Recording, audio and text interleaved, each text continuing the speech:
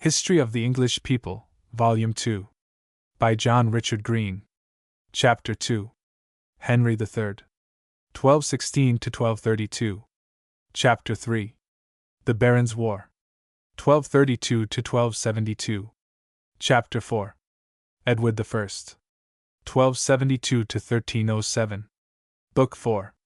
The Parliament. 1307 to 1461. Authorities for Book 4.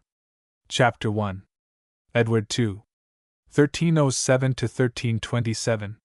Chapter 2. Edward III. 1327 to 1347. Chapter 3. The Peasant Revolt. 1347 to 1381. Chapter 4. Richard II. 1381 to 1400. List of Maps. Volume 2. Book 3. The Charter. 1216 to 1307. Chapter 2. Henry III. 1216 to 1232. The death of John changed the whole face of English affairs.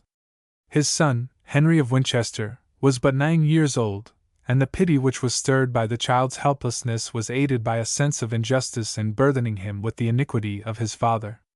At his death John had driven from his side even the most loyal of his barons, but William Marshal had clung to him to the last, and with him was Gualo, the legate of Innocent's successor, Honorius III.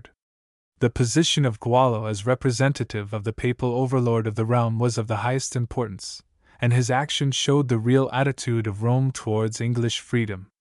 The boy king was hardly crowned at Gloucester when legate and earl issued in his name the very charter against which his father had died fighting. Only the clauses which regulated taxation and the summoning of Parliament were as yet declared to be suspended.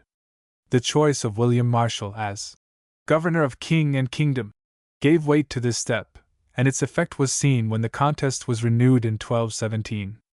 Louis was at first successful in the eastern counties, but the political reaction was aided by jealousies which broke out between the English and French nobles in his force, and the first drew gradually away from him. So general was the defection that at the opening of summer William Marshal felt himself strong enough for a blow at his foes. Louis himself was investing Dover, and a joint army of French and English barons under the Count of Perche and Robert Fitzwalter was besieging Lincoln, when gathering troops rapidly from the royal castles the regent marched to the relief of the latter town. Cooped up in its narrow streets and attacked at once by the earl and the garrison, the barons fled in utter rout. The Count of Perche fell on the field, Robert Fitzwalter was taken prisoner. Louis at once retreated on London, and called for aid from France. But a more terrible defeat crushed his remaining hopes. A small English fleet which set sail from Dover under Hubert de Burgh fell boldly on the reinforcements which were crossing under escort of Eustace the Monk, a well-known freebooter of the Channel. Some incidents of the fight light up for us the naval warfare of the time. From the decks of the English vessels bowmen poured their arrows into the crowded transports, others hurled quicklime into their enemies' faces, while the more active vessels crashed with their armed prows into the sides of the French ships. The skill of the mariners of the Cinque Ports turned the day against the larger forces of their opponents, and the fleet of Eustace was utterly destroyed. The royal army at once closed upon London, but resistance was really at an end. By a treaty concluded at Lambeth in September, Louis promised to withdraw from England on payment of a sum which he claimed as debt. His adherents were restored to their possessions, the liberties of London and other towns confirmed, and the prisoners on either side set at liberty. A fresh issue of the Charter, though in its modified form, proclaimed yet more clearly the temper and policy of the Earl Marshal. His death at the opening of 1219, after a year spent in giving order to the realm, brought no change in the system he had adopted. The control of affairs passed into the hands of a new legate, Pandulph, of Stephen Langton, who had just returned forgiven from Rome, and of the justiciar, Hubert de Burgh. It was a time of transition, and the temper of the justiciar was eminently transitional. Bred in the school of Henry II, Hubert had little sympathy with national freedom, and though resolute to maintain the charter he can have had small love for it. His conception of good government, like that of his master, lay in a wise personal administration, in the preservation of order and law. But he combined with this a thoroughly English desire for national independence, a hatred of foreigners, and a reluctance to waste English blood and treasure in continental struggles. Able as he proved himself, his task was one of no common difficulty. He was hampered by the constant interference of Rome. A papal legate resided at the English court, and claimed a share in the administration of the realm as the representative of its overlord and as guardian of the young sovereign. A foreign party, too, had still a footing in the kingdom, for William Marshal had been unable to rid himself of men like Peter de Roches or Fawkes de Brut, who had fought on the royal side in the struggle against Louis. Hubert had to deal too with the anarchy which that struggle left behind it. From the time of the conquest, the centre of England had been covered with the domains of great houses, whose longings were for feudal independence, and whose spirit of revolt had been held in check partly by the stern rule of the kings and partly by the rise of a baronage sprung from the court, and settled for the most part in the north. The oppression of John united both the earlier and these newer houses in the struggle for the charter. But the character of each remained unchanged, and the close of the struggle saw the feudal party break out in their old lawlessness and defiance of the crown. For a time the anarchy of Stephen's days seemed to revive. But the justiciar was resolute to crush it, and he was backed by the strenuous efforts of Stephen Langton. A new and solemn coronation of the young king in 1220 was followed by a demand for the restoration of the royal castles which had been seized by the barons and foreigners. The Earl of Chester, the head of the feudal baronage, though he rose in armed rebellion, quailed before the march of Hubert and the primate's threats of excommunication. A more formidable foe remained in the Frenchman, Fawkes de Brut, the sheriff of 6 counties, with 6 royal castles in his hands, and allied both with the rebel barons and Llewellyn of Wales. But in 1224 his castle of Bedford was besieged for 2 months, and on its surrender the stern justice of Hubert hung the 24 knights and their retainers who formed the garrison before its walls.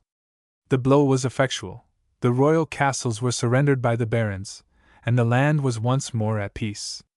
Freed from foreign soldiery, the country was freed also from the presence of the foreign legate. Langton wrested a promise from Rome that so long as he lived no future legate should be sent to England, and with Pandulf's resignation in 1221 the direct interference of the papacy in the government of the realm came to an end. But even these services of the primate were small compared with his services to English freedom. Throughout his life the charter was the first object of his care. The omission of the articles which restricted the royal power over taxation in the charter which was published at Henry's accession in 1216 was doubtless due to the archbishop's absence and disgrace at Rome. The suppression of disorder seems to have revived the older spirit of resistance among the royal ministers, for when Langton demanded a fresh confirmation of the charter in Parliament at London, William Brewer, one of the king's councillors, protested that it had been extorted by force and was without legal validity. "If you loved the king, William," the primate burst out in anger, "you would not throw a stumbling block in the way of the peace of the realm." The young king was cowed by the archbishop's wrath, and promised observance of the charter. But it may have been their consciousness of such a temper among the royal councillors that made Langton and the baronage demand 2 years later a fresh promulgation of the charter as the price of a subsidy, and Henry's assent established the principle, so fruitful of constitutional results, that redress of wrongs precedes a grant to the crown. These repeated sanctions of the charter and the government of the realm year after year in accordance with its provisions were gradually bringing the new freedom home to the mass of Englishmen. But the sense of liberty was at this time quickened and intensified by a religious movement which stirred English society to its depths. Never had the priesthood wielded such boundless power over Christendom as in the days of Innocent III and his immediate successors. But its religious hold on the people was loosening day by day. The old reverence for the papacy was fading away before the universal resentment at its political ambition, its lavish use of interdict and excommunication for purely secular ends, its degradation of the most sacred sentences into means of financial extortion. In Italy, the struggle that was opening between Rome and Frederick II disclosed a spirit of skepticism which among the Epicurean poets of Florence denied the immortality of the soul and attacked the very foundations of the faith itself. In southern Gaul, Languedoc and Provence had embraced the heresy of the Albigenses and thrown off all allegiance to the papacy. Even in England, though there were no signs as yet of religious revolt, and though the political action of Rome had been in the main on the side of freedom, there was a spirit of resistance to its interference with national concerns which broke out in the struggle against John. "The Pope has no part in secular matters," had been the reply of London to the interdict of Innocent. And within the English Church itself there was much to call for reform. Its attitude in the strife for the charter as well as the after work of the primate had made it more popular than ever, but its spiritual energy was less than its political. The disuse of preaching, the decline of the monastic orders into rich landowners, the non-residence and ignorance of the parish priests, lowered the religious influence of the clergy. The abuses of the time foiled even the energy of such men as Bishop Grosseteste of Lincoln. His constitutions forbid the clergy to haunt taverns, to gamble, to share in drinking bouts, to mix in the riot and debauchery of the life of the baronage. But such prohibitions witnessed to the prevalence of the evils they denounce. Bishops and deans were still withdrawn from their ecclesiastical duties to act as ministers, judges, or ambassadors. Benefices were heaped in hundreds at a time on royal favorites like John Mansell. Abbeys absorbed the tithes of parishes and then served them by half-starved vicars, while exemptions purchased from Rome shielded the scandalous lives of canons and monks from all episcopal discipline. And behind all this was a group of secular statesmen and scholars, the successors of such critics as Walter Map, waging indeed no open warfare with the Church, but noting with bitter sarcasm its abuses and its faults. To bring the world back again within the pale of the Church was the aim of two religious orders which sprang suddenly to life at the opening of the 13th century. The zeal of the Spaniard Dominic was roused at the sight of the lordly prelates who sought by fire and sword to win the Albigensian heretics to the faith. "Zeal," he cried, "must be met by zeal, lowliness by lowliness, false sanctity by real sanctity, preaching lies by preaching truth." His fiery ardor and rigid orthodoxy were seconded by the mystical piety, the imaginative enthusiasm of Francis of Assisi. The life of Francis falls like a stream of tender light across the darkness of the time. In the frescoes of Giotto or the verse of Dante we see him take poverty for his bride. He strips himself of all, he flings his very clothes at his Father's feet, that he may be one with nature and God. His passionate verse claims the moon for his sister and the sun for his brother. He calls on his brother the wind, and his sister the water. His last faint cry was a "Welcome, Sister Death!" Strangely as the two men differed from each other, their aim was the same: to convert the heathen, to extirpate heresy, to reconcile knowledge with orthodoxy, above all to carry the gospel to the poor. The work was to be done by an utter reversal of the older monasticism, by seeking personal salvation in effort for the salvation of their fellowmen, by exchanging the solitary of the cloister for the preacher, the monk for the brother, or friar. To force the new brethren into entire dependence on those among whom they labored, their vow of poverty was turned into a stern reality. The begging friars were to subsist solely on alms. They might possess neither money nor lands. The very houses in which they lived were to be held in trust for them by others. The tide of popular enthusiasm which welcomed their appearance swept before it the reluctance of Rome, the jealousy of the older orders, the opposition of the parochial priesthood.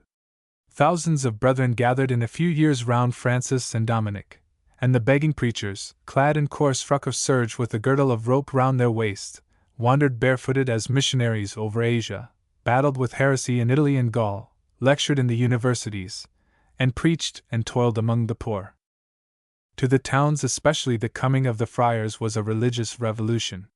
They had been left for the most part to the worst and most ignorant of the clergy, the mass priest, whose sole subsistence lay in his fees. Burgher and artisan were left to spell out what religious instruction they might from the gorgeous ceremonies of the Church's ritual, or the scriptural pictures and sculptures which were graven on the walls of its minsters. We can hardly wonder at the burst of enthusiasm which welcomed the itinerant preacher whose fervid appeal, coarse wit, and familiar story brought religion into the fair and the marketplace. In England, where the Black Friars of Dominic arrived in 1221, the Grey Friars of Francis in 1224, both were received with the same delight. As the older orders had chosen the country, the friars chose the town. They had hardly landed at Dover before they made straight for London and Oxford. In their ignorance of the road, the first two Grey brothers lost their way in the woods between Oxford and Baldon, and fearful of night and of the floods, turned aside to a grange of the monks of Abingdon. Their ragged clothes and foreign gestures, as they prayed for hospitality, led the porter to take them for jongleur, the jesters and jugglers of the day, and the news of this break in the monotony of their lives brought prior, sacrist, and cellarer to the door to welcome them and witness their tricks. The disappointment was too much for the temper of the monks, and the brothers were kicked roughly from the gate to find their night's lodging under a tree. But the welcome of the townsmen made up everywhere for the ill will and opposition of both clergy and monks. The work of the friars was physical as well as moral. The rapid progress of population within the boroughs had outstripped the sanitary regulations of the Middle Ages, and fever or plague, or the more terrible scourge of leprosy, festered in the wretched hovels of the suburbs.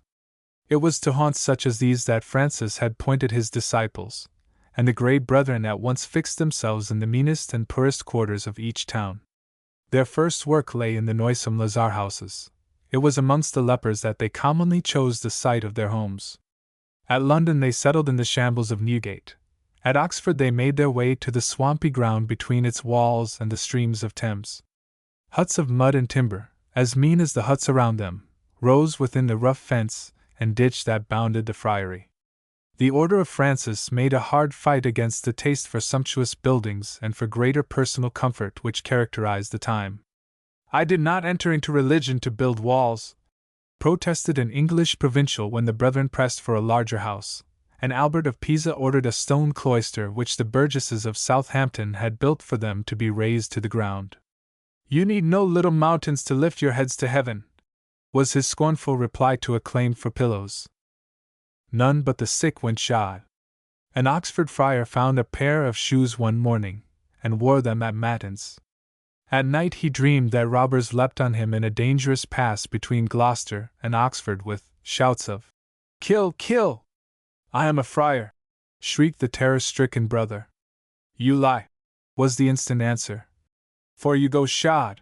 The friar lifted up his foot in disproof, but the shoe was there. In an agony of repentance he woke and flung the pair out of window. It was with less success that the order struggled against the passion of the time for knowledge. Their vow of poverty, rigidly interpreted as it was by their founders, would have denied them the possession of books or materials for study. "I am your breviary! I am your breviary!" Francis cried passionately to a novice who asked for a psalter. When the news of a great doctor's reception was brought to him at Paris, his countenance fell. "I am afraid, my son," he replied, "that such doctors will be the destruction of my vineyard. They are the true doctors who with the meekness of wisdom show forth good works for the edification of their neighbors. One kind of knowledge indeed their work almost forced on them." The popularity of their preaching soon led them to the deeper study of theology. Within a short time after their establishment in England we find as many as 30 readers or lecturers appointed at Hereford, Leicester, Bristol, and other places, and a regular succession of teachers provided at each university. The Oxford Dominicans lectured on theology in the nave of their new church, while philosophy was taught in the cloister. The first provincial of the Grey Friars built a school in their Oxford house and persuaded Grosseteste to lecture there. His influence after his promotion to the See of Lincoln was steadily exerted to secure theological study among the friars, as well as their establishment in the university, and in this work he was ably seconded by his scholar, Adam Marsh, or de Morisco, under whom the Franciscan school at Oxford attained a reputation throughout Christendom. Lyons, Paris, and Cologne borrowed from it their professors. It was through its influence, indeed, that Oxford rose to a position hardly inferior to that of Paris itself as a center of scholasticism. But the result of this powerful impulse was soon seen to be fatal to the wider intellectual activity which had till now characterized the universities.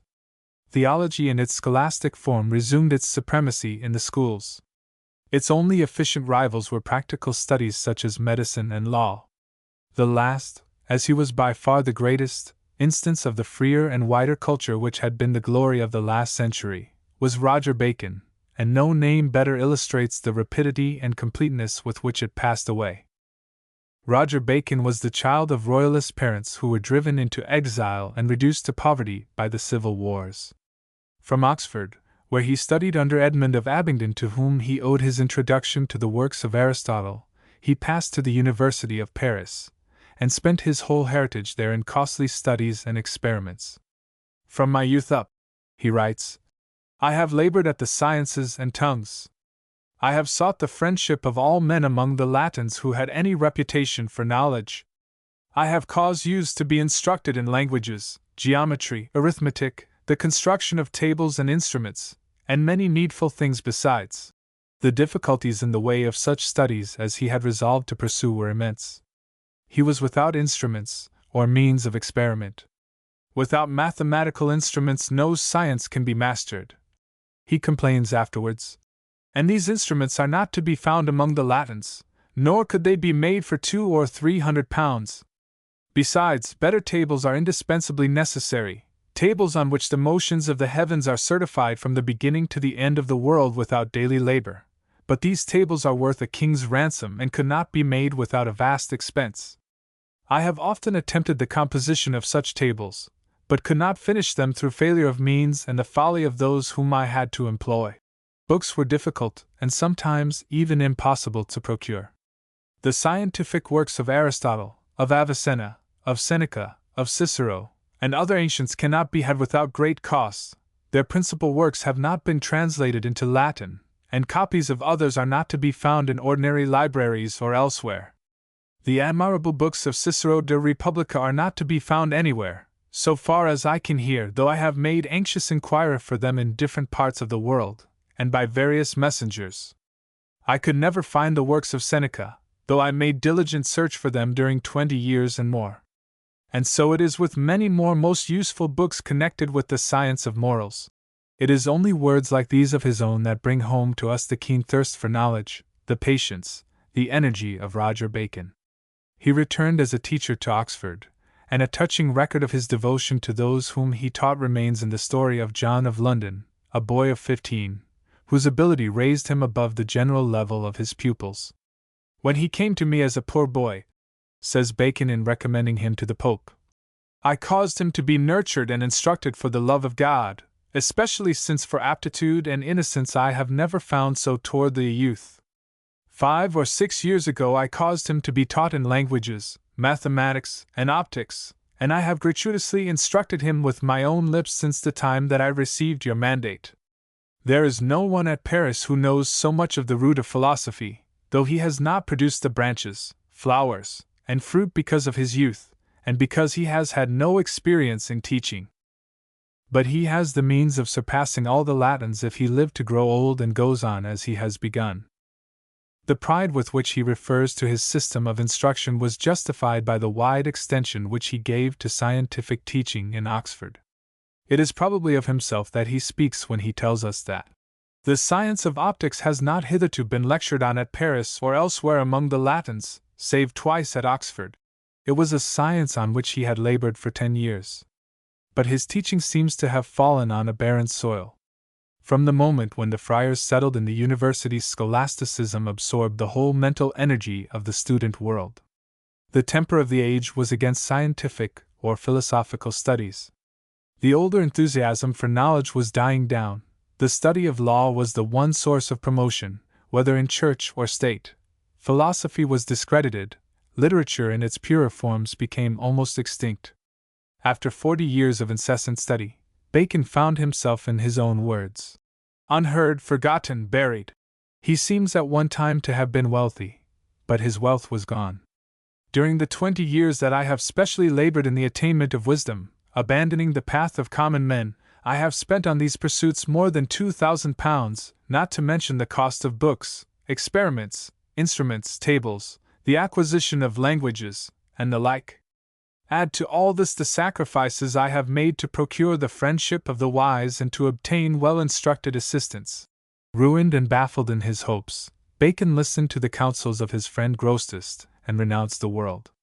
He became a friar of the order of St. Francis, an order where books and study were looked upon as hindrances to the work which it had specially undertaken, that of preaching among the masses of the poor. He had written little. So far was he from attempting to write that his new superiors prohibited him from publishing anything under pain of forfeiture of the book and penance of bread and water. But we can see the craving of his mind, the passionate instinct of creation which marks the man of genius, in the joy with which he seized a strange opportunity that suddenly opened before him. Some few chapters on different subjects, written at the entreaty of friends, seemed to have got abroad, and were brought by one of the Pope's chaplains under the notice of Clement IV. The Pope at once invited Bacon to write. But difficulties stood in his way. Materials, transcription, and other expenses for such a work as he projected would cost at least £60, and the Pope sent not a penny. Bacon begged help from his family, but they were ruined like himself. No one would lend to a mendicant friar, and when his friends raised the money he needed it was by pawning their goods in the hope of repayment from Clement. Nor was this all. The work itself, abstruse and scientific as was its subject, had to be treated in a clear and popular form to gain the papal ear. But difficulties which would have crushed another man only roused Roger Bacon to an almost superhuman energy. By the close of 1267 the work was done. The greater work, itself in modern form a closely printed folio, with its successive summaries and appendices in the lesser, and the third, works, which make a good octavo more, were produced and forwarded to the Pope within 15 months. No trace of this fiery haste remains in the book itself. The Opus Majus is alike wonderful in plan and detail. Bacon's main purpose, in the words of Dr. Wool, is to urge the necessity of a reform in the mode of philosophizing, to set forth the reasons why knowledge had not made a greater progress, to draw back attention to sources of knowledge which had been unwisely neglected, to discover other sources which were yet wholly unknown, and to animate men to the undertaking by a prospect of the vast advantages which it offered. The development of his scheme is on the largest scale. He gathers together the whole knowledge of his time on every branch of science which it possessed, and as he passes them in review he suggests improvements in nearly all. His labors, both here and in his after works, in the field of grammar and philology, his perseverance in insisting on the necessity of correct texts, of an accurate knowledge of languages, of an exact interpretation, are hardly less remarkable than his scientific investigations. From grammar he passes to mathematics, from mathematics to experimental philosophy. Under the name of mathematics indeed was included all the physical science of the time. The neglect of it for nearly 30 or 40 years, pleads Bacon passionately, hath nearly destroyed the entire studies of Latin Christendom. For he who knows not mathematics cannot know any other sciences, and what is more, he cannot discover his own ignorance or find its proper remedies. Geography, chronology, arithmetic, music, are brought into something of scientific form, and like rapid sketches are given of the question of climate, hydrography, geography, and astrology. The subject of optics, his own especial study, is treated with greater fullness. He enters into the question of the anatomy of the eye besides discussing problems which lie more strictly within the province of optical science. In a word, the greater work, to borrow the phrase of Dr. Wool, is at once the encyclopedia and the novum organum of the 13th century. The whole of the afterworks of Roger Bacon in treatise after treatise has of late been disentombed from our libraries are but developments in detail of the magnificent conception he laid before Clement. Such a work was its own great reward. From the world around Roger Bacon could look for and found small recognition. No word of acknowledgment seems to have reached its author from the Pope. If we may credit a more recent story, his writings only gained him a prison from his order. Unheard, forgotten, buried, the old man died as he had lived, and it has been reserved for later ages to roll away the obscurity that had gathered round his memory, and to place first in the great roll of modern science the name of Roger Bacon. The failure of Bacon shows the overpowering strength of the drift towards the practical studies, and above all towards theology in its scholastic guise. Aristotle, who had been so long held at bay as the most dangerous foe of medieval faith, was now turned by the adoption of his logical method in the discussion and definition of theological dogma into its unexpected ally. It was this very method that led to that unprofitable subtlety and curiosity, which Lord Bacon notes as the vice of the scholastic philosophy. But certain it is, to continue the same great thinker's comment on the friars, that if these schoolmen to their great thirst of truth and unwearied travel of wit had joined variety of reading and contemplation, they had proved excellent lights to the great advancement of all learning and knowledge. What, amidst all their errors, they undoubtedly did was to insist on the necessity of rigid demonstration and a more exact use of words, to introduce a clear and methodical treatment of all subjects into discussion, and above all to substitute an appeal to reason for unquestioning obedience to authority. It was by this critical tendency, by the new clearness and precision which scholasticism gave to inquirer, that in spite of the trivial questions with which it often concerned itself, it trained the human mind through the next 2 centuries to a temper which fitted it to profit by the great disclosure of knowledge that brought about the Renaissance. And it is to the same spirit of fearless inquiry as well as to the strong popular sympathies which their very constitution necessitated that we must attribute the influence which the friars undoubtedly exerted in the coming struggle between the people and the crown. Their position is clearly and strongly marked throughout the whole contest. The University of Oxford, which soon fell under the direction of their teaching, stood first in its resistance to papal exactions and its claim of English liberty. The classes in the towns, on whom the influence of the friars told most directly, were steady supporters of freedom throughout the barons' wars.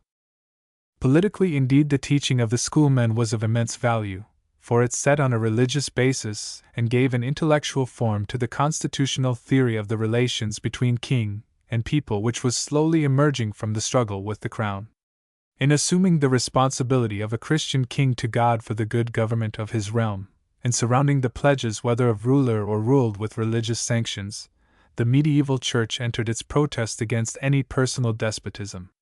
The schoolmen pushed further still to the doctrine of a contract between king and people, and their trenchant logic made short work of the royal claims to irresponsible power and unquestioning obedience. "He who would be in truth a king," ran a poem which embodies their teaching at this time in pungent verse. "He is a free king indeed if he rightly rule himself and his realm. All things are lawful to him for the government of his realm, but nothing is lawful to him for its destruction. It is one thing to rule according to a king's duty, another to destroy a kingdom by resisting the law. Let the community of the realm advise, and let it be known what the generality, to whom their laws are best known, think on the matter. They who are ruled by the laws know those laws best. They who make daily trial of them are best acquainted with them, and since it is their own affairs which are at stake, they will take the more care and will act with an eye to their own peace. It concerns the community to see what sort of men ought justly to be chosen for the weal of the realm. The constitutional restrictions on the royal authority, the right of the whole nation to deliberate and decide on its own affairs and to have a voice in the selection of the administrators of government, had never been so clearly stated before. But the importance of the friar's work lay in this, that the work of the scholar was supplemented by that of the popular preacher. The theory of government wrought out in cell and lecture room was carried over the length and breadth of the land by the mendicant brother, begging his way from town to town, chatting with farmer or housewife at the cottage door, and setting up his portable pulpit in village green or marketplace. His open-air sermons, ranging from impassioned devotion to coarse story and homely mother-wit, became the journals as well as the homilies of the day. Political and social questions found place in them side by side with spiritual matters, and the rudest countryman learned his tale of a king's oppression or a patriot's hopes as he listened to the rambling, passionate, humorous discourse of the begging friar. Never had there been more need of such a political education of the whole people than at the moment we have reached. For the triumph of the Charter, the constitutional government of governor and justiciar, had rested mainly on the helplessness of the king. As boy or youth, Henry III had bowed to the control of William Marshall or Langton or Hubert de Burgh. But he was now grown to manhood, and his character was from this hour to tell on the events of his reign. From the cruelty, the lust, the impiety of his father, the young king was absolutely free. There was a geniality, a vivacity, a refinement in his temper which won a personal affection for him even in his worst days from some who bitterly censured his rule. The Abbey Church of Westminster, with which he replaced the ruder minster of the Confessor, remains a monument of his artistic taste. He was a patron and friend of men of letters, and himself skilled in the gay science of the troubadour. but of the political capacity which was the characteristic of his house he had little or none. Profuse, changeable, false from sheer meanness of spirit, impulsive alike in good and ill, unbridled in temper and tongue, reckless in insult and wit, Henry's delight was in the display of an empty and prodigal magnificence. His one notion of government was a dream of arbitrary power.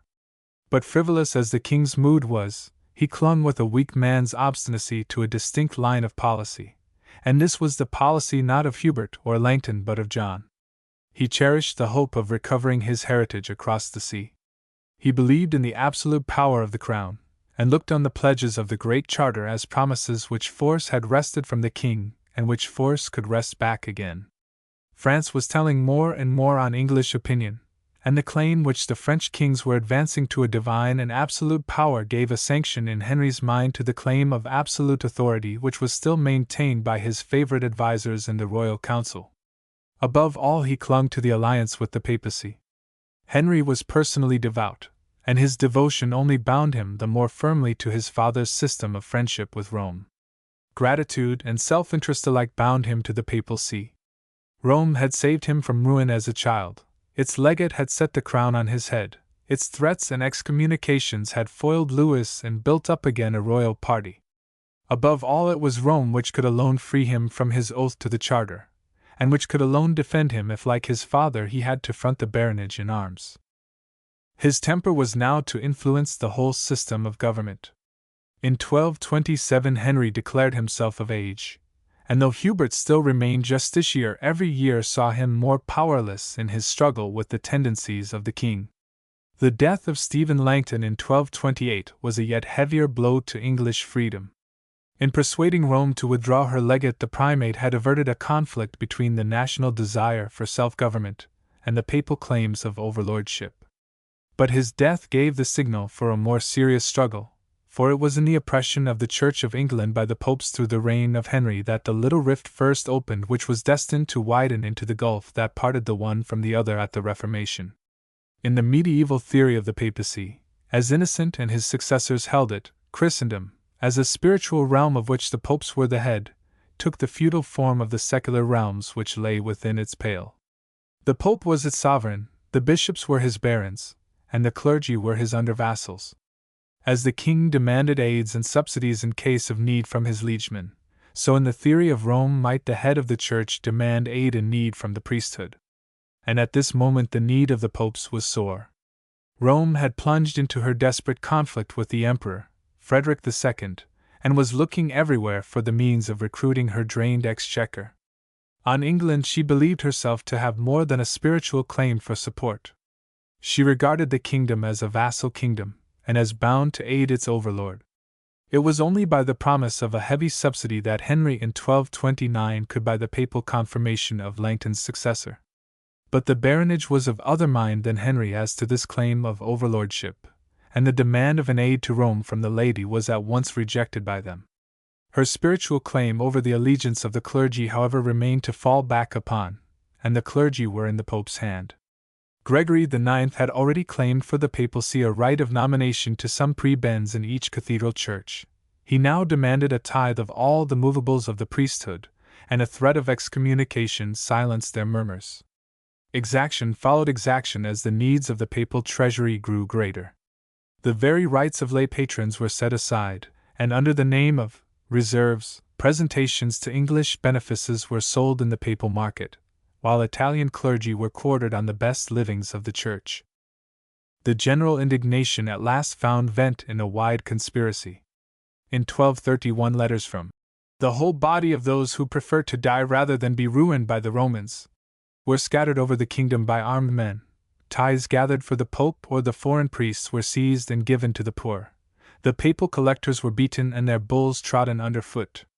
The remonstrances of Rome only made clearer the national character of the movement, but as inquiry went on, the hand of the justiciar himself was seen to have been at work.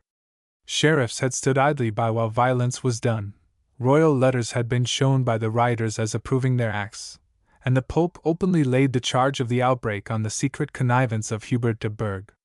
No charge could have been more fatal to Hubert in the mind of the king. But he was already in full collision with the justiciar on other grounds. Henry was eager to vindicate his right to the great heritage his father had lost. The Gascons, who still clung to him, not because they loved England but because they hated France, spurred him to war, and in 1229 a secret invitation came from the Norman barons. But while Hubert held power, no serious effort was made to carry on a foreign strife. The Norman call was rejected through his influence, and when a great armament gathered at Portsmouth for a campaign in Poitou it dispersed for want of transport and supplies. The young king drew his sword and rushed madly on the justiciar, charging him with treason and corruption by the gold of France. But the quarrel was appeased and the expedition deferred for the year. In 1230 Henry actually took the field in Brittany and Poitou, but the failure of the campaign was again laid at the door of Hubert, whose opposition was said to have prevented a decisive engagement. It was at this moment that the papal accusation filled up the measure of Henry's wrath against his minister. In the summer of 1232 he was deprived of his office of justiciar, and dragged from a chapel at Brentwood where threats of death had driven him to take sanctuary. A smith who was ordered to shackle him stoutly refused. "I will die any death," he said, "before I put iron on the man who freed England from the stranger and saved Dover from France." The remonstrances of the Bishop of London forced the king to replace Hubert in sanctuary, but hunger compelled him to surrender. He was thrown a prisoner into the Tower, and though soon released he remained powerless in the realm. His fall left England without a check to the rule of Henry himself. Chapter 3. The Barons' War. 1232–1272. Once master of his realm, Henry III was quick to declare his plan of government. The two great checks on a merely personal rule lay as yet in the authority of the great ministers of state and in the national character of the administrative body which had been built up by Henry II. Both of these checks Henry at once set himself to remove. He would be his own minister. The justiciar ceased to be the lieutenant general of the king and dwindled into a presiding judge of the law courts. The chancellor had grown into a great officer of state, and in 1226 this office had been conferred on the Bishop of Chichester by the advice and consent of the Great Council. But Henry succeeded in wresting the seal from him, and naming to this as to other offices at his pleasure. His policy was to entrust all high posts of government to mere clerks of the royal chapel, trained administrators, but wholly dependent on the royal will.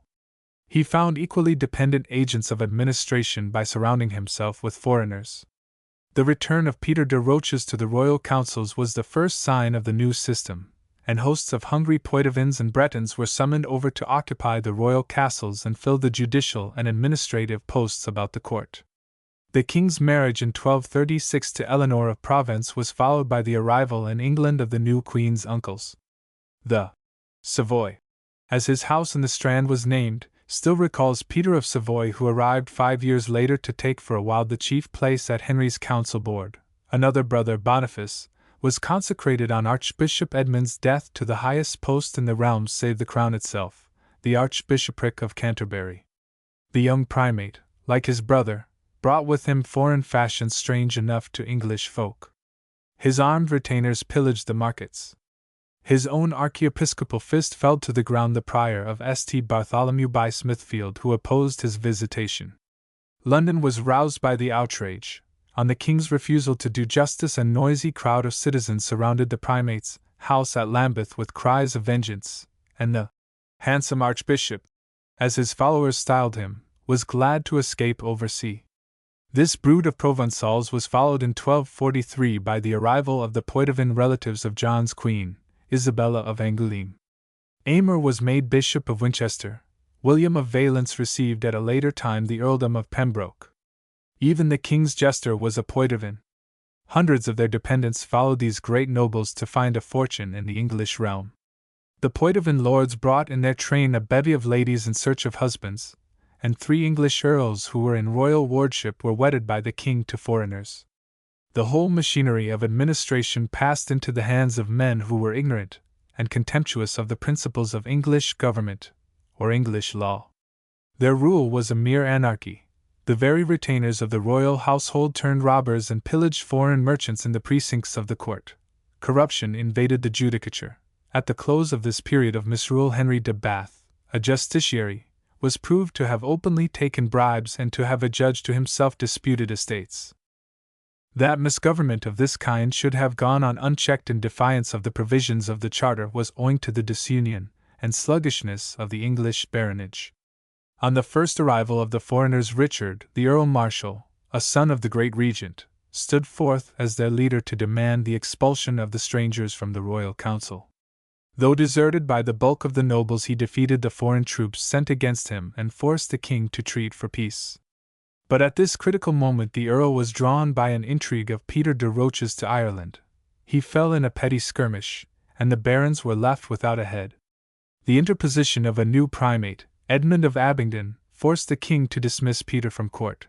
But there was no real change of system, and the remonstrances of the Archbishop and of Robert Grosseteste, the Bishop of Lincoln, remained fruitless. In the long interval of misrule, the financial straits of the king forced him to heap exaction on exaction. The forest laws were used as a means of extortion, sees and abbeys were kept vacant, loans were wrested from lords and prelates, the court itself lived at free quarters wherever it moved. Supplies of this kind, however, were utterly insufficient to defray the cost of the king's prodigality. A sixth of the royal revenue was wasted in pensions to foreign favorites. The debts of the crown amounted to 4 times its annual income. Henry was forced to appeal for aid to the Great Council of the realm, and aid was granted in 1237 on promise of control in its expenditure and on condition that the king confirmed the charter. But charter and promise were alike disregarded, and in 1242 the resentment of the barons expressed itself in a determined protest and a refusal of further subsidies. In spite of their refusal, however, Henry gathered money enough for a costly expedition for the recovery of Poitou. The attempt ended in failure and shame. At Tailburg the king's force fled in disgraceful rout before the French as far as Saints, and only the sudden illness of Louis IX and a disease which scattered his army saved Bordeaux from the conquerors. The treasury was utterly drained, and Henry was driven in 1244 to make a fresh appeal with his own mouth to the baronage.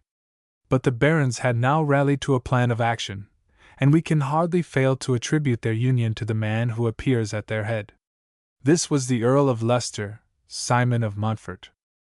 Simon was the son of another Simon of Montfort, whose name had become memorable for his ruthless crusade against the Albigensian heretics in southern Gaul, and who had inherited the earldom of Leicester through his mother, a sister and co-heiress of the last Earl of the House of Beaumont. But as Simon's tendencies were for the most part French, John had kept the revenues of the earldom in his own hands, and on his death the claim of his elder son, Amaury, was met by the refusal of Henry III to accept a divided allegiance. The refusal marks the rapid growth of that sentiment of nationality which the loss of Normandy had brought home. Amaury chose to remain French, and by a family arrangement with the king's sanction the honor of Leicester passed in 1231 to his younger brother Simon. His choice made Simon an Englishman, but his foreign blood still moved the jealousy of the barons, and this jealousy was quickened by a secret match in 1238 with Eleanor, the king's sister and widow of the second William Marshal. The match formed probably part of a policy which Henry pursued throughout his reign of bringing the great earldoms into closer connection with the crown. That of Chester had fallen to the king through the extinction of the family of its earls. Cornwall was held by his brother, Richard, Salisbury by his cousin. Simon's marriage linked the earldom of Leicester to the royal house. But it at once brought Simon into conflict with the nobles and the church.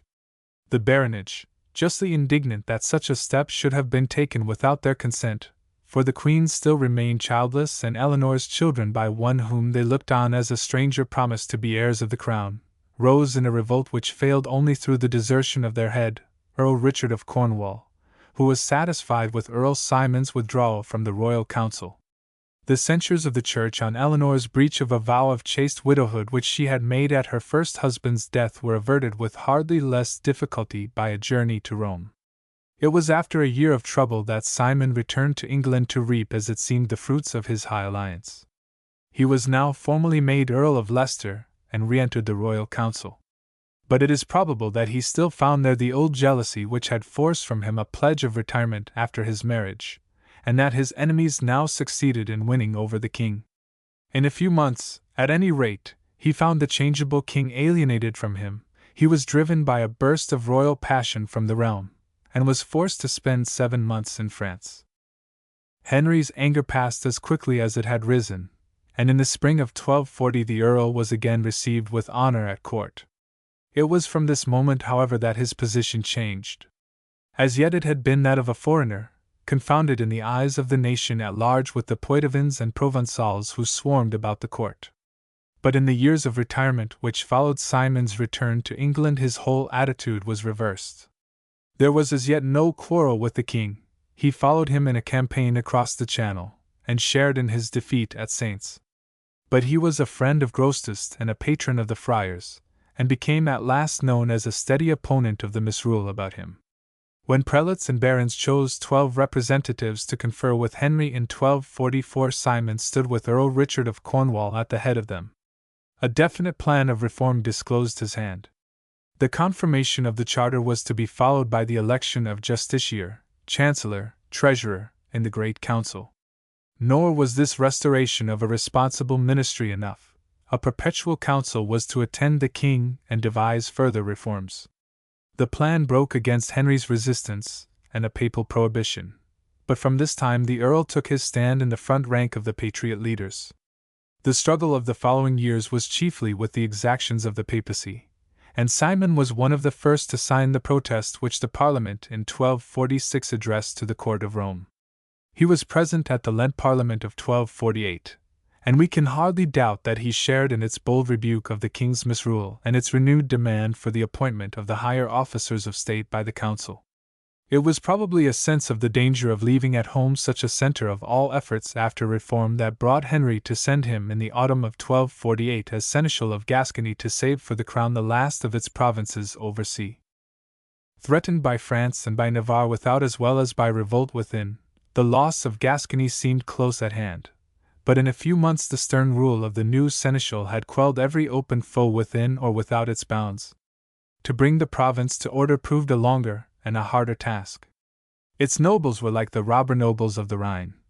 They rode the country by night, wrote the Earl, like thieves, in parties of 20 or 30 or 40, and gathered in leagues against the seneschal, who set himself to exact their dues to the crown and to shield merchant and husbandman from their violence. For 4 years Earl Simon steadily wore down these robber bands, storming castles where there was need, and bridling the wilder country with a chain of forts. Hard as the task was, his real difficulty lay at home. Henry sent neither money nor men, and the Earl had to raise both from his own resources, while the men whom he was fighting found friends in Henry's council chamber. Again and again Simon was recalled to answer charges of tyranny and extortion made by the Gascon nobles and pressed by his enemies at home on the king. Henry's feeble and impulsive temper left him open to pressure like this, and though each absence of the Earl from the province was a signal for fresh outbreaks of disorder which only his presence repressed, the deputies of its nobles were still admitted to the council table and commissions sent over to report on the seneschal's administration. The strife came to a head in 1252, when the commissioners reported that stern as Simon's rule had been, the case was one in which sternness was needful. The English barons supported Simon, and in the face of their verdict Henry was powerless. But the king was now wholly with his enemies, and his anger broke out in a violent altercation. The Earl offered to resign his post if the money he had spent was repaid him, and appealed to Henry's word. Henry hotly retorted that he was bound by no promise to a false traitor. Simon at once gave Henry the lie. And but that thou bearest the name of king, it had been a bad hour for thee when thou utteredst such a word. A formal reconciliation was brought about, and the Earl once more returned to Gascony, but before winter had come he was forced to withdraw to France. The greatness of his reputation was shown in an offer which its nobles made him of the regency of their realm during the absence of King Louis from the land. But the offer was refused, and Henry, who had himself undertaken the pacification of Gascony, was glad before the close of 1253 to recall its old ruler to do the work he had failed to do. The Earl's character had now thoroughly developed. He inherited the strict and severe piety of his father. He was assiduous in his attendance on religious services whether by night or day. In his correspondence with Adam Marsh we see him finding patience under his Gascon troubles in a perusal of the Book of Job. His life was pure and singularly temperate. He was noted for his scant indulgence in meat, drink, or sleep. Socially he was cheerful and pleasant in talk, but his natural temper was quick and ardent, his sense of honor keen, his speech rapid and trenchant. His impatience of contradiction, his fiery temper, were in fact the great stumbling blocks in his after career. His best friends marked honestly this fault, and it shows the greatness of the man that he listened to their remonstrances. "Better is a patient man," writes honest Friar Adam, "than a strong man, and he who can rule his own temper than he who storms a city." But the one characteristic which overmastered all was what men at that time called his constancy, the firm, immovable resolve which trampled even death underfoot in its loyalty to the right. The motto which Edward I chose as his device, "Keep troth," was far truer as the device of Earl Simon. We see in his correspondence with what a clear discernment of its difficulties both at home and abroad he thought it unbecoming to decline the danger of so great an exploit as the reduction of Gascony to peace and order, but once undertaken, he persevered in spite of the opposition he met with, the failure of all support or funds from England, and the king's desertion of his cause, till the work was done. There was the same steadiness of will and purpose in his patriotism. The letters of Robert Grosseteste show how early Simon had learned to sympathize with the bishop in his resistance to Rome, and at the crisis of the contest he offered him his own support and that of his associates. But Robert passed away, and as the tide of misgovernment mounted higher and higher, the Earl silently trained himself for the day of trial. The fruit of his self-discipline was seen when the crisis came. While other men wavered and faltered and fell away, the enthusiastic love of the people clung to the grave, stern soldier who stood like a pillar, unshaken by promise or threat or fear of death, by the oath he had sworn. While Simon had been warring with Gascon rebels, affairs in England had been going from bad to worse. The scourge of papal taxation fell heavier on the clergy. After vain appeals to Rome and to the king, Archbishop Edmund retired to an exile of despair at Pontigny, and tax-gatherer after tax-gatherer with powers of excommunication, suspension from orders, and presentation to benefices, descended on the unhappy priesthood. The wholesale pillage kindled a wide spirit of resistance. Oxford gave the signal by hunting a papal legate out of the city amid cries of usurer and simoniac from the mob of students. Fulk Fitzwarren, in the name of the barons, bade a papal collector be gone out of England. "If you tarry here 3 days longer," he added, "you and your company shall be cut to pieces." For a time Henry himself was swept away by the tide of national indignation. Letters from the king, the nobles, and the prelates protested against the papal exactions, and orders were given that no money should be exported from the realm. But the threat of interdict soon drove Henry back on a policy of spoliation in which he went hand in hand with Rome. The temper which this oppression begot among even the most sober churchmen has been preserved for us by an annalist whose pages glow with the new outburst of patriotic feeling. Matthew Paris is the greatest, as he in reality is the last, of our monastic historians. The school of St. Albans survived indeed till a far later time, but its writers dwindle into mere annalists whose view is bounded by the abbey precincts, and whose work is as colorless as it is jejune. In Matthew, the breadth and precision of the narrative, the copiousness of his information on topics whether national or European, the general fairness and justice of his comments, are only surpassed by the patriotic fire and enthusiasm of the whole. He had succeeded Roger of Wendover as chronicler at St. Albans, and the greater chronicle with an abridgment of it which long passed under the name of Matthew of Westminster, a History of the English, and the Lives of the earlier abbots, are only a few among the voluminous works which attest his prodigious industry. He was an artist as well as an historian, and many of the manuscripts which are preserved are illustrated by his own hand. A large circle of correspondence, bishops like Grosseteste, ministers like Hubert de Burgh, officials like Alexander de Swerford furnished him with minute accounts of political and ecclesiastical proceedings. Pilgrims from the East and papal agents brought news of foreign events to his scriptorium at St. Albans. He had access to and quotes largely from state documents, charters, and exchequer rolls. The frequency of royal visits to the abbey brought him a store of political intelligence, and Henry himself contributed to the great chronicle which has preserved with so terrible a faithfulness the memory of his weakness and misgovernment. On one solemn feast day the king recognized Matthew, and bidding him sit on the middle step between the floor and the throne begged him to write the story of the day's proceedings. While on a visit to St. Albans he invited him to his table and chamber, and enumerated by name 250 of the English baronies for his information. But all this royal patronage has left little mark on his work. The case, as Matthew says, of historical writers is hard, for if they tell the truth they provoke men, and if they write what is false they offend God.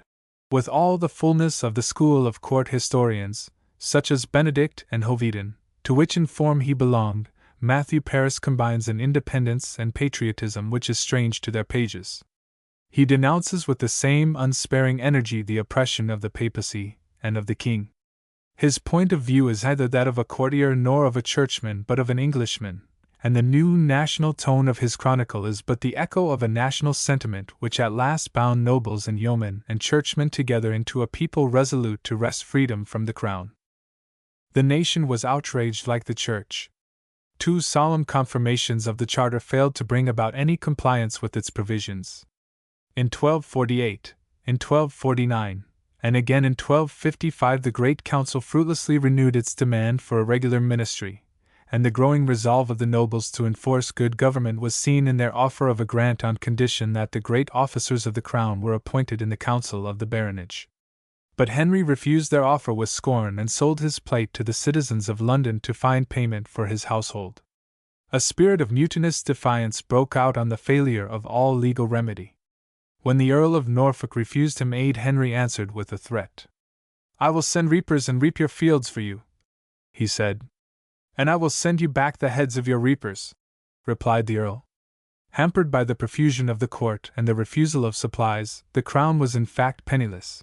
And yet never was money more wanted, for a trouble which had long pressed upon the English kings had now grown to a height that called for decisive action. Even his troubles at home could not blind Henry to the need of dealing with the difficulty of Wales. Of the 3 Welsh states into which all that remained unconquered of Britain had been broken by the victories of Durham and Chester, 2 had long ceased to exist. The country between the Clyde and the Dee had been gradually absorbed by the conquests of Northumbria and the growth of the Scottish monarchy. West Wales, between the British Channel and the estuary of the Severn, had yielded to the sword of Egbert.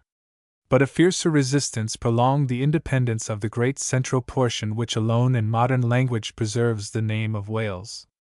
Comprising in itself the largest and most powerful of the British kingdoms, it was aided in its struggle against Mercia by the weakness of its assailant, the youngest and feeblest of the English states, as well as by an internal warfare which distracted the energies of the invaders.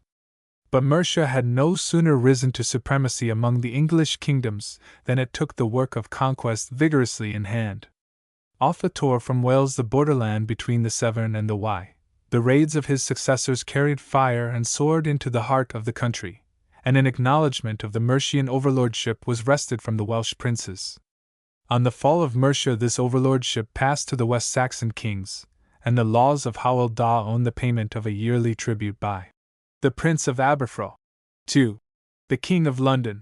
The weakness of England during her long struggle with the Danes revived the hopes of British independence.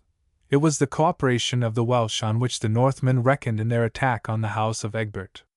But with the fall of the Danelaw the British princes were again brought to submission, and when in the midst of the Confessor's reign the Welsh seized on a quarrel between the houses of Leofric and Godwine to cross the border and carry their attacks into England itself, the victories of Harold reasserted the English supremacy. Disembarking on the coast his light-armed troops he penetrated to the heart of the mountains, and the successors of the Welsh Prince Gruffydd, whose head was the trophy of the campaign, swore to observe the old fealty and render the old tribute to the English crown. A far more desperate struggle began when the wave of Norman conquest broke on the Welsh frontier. A chain of great earldoms, settled by William along the borderland, at once bridled the old marauding forays. From his county palatine of Chester Hugh the Wolf harried Flintshire into a desert. Robert of Belesme in his earldom of Shrewsbury slew the Welsh, says a chronicler. Like sheep, conquered them, enslaved them and flayed them with nails of iron. The earldom of Gloucester curbed Britain along the lower Severn. Backed by these greater baronies, a horde of lesser adventurers obtained the royal license to make conquest on the Welsh. Monmouth and Abergavenny were seized and guarded by Norman castellans. Bernard of Neufmarsh won the lordship of Brecknock. Roger of Montgomery raised a town and fortress in Powysland which still preserves his name. A great rising of the whole people in the days of the second William won back some of this Norman spoil. The new castle of Montgomery was burned, Brecknock and Cardigan were cleared of the invaders, and the Welsh poured ravaging over the English border. Twice the Red King carried his arms fruitlessly among the mountains against enemies who took refuge in their fastnesses till famine and hardship drove his broken host into retreat. The wiser policy of Henry I fell back on his father's system of gradual conquest. A new tide of invasion flowed along the southern coast, where the land was level and open and accessible from the sea. The attack was aided by strife in the country itself. Robert Fitzhamo, the Lord of Gloucester, was summoned to his aid by a Welsh chieftain, and his defeat of Rhys ap Tudur, the last prince under whom southern Wales was united, produced an anarchy which enabled Robert to land safely on the coast of Glamorgan, to conquer the country round, and to divide it among his soldiers. A force of Flemings and Englishmen followed the Earl of Clare as he landed near Milford Haven and pushing back the British inhabitants settled a Little England, in the present Pembrokeshire. A few daring adventurers accompanied the Norman Lord of Kemys into Cardigan, where land might be had for the winning by any one who would wage war on the Welsh. It was at this moment, when the utter subjugation of the British race seemed at hand, that a new outburst of energy rolled back the tide of invasion and changed the fitful resistance of the separate Welsh provinces into a national effort to regain independence. To all outer seeming Wales had become utterly barbarous. Stripped of every vestige of the older Roman civilization by ages of bitter warfare, of civil strife, of estrangement from the general culture of Christendom, the unconquered Britons had sunk into a mass of savage herdsmen, clad in the skins and fed by the milk of the cattle they tended. Faithless, greedy, and revengeful, retaining no higher political organization than that of the clan, their strength was broken by ruthless feuds, and they were united only in battle or in raid against the stranger. But in the heart of the wild people there still lingered a spark of the poetic fire which had nerved it 400 years before through Aneurin and Llywarch Hen to its struggle with the earliest Englishmen. At the hour of its lowest degradation the silence of Wales was suddenly broken by a crowd of singers. The song of the 12th century burst forth, not from one bard or another, but from the nation at large. The Welsh temper indeed was steeped in poetry. In every house, says the shrewd Gerald de Barry, strangers who arrived in the morning were entertained till eventide with the talk of maidens and the music of the harp. A romantic literature, which was destined to leaven the fancy of Western Europe, had grown up among this wild people and found an admirable means of utterance in its tongue. The Welsh language was as real a development of the old Celtic language heard by Caesar as the Romance tongues are developments of Caesar's Latin, but at a far earlier date than any other language of modern Europe it had attained to definite structure and to settled literary form.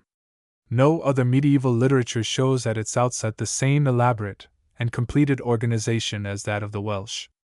But within these settled forms the Celtic fancy played with a startling freedom.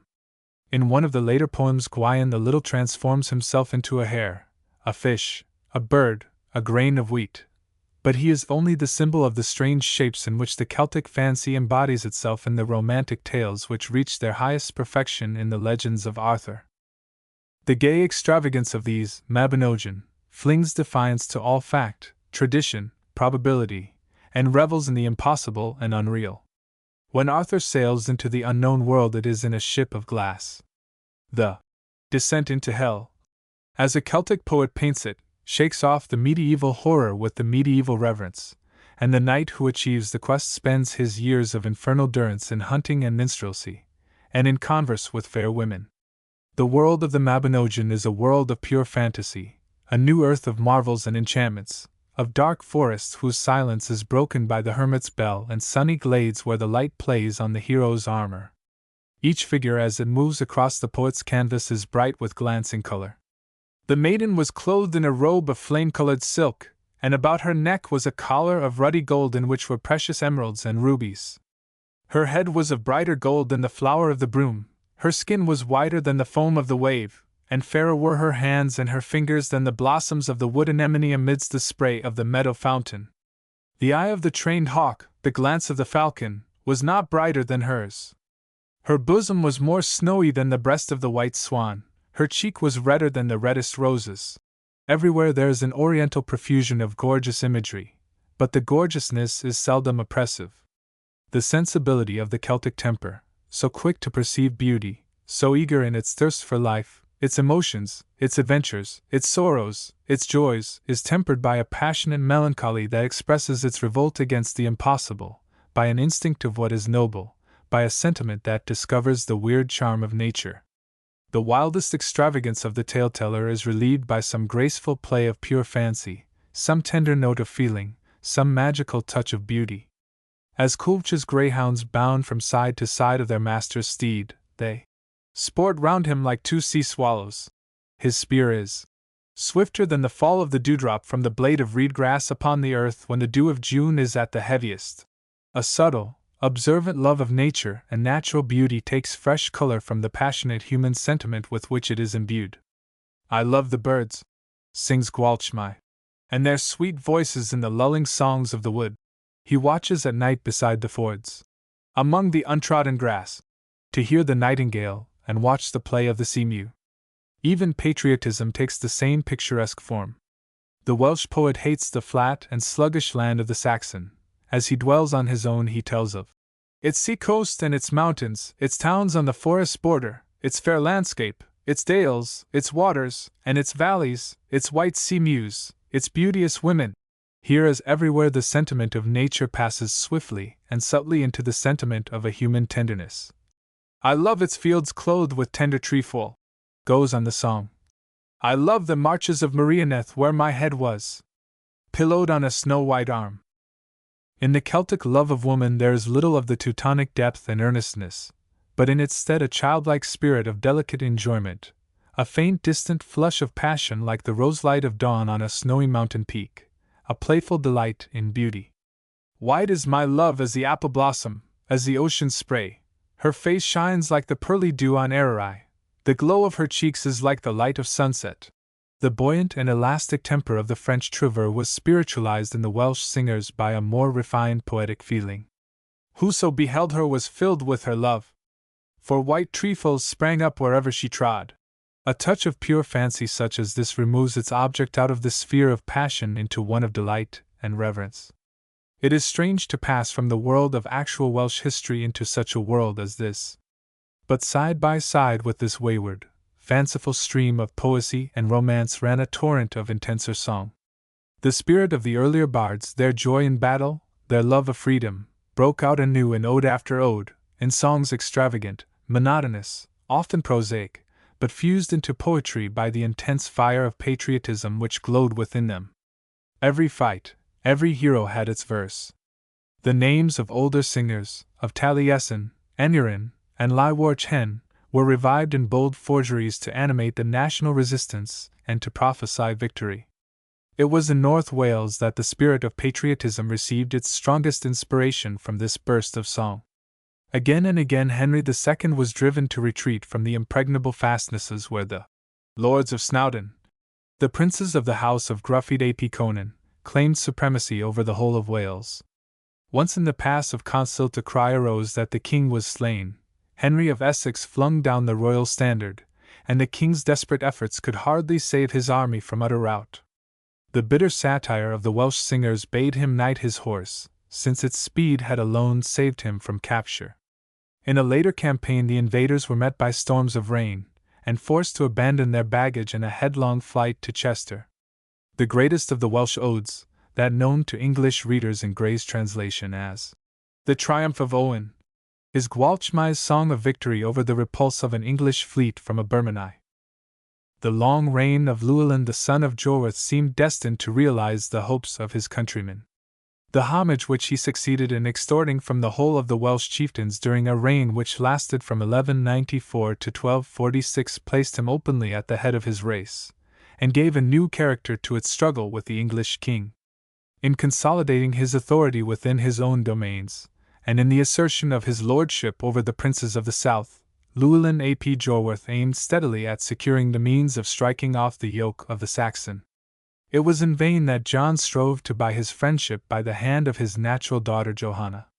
Fresh raids on the marches forced the king to enter Wales in 1211, but though his army reached Snowdon it fell back like its predecessors, starved and broken before an enemy it could never reach.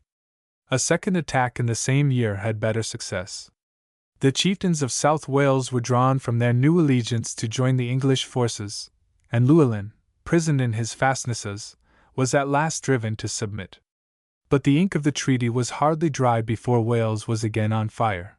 A common fear of the English once more united its chieftains, and the war between John and his barons soon removed all dread of a new invasion. Absolved from his allegiance to an excommunicated king, and allied with the barons under Fitzwalter, too glad to enlist in their cause a prince who could hold in check the nobles of the border country where the royalist cause was strongest, Llewellyn seized his opportunity to reduce Shrewsbury, to annex Powys, the central district of Wales where the English influence had always been powerful, to clear the royal garrisons from Carmarthen and Cardigan, and to force even the Flemings of Pembroke to do him homage. England watched these efforts of the subject race with an anger still mingled with contempt. "Who knows not," exclaims Matthew Paris as he dwells on the new pretensions of the Welsh ruler, "who knows not that the Prince of Wales is a petty vassal of the King of England?" But the temper of Llewellyn's own people was far other than the temper of the English chronicler. The hopes of Wales rose higher and higher with each triumph of the Lord of Snowdon. His court was crowded with bardic singers. "He pours," sings one of them, "his gold into the lap of the bard as the ripe fruit falls from the trees." Gold, however, was hardly needed to wake their enthusiasm. Poet after poet sang of the devastator of England, the eagle of men that loves not to lie nor sleep, towering above the rest of men with his long red lance, his red helmet of battle crested with a fierce wolf. The sound of his coming is like the roar of the wave as it rushes to the shore, that can neither be stayed nor hushed. Lesser bards strung together Llewellyn's victories in rough jingle of rhyme and hounded him on to the slaughter. "Be of good courage in the slaughter," sings Elidur. "Cling to thy work, destroy England, and plunder its multitudes." A fierce thirst for blood runs through the abrupt, passionate verses of the court singers. "Swansea, that tranquil town, was broken in heaps," bursts out a triumphant bard. "St. Clears, with its bright white lands, it is not Saxons who hold it now. In Swansea, the key of Loegria, we made widows of all the wives. The dread eagle is wont to lay corpses in rows, and to feast with the leader of wolves and with hovering ravens glutted with flesh, butchers with keen scent of carcasses. Better," closes the song, "better the grave than the life of man who sighs when the horns call him forth to the squares of battle." But even in bardic verse Llewellyn rises high out of the mere mob of chieftains who live by rapine, and boast as the hurler's horn passes from hand to hand through the hall that they take and give no quarter. Tender-hearted, wise, witty, ingenious, he was, the great Caesar, who was to gather beneath his sway the broken fragments of the Celtic race. Mysterious prophecies, the prophecies of Merlin the Wise which floated from lip to lip and were heard even along the Seine and the Rhine, came home again to nerve Wales to its last struggle with the stranger. Medrawd and Arthur, men whispered, would appear once more on earth to fight over again the fatal battle of Camlan in which the hero king perished. The last conqueror of the Celtic race, Cadwallon, still lived to combat for his people. The supposed verses of Taliesin expressed the undying hope of a restoration of the Cymry. "In their hands shall be all the land from Brittany to Man. A rumor shall arise that the Germans are moving out of Britain back again to their fatherland." Gathered up in the strange work of Geoffrey of Monmouth, these predictions had long been making a deep impression not on Wales only but on its conquerors. It was to meet the dreams of a yet living Arthur that the grave of the legendary hero king at Glastonbury was found and visited by Henry II. But neither trick nor conquest could shake the firm faith of the Celt in the ultimate victory of his race. "Think you," said Henry to a Welsh chieftain who joined his host, "that your people of rebels can withstand my army?" "My people," replied the chieftain, may be weakened by your might, and even in great part destroyed, but unless the wrath of God be on the side of its foe, it will not perish utterly. Nor deem I that other race or other tongue will answer for this corner of the world before the Judge of all at the last days save this people and tongue of Wales. So ran the popular rhyme. Their Lord they will praise, their speech they shall keep, their land they shall lose except wild Wales. Faith and prophecy seemed justified by the growing strength of the British people. The weakness and dissensions which characterized the reign of Henry III enabled Llewellyn ap Jorwerth to preserve a practical independence till the close of his life, when a fresh acknowledgment of the English supremacy was wrested from him by Archbishop Edmund. But the triumphs of his arms were renewed by Llewellyn the son of Gruffydd, who followed him in 1246. The raids of the new chieftain swept the border to the very gates of Chester, while his conquest of Glamorgan seemed to bind the whole people together in a power strong enough to meet any attack from the stranger. So pressing was the danger that it called the king's eldest son, Edward, to the field, but his first appearance in arms ended in a crushing defeat. The defeat, however, remained unavenged. Henry's dreams were of mightier enterprises than the reduction of the Welsh. The popes were still fighting their weary battle against the house of Hohenstaufen, and were offering its kingdom of Sicily, which they regarded as a forfeited fief of the Holy See, to any power that would aid them in the struggle. In 1254 it was offered to the king's second son, Edmund. With imbecile pride Henry accepted the offer, prepared to send an army across the Alps, and pledged England to repay the sums which the Pope was borrowing for the purposes of his war.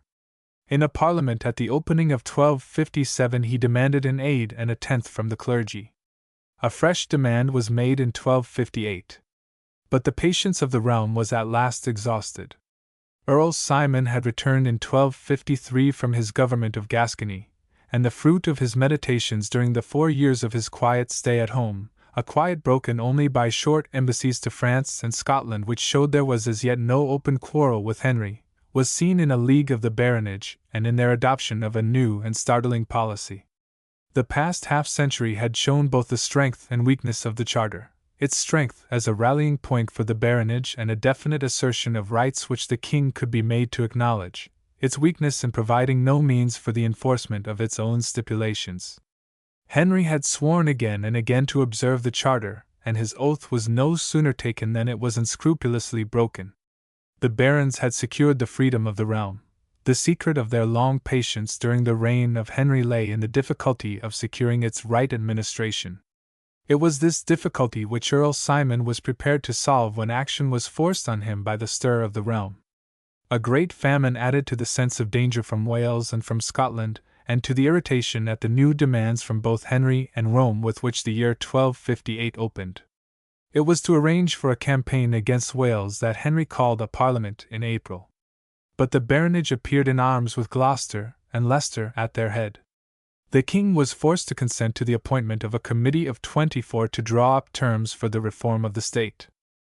The 24 again met the parliament at Oxford in June, and although half the committee consisted of royal ministers and favourites, it was impossible to resist the tide of popular feeling. Hugh Bigod, one of the firmest adherents of the two earls, was chosen as justiciar. The claim to elect this great officer was in fact the leading point in the baronial policy. But further measures were needed to hold in check such arbitrary misgovernment as had prevailed during the last 20 years. By the provisions of Oxford, it was agreed that the Great Council should assemble thrice in the year, whether summoned by the king or no, and on each occasion, the commonalty shall elect 12 honest men who shall come to the parliaments, and at other times when occasion shall be when the king and his council shall send for them, to treat of the wants of the king and of his kingdom. And the commonalty shall hold as established that which these 12 shall do. 3 permanent committees of barons and prelates were named to carry out the work of reform and administration. The reform of the church was left to the original 24, a second 24 negotiated the financial aids. A permanent council of 15 advised the king in the ordinary work of government. The complexity of such an arrangement was relieved by the fact that the members of each of these committees were in great part the same persons. The justiciar, chancellor, and the guardians of the king's castles swore to act only with the advice and assent of the permanent council, and the first 2 great officers, with the treasurer, were to give account of their proceedings to it at the end of the year. Sheriffs were to be appointed for a single year only, no doubt by the council, from among the chief tenants of the county, and no undue fees were to be exacted for the administration of justice in their court. A royal proclamation in the English tongue, the first in that tongue since the conquest which has reached us, ordered the observance of these provisions. The king was in fact helpless, and resistance came only from the foreign favorites, who refused to surrender the castles and honors which had been granted to them. But the 24 were resolute in their action, and an armed demonstration of the barons drove the foreigners in flight oversea. The whole royal power was now in fact in the hands of the committees appointed by the Great Council. But the measures of the barons showed little of the wisdom and energy which the country had hoped for. In October 1259 the knighthood complained that the barons had done nothing but seek their own advantage in the recent changes. This protest produced the provisions of Westminster, which gave protection to tenants against their feudal lords, regulated legal procedure in the feudal courts, appointed 4 knights in each shire to watch the justice of the sheriffs, and made other temporary enactments for the furtherance of justice.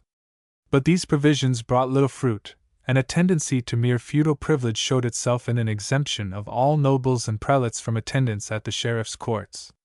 Their foreign policy was more vigorous and successful. All further payment to Rome, whether secular or ecclesiastical, was prohibited. Formal notice was given to the Pope of England's withdrawal from the Sicilian enterprise. Peace put an end to the incursions of the Welsh, and negotiations on the footing of a formal abandonment of the king's claim to Normandy, Anjou, Maine, Touraine, and Poitou ended in October 1259 in a peace with France. This peace, the triumph of that English policy which had been struggling ever since the days of Hubert de Burgh with the continental policy of Henry and his foreign advisers, was the work of the Earl of Leicester. The revolution had doubtless been mainly Simon's doing. In the summer of 1258, while the great change was going on, a thunderstorm drove the king as he passed along the river to the house of the Bishop of Durham where the Earl was then sojourning. Simon bade Henry take shelter with him and have no fear of the storm. The king refused with petulant wit. "If I fear the thunder, I fear you, Sir Earl, more than all the thunder in the world." But Simon had probably small faith in the cumbrous system of government which the barons devised, and it was with reluctance that he was brought to swear to the provisions of Oxford which embodied it. With their home government he had little to do, for from the autumn of 1258 to that of 1259 he was chiefly busied in negotiation in France. But already his breach with Gloucester and the bulk of his fellow councillors was marked. In the Lent Parliament of 1259 he had reproached them, and Gloucester above all, with faithlessness to their trust. "The things we are treating of," he cried, "we have sworn to carry out. With such feeble and faithless men I care not to have aught to do." The peace with France was hardly signed when his distrust of his colleagues was verified.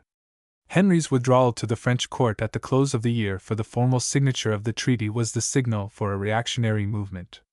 From France the king forbade the summoning of a Lent Parliament in 1260, and announced his resumption of the enterprise against Sicily. Both acts were distinct breaches of the provisions of Oxford, but Henry trusted to the divisions of the 24. Gloucester was in open feud with Leicester. The justiciar, Hugh Bigod, resigned his office in the spring, and both of these leaders drew cautiously to the king. Roger Mortimer and the Earls of Hereford and Norfolk more openly espoused the royal cause, and in February 1260 Henry had gained confidence enough to announce that as the barons had failed to keep their part of the provisions he should not keep his. Earl Simon almost alone remained unshaken. But his growing influence was seen in the appointment of his supporter, Hugh Despencer, as justiciar in Bigod's place, while his strength was doubled by the accession of the king's son Edward to his side. In the moment of the Revolution Edward had vehemently supported the party of the foreigners. But he had sworn to observe the provisions, and the fidelity to his pledge which remained throughout his life the chief note of his temper at once showed itself. Like Simon he protested against the faithlessness of the barons in the carrying out of their reforms, and it was his strenuous support of the petition of the knighthood that brought about the additional provisions of 1259. He had been brought up with Earl Simon's sons, and with the Earl himself his relations remained friendly even at the later time of their fatal hostilities. but as yet he seems to have had no distrust of Simon's purposes or policy. His adhesion to the Earl recalled Henry from France, and the king was at once joined by Gloucester in London, while Edward and Simon remained without the walls. But the love of father and son proved too strong to bear political severance, and Edward's reconciliation foiled the Earl's plans. He withdrew to the Welsh border, where fresh troubles were breaking out, while Henry prepared to deal his final blow at the government which, tottering as it was, still held him in check. Rome had resented the measures which had put an end to her extortions, and it was to Rome that Henry looked for a formal absolution from his oath to observe the provisions. In June 1261 he produced a bull annulling the provisions and freeing him from his oath in a parliament at Winchester. The suddenness of the blow forbade open protest, and Henry quickly followed up his victory. Hugh Bigod, who had surrendered the Tower and Dover in the spring, surrendered the other castles he held in the autumn. Hugh Despencer was deposed from the justiciarship and a royalist, Philip Bassett, appointed in his place. The news of this counter-revolution reunited for a moment the barons. Gloucester joined Earl Simon in calling an autumn parliament at St. Albans, and in summoning to it 3 knights from every shire south of Trent. But the union was a brief one. Gloucester consented to refer the quarrel with the king to arbitration, and the Earl of Leicester withdrew in August to France.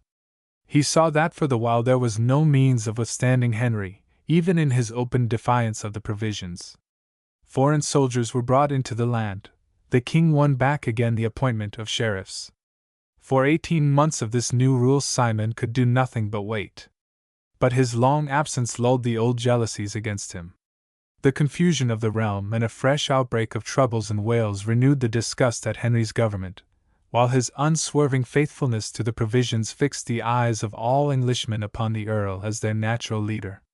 The death of Gloucester in the summer of 1262 removed the one barrier to action, and in the spring of 1263 Simon landed again in England as the unquestioned head of the baronial party. What immediately forced him to action was a march of Edward with a body of foreign troops against Llewellyn, who was probably by this time in communication if not in actual alliance with the Earl. The chief opponents of Llewellyn among the Marcher lords were ardent supporters of Henry's misgovernment, and when a common hostility drew the prince and earl together, the constitutional position of Llewellyn as an English noble gave formal justification for cooperation with him. At Whitsuntide the barons met Simon at Oxford and finally summoned Henry to observe the provisions. His refusal was met by an appeal to arms. Throughout the country the younger nobles flocked to Simon's standard, and the young Earl of Gloucester, Gilbert of Clare, became his warmest supporter. His rapid movements foiled all opposition. While Henry vainly strove to raise money and men, Simon swept the Welsh border, marched through Reading on Dover, and finally appeared before London. The Earl's triumph was complete. Edward, after a brief attempt at resistance, was forced to surrender Windsor and disband his foreign troops. The rising of London in the cause of the barons left Henry helpless. But at the moment of triumph the Earl saw himself anew forsaken. The bulk of the nobles again drew towards the king. Only 6 of the 12 barons who had formed the patriot half of the Committee of 1258, only 4 of the 12 representatives of the community at that date, were now with the Earl. The dread too of civil war gave strength to the cry for a compromise, and at the end of the year it was agreed that the strife should be left to the arbitration of the French king, Louis IX. But saint and just ruler as he was, the royal power was in the conception of Louis a divine thing, which no human power could limit or fetter, and his decision, which was given in January 1264, annulled the whole of the provisions. Only the charters granted before the provisions were to be observed. The appointment and removal of all officers of state was to be wholly with the king, and he was suffered to call aliens to his councils if he would. The Mise of Amiens was at once confirmed by the Pope, and crushing blow as it was, the barons felt themselves bound by the award. It was only the exclusion of aliens 8 point which they had not purposed to submit to arbitration which they refused to concede. Luckily Henry was as inflexible on this point as on the rest, and the mutual distrust prevented any real accommodation. But Henry had to reckon on more than the baronage. Deserted as he was by the greater nobles, Simon was far from standing alone. Throughout the recent struggle, the new city governments of the craft guilds, which were known by the name of communes, had shown an enthusiastic devotion to his cause. The Queen was stopped in her attempt to escape from the Tower by an angry mob, who drove her back with stones and foul words.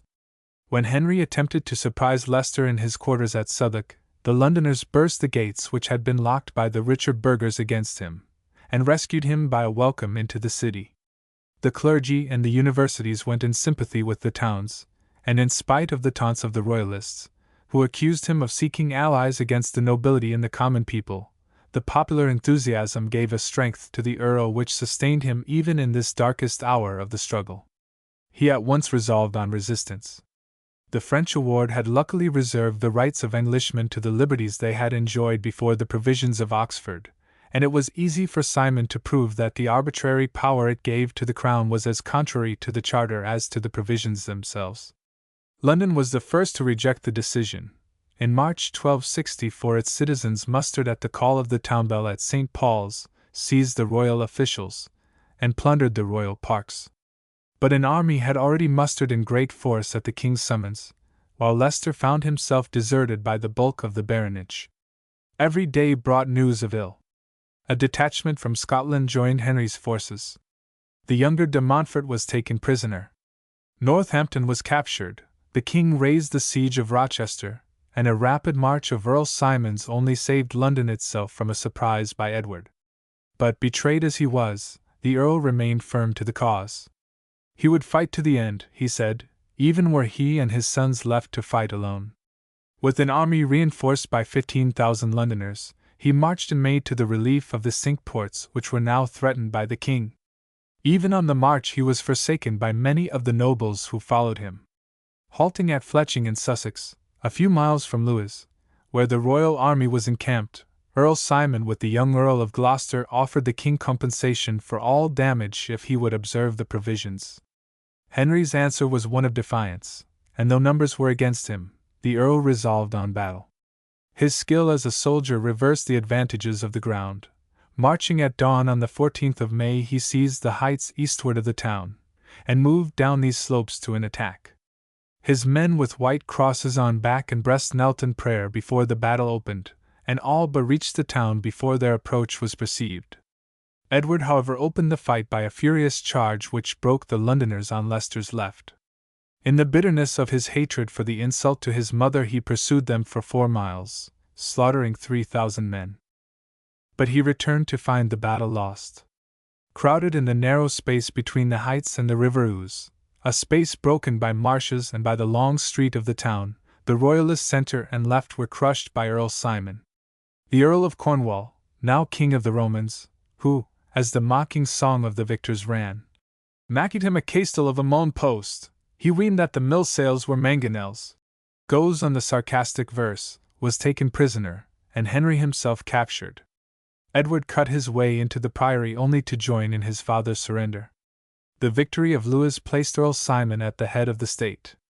"Now England breathes in the hope of liberty," sang a poet of the time. "The English were despised like dogs, but now they have lifted up their head and their foes are vanquished." But the moderation of the terms agreed upon in the Mice of Lewes, a convention between the king and his captors, shows Simon's sense of the difficulties of his position. The question of the provisions was again to be submitted to arbitration, and a parliament in June, to which 4 knights were summoned from every county, placed the administration till this arbitration was complete in the hands of a new council of 9 to be nominated by the Earls of Leicester and Gloucester and the patriotic Bishop of Chichester. Responsibility to the community was provided for by the declaration of a right in the body of barons and prelates to remove either of the 3 electors, who in turn could displace or appoint the members of the council. Such a constitution was of a different order from the cumbrous and oligarchical committees of 1258. But it had little time to work in. The plans for a fresh arbitration broke down. Lewes refused to review his decision, and all schemes for setting fresh judges between the king and his people were defeated by a formal condemnation of the barons' cause issued by the Pope. Triumphant as he was indeed, Earl Simon's difficulties thickened every day. The Queen with Archbishop Boniface gathered an army in France for an invasion, Roger Mortimer with the border barons was still in arms and only held in check by Llewellyn. It was impossible to make binding terms with an imprisoned king, yet to release Henry without terms was to renew the war. The imprisonment too gave a shock to public feeling which thinned the Earl's ranks. In the new Parliament which he called at the opening of 1265, the weakness of the patriotic party among the baronage was shown in the fact that only 23 earls and barons could be found to sit beside the 120 ecclesiastics. But it was just this sense of his weakness which prompted the Earl to an act that has done more than any incident of this struggle to immortalize his name. Had this strife been simply a strife for power between the king and the baronage, the victory of either would have been equally fatal in its results. The success of the one would have doomed England to a royal despotism, that of the other to a feudal aristocracy. Fortunately for our freedom, the English baronage had been brought too low by the policy of the kings to be able to withstand the crown single-handed. From the first moment of the contest it had been forced to make its cause a national one. The summons of 2 knights from each county, elected in its county court, to a parliament in 1254, even before the opening of the struggle, was a recognition of the political weight of the country gentry, which was confirmed by the summons of 4 knights from every county to the Parliament assembled after the Battle of Lewes. The provisions of Oxford, in stipulating for attendance and counsel on the part of 12 delegates of the commonalty, gave the first indication of a yet wider appeal to the people at large. But it was the weakness of his party among the baronage at this great crisis which drove Earl Simon to a constitutional change of mighty issue in our history. As before, he summoned 2 knights from every county. But he created a new force in English politics when he summoned to sit beside them 2 citizens from every borough. The attendance of delegates from the towns had long been usual in the county courts when any matter respecting their interests was in question, but it was the writ issued by Earl Simon that first summoned the merchant and the trader to sit beside the knight of the shire, the baron, and the bishop in the Parliament of the realm. It is only this great event, however, which enables us to understand the large and prescient nature of Earl Simon's designs. Hardly a few months had passed away since the victory of Lewes when the burghers took their seats at Westminster, yet his government was tottering to its fall. We know little of the Parliament's acts. It seems to have chosen Simon as justiciar and to have provided for Edward's liberation, though he was still to live under surveillance at Hereford and to surrender his earldom of Chester to Simon, who was thus able to communicate with his Welsh allies. The Earl met the dangers from without with complete success. In September 1264 a general muster of the national forces on Barham Down and a contrary wind put an end to the projects of invasion entertained by the mercenaries whom the Queen had collected in Flanders. The threats of France died away into negotiations. The papal legate was forbidden to cross the Channel, and his bulls of excommunication were flung into the sea. But the difficulties at home grew more formidable every day. The restraint upon Henry and Edward jarred against the national feeling of loyalty, and estranged the mass of Englishmen who always side with the weak. Small as the patriotic party among the barons had been from the first, it grew smaller as dissensions broke out over the spoils of victory. The Earl's justice and resolve to secure the public peace told heavily against him. John Giffard left him because he refused to allow him to exact ransom from a prisoner, contrary to the agreement made after Lewes. A greater danger opened when the young Earl of Gloucester, though enriched with the estates of the foreigners, held himself aloof from the justiciar, and resented Leicester's prohibition of a tournament, his naming the wardens of the royal castles by his own authority, his holding Edward's fortresses on the Welsh marches by his own garrisons. Gloucester's later conduct proves the wisdom of Leicester's precautions. In the spring Parliament of 1265 he openly charged the Earl with violating the mice of Lewes, with tyranny, and with aiming at the crown. Before its close he withdrew to his own lands in the west, and secretly allied himself with Roger Mortimer and the Marcher barons. Earl Simon soon followed him to the west, taking with him the king and Edward. He moved along the Severn, securing its towns, advanced westward to Hereford, and was marching at the end of May along bad roads into the heart of South Wales to attack the fortresses of Earl Gilbert and Glamorgan when Edward suddenly made his escape from Hereford and joined Gloucester at Ludlow. The moment had been skillfully chosen, and Edward showed a rare ability in the movements by which he took advantage of the Earl's position. Moving rapidly along the Severn he seized Gloucester, and the bridges across the river, destroyed the ships by which Leicester strove to escape across the Channel to Bristol, and cut him off altogether from England. By this movement, too, he placed himself between the Earl and his son Simon, who was advancing from the east to his father's relief. Turning rapidly on this second force, Edward surprised it at Kenilworth, and drove it with heavy loss within the walls of the castle. But the success was more than compensated by the opportunity which his absence gave to the Earl of breaking the line of the Severn. Taken by surprise and isolated as he was, Simon had been forced to seek for aid in troops in an avowed alliance with Llewellyn, and it was with Welsh reinforcements that he turned to the east. But the seizure of his ships and of the bridges of the Severn held him a prisoner in Edward's grasp, and a fierce attack drove him back, with broken and starving forces, into the Welsh hills. In utter despair he struck northward to Hereford, but the absence of Edward now enabled him on the 2nd of August to throw his troops in boats across the Severn below Worcester. The news drew Edward quickly back in a fruitless countermarch to the river, for the Earl had already reached Evesham by a long night march on the morning of the 4th, while his son, relieved in turn by Edward's countermarch, had pushed in the same night to the little town of Alcester. The two armies were now but some 10 miles apart, and their junction seemed secured. But both were spent with long marching, and while the Earl, listening reluctantly to the request of the king who accompanied him, halted at Evesham for mass and dinner, the army of the younger Simon halted for the same purpose at Alcester. Those 2 dinners doleful were, alas! Sings Robert of Gloucester, for through the same memorable night Edward was hurrying back from the Severn by country cross lanes to seize the fatal gap that lay between them. As morning broke, his army lay across the road that led northward from Evesham to Alcester. Evesham lies in a loop of the river Avon where it bends to the south, and a height on which Edward ranged his troops closed the one outlet from it save across the river. But a force had been thrown over the river under Mortimer to seize the bridges, and all retreat was thus finally cut off. The approach of Edward's army called Simon to the front, and for the moment he took it for his sons. Though the hope soon died away, a touch of soldierly pride moved him as he recognized in the orderly advance of his enemies a proof of his own training. "By the arm of St. James," he cried, "they come on in wise fashion, but it was from me that they learned it." A glance, however, satisfied him of the hopelessness of a struggle. It was impossible for a handful of horsemen with a mob of half-armed Welshmen to resist the disciplined knighthood of the royal army. "Let us commend our souls to God," Simon said to the little group around him, "for our bodies are the foes." He bade Hugh Despenser and the rest of his comrades fly from the field. "If he died," was the noble answer, "they had no will to live." In 3 hours the butchery was over. The Welsh fled at the first onset like sheep, and were cut ruthlessly down in the cornfields and gardens where they sought refuge. The little group of knights around Simon fought desperately, falling one by one till the Earl was left alone.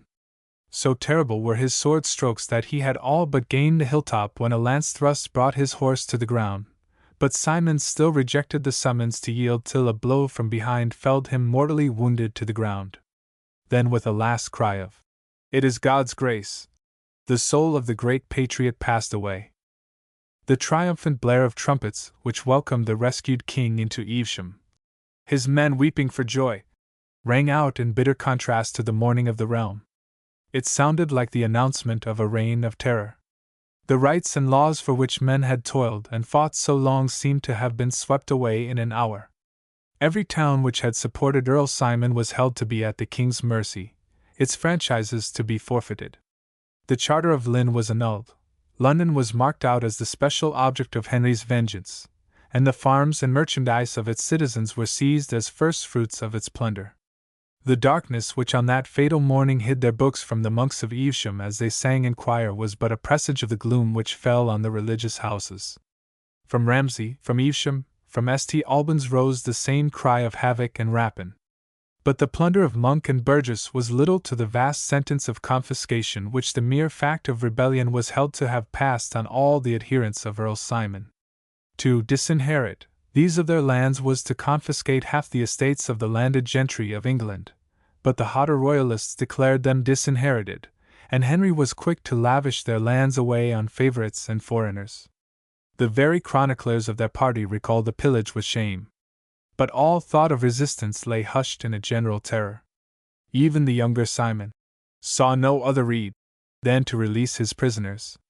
His army, after finishing its meal, was again on its march to join the Earl when the news of his defeat met it, heralded by a strange darkness that, rising suddenly in the northwest and following as it were on Edward's track, served to shroud the mutilations and horrors of the battlefield.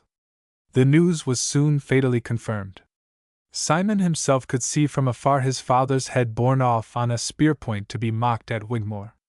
But the pursuit streamed away southward and westward through the streets of Tewkesbury, heaped with corpses of the panic-struck Welshmen whom the townsmen slaughtered without pity, and there was no attack as the little force fell back through the darkness and big thunderdrops in despair upon Kenilworth.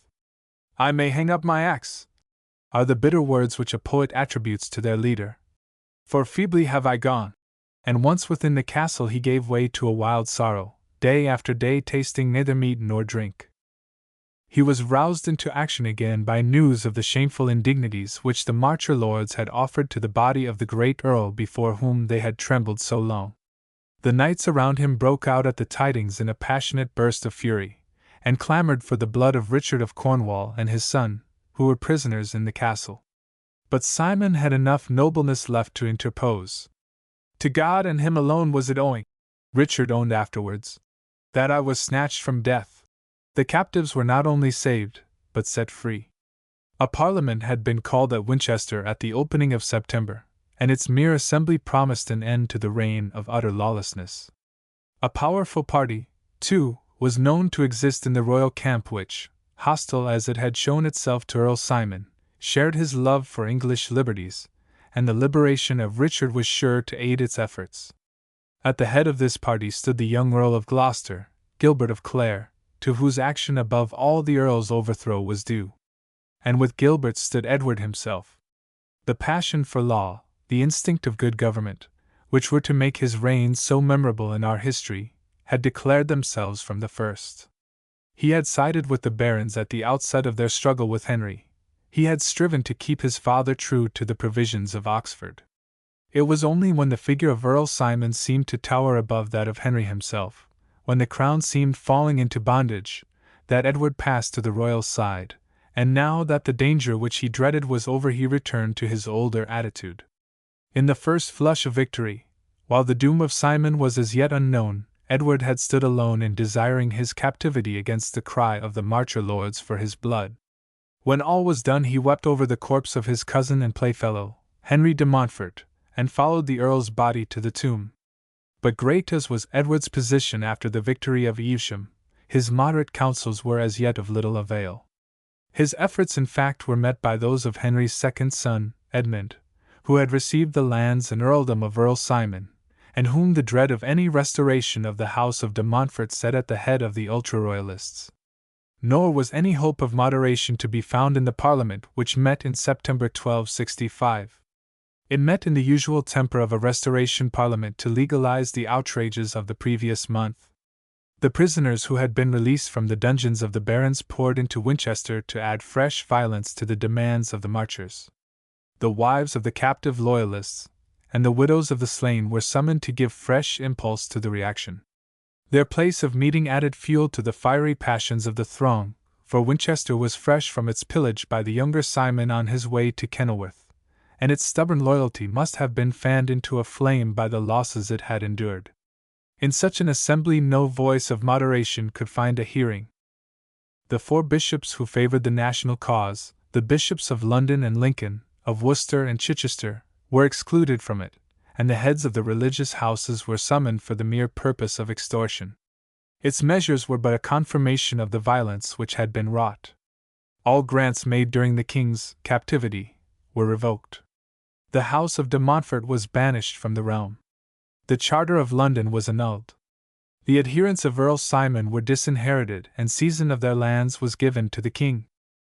Henry at once appointed commissioners to survey and take possession of his spoil while he moved to Windsor to triumph in the humiliation of London.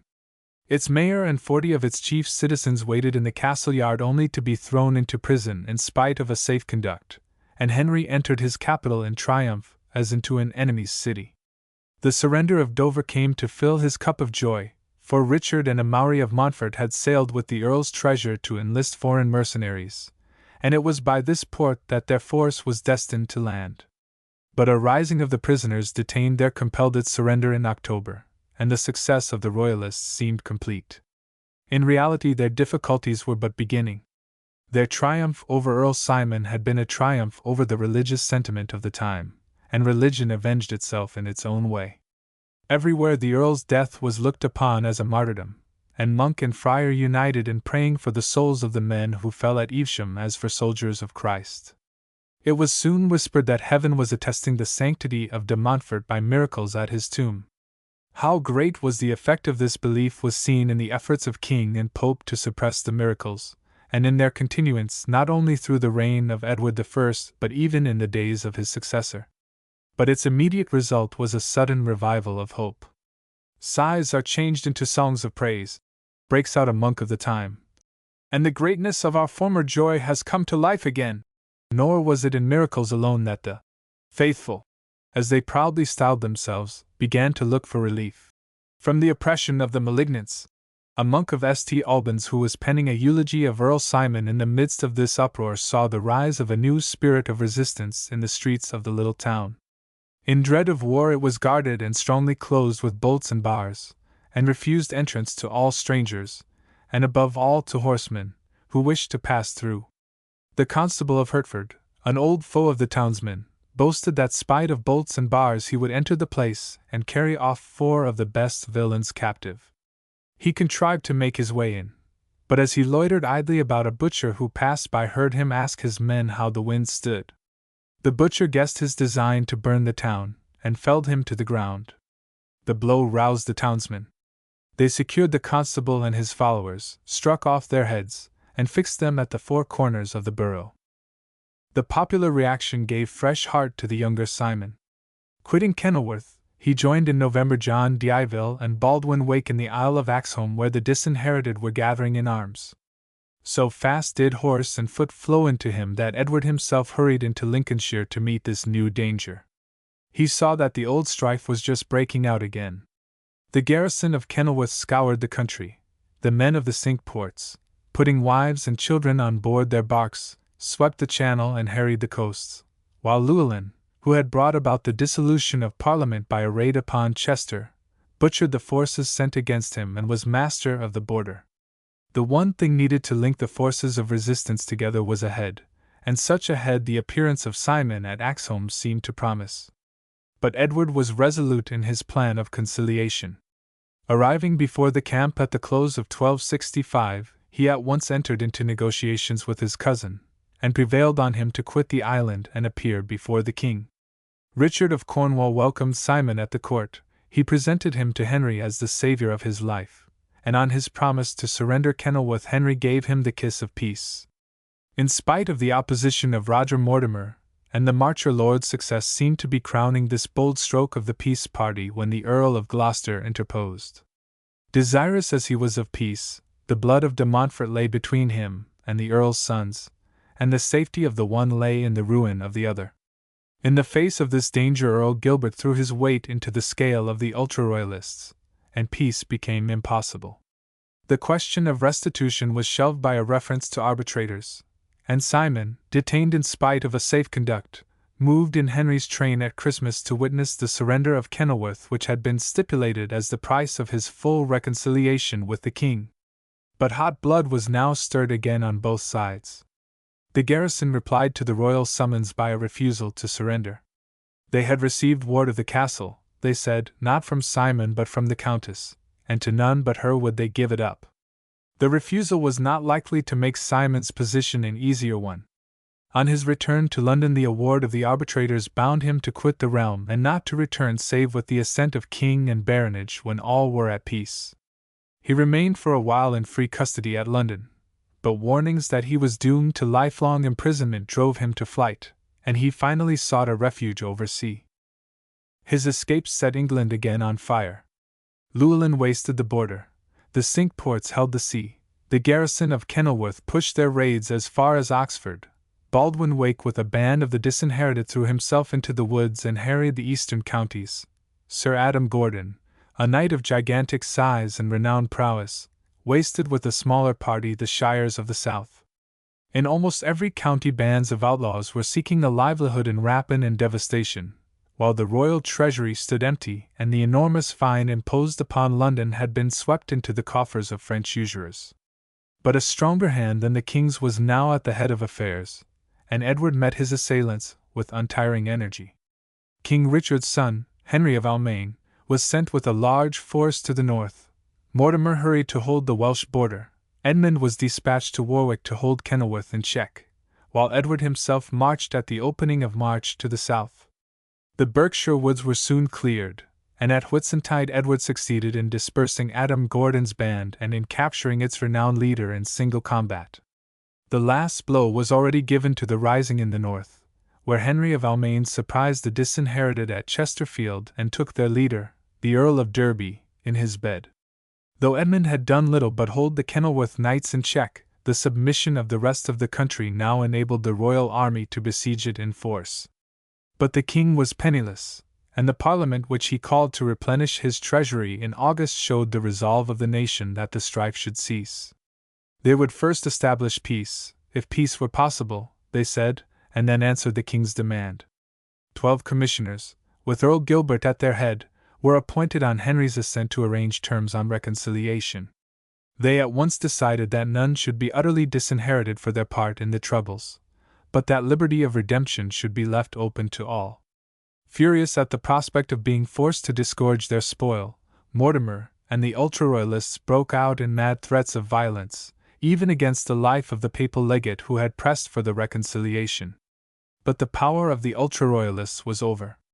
The general resolve was not to be shaken by the clamor of a faction, and Mortimer's rout at Brecknock by Llewellyn, the one defeat that checkered the tide of success, had damaged that leader's influence. Backed by Edward and Earl Gilbert, the legate met their opposition with a threat of excommunication, and Mortimer withdrew sullenly from the camp. Fresh trouble in the country, and the seizure of the Isle of Ely by a band of the disinherited quickened the labors of the 12. At the close of September they pronounced their award, restoring the lands to all who made submission on a graduated scale of redemption, promising indemnity for all wrong done during the troubles, and leaving the restoration of the House of de Montfort to the royal will. But to these provisions was added an emphatic demand that the king fully keep and observe those liberties of the Church, charters of liberties, and forest charters, which he is expressly and by his own mouth bound to preserve and keep. Let the king, they add, establish on a lasting foundation those concessions which he has hitherto made of his own will and not on compulsion, and those needful ordinances which have been devised by his subjects and by his own good pleasure. With this award the struggle came to an end. The garrison of Kenilworth held out indeed till November, and the full benefit of the ban was only secured when Earl Gilbert in the opening of the following year suddenly appeared in arms and occupied London. But the Earl was satisfied, the disinherited were at last driven from Ely, and Llewellyn was brought to submission by the appearance of an army at Shrewsbury. All was over by the close of 1267. His father's age and weakness, his own brilliant military successes, left Edward practically in possession of the royal power, and his influence at once made itself felt. There was no attempt to return to the misrule of Henry's reign, to his projects of continental aggrandizement, or internal despotism. The constitutional system of government for which the barons had fought was finally adopted by the Crown, and the Parliament of Marlborough, which assembled in November 1267, renewed the provisions by which the baronage had remedied the chief abuses of the time in their provisions of Oxford and Westminster. The appointment of all officers of state indeed was jealously reserved to the Crown. But the royal expenditure was brought within bounds. Taxation was only imposed with the assent of the Great Council. So utterly was the land at rest that Edward felt himself free to take the cross in 1268, and to join the crusade which was being undertaken by St. Louis of France. He reached Tunis only to find Louis dead and his enterprise a failure, wintered in Sicily, made his way to Acre in the spring of 1271, and spent more than a year in exploits which want of force prevented from growing into a serious campaign. He was already on his way home when the death of Henry III in November 1272 called him to the throne. Chapter 4. Edward I. 1272 to 1307. In his own day and among his own subjects, Edward I was the object of an almost boundless admiration. He was in the truest sense a national king. At the moment when the last trace of foreign conquest passed away, when the descendants of those who won and those who lost at Senlac blended forever into an English people, England saw in her ruler no stranger but an Englishman. The national tradition returned in more than the golden hair or the English name which linked him to our earlier kings. Edward's very temper was English to the core. In good as in evil he stands out as the typical representative of the race he ruled, like them wilful and imperious, tenacious of his rights, indomitable in his pride, dogged, stubborn, slow of apprehension, narrow in sympathy, but like them, too, just in the main, unselfish, laborious, conscientious, haughtily observant of truth and self-respect, temperate, reverent of duty, religious. It is this oneness with the character of his people which parts the temper of Edward from what had till now been the temper of his house. He inherited indeed from the Angevins their fierce and passionate wrath. His punishments, when he punished in anger, were without pity, and a priest who ventured at a moment of storm into his presence with a remonstrance dropped dead from sheer fright at his feet. But his nature had nothing of the hard selfishness, the vindictive obstinacy which had so long characterized the house of Anjou.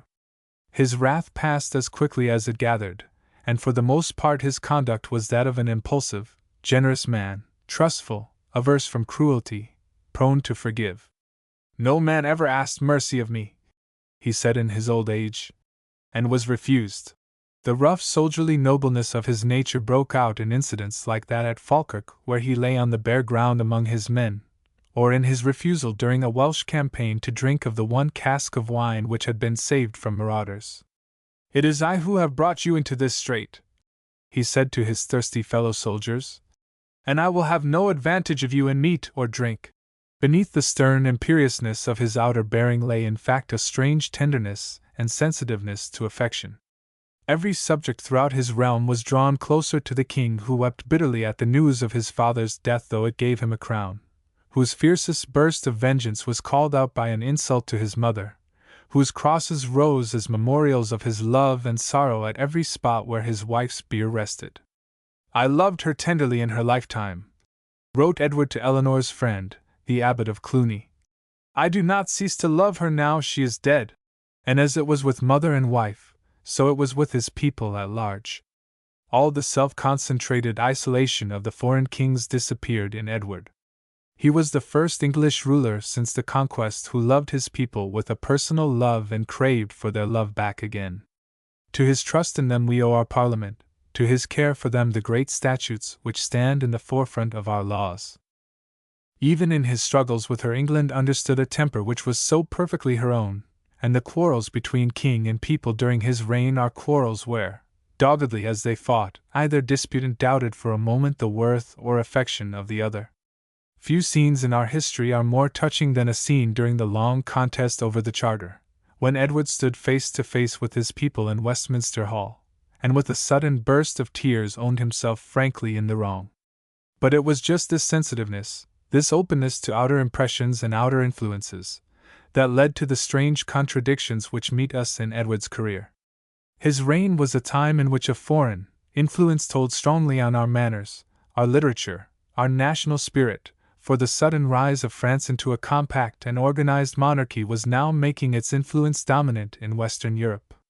The chivalry, so familiar to us in the pages of Froissart, that picturesque mimicry of high sentiment, of heroism, love, and courtesy before which all depth and reality of nobleness disappeared to make room for the coarsest profligacy, the narrowest caste spirit, and a brutal indifference to human suffering, was specially of French creation. There was a nobleness in Edward's nature from which the baser influences of this chivalry fell away. His life was pure, his piety, save when it stooped to the superstition of the time, manly and sincere, while his high sense of duty saved him from the frivolous self-indulgence of his successors. But he was far from being wholly free from the taint of his age. His passionate desire was to be a model of the fashionable chivalry of his day. His frame was that of a born soldier, tall, deep-chested, long of limb, capable alike of endurance or action, and he shared to the full his people's love of venture and hard fighting. When he encountered Adam Gordon after Evesham, he forced him single-handed to beg for mercy. At the opening of his reign, he saved his life by sheer fighting in a tournament at Chalon. It was this love of adventure which lent itself to the frivolous unreality of the new chivalry. His fame as a general seemed a small thing to Edward when compared with his fame as a knight. At his Round Table of Kenilworth, 100 lords and ladies, clad all in silk, renewed the faded glories of Arthur's court. The false air of romance which was soon to turn the gravest political resolutions into outbursts of sentimental feeling appeared in his Vow of the Swan, when rising at the royal board he swore on the dish before him to avenge on Scotland the murder of Comyn. Chivalry exerted on him a yet more fatal influence in its narrowing of his sympathy to the noble class and in its exclusion of the peasant and the craftsman from all claim to pity. Knight without reproach as he was, he looked calmly on at the massacre of the burghers of Berwick, and saw in William Wallace nothing but a common robber. The French notion of chivalry had hardly more power over Edward's mind than the French conception of kingship, feudality, and law. The rise of a lawyer class was everywhere hardening customary into written rights, allegiance into subjection, loose ties such as commendation into a definite vassalage. But it was specially through French influence, the influence of St. Louis and his successors, that the imperial theories of the Roman law were brought to bear upon this natural tendency of the time. When the sacred majesty of the Caesars was transferred by a legal fiction to the royal head of a feudal baronage, every constitutional relation was changed. The defiance, by which a vassal renounced service to his lord, became treason, his after resistance sacrilege. That Edward could appreciate what was sound and noble in the legal spirit around him was shown in his reforms of our judicature and our parliament. But there was something as congenial to his mind in its definiteness, its rigidity, its narrow technicalities. He was never wilfully unjust, but he was too often captious in his justice, fond of legal chicanery, prompt to take advantage of the letter of the law. The high conception of royalty which he borrowed from St. Louis united with this legal turn of mind in the worst acts of his reign. Of rights or liberties unregistered in charter or roll Edward would know nothing, while his own good sense was overpowered by the majesty of his crown. It was incredible to him that Scotland should revolt against a legal bargain which made her national independence conditional on the terms extorted from a claimant of her throne. Nor could he view in any other light but as treason the resistance of his own baronage to an arbitrary taxation which their fathers had borne. It is in the anomalies of such a character as this, in its strange mingling of justice and wrongdoing, of grandeur and littleness, that we must look for any fair explanation of much that has since been bitterly blamed in Edward's conduct and policy.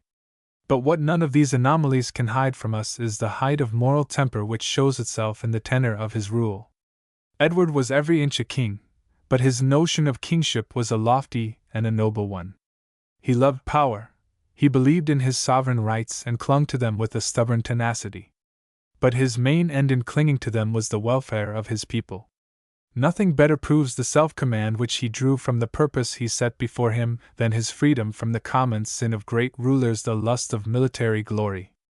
He was the first of our kings since William the Conqueror who combined military genius with political capacity. But of the warrior's temper, of the temper that finds delight in war, he had little or none. His freedom from it was the more remarkable that Edward was a great soldier. His strategy in the campaign before Evesham marked him as a consummate general.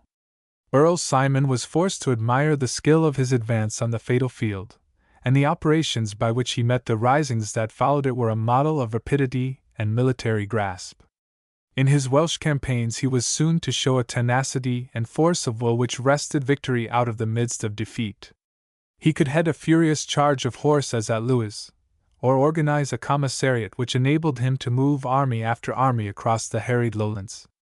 In his old age he was quick to discover the value of the English archery and to employ it as a means of victory at Falkirk. But master as he was of the art of war, and forced from time to time to show his mastery in great campaigns, in no single instance was he the assailant. He fought only when he was forced to fight, and when fighting was over he turned back quietly to the work of administration and the making of laws. War, in fact, was with Edward simply a means of carrying out the ends of statesmanship, and it was in the character of his statesmanship that his real greatness made itself felt. His policy was an English policy. He was firm to retain what was left of the French dominion of his race, but he abandoned from the first all dreams of recovering the wider dominions which his grandfather had lost. His mind was not on that side of the Channel, but on this. He concentrated his energies on the consolidation and good government of England itself. We can only fairly judge the annexation of Wales or his attempt to annex Scotland if we look on his efforts in either quarter as parts of the same scheme of national administration to which we owe his final establishment of our judicature, our legislation, our parliament. The character of his action was no doubt determined in great part by the general mood of his age, an age whose special task and aim seemed to be that of reducing to distinct form the principles which had sprung into a new and vigorous life during the age which preceded it. As the opening of the 13th century had been an age of founders, creators, discoverers, so its close was an age of lawyers, of rulers such as St. Louis of France or Alfonso the Wise of Castile, organizers, administrators, framers of laws and institutions. It was to this class that Edward himself belonged. He had little of creative genius, of political originality, but he possessed in a high degree the passion for order and good government, the faculty of organization, and a love of law which broke out even in the legal chicanery to which he sometimes stooped. In the judicial reforms to which so much of his attention was directed he showed himself, if not an English Justinian, at any rate a clear-sighted and judicious man of business, developing, reforming, bringing into a shape which has borne the test of 5 centuries' experience the institutions of his predecessors. If the excellence of a statesman's work is to be measured by its duration and the faculty it has shown of adapting itself to the growth and development of a nation, then the work of Edward rises to the highest standard of excellence. Our law courts preserve to this very day the form which he gave them. Mighty as has been the growth of our Parliament, it has grown on the lines which he laid down. The great roll of English statutes reaches back in unbroken series to the statutes of Edward. The routine of the first Henry, the administrative changes which had been imposed on the nation by the clear head and imperious will of the second, were transformed under Edward into a political organization with carefully defined limits, directed not by the king's will alone but by the political impulse of the people at large. His social legislation was based in the same fashion on principles which had already been brought into practical working by Henry II. It was no doubt in great measure owing to this practical sense of its financial and administrative value rather than to any foresight of its political importance that we owe Edward's organization of our Parliament. But if the institutions which we commonly associate with his name owe their origin to others, they owe their form and their perpetuity to him. The king's English policy, like his English name, was in fact the sign of a new epoch. England was made. The long period of national formation had come practically to an end. With the reign of Edward begins the constitutional England in which we live. It is not that any chasm separates our history before it from our history after it as the chasm of the Revolution divides the history of France, for we have traced the rudiments of our constitution to the first moment of the English settlement in Britain. But it is with these as with our language. The tongue of Alfred is the very tongue we speak, but in spite of its identity with modern English it has to be learned like the tongue of a stranger. On the other hand, the English of Chaucer is almost as intelligible as our own. In the first the historian and philologer can study the origin and development of our national speech, in the last the schoolboy can enjoy the story of Troilus and Cressida or listen to the gay chat of the Canterbury Pilgrims. In precisely the same way a knowledge of our earliest laws is indispensable for the right understanding of later legislation, its origin and its development, while the principles of our parliamentary system must necessarily be studied in the meetings of wise men before the Conquest, or the great council of barons after it.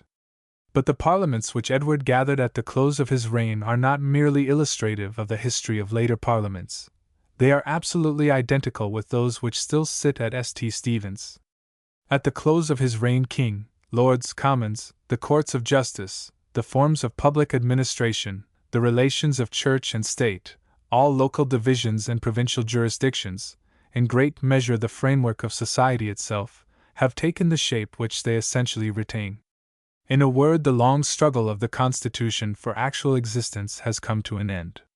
The contests which follow are not contests that tell, like those that preceded them, on the actual fabric of our institutions. They are simply stages in the rough discipline by which England has learned and is still learning how best to use and how wisely to develop the latent powers of its national life, how to adjust the balance of its social and political forces, how to adapt its constitutional forms to the varying conditions of the time. The news of his father's death found Edward at Capua in the opening of 1273. But the quiet of his realm under a regency of which Roger Mortimer was the practical head left him free to move slowly homewards. Two of his acts while thus journeying through Italy show that his mind was already dwelling on the state of English finance and of English law. His visit to the Pope at Orvieto was with a view of gaining permission to levy from the clergy a tenth of their income for the 3 coming years, while he drew from Bologna its most eminent jurist, Francesco Accursi, to aid in the task of legal reform. At Paris he did homage to Philip III for his French possessions, and then turning southward he devoted a year to the ordering of Gascony. It was not till the summer of 1274 that the king reached England. But he had already planned the work he had to do, and the measures which he laid before the Parliament of 1275 were signs of the spirit in which he was to set about it. The first statute of Westminster was rather a code than a statute. It contained no less than 51 clauses, and was an attempt to summarize a number of previous enactments contained in the Great Charter, the provisions of Oxford, and the Statute of Marlborough, as well as to embody some of the administrative measures of Henry II and his son. But a more pressing need than that of a codification of the law was the need of a reorganization of finance. While the necessities of the Crown were growing with the widening of its range of administrative action, the revenues of the Crown admitted of no corresponding expansion.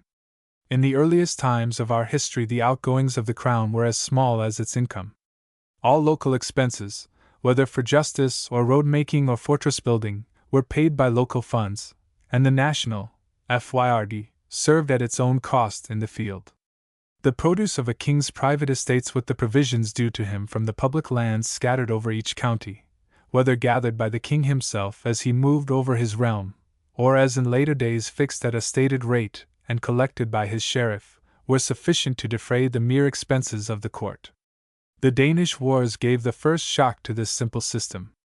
To raise a ransom which freed the land from the invader, the first land tax, under the name of the Danegeld, was laid on every hide of ground, and to this national taxation the Norman kings added the feudal burthens of the new military estates created by the conquest, reliefs paid on inheritance, profits of marriages and wardship, and the 3 feudal aids. But foreign warfare soon exhausted these means of revenue.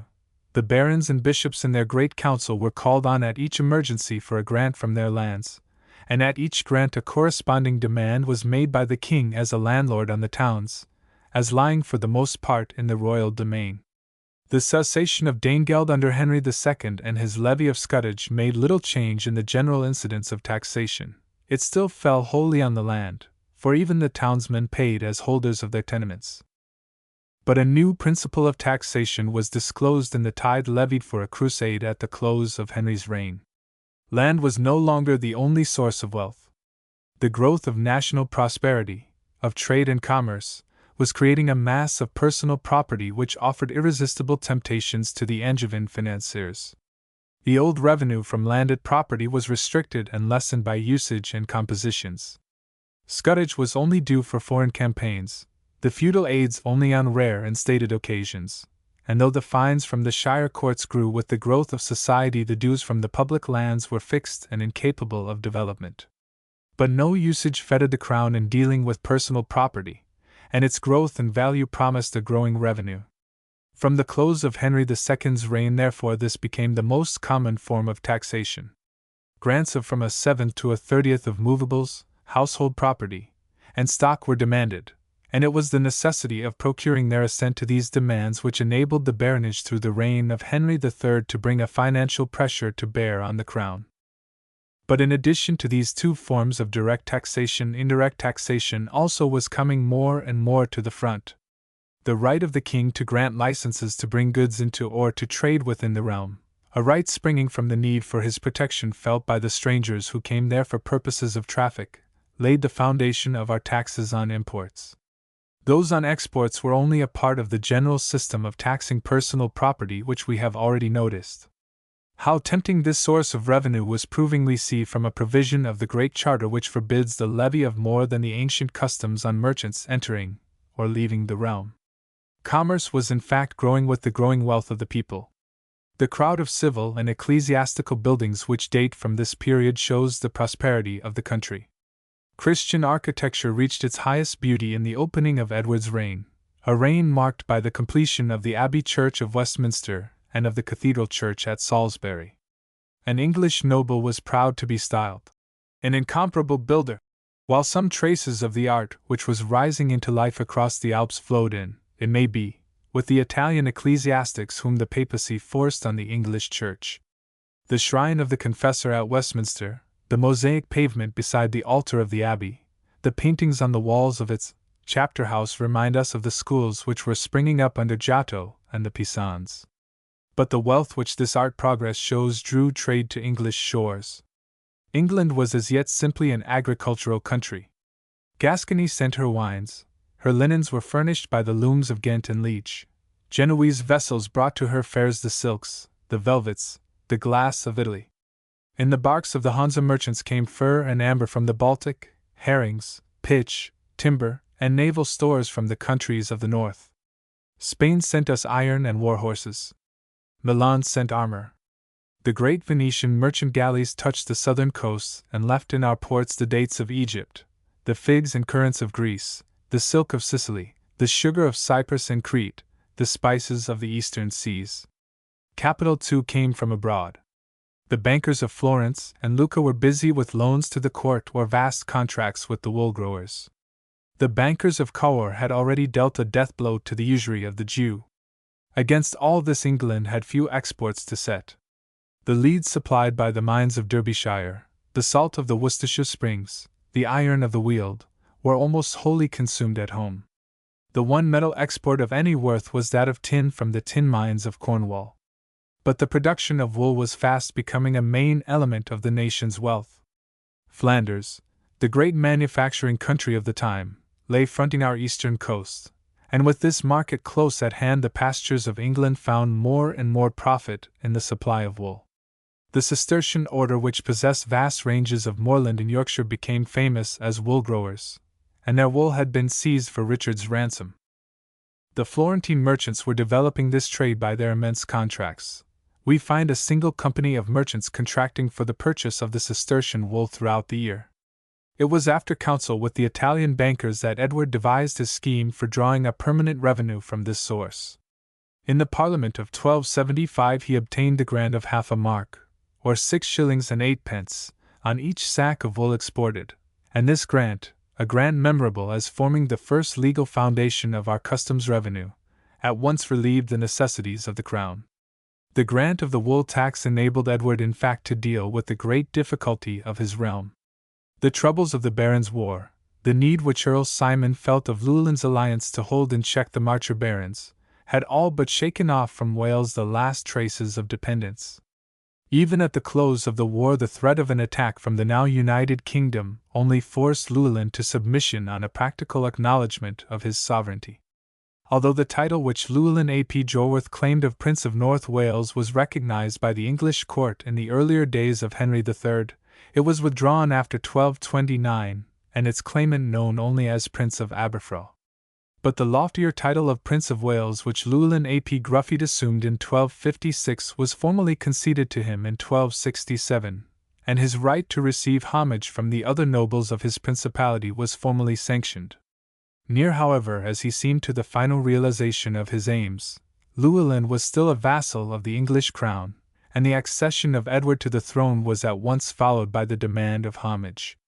But the summons was fruitless, and the next 2 years were wasted in as fruitless negotiation.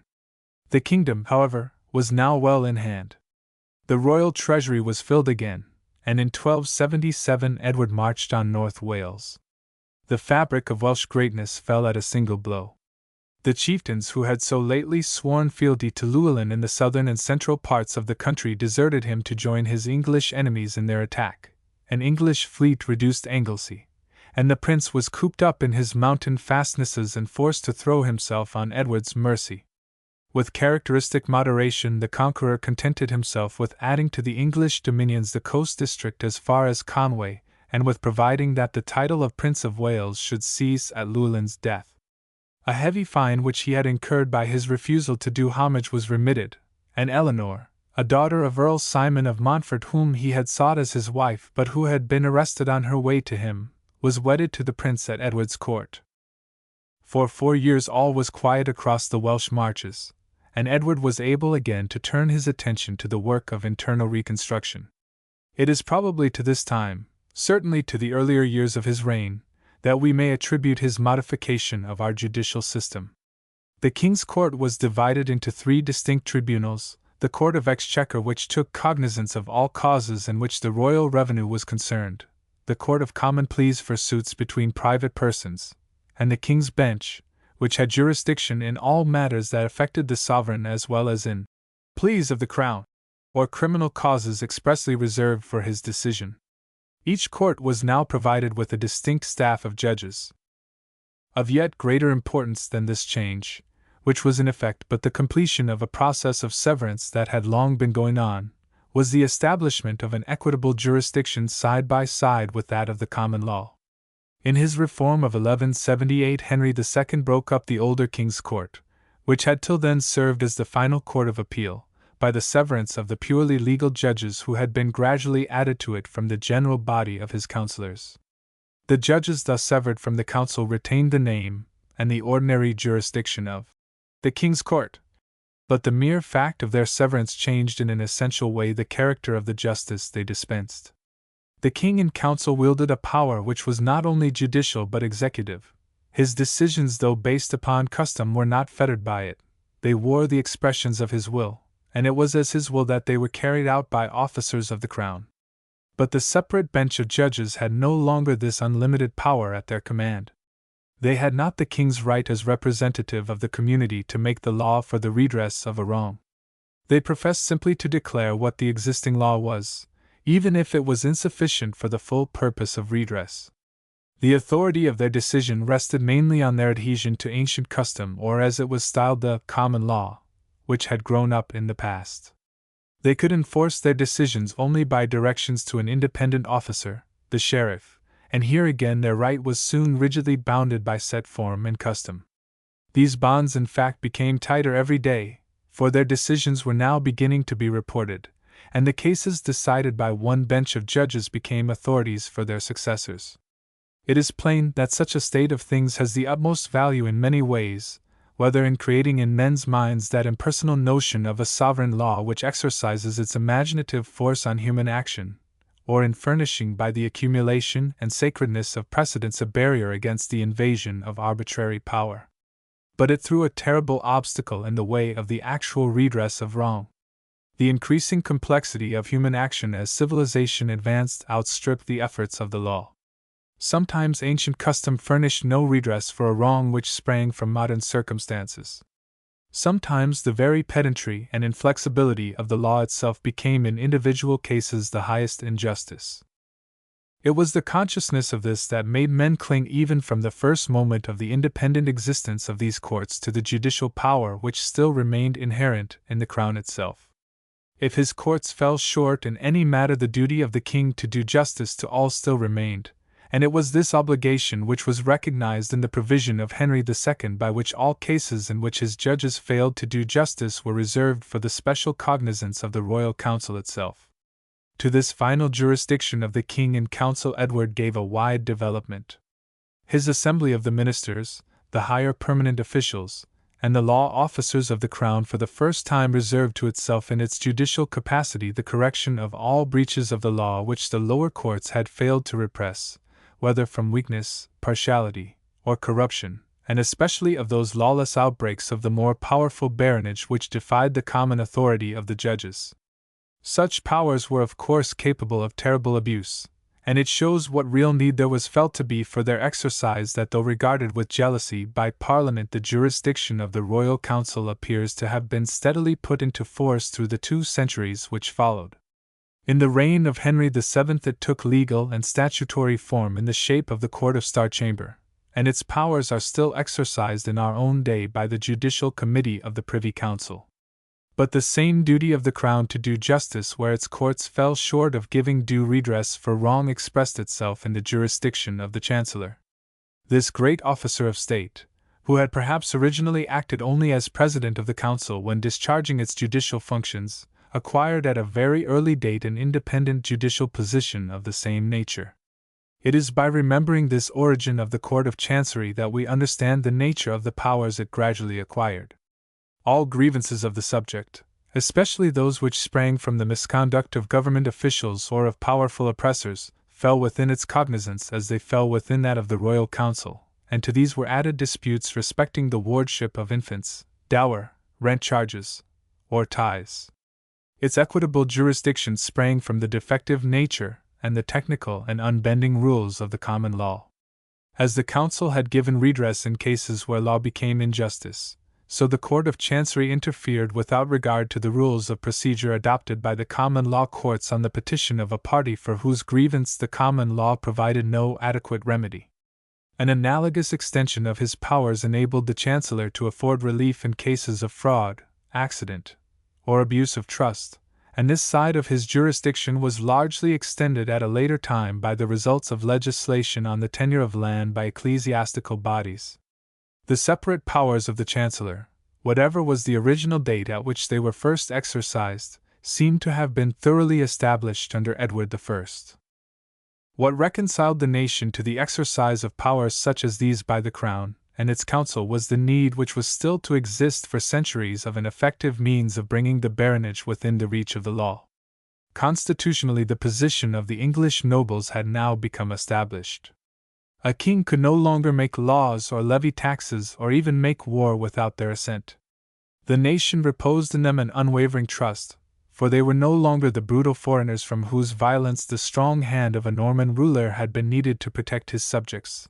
They were as English as the peasant or the trader. They had won English liberty by their swords, and the tradition of their order bound them to look on themselves as its natural guardians. The close of the Barons' War solved the problem which had so long troubled the realm, the problem how to ensure the government of the realm in accordance with the provisions of the Great Charter, by the transfer of the business of administration into the hands of a standing committee of the greater barons and prelates, acting as chief officers of state in conjunction with specially appointed ministers of the Crown. The body thus composed was known as the Continual Council, and the quiet government of the kingdom by this body in the long interval between the death of Henry III and his son's return shows how effective this rule of the nobles was. It is significant of the new relation which they were to strive to establish between themselves and the Crown that in the brief which announced Edward's accession the Council asserted that the new monarch mounted his throne by the will of the peers. But while the political influence of the baronage as a leading element in the whole nation thus steadily mounted, the personal and purely feudal power of each individual baron on his own estates as steadily fell. The hold which the Crown gained on every noble family by its rights of wardship and marriage, the circuits of the royal judges, the ever-narrowing bounds within which baronial justice saw itself circumscribed, the blow dealt by scutage at their military power, the prompt intervention of the Council in their feuds, lowered the nobles more and more to the common level of their fellow subjects. Much yet remained to be done, for within the general body of the baronage there existed side by side with the nobles whose aims were purely national nobles who saw in the overthrow of the royal despotism simply a chance of setting up again their feudal privileges, and different as the English baronage, taken as a whole, was from a feudal noblesse like that of Germany or France. There is in every military class a natural drift towards violence and lawlessness. Throughout Edward's reign his strong hand was needed to enforce order on warring nobles. Great earls, such as those of Gloucester and Hereford, carried on private war. In Shropshire the Earl of Arundel waged his feud with Fulk Fitzwarine. To the lesser and poorer nobles the wealth of the trader, the long wain of goods as it passed along the highway, remained a tempting prey. Once, under cover of a mock tournament of monks against canons, a band of country gentlemen succeeded in introducing themselves into the great merchant fair at Boston. At nightfall every booth was on fire, the merchants robbed and slaughtered, and the booty carried off to ships which lay ready at the quay. Streams of gold and silver, ran the tale of popular horror, flowed melted down the gutters to the sea. All the money in England could hardly make good the loss. Even at the close of Edward's reign lawless bands of trailbastons, or clubmen, maintained themselves by general outrage, aided the country nobles in their feuds, and wrested money and goods from the great tradesmen. The king was strong enough to face and imprison the warring earls, to hang the chiefs of the Boston marauders, and to suppress the outlaws by rigorous commissions.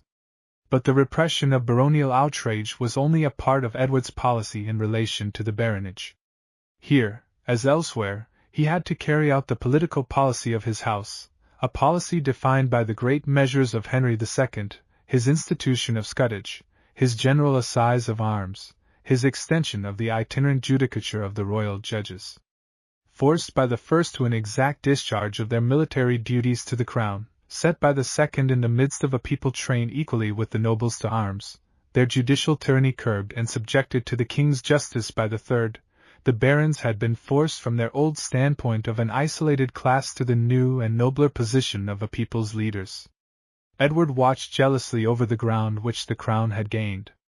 Immediately after his landing he appointed a commission of inquiry into the judicial franchises then existing, and on its report, of which the existing 100 rolls are the result, itinerant justices were sent in 1278 to discover by what right these franchises were held. The writs of quo warranto were roughly met here and there.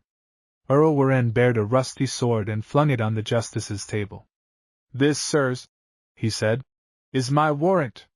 By the sword our fathers won their lands when they came over with the Conqueror, and by the sword we will keep them." But the king was far from limiting himself to the mere carrying out of the plans of Henry II. Henry had aimed simply at lowering the power of the great feudatories. Edward aimed rather at neutralizing their power by raising the whole body of landowners to the same level. We shall see at a later time the measures which were the issues of this policy, but in the very opening of his reign a significant step pointed to the king's drift. In the summer of 1278 a royal writ ordered all freeholders who held lands to the value of £20 to receive knighthood at the king's hands. Acts as significant announced Edward's purpose of carrying out another side of Henry's policy, that of limiting in the same way the independent jurisdiction of the Church. He was resolute to force it to become thoroughly national by bearing its due part of the common national burthens, and to break its growing dependence upon Rome. But the ecclesiastical body was jealous of its position as a power distinct from the power of the crown, and Edward's policy had hardly declared itself when in 1279 Archbishop Peckham obtained a canon from the clergy by which copies of the Great Charter, with its provisions in favor of the liberties of the Church, were to be affixed to the doors of churches. The step was meant as a defiant protest against all interference, and it was promptly forbidden. An order issued by the primate to the clergy to declare to their flocks the sentences of excommunication directed against all who obtained royal writs to obstruct suits in church courts, or who, whether royal officers or no, neglected to enforce their sentences, was answered in a yet more emphatic way. By falling into the dead hand, or mortmain, of the church land ceased to render its feudal services, and in 1279 the statute de religiosis, or as it is commonly called, of mortmain, forbade any further alienation of land to religious bodies in such wise that it should cease to render its due service to the king. The restriction was probably no beneficial one to the country at large, for churchmen were the best landlords, and it was soon evaded by the ingenuity of the clerical lawyers, but it marked the growing jealousy of any attempt to set aside what was national from serving the general need and profit of the nation. Its immediate effect was to stir the clergy to a bitter resentment.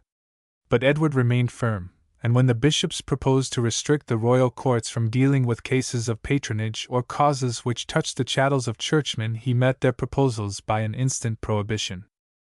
The resentment of the clergy had soon the means of showing itself during a new struggle with Wales. The persuasions of his brother David, who had deserted him in the previous war but who deemed his desertion insufficiently rewarded by an English lordship, roused Llewellyn to a fresh revolt.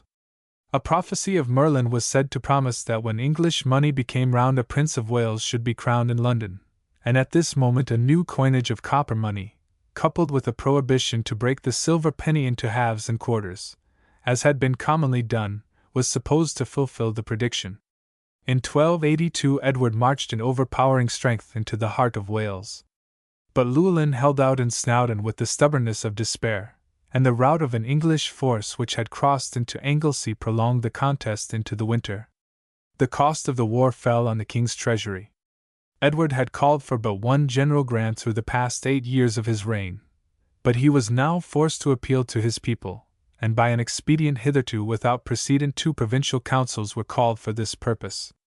That for southern England met at Northampton, that for northern at York, and clergy and laity were summoned, though in separate session, to both.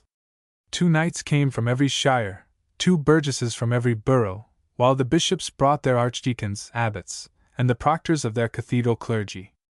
The grant of the laity was quick and liberal. But both at York and Northampton the clergy showed their grudge at Edward's measures by long delays in supplying his treasury. Pinched, however, as were his resources and terrible as were the sufferings of his army through the winter, Edward's firmness remained unbroken, and rejecting all suggestions of retreat, he issued orders for the formation of a new army at Carmarthen to complete the circle of investment round Llewellyn. But the war came suddenly to an end. The prince sallied from his mountain hold for a raid upon Radnorshire and fell in a petty skirmish on the banks of the Wye. With him died the independence of his race.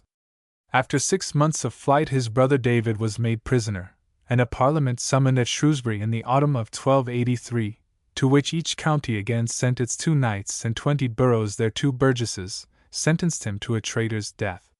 The submission of the lesser chieftains soon followed, and the country was secured by the building of strong castles at Conway and Carnarvon, and the settlement of English barons on the confiscated soil. The Statute of Wales, which Edward promulgated at Rhuddlan in 1284, proposed to introduce English law and the English administration of justice and government into Wales. But little came of the attempt, and it was not till the time of Henry VIII that the country was actually incorporated with England and represented in the English Parliament. What Edward had really done was to break the Welsh resistance. The policy with which he followed up his victory for the massacre of the Bards is a mere fable, accomplished its end, and though 2 later rebellions and a ceaseless strife of the natives with the English towns in their midst showed that the country was still far from being reconciled to its conquest, it ceased to be any serious danger to England for 100 years. From the work of conquest Edward again turned to the work of legislation. In the midst of his struggle with Wales he had shown his care for the commercial classes by a statute of merchants in 1283, which provided for the registration of the debts of leaders and for their recovery by distraint of the debtor's goods and the imprisonment of his person. The close of the war saw 2 measures of even greater importance. The Second Statute of Westminster, which appeared in 1285, is a code of the same sort as the first, amending the statutes of Mortmain, of Merton, and of Gloucester, as well as the laws of Dower and Advowson, remodeling the system of justices of assize, and curbing the abuses of manorial jurisdiction. In the same year appeared the greatest of Edward's measures for the enforcement of public order. The Statute of Winchester revived and reorganized the old institutions of national police and national defense. It regulated the action of the hundred, the duty of watch and ward, and the gathering of the fyrd or militia of the realm as Henry II had molded it into form in his Assize of Arms. Every man was bound to hold himself in readiness, duly armed, for the king's service in case of invasion or revolt, and to pursue felons when hue and cry was made after them.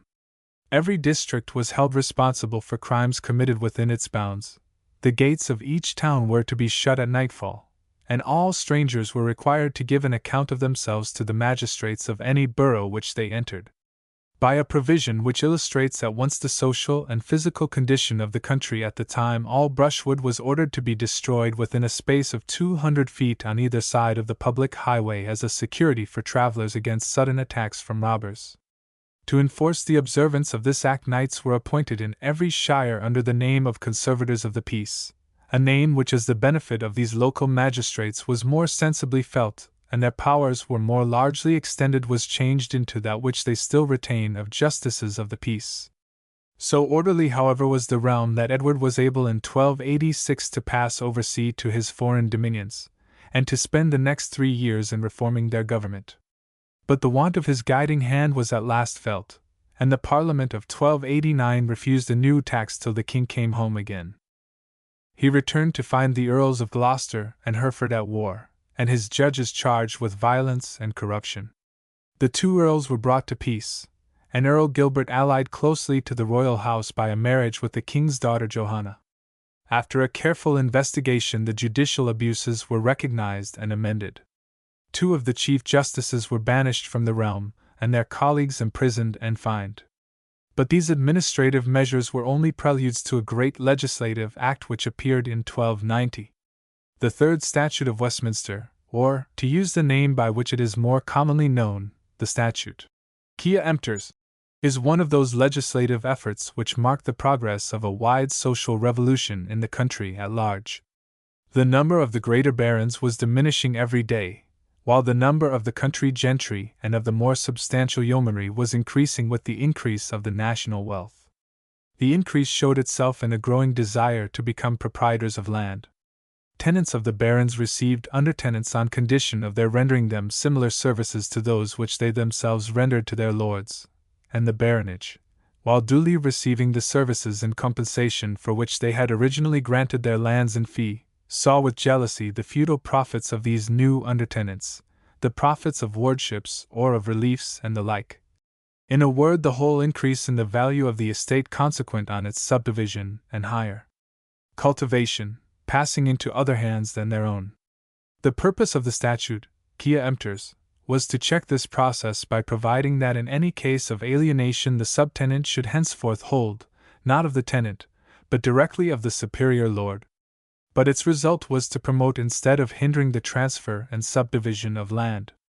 The tenant who was compelled before the passing of the statute to retain in any case so much of the estate as enabled him to discharge his feudal services to the overlord of whom he held it, was now enabled by a process analogous to the modern sale of tenant right, to transfer both land and services to new holders.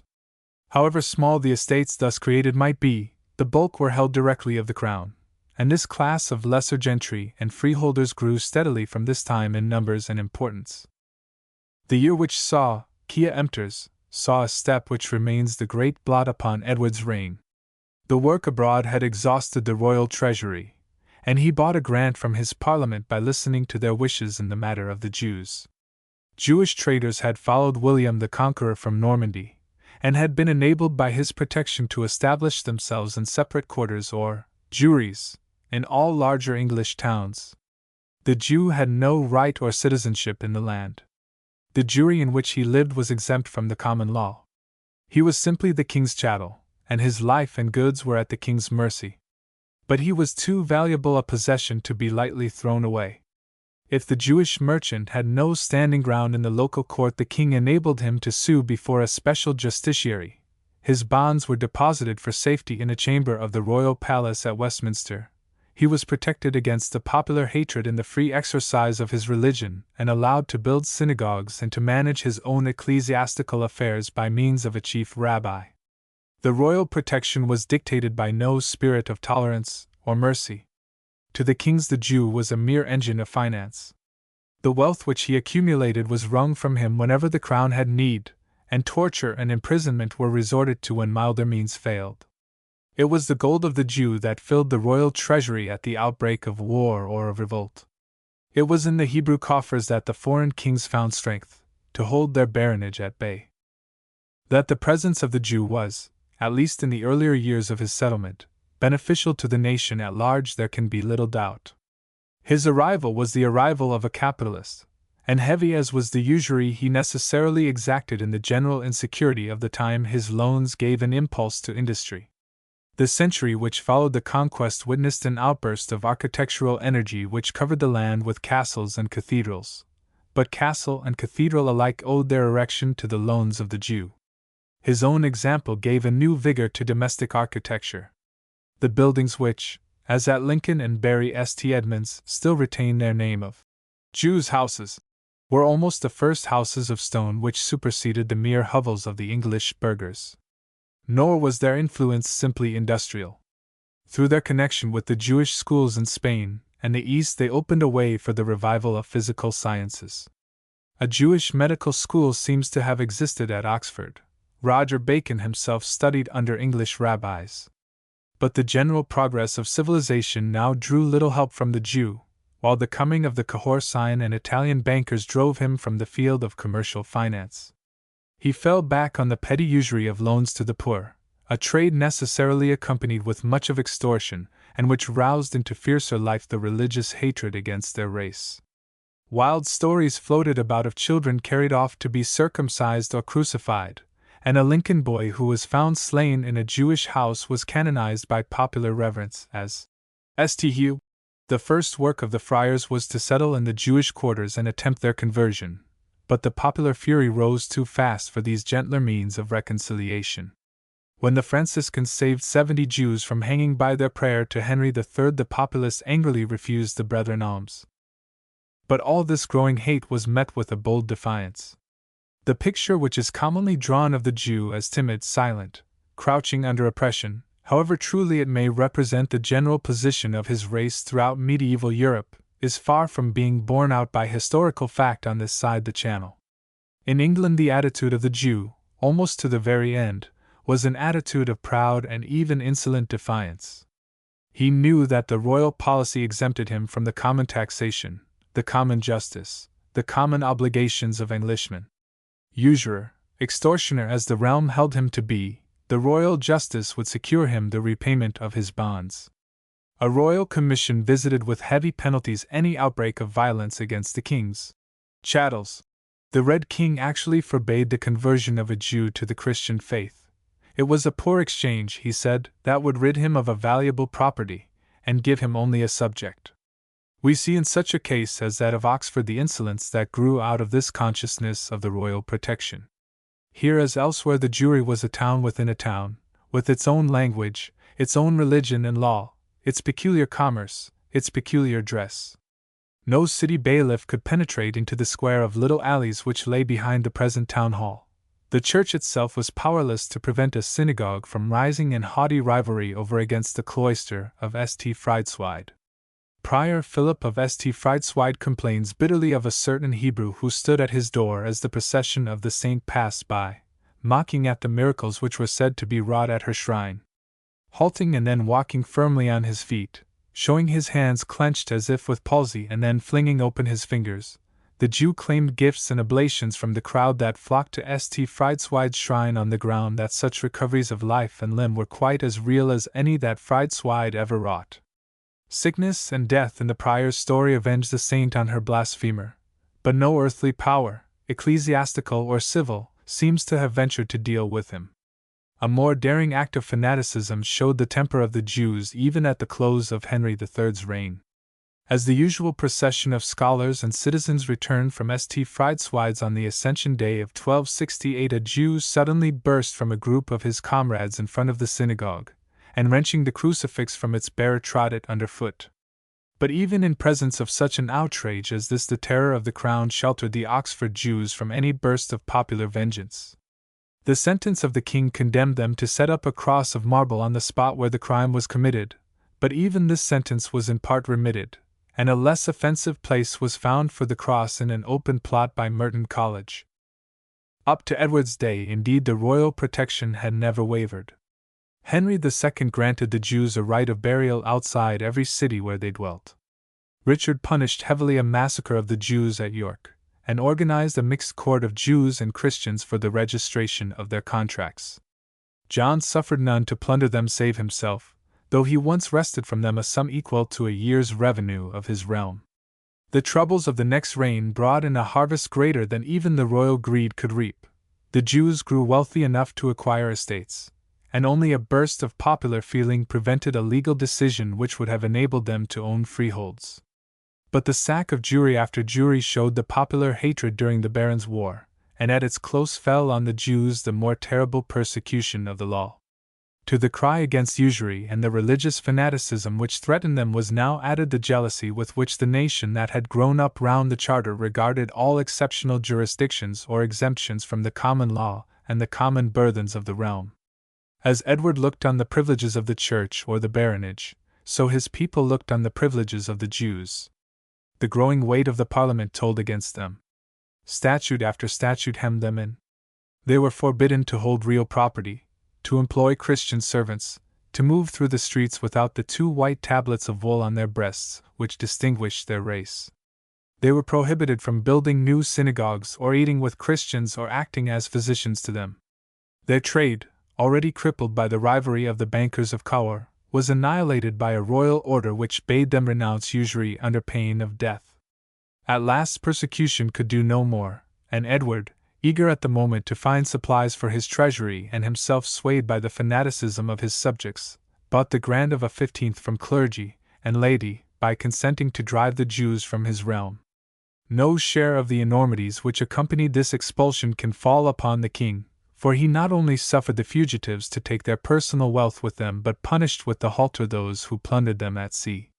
But the expulsion was none the less cruel. Of the 16,000 who preferred exile to apostasy, few reached the shores of France.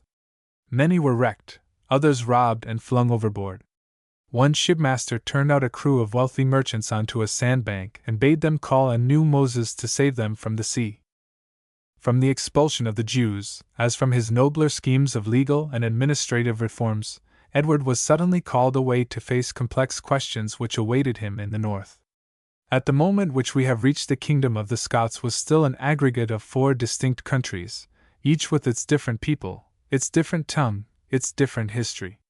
The old Pictish kingdom across the Firth of Forth, the original Scot kingdom in Argyll, the district of Cumbria or Strathclyde, and the lowlands which stretched from the Firth of Forth to the English border, had become united under the kings of the Scots, Pict land by inheritance, Cumbria by a grant from the English King Edmund, the lowlands by conquest, confirmed as English tradition alleged by a grant from Nut.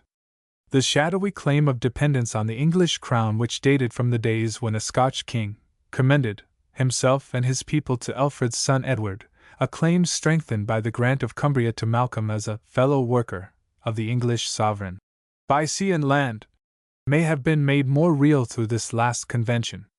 But whatever change the acquisition of the lowlands made in the relation of the Scot kings to the English sovereigns, it certainly affected in a very marked way their relation both to England and to their own realm. Its first result was the fixing of the royal residence in their new southern dominion at Edinburgh, and the English civilization which surrounded them from the moment of this settlement on what was purely English ground changed the Scot kings in all but blood into Englishmen. The marriage of King Malcolm with Margaret, the sister of Edgar Atheling, not only hastened this change but opened a way to the English crown. Their children were regarded by a large party within England as representatives of the older royal race and as claimants of the throne, and this danger grew as William's devastation of the north not only drove fresh multitudes of Englishmen to settle in the lowlands, but filled the Scotch court with English nobles who fled thither for refuge. So formidable indeed became the pretensions of the Scot kings that they forced the ablest of our Norman sovereigns into a complete change of policy. The Conqueror and William the Red had met the threats of the Scots sovereigns by invasions which ended again and again in an illusory homage, but the marriage of Henry I with the Scottish Matilda robbed the claims of the Scottish line of much of their force, while it enabled him to draw their kings into far closer relations with the Norman throne. King David not only abandoned the ambitious dreams of his predecessors to place himself at the head of his niece Matilda's party in her contest with Stephen, but as Henry's brother-in-law he figured as the first noble of the English court, and found English models and English support in the work of organization which he attempted within his own dominions. As the marriage with Margaret had changed Malcolm from a Celtic chieftain into an English king, so that of Matilda brought about the conversion of David into a Norman and feudal sovereign. His court was filled with Norman nobles from the south, such as the Balliols and Bruces, who were destined to play so great a part afterwards but who now for the first time obtained fiefs in the Scottish realm, and a feudal jurisprudence modelled on that of England was introduced into the lowlands. A fresh connection between Scotland and the English sovereigns began with the grant of lordships within England itself to the Scot kings or their sons. The earldom of Northumberland was held by David's son Henry, that of Huntingdon by David, brother of William the Lion. Homage was sometimes rendered, whether for these lordships, for the Lowlands, or for the whole Scottish realm, but it was the capture of William the Lion during the revolt of the English baronage which first suggested to the ambition of Henry II the project of a closer dependence of Scotland on the English crown. To gain his freedom, William consented to hold his kingdom of Henry and his heirs. The prelates and lords of Scotland did homage to Henry as to their direct lord, and a right of appeal in all Scotch causes was allowed to the superior court of the English suzerain. From this bondage, however, Scotland was freed by the prodigality of Richard, who allowed her to buy back the freedom she had forfeited. Both sides fell into their old position, but both were ceasing gradually to remember the distinctions between the various relations in which the Scot king stood for his different provinces to the English crown. Scotland had come to be thought of as a single country, and the court of London transferred to the whole of it those claims of direct feudal suzerainty which at most applied only to Strathclyde, while the court of Edinburgh looked on the English lowlands as holding no closer relation to England than the Pictish lands beyond the Forth. Any difficulties which arose were evaded by a legal compromise. The Scot kings repeatedly did homage to the English sovereign, but with a reservation of rights which were prudently left unspecified. The English king accepted the homage on the assumption that it was rendered to him as overlord of the Scottish realm, and this assumption was neither granted nor denied. For nearly 100 years the relations of the two countries were thus kept peaceful and friendly, and the death of Alexander III seemed destined to remove even the necessity of protests by a closer union of the two kingdoms.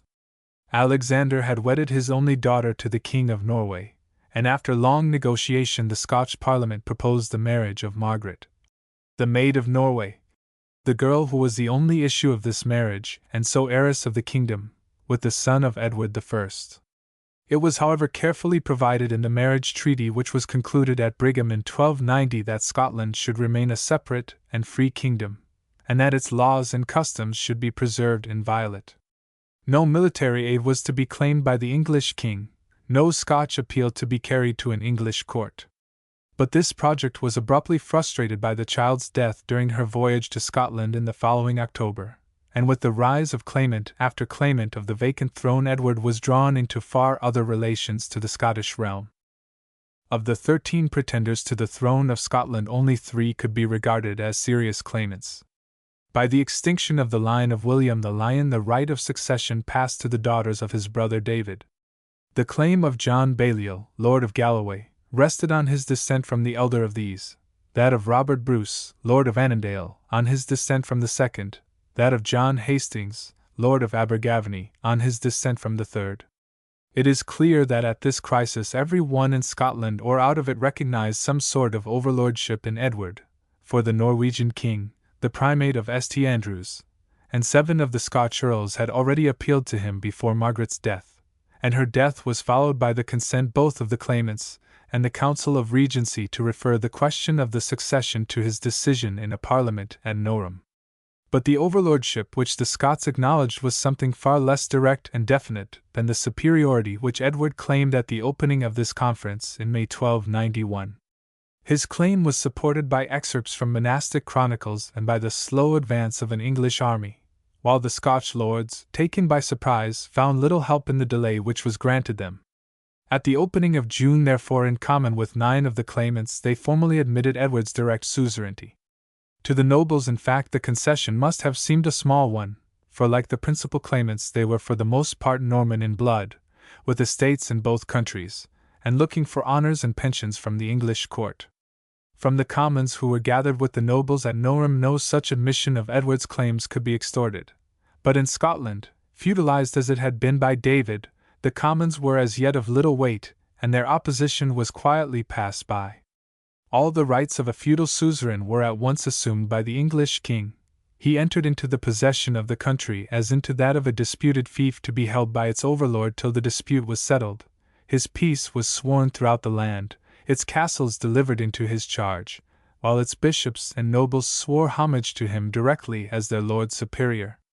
Scotland was thus reduced to the subjection which she had experienced under Henry II, but the full discussion which followed over the various claims to the throne showed that while exacting to the full what he believed to be his right, Edward desired to do justice to the country itself. The body of commissioners which the king named to report on the claims to the throne were mainly Scotch. A proposal for the partition of the realm among the claimants was rejected as contrary to Scotch law. On the report of the commissioners after a 12 months' investigation in favor of Balliol as representative of the elder branch at the close of the year 1292, his homage was accepted for the whole kingdom of Scotland with a full acknowledgment of the services due from him to its overlord. The castles were at once delivered to the new monarch, and for a time there was peace. With the accession of Balliol and the rendering of his homage for the Scottish realm, the greatness of Edward reached its height. He was Lord of Britain as no English king had been before. The last traces of Welsh independence were trodden underfoot. The shadowy claims of supremacy over Scotland were changed into a direct overlordship. Across the one sea Edward was Lord of Guienne, across the other of Ireland, and in England itself a wise and generous policy had knit the whole nation round his throne. Firmly as he still clung to prerogatives which the baronage were as firm not to own, the main struggle for the charter was over. Justice and good government were secured. The personal despotism which John had striven to build up, the imperial autocracy which had haunted the imagination of Henry III, were alike set aside. The rule of Edward, vigorous and effective as it was a rule of law, and of law enacted not by the royal will, but by the common council of the realm. Never had English ruler reached a greater height of power, nor was there any sign to warn the king of the troubles which awaited him. France, jealous as it was of his greatness, and covetous of his Gascon possessions, he could hold at bay. Wales was growing tranquil. Scotland gave few signs of discontent or restlessness in the first year that followed the homage of its king. Under John Balliol it had simply fallen back into the position of dependence which it held under William the Lion, and Edward had no purpose of pushing further his rights as suzerain than Henry II had done. One claim of the English crown indeed was soon a subject of dispute between the lawyers of the Scotch and of the English council boards. Edward would have granted as freely as Balliol himself that though Scotland was a dependent kingdom it was far from being an ordinary fief of the English crown. By feudal custom a distinction had always been held to exist between the relations of a dependent king to a superior lord and those of a vassal noble to his sovereign. At Balliol's homage indeed Edward had disclaimed any right to the ordinary feudal incidents of a fief, those of wardship or marriage, and in this disclaimer he was only repeating the reservations of the marriage treaty of Brigham. There were other customs of the Scotch realm as incontestable as these. Even after the Treaty of Falaise the Scotch king had not been held bound to attend the council of the English baronage, to do service in English warfare, or to contribute on the part of his Scotch realm to English aids. If no express acknowledgment of these rights had been made by Edward, for some time after his acceptance of Balliol's homage they were practically observed. The claim of independent justice was more doubtful, as it was of higher import than these. The judicial independence of Scotland had been expressly reserved in the marriage treaty. It was certain that no appeal from a Scotch king's court to that of his overlord had been allowed since the days of William the Lion. But in the jurisprudence of the feudal lawyers the right of ultimate appeal was the test of sovereignty, and Edward regarded Balliol's homage as having placed him precisely in the position of William the Lion and subjected his decisions to those of his overlord. He was resolute therefore to assert the supremacy of his court and to receive Scotch appeals. Even here, however, the quarrel seemed likely to end only in legal bickering. Balliol at first gave way, and it was not till 1293 that he alleged himself forced by the resentment both of his baronage and his people to take up an attitude of resistance. While appearing therefore formally at Westminster he refused to answer an appeal before the English courts save by advice of his council. But real as the resentment of his barons may have been, it was not Scotland which really spurred Balliol to this defiance. His wounded pride had made him the tool of a power beyond the sea. The keenness with which France had watched every step of Edward's success in the north sprang not merely from a natural jealousy of his greatness but from its bearing on a great object of French ambition. One fragment of Eleanor's inheritance still remained to her descendants, Guienne and Gascony, the fair lands along the Garonne and the territory which stretched south of that river to the Pyrenees. It was this territory that now tempted the greed of Philip the Fair, and it was in feeding the strife between England and the Scotch king that Philip saw an opening for winning it. French envoys therefore brought promises of aid to the Scotch court, and no sooner had these intrigues moved Balliol to resent the claims of his overlord than Philip found a pretext for open quarrel with Edward in the frays which went constantly on in the Channel between the mariners of Normandy and those of the Cinque Ports. They culminated at this moment in a great sea fight which proved fatal to 8,000 Frenchmen, and for this Philip haughtily demanded redress. Edward saw at once the danger of his position. He did his best to allay the storm by promise of satisfaction to France, and by addressing threats of punishment to the English seamen. But Philip still clung to his wrong, while the national passion which was to prove for 100 years to come strong enough to hold down the royal policy of peace showed itself in a characteristic defiance with which the seamen of the Cinque Ports met Edward's menaces. "Be the king's counsel well advised," ran this remonstrance, "that if wrong or grievance be done them in any fashion against right, they will sooner forsake wives, children, and all that they have, and go seek through the seas where they shall think to make their profit." In spite therefore of Edward's efforts the contest continued, and Philip found in it an opportunity to cite the king before his court at Paris for wrongs done to him as suzerain. It was hard for Edward to dispute the summons without weakening the position which his own sovereign courts had taken up towards the Scotch king, and in a final effort to avert the conflict the king submitted to a legal decision of the question, and to a formal cession of Guienne into Philip's hands for 40 days in acknowledgment of his supremacy. Bitter as the sacrifice must have been, it failed to win peace. The 40 days had no sooner passed than Philip refused to restore the fortresses which had been left in pledge. In February 1294 he declared the English king contumacious, and in May declared his fiefs forfeited to the French crown. Edward was driven to take up arms, but a revolt in Wales deferred the expedition to the following year. No sooner, however, was it again taken in hand than it became clear that a double danger had to be met. The summons which Edward addressed to the Scotch barons to follow him in arms to Guienne was disregarded. It was in truth, as we have seen, a breach of customary law, and was probably meant to force Scotland into an open declaration of its connection with France. A second summons was followed by a more formal refusal. The greatness of the danger threw Edward on England itself. For a war in Guienne and the north he needed supplies, but he needed yet more the firm support of his people in a struggle which, little as he foresaw its ultimate results, would plainly be one of great difficulty and danger. In 1295 he called a parliament to counsel with him on the affairs of the realm, but with the large statesmanship which distinguished him he took this occasion of giving the parliament a shape and organization which has left its assembly the most important event in English history. To realize its importance we must briefly review the changes by which the great council of the Norman kings had been gradually transforming itself into what was henceforth to be known as the English Parliament. Neither the meeting of the wise men before the conquest nor the great council of the barons after it had been in any legal or formal way representative bodies. The first theoretically included all freeholders of land, but it shrank at an early time into a gathering of earls, higher nobles, and bishops, with the officers and thanes of the royal household. Little change was made in the composition of this assembly by the conquest, for the great council of the Norman kings was supposed to include all tenants who held directly of the crown, the bishops and greater abbots, whose character as independent spiritual members tended more and more to merge in their position as barons, and the high officers of the court. But though its composition remained the same, the character of the assembly was essentially altered.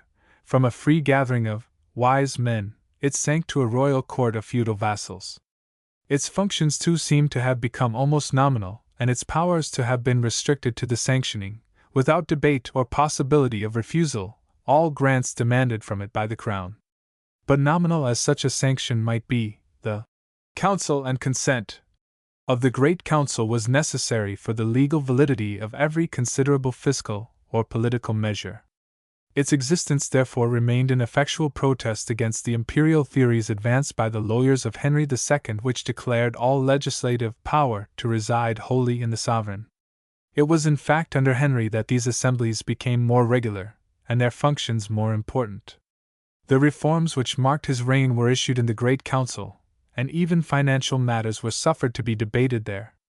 But it was not till the grant of the Great Charter that the powers of this assembly over taxation were formally recognized, and the principle established that no burthen beyond the customary feudal aids might be imposed, save by the Common Council of the realm. The same document first expressly regulated its form. In theory, as we have seen, the Great Council consisted of all who held land directly of the crown. But the same causes which restricted attendance at the Witenagemot to the greater nobles told on the actual composition of the Council of Barons. While the attendance of the ordinary tenants-in-chief, the knights or lesser barons, as they were called, was burthensome from its expense to themselves, their numbers and their dependence on the higher nobles made the assembly of these knights dangerous to the crown.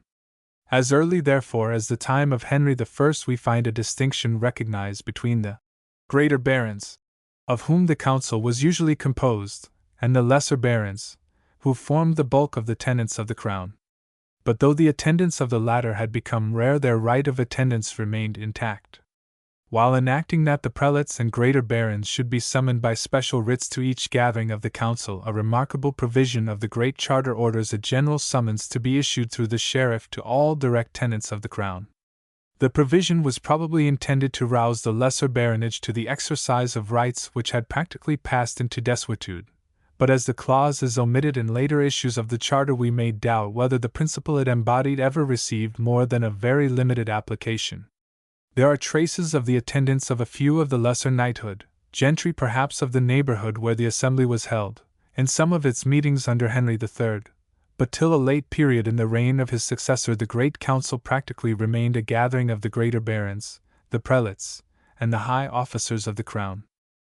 The change which the Great Charter had failed to accomplish was now, however, brought about by the social circumstances of the time. One of the most remarkable of these was a steady decrease in the number of the greater nobles. The bulk of the earldoms had already lapsed to the crown through the extinction of the families of their possessors. Of the greater baronies, many had practically ceased to exist by their division among female coheiresses, many through the constant struggle of the poorer nobles to rid themselves of their rank by a disclaimer so as to escape the burthen of higher taxation and attendance in Parliament which it involved. How far this diminution had gone we may see from the fact that hardly more than 100 barons sat in the earlier councils of Edward's reign. But while the number of those who actually exercised the privilege of assisting in Parliament was rapidly diminishing, the numbers and wealth of the lesser baronage, whose right of attendance had become a mere constitutional tradition, was as rapidly increasing. The long peace and prosperity of the realm, the extension of its commerce, and the increased export of wool, were swelling the ranks and incomes of the country gentry as well as of the freeholders and substantial yeomanry.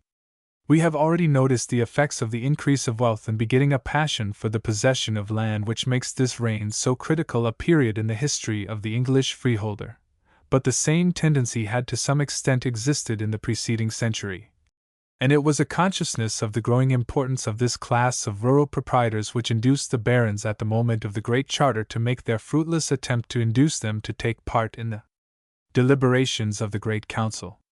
But while the barons desired their presence as an aid against the crown itself desired it as a means of rendering taxation more efficient. So long as the Great Council remained a mere assembly of magnates, it was necessary for the king's ministers to treat separately with the other orders of the state as to the amount and assessment of their contributions. The grant made in the Great Council was binding only on the barons and prelates who made it, but before the aids of the boroughs, the church, or the shires could reach the royal treasury, a separate negotiation had to be conducted by the officers of the exchequer with the reeves of each town, the sheriff and shire court of each county, and the archdeacons of each diocese. Bargains of this sort would be the more tedious and disappointing as the necessities of the crown increased in the later years of Edward, and it became a matter of fiscal expediency to obtain the sanction of any proposed taxation through the presence of these classes in the Great Council itself. The effort, however, to revive the old personal attendance of the lesser baronage which had broken down half a century before could hardly be renewed at a time when the increase of their numbers made it more impracticable than ever. But a means of escape from this difficulty was fortunately suggested by the very nature of the court through which alone a summons could be addressed to the landed knighthood. Amidst the many judicial reforms of Henry or Edward, the shire court remained unchanged. The haunted mound or the immemorial oak round which the assembly gathered, for the court was often held in the open air, were the relics of a time before the free kingdom had sunk into a shire, and its meetings of the wise into a county court. But save that the king's reeve had taken the place of the king, and that the Norman legislation had displaced the bishop and set 4 coroners by the sheriff's side, the gathering of the freeholders remained much as of old. The local knighthood, the yeomanry, the husbandmen of the county, were all represented in the crowd that gathered round the sheriff. As guarded by his liveried followers, he published the king's writs, announced his demand of aids, received the presentment of criminals and the inquest of the local jurors, assessed the taxation of each district, or listened solemnly to appeals for justice, civil and criminal, from all who held themselves oppressed in the lesser courts of the hundred, or the soak. It was in the county court alone that the sheriff could legally summon the lesser baronage to attend the great council, and it was in the actual constitution of this assembly that the crown found a solution of the difficulty which we have stated. For the principle of representation by which it was finally solved was coeval with the shire court itself. In all cases of civil or criminal justice, the 12 sworn assessors of the sheriff, as members of a class, though not formally deputed for that purpose, practically represented the judicial opinion of the county at large. From every 100 came groups of 12 sworn deputies, the jurors, through whom the presentments of the district were made to the royal officer, and with whom the assessment of its share in the general taxation was arranged. The husbandmen on the outskirts of the crowd, clad in the brown smock frock which still lingers in the garb of our carters and ploughmen, were broken up into little knots of 5, a reeve and 4 assistants, each of which knots formed the representative of a rural township. If in fact we regard the shire courts as lineally the descendants of our earliest English Witenagemotes, we may justly claim the principle of parliamentary representation as among the oldest of our institutions. It was easy to give this principle a further extension by the choice of representatives of the lesser barons in the shire courts to which they were summoned, but it was only slowly and tentatively that this process was applied to the reconstitution of the Great Council. As early as the close of John's reign, there are indications of the approaching change in the summons of 4 discreet knights from every county. Fresh need of local support was felt by both parties in the conflict of the succeeding reign, and Henry and his barons alike summoned knights from each shire to meet on the common business of the realm.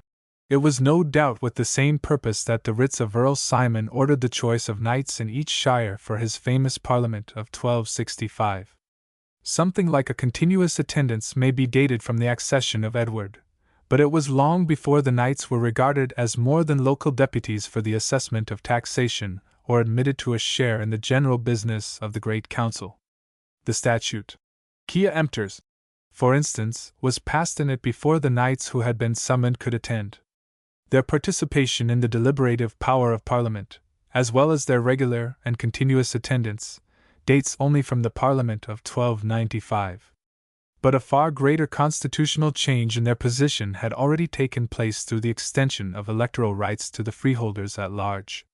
The one class entitled to a seat in the Great Council was, as we have seen, that of the lesser baronage, and it was of the lesser baronage alone that the knights were in theory the representatives. But the necessity of holding their election in the county court rendered any restriction of the electoral body physically impossible. The court was composed of the whole body of freeholders, and no sheriff could distinguish the "aye" of the yeoman from the "aye" of the lesser baron. From the first moment, therefore, of their attendance, we find the knights regarded not as mere representatives of the baronage, but as knights of the shire, and by this silent revolution the whole body of the rural freeholders were admitted to a share in the government of the realm. The financial difficulties of the crown led to a far more radical revolution in the admission into the Great Council of representatives from the boroughs. The presence of knights from each shire was the recognition of an older right, but no right of attendance or share in the national council, and assent could be pleaded for the burgesses of the towns. On the other hand, the rapid development of their wealth made them every day more important as elements in the national taxation.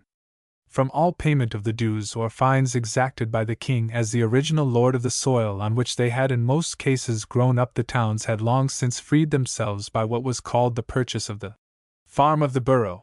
In other words, by the commutation of these uncertain dues for a fixed sum paid annually to the crown and apportioned by their own magistrates among the general body of the burghers. All that the king legally retained was the right enjoyed by every great proprietor of levying a corresponding taxation on his tenants in domain under the name of a free aid, whenever a grant was made for the national necessities by the barons of the Great Council. But the temptation of appropriating the growing wealth of the mercantile class proved stronger than legal restrictions, and we find both Henry III and his son assuming a right of imposing taxes at pleasure, and without any authority from the council even over London itself. The burgesses could refuse indeed the invitation to contribute to the free aids demanded by the royal officers, but the suspension of their markets or trading privileges brought them in the end to submission. Each of these free aids, however, had to be extorted after a long wrangle between the borough and the officers of the exchequer, and if the towns were driven to comply with what they considered an extortion, they could generally force the crown by evasions and delays to a compromise and abatement of its original demands. The same financial reasons therefore existed for desiring the presence of borough representatives in the Great Council as existed in the case of the shires. But it was the genius of Earl Simon which first broke through the older constitutional tradition and summoned 2 burgesses from each town to the Parliament of 1265. Time had indeed to pass before the large and statesmanlike conception of the great patriot could meet with full acceptance. Through the earlier part of Edward's reign we find a few instances of the presence of representatives from the towns, but their scanty numbers and the irregularity of their attendance show that they were summoned rather to afford financial information to the Great Council than as representatives in it of an estate of the realm. But every year pleaded stronger and stronger for their inclusion, and in the Parliament of 1295 that of 1265 found itself at last reproduced. "It was from me that he learned it," Earl Simon had cried, as he recognized the military skill of Edward's onset at Evesham. "It was from me that he learned it," his spirit might have exclaimed as he saw the king gathering at last 2 burgesses from every city, borough, and leading town within his realm to sit side by side with the knights, nobles, and barons of the Great Council. To the crown the change was from the first an advantageous one. The grants of subsidies by the burgesses in Parliament proved more profitable than the previous extortions of the exchequer. The proportions of their grant generally exceeded that of the other estates. Their representatives too proved far more compliant with the royal will than the barons or knights of the shire. Only on one occasion during Edward's reign did the burgesses waver from their general support of the crown. It was easy indeed to control them, for the selection of boroughs to be represented remained wholly in the king's hands, and their numbers could be increased or diminished at the king's pleasure. The determination was left to the sheriff, and at a hint from the royal council a sheriff of Wilts would cut down the number of represented boroughs in his shire from 11 to 3, or a sheriff of Bucks declare he could find but a single borough, that of Wickham, within the bounds of his county. Nor was this exercise of the prerogative hampered by any anxiety on the part of the towns to claim representative privileges. It was hard to suspect that a power before which the crown would have to bow lay in the ranks of soberly clad traders, summoned only to assess the contributions of their boroughs, and whose attendance was as difficult to secure as it seemed burthensome to themselves and the towns who sent them. The mass of citizens took little or no part in their choice, for they were elected in the county court by a few of the principal burghers deputed for the purpose. But the cost of their maintenance, the 2 shillings a day paid to the burgess by his town as 4 were paid to the knight by his county, was a burden from which the boroughs made desperate efforts to escape. Some persisted in making no return to the sheriff. Some bought charters of exemption from the troublesome privilege. Of the 165 who were summoned by Edward I, more than a third ceased to send representatives after a single compliance with the royal summons. During the whole time from the reign of Edward III to the reign of Henry VI, the sheriff of Lancashire declined to return the names of any boroughs at all within that county, on account of their poverty. Nor were the representatives themselves more anxious to appear than their boroughs to send them.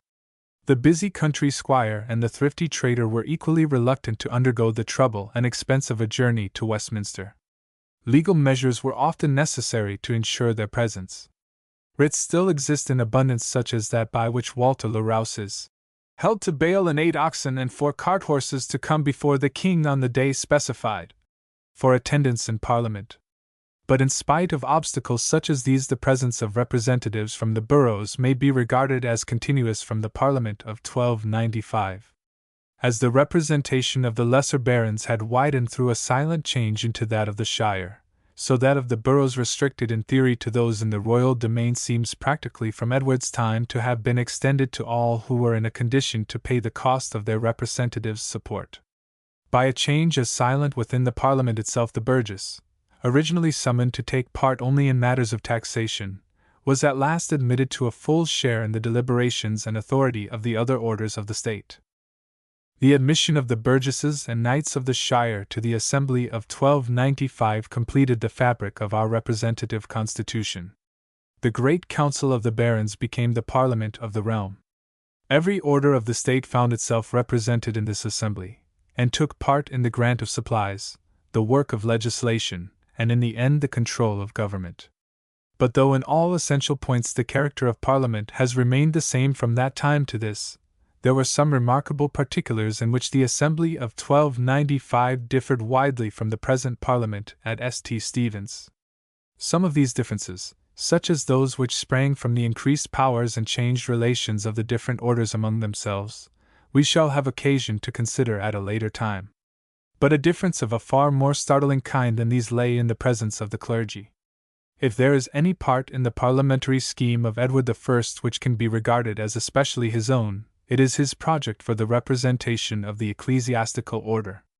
The king had twice at least summoned its proctors to great councils before 1295, but it was then only that the complete representation of the Church was definitely organized by the insertion of a clause in the writ which summoned a bishop to Parliament requiring the personal attendance of all archdeacons, deans, or priors of cathedral churches, of a proctor for each cathedral chapter, and 2 for the clergy within his diocese.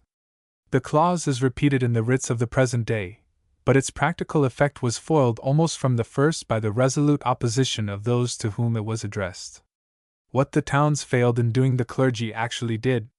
Even when forced to comply with the royal summons, as they seem to have been forced during Edward's reign, they sat jealously by themselves, and their refusal to vote supplies in any but their own provincial assemblies, or convocations, of Canterbury and York left the crown without a motive for insisting on their continued attendance. Their presence indeed, though still at times granted on some solemn occasions, became so pure a formality that by the end of the 15th century it had sunk wholly into desuetude. In their anxiety to preserve their existence as an isolated and privileged order, the clergy flung away a power which, had they retained it, would have ruinously hampered the healthy development of the state. To take a single instance, it is difficult to see how the great changes of the Reformation could have been brought about had a good half of the House of Commons consisted purely of churchmen, whose numbers would have been backed by the weight of their property as possessors of a third of the landed estates of the realm. A hardly less important difference may be found in the gradual restriction of the meetings of Parliament to Westminster. The names of Edward's statutes remind us of its convocation at the most various quarters, at Winchester, Acton Burnell, Northampton. It was at a later time that Parliament became settled in the straggling village which had grown up in the marshy swamp of the Isle of Thorns beside the palace whose embattled pile towered over the Thames, and the new Westminster which was still rising in Edward's day on the site of the older Church of the Confessor. It is possible that, while contributing greatly to its constitutional importance, this settlement of the Parliament may have helped to throw into the background its character as a Supreme Court of Appeal. The proclamation by which it was called together invited all who had any grace to demand of the king in Parliament, or any plaint to make of matters which could not be redressed or determined by ordinary course of law, or who had been in any way aggrieved by any of the king's ministers or justices or sheriffs, or their bailiffs, or any other officer, or have been unduly assessed, rated, charged, or surcharged to aids, subsidies, or taxes, to deliver their petitions to receivers who sat in the Great Hall of the Palace of Westminster. The petitions were forwarded to the King's Council, and it was probably the extension of the jurisdiction of that body, and the rise of the Court of Chancery, which reduced this ancient right of the subject to the formal election of triers of petitions at the opening of every new Parliament by the House of Lords, a usage which is still continued. But it must have been owing to some memory of the older custom that the subject always looked for redress against injuries from the Crown or its ministers to the Parliament of the realm. The subsidies granted by the Parliament of 1295 furnished the king with the means of warfare with both Scotland and France, while they assured him of the sympathy of his people in the contest. But from the first the reluctance of Edward to enter on the double war was strongly marked. The refusal of the Scotch baronage to obey his summons had been followed on Balliol's part by two secret steps which made a struggle inevitable, by a request to Rome for absolution from his oath of fealty, and by a treaty of alliance with Philip the Fair. As yet, however, no open breach had taken place, and while Edward in 1296 summoned his knighthood to meet him in the north, he called a parliament at Newcastle in the hope of bringing about an accommodation with the Scot king. But all thought of accommodation was roughly ended by the refusal of Balliol to attend the parliament, by the rout of a small body of English troops, and by the Scotch investment of Carlisle. Taken as he was by surprise, Edward showed at once the vigor and rapidity of his temper. His army marched upon Berwick. The town was a rich and well-peopled one, and although a wooden stockade furnished its only rampart, the serried ranks of citizens behind it gave little hope of an easy conquest. Their taunts indeed stung the king to the quick. As his engineers threw up rough entrenchments for the besieging army, the burghers bade him wait till he won the town before he began digging round it. "King Edward," they shouted, "won thou have us Berwick, pike thee, won thou have us Geaton, dike thee."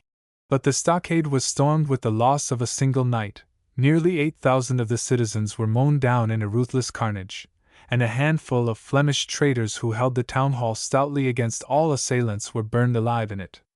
The massacre only ceased when a procession of priests bore the host to the king's presence, praying for mercy. Edward, with a sudden and characteristic burst of tears, called off his troops. But the town was ruined forever, and the greatest merchant city of northern Britain sank from that time into a petty seaport. At Berwick, Edward received Balliol's formal defiance. "Has the fool done this folly?" the king cried in haughty scorn. "If he will not come to us, we will come to him." The terrible slaughter, however, had done its work, and his march northward was a triumphal progress. Edinburgh, Stirling, and Perth opened their gates, Bruce joined the English army, and Balliol himself surrendered and passed without a blow from his throne to an English prison. No further punishment, however, was exacted from the prostrate realm. Edward simply treated it as a fief, and declared its forfeiture to be the legal consequence of Balliol's treason. It lapsed in fact to its suzerain, and its earls, barons, and gentry swore homage in Parliament at Berwick to Edward as their king.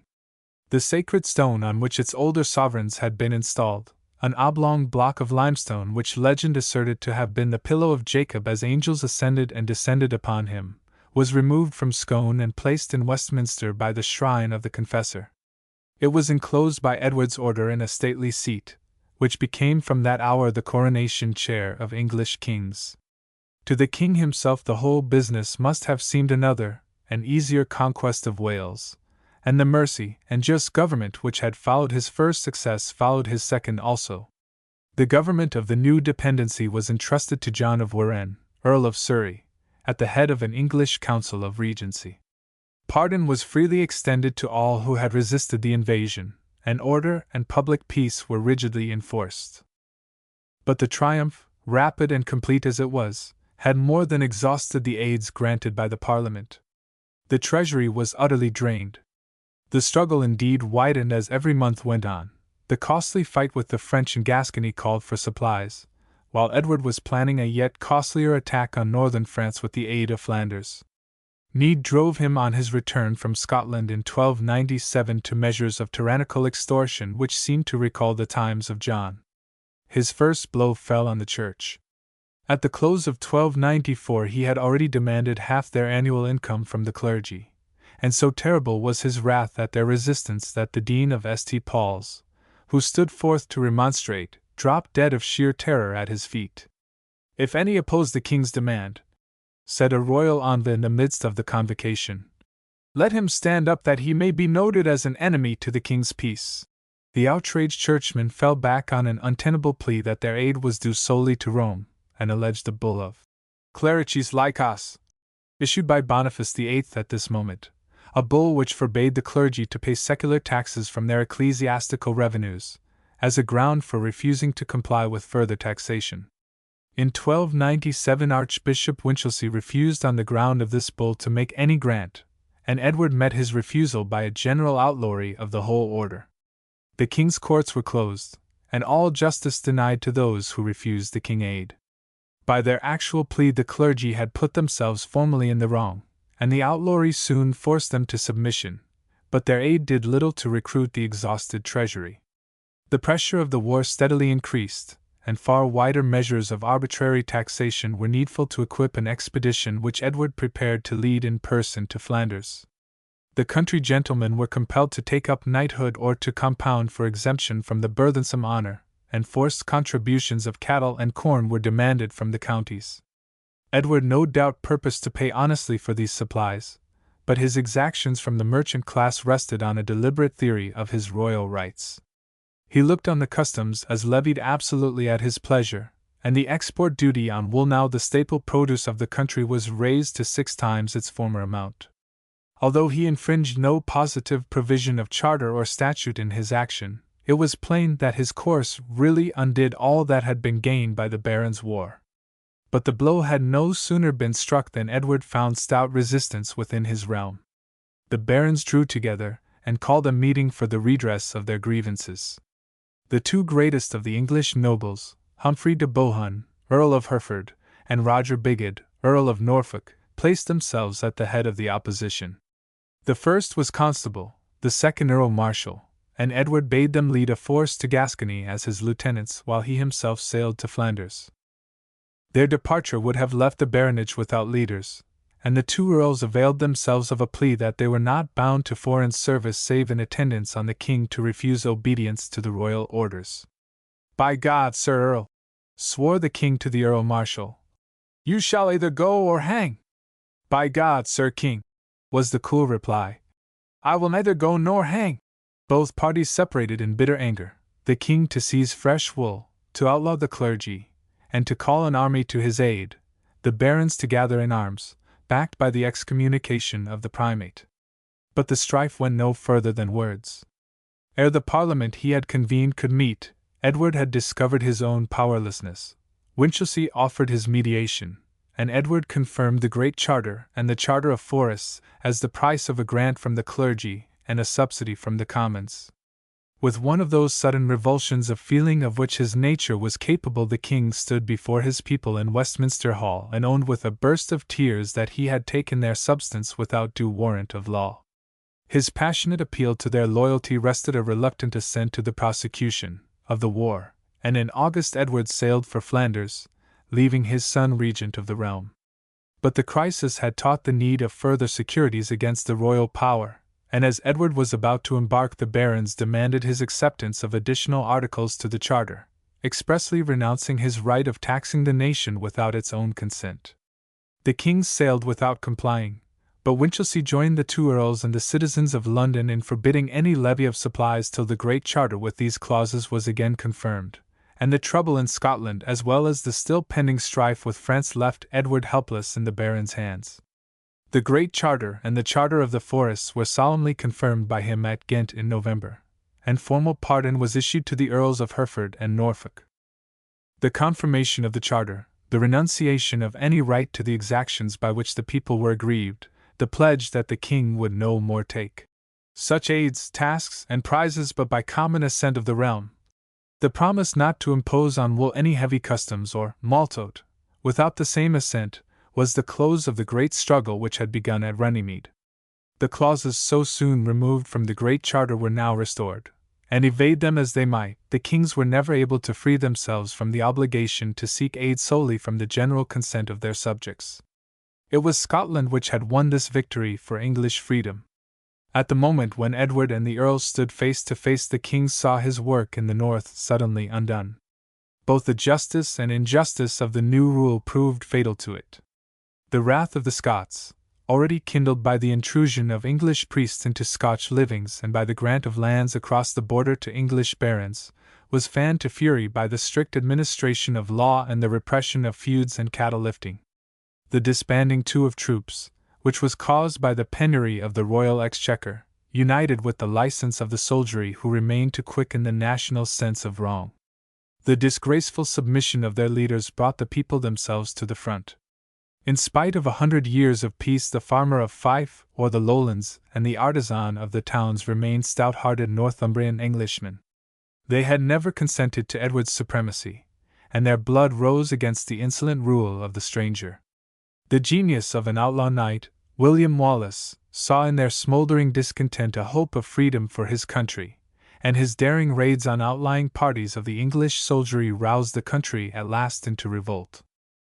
Of Wallace himself, of his life or temper, we know little or nothing. The very traditions of his gigantic stature and enormous strength are dim and unhistorical. But the instinct of the Scotch people has guided it aright in choosing him for its national hero. He was the first to assert freedom as a national birthright, and amidst the despair of nobles and priests to call the people itself to arms. At the head of an army drawn principally from the coast districts north of the Tay, which were inhabited by a population of the same blood as that of the Lowlands, Wallace in September 1297 encamped near Stirling, the pass between the north and the south, and awaited the English advance. It was here that he was found by the English army. The offers of John of Warenne were scornfully rejected. "We have come," said the Scottish leader, "not to make peace, but to free our country." The position of Wallace behind a loop of Forth was in fact chosen with consummate skill. The one bridge which crossed the river was only broad enough to admit 2 horsemen abreast, and though the English army had been passing from daybreak, but half its force was across at noon when Wallace closed on it, and cut it after a short combat to pieces in sight of its comrades. The retreat of the Earl of Surrey over the border left Wallace head of the country he had freed, and for a few months he acted as guardian of the realm, in Balliol's name, and headed a wild foray into Northumberland in which the barbarous cruelties of his men left a bitter hatred behind them which was to wreak its vengeance in the later bloodshed of the war. His reduction of Stirling Castle at last called Edward to the field. In the spring of 1298 the king's diplomacy had at last wrung a truce for 2 years from Philip the Fair, and he at once returned to England to face the troubles in Scotland. Marching northward with a larger host than had ever followed his banner, he was enabled by treachery to surprise Wallace as he fell back to avoid an engagement, and to force him on the 22nd of July to battle near Falkirk. The Scotch force consisted almost wholly of foot, and Wallace drew up his spearmen in 4 great hollow circles or squares, the outer ranks kneeling and the whole supported by bowmen within, while a small force of horse were drawn up as a reserve in the rear. It was the formation of Waterloo, the first appearance in our history since the day of Senlac of that unconquerable British infantry, before which chivalry was destined to go down. For a moment it had all Waterloo's success. "I have brought you to the ring, hop, dance if you can," are words of rough humor that revealed the very soul of the patriot leader, and the serried ranks answered well to his appeal. The Bishop of Durham, who led the English van, shrank wisely from the look of the squares. "Back to your mass, Bishop!" shouted the reckless knights behind him, but the body of horse dashed itself vainly on the wall of spears. Terror spread through the English army, and its Welsh auxiliaries drew off in a body from the field. But the generalship of Wallace was met by that of the king. Drawing his bowmen to the front, Edward riddled the Scottish ranks with arrows and then hurled his cavalry afresh on the wavering line. In a moment all was over. The maddened knights rode in and out of the broken ranks, slaying without mercy. Thousands fell on the field, and Wallace himself escaped with difficulty, followed by a handful of men. But ruined as the cause of freedom seemed, his work was done. He had roused Scotland into life, and even a defeat like Falkirk left her unconquered. Edward remained master only of the ground he stood on. Want of supplies forced him at last to retreat, and in the summer of the following year, 1299, when Balliol, released from his English prison, withdrew into France, a regency of the Scotch nobles under Robert Bruce and John Comyn continued the struggle for independence. Troubles at home and danger from abroad stayed Edward's hand. The barons still distrusted his sincerity, and though at their demand he renewed the confirmation in the spring of 1299, his attempt to add an evasive clause saving the right of the crown proved the justice of their distrust. In spite of a fresh and unconditional renewal of it, a strife over the forest charter went on till the opening of 1301, when a new gathering of the barons in arms with the support of Archbishop Winchelsea wrested from him its full execution. What aided freedom within was as of old the peril without. France was still menacing, and a claim advanced by Pope Boniface VIII at its suggestion to the feudal superiority over Scotland arrested a new advance of the king across the border. A quarrel, however, which broke out between Philip le Bel and the papacy removed all obstacles. It enabled Edward to defy Boniface and to wring from France a treaty in which Scotland was abandoned. In 1304 he resumed the work of invasion, and again the nobles flung down their arms as he marched to the north. Comyn, at the head of the regency, acknowledged his sovereignty, and the surrender of Stirling completed the conquest of Scotland. But the triumph of Edward was only the prelude to the carrying out of his designs for knitting the two countries together by a generosity and wisdom which revealed the greatness of his statesmanship. A general amnesty was extended to all who had shared in the resistance. Wallace, who refused to avail himself of Edward's mercy, was captured and condemned to death at Westminster on charges of treason, sacrilege, and robbery. The head of the great patriot, crowned in mockery with a circlet of laurel, was placed upon London Bridge. But the execution of Wallace was the one blot on Edward's clemency. With a masterly boldness he entrusted the government of the country to a council of Scotch nobles, many of whom were freshly pardoned for their share in the war, and anticipated the policy of Cromwell by allotting 10 representatives to Scotland in the common parliament of his realm. A convocation was summoned at Perth for the election of these representatives, and a great judicial scheme which was promulgated in this assembly adopted the amended laws of King David as the base of a new legislation, and divided the country for judicial purposes into 4 districts: Lothian, Galloway, the Highlands, and the land between the Highlands and the Forth, at the head of each of which were placed 2 justiciaries, the one English and the other Scotch. With the conquest and settlement of Scotland, the glory of Edward seemed again complete. The bitterness of his humiliation at home indeed still preyed upon him, and in measure after measure we see his purpose of renewing the strife with the baronage. In 1303 he found a means of evading his pledge to levy no new taxes on merchandise save by assent of the realm and a consent of the foreign merchants, whether procured by royal pressure or no, to purchase by stated payments certain privileges of trading. In this new custom lay the origin of our import duties. A formal absolution from his promises which he obtained from Pope Clement V in 1305 showed that he looked on his triumph in the north as enabling him to reopen the questions which he had yielded.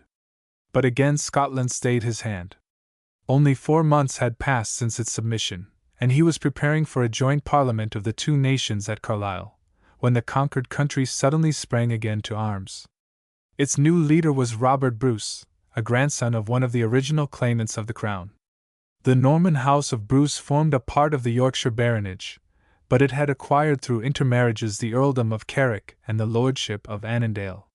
Both the claimant and his son had been pretty steadily on the English side in the contest with Balliol and Wallace, and Robert had himself been trained in the English court and stood high in the king's favour. But the withdrawal of Balliol gave a new force to his claims upon the crown, and the discovery of an intrigue which he had set on foot with the Bishop of St. Andrews so roused Edward's jealousy that Bruce fled for his life across the border. Early in 1306 he met Comyn, the Lord of Badenoch, to whose treachery he attributed the disclosure of his plans, in the church of the Grey Friars at Dumfries, and after the interchange of a few hot words struck him with his dagger to the ground. It was an outrage that admitted of no forgiveness, and Bruce for very safety was forced to assume the crown 6 weeks after in the Abbey of Scone. The news roused Scotland again to arms, and summoned Edward to a fresh contest with his unconquerable foe. But the murder of Comyn had changed the king's mood to a terrible pitilessness. He threatened death against all concerned in the outrage, and exposed the Countess of Buchan, who had set the crown on Bruce's head, in a cage or open chamber built for the purpose in one of the towers of Berwick. At the solemn feast which celebrated his son's knighthood, Edward vowed on the swan which formed the chief dish at the banquet to devote the rest of his days to exact vengeance from the murderer himself. But even at the moment of the vow, Bruce was already flying for his life to the Western Islands. Henceforth, he said to his wife at their coronation, "Thou art Queen of Scotland and I King." "I fear," replied Mary Bruce, "we are only playing at royalty like children in their games." The play was soon turned into bitter earnest. A small English force under Aymer de Valence sufficed to rout the disorderly levies which gathered round the new monarch, and the flight of Bruce left his followers at Edward's mercy. Noble after noble was sent to the block. The Earl of Athole pleaded kindred with royalty. "His only privilege," burst forth the king, "shall be that of being hanged on a higher gallows than the rest." Knights and priests were strung up side by the English justiciaries, while the wife and daughters of Robert Bruce were flung into Edward's prisons.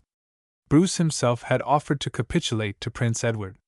But the offer only roused the old king to fury. "Who is so bold," he cried, "as to treat with our traitors without our knowledge?" And rising from his sickbed, he led his army northwards in the summer of 1307 to complete the conquest. But the hand of death was upon him, and in the very sight of Scotland the old man breathed his last at Berg upon Sands. Book 4. The Parliament. 1307 to 1461. Authorities for Book 4. For Edward II we have three important contemporaries: Thomas de la More, Troclos Annals, and the Life by a Monk of Malmesbury printed by Hearn. The sympathies of the first are with the king, those of the last two with the barons. Muirmouth's short chronicle is also contemporary. John Barbour's Bruce, the great legendary storehouse for his hero's adventures, is historically worthless.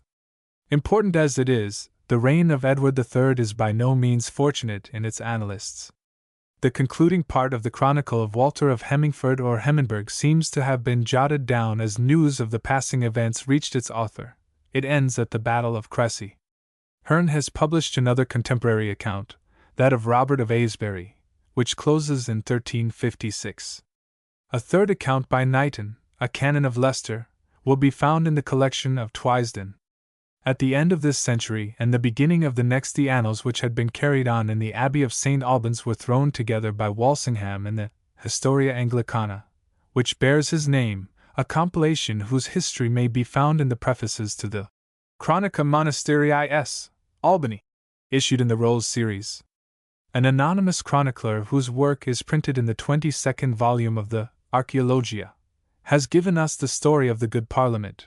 Another account is preserved in the Chronica Angliae from 1328 to 1388, published in the Rolls series, and fresh light has been recently thrown on the time by the publication of a chronicle by Adam of Usk which extends from 1377 to 1404.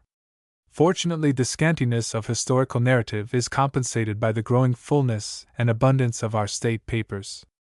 Reimer's Foedera is rich in diplomatic and other documents for this period, and from this time we have a storehouse of political and social information in the parliamentary rolls. For the French War itself, our primary authority is the Chronicle of Jehan le Bel, a canon of the Church of St. Lambert of Liege, who himself served in Edward's campaign against the Scots and spent the rest of his life at the court of John of Hainault. Up to the Treaty of Bretigny, where it closes, Froissart has done little more than copy this work, making however large additions from his own inquiries, especially in the Flemish and Breton campaigns and in the account of Crecy. Froissart was himself a Hainaulter of Valenciennes.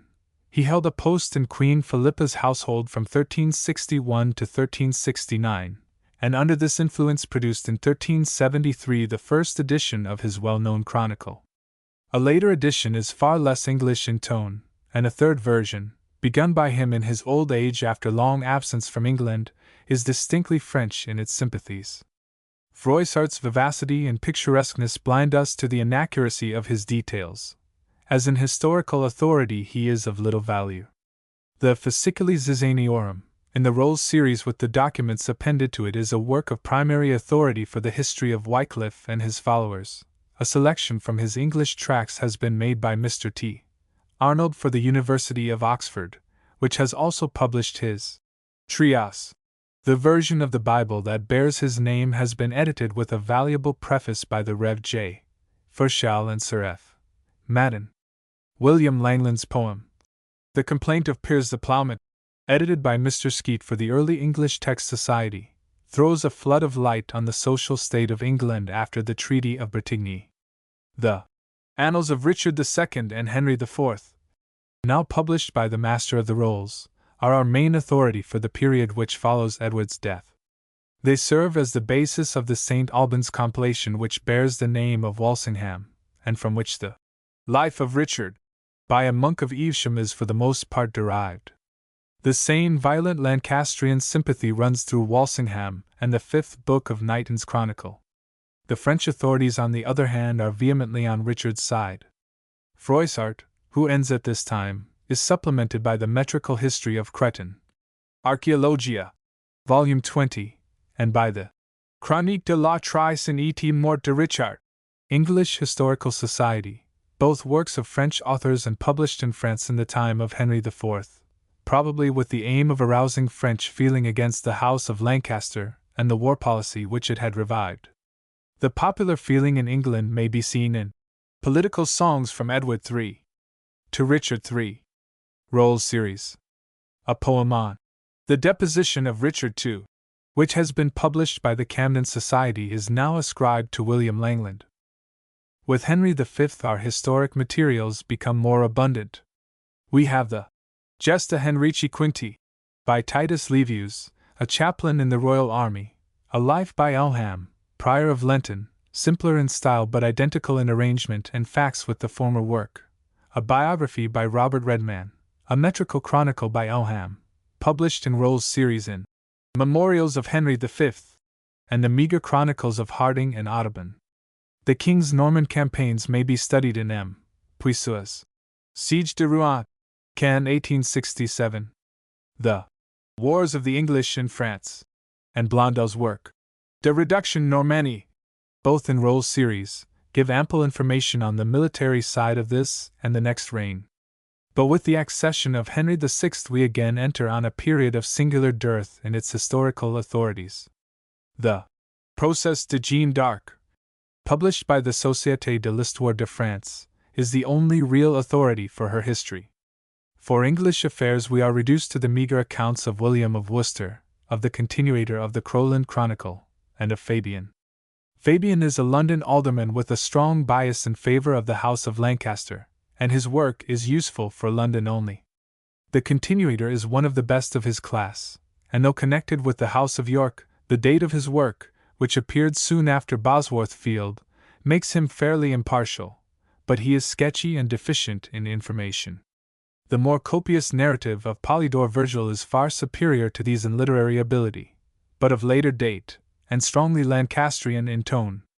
For the struggle between Edward and Warwick, the valuable narrative of the arrival of Edward IV, Camden Society, may be taken as the official account on the royal side. The Paton letters are the first instance in English history of a family correspondence, and throw great light on the social condition of the time. Chapter 1. Edward II, 1307 to 1327. In his calling together the estates of the realm, Edward I determined the course of English history. From the first moment of its appearance, the Parliament became the centre of English affairs. The 100 years, indeed, which follow its assembly at Westminster saw its rise into a power which checked and overawed the crown. Of the kings in whose reigns the Parliament gathered this mighty strength, not one was likely to look with indifference on the growth of a rival authority, and the bulk of them were men who in other times would have roughly checked it. What held their hand was the need of the crown. The century and a half that followed the gathering of the estates at Westminster was a time of almost continual war, and of the financial pressure that springs from war. It was indeed war that had gathered them. In calling his Parliament, Edward I sought mainly an effective means of procuring supplies for that policy of national consolidation which had triumphed in Wales, and which seemed to be triumphing in Scotland. But the triumph in Scotland soon proved a delusive one, and the strife brought wider strifes in its train. When Edward wrung from Balliol an acknowledgment of his suzerainty, he foresaw little of the war with France, the war with Spain, the quarrel with the papacy, the upgrowth of social of political, of religious revolution within England itself, of which that acknowledgment was to be the prelude. But the thicker troubles gathered round England the more the royal treasury was drained, and now that arbitrary taxation was impossible, the one means of filling it lay in a summons of the Houses. The Crown was chained to the Parliament by a tie of absolute need. From the first moment of parliamentary existence, the life and power of the estates assembled at Westminster hung on the question of supplies. So long as war went on, no ruler could dispense with the grants which fed the war, and which Parliament alone could afford. But it was impossible to procure supplies save by redressing the grievances of which Parliament complained and by granting the powers which Parliament demanded. It was in vain that king after king, conscious that war bound them to the Parliament, strove to rid themselves of the war.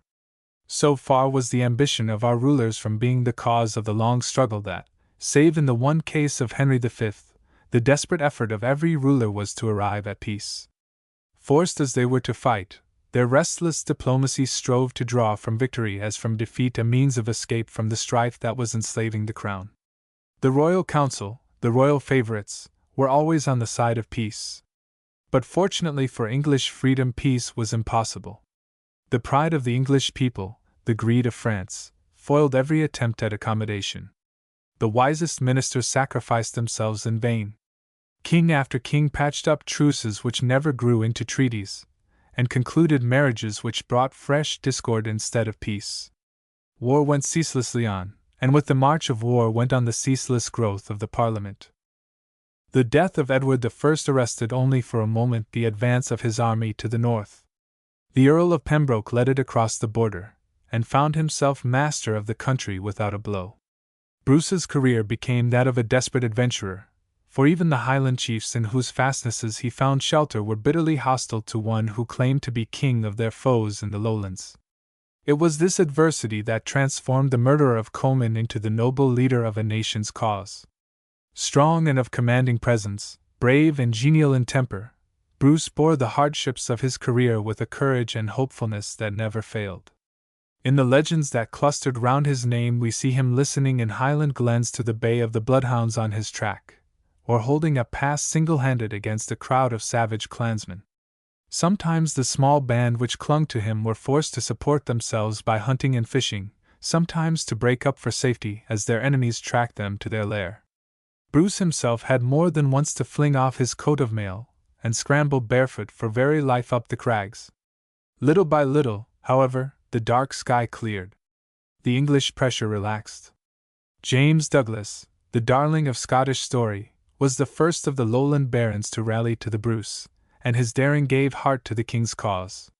Once he surprised his own house, which had been given to an Englishman, ate the dinner which was prepared for its new owner, slew his captives, and tossed their bodies onto a pile of wood at the castle gate. Then he staved in the wine vats that the wine might mingle with their blood, and set house and wood pile on fire. A ferocity like this degraded everywhere the work of freedom, but the revival of the country went steadily on.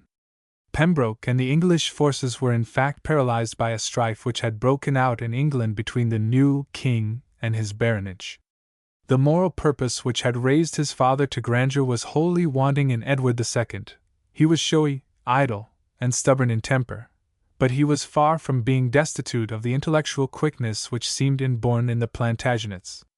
He had no love for his father, but he had seen him in the later years of his reign struggling against the pressure of the baronage, evading his pledges as to taxation, and procuring absolution from his promise to observe the clauses added to the charter.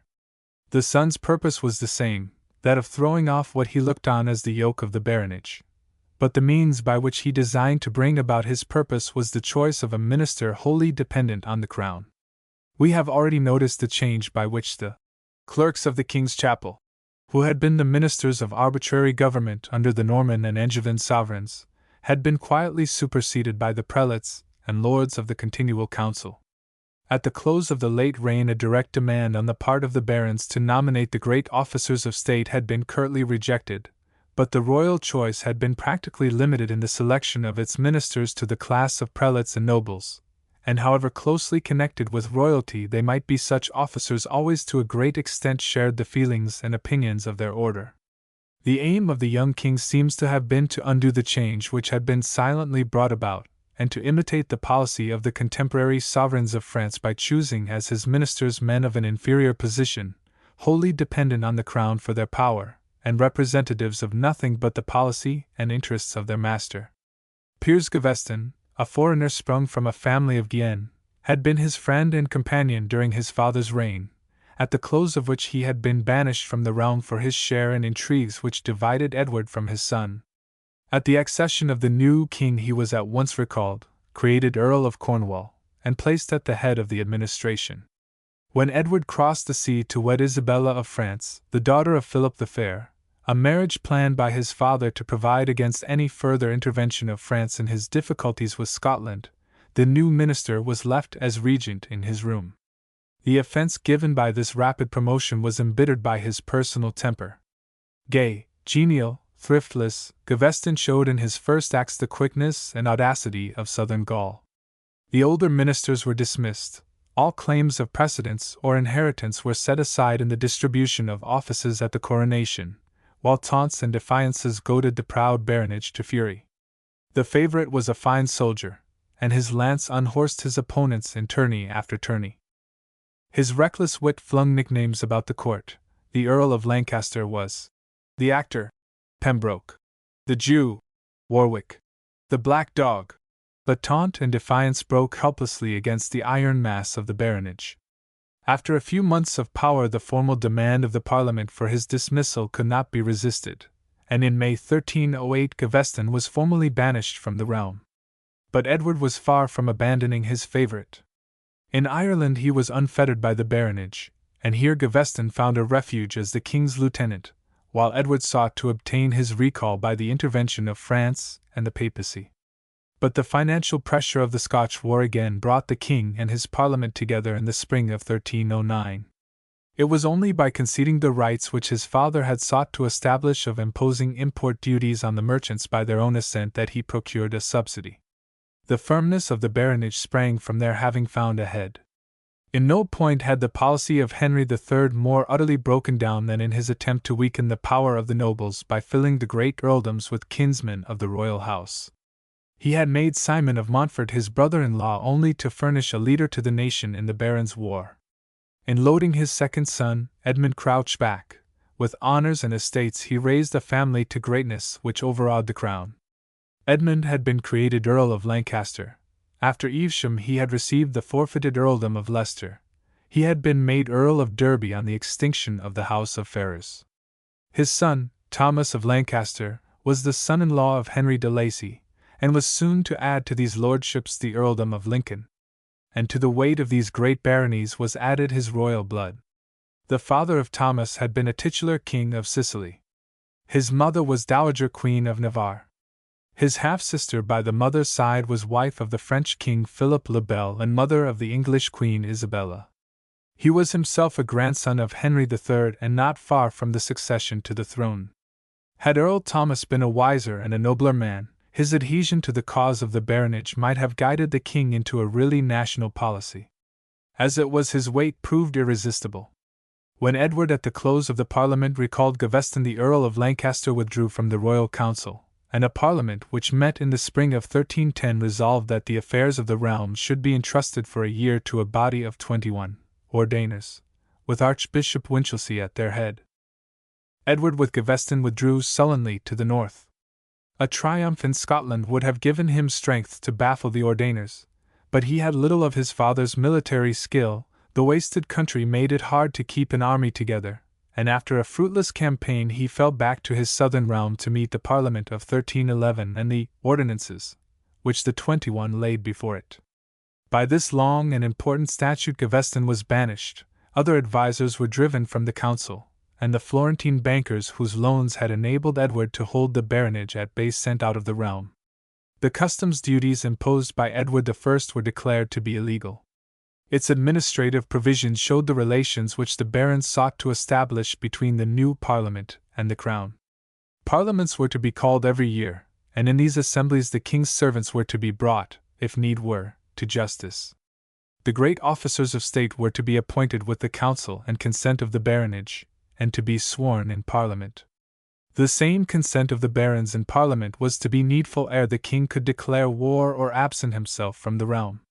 As the ordinances show, the baronage still looked on Parliament rather as a political organization of the nobles than as a gathering of the three estates of the realm. The lower clergy pass unnoticed.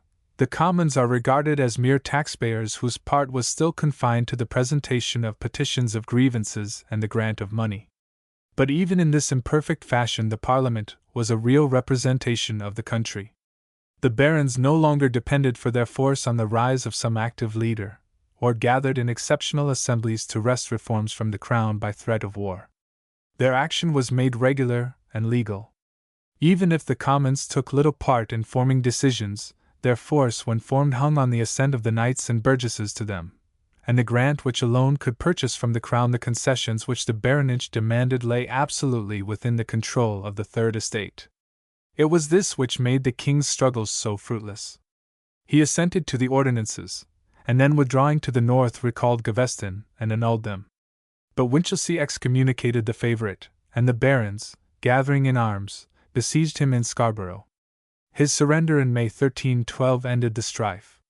The Black Dog of Warwick had sworn that the favourite should feel his teeth, and Gaveston flung himself in vain at the feet of the Earl of Lancaster, praying for pity from his gentle lord. In defiance of the terms of his capitulation he was beheaded on Blacklow Hill. The king's burst of grief was as fruitless as his threats of vengeance.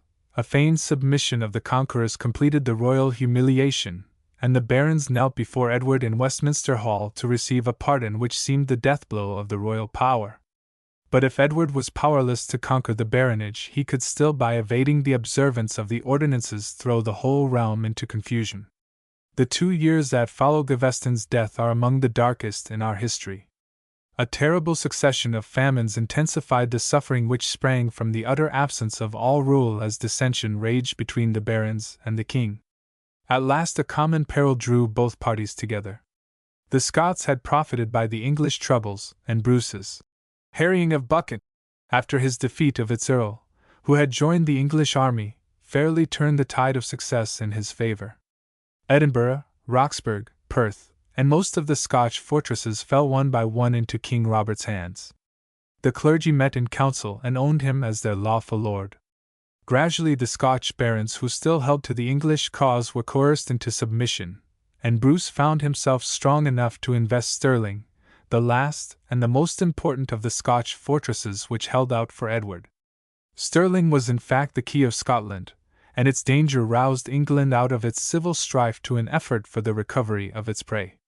At the close of 1313 Edward recognized the ordinances, and a liberal grant from the Parliament enabled him to take the field. Lancaster indeed still held aloof on the ground that the king had not sought the assent of Parliament to the war, but 30,000 men followed Edward to the north, and a host of wild marauders were summoned from Ireland and Wales. The army which Bruce gathered to oppose this inroad was formed almost wholly of footmen, and was stationed to the south of Stirling on a rising ground flanked by a little brook, the Bannockburn, which gave its name to the engagement. The battle took place on the 24th of June 1314. Again 2 systems of warfare were brought face to face as they had been brought at Falkirk, for Robert like Wallace drew up his forces in hollow squares or circles of spearmen. The English were dispirited at the very outset by the failure of an attempt to relieve Stirling and by the issue of a single combat between Bruce and Henry de Bohun, a knight who bore down upon him as he was riding peacefully along the front of his army. Robert was mounted on a small hackney and held only a light battle-axe in his hand, but warding off his opponent's spear he cleft his skull with so terrible a blow that the handle of his axe was shattered in his grasp. At the opening of the battle the English archers were thrown forward to rake the Scottish squares, but they were without support, and were easily dispersed by a handful of horse whom Bruce held in reserve for the purpose. The body of men-at-arms next flung themselves on the Scottish front, but their charge was embarrassed by the narrow space along which the line was forced to move, and the steady resistance of the squares soon threw the knighthood into disorder. "The horses that were stickit," says an exulting Scotch writer, "rushed and reeled right rudely." In the moment of failure the sight of a body of camp followers, whom they mistook for reinforcements to the enemy, spread panic through the English host. It broke in a headlong rout. Its thousands of brilliant horsemen were soon floundering in pits which guarded the level ground to Bruce's left, or riding in wild haste for the border. Few, however, were fortunate enough to reach it. Edward himself, with a body of 500 knights, succeeded in escaping to Dunbar and the sea. But the flower of his knighthood fell into the hands of the victors, while the Irishry and the footmen were ruthlessly cut down by the country folk as they fled. For centuries to come, the rich plunder of the English camp left its traces on the treasure rolls and the vestment rolls of castle and abbey throughout the lowlands. Bannockburn left Bruce the master of Scotland, but terrible as the blow was, England could not humble herself to relinquish her claim on the Scottish crown. Edward was eager indeed for a truce, but with equal firmness Bruce refused all negotiation while the royal title was withheld from him and steadily pushed on the recovery of his southern dominions. His progress was unhindered. Bannockburn left Edward powerless, and Lancaster at the head of the Ordenes became supreme. But it was still impossible to trust the king or to act with him, and in the deadlock of both parties the Scots plundered as they would. Their ravages in the north brought shame on England such as it had never known. At last Bruce's capture of Berwick in the spring of 1318 forced the king to give way.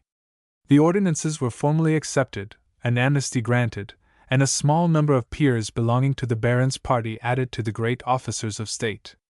Had a statesman been at the head of the baronage, the weakness of Edward might have now been turned to good purpose. But the character of the Earl of Lancaster seems to have fallen far beneath the greatness of his position. Distrustful of his cousin, yet himself incapable of governing, he stood sullenly aloof from the royal council and the royal armies, and Edward was able to lay his failure in recovering Berwick during the campaign of 1319 to the Earl's charge. His influence over the country was sensibly weakened, and in this weakness the new advisers on whom the king was leaning saw a hope of destroying his power. These were a younger and elder Hugh le Despencer, son and grandson of the justiciar who had fallen beside Earl Simon at Evesham. Greedy and ambitious as they may have been, they were able men, and their policy was of a higher stamp than the wilful defiance of Gaveston. It lay, if we may gather it from the faint indications which remain, in a frank recognition of the power of the three estates as opposed to the separate action of the baronage.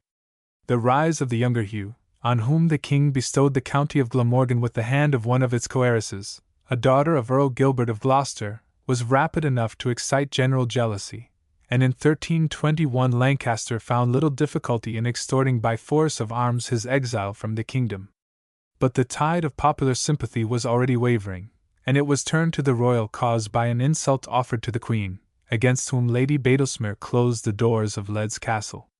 The unexpected energy shown by Edward in avenging this insult gave fresh strength to his cause.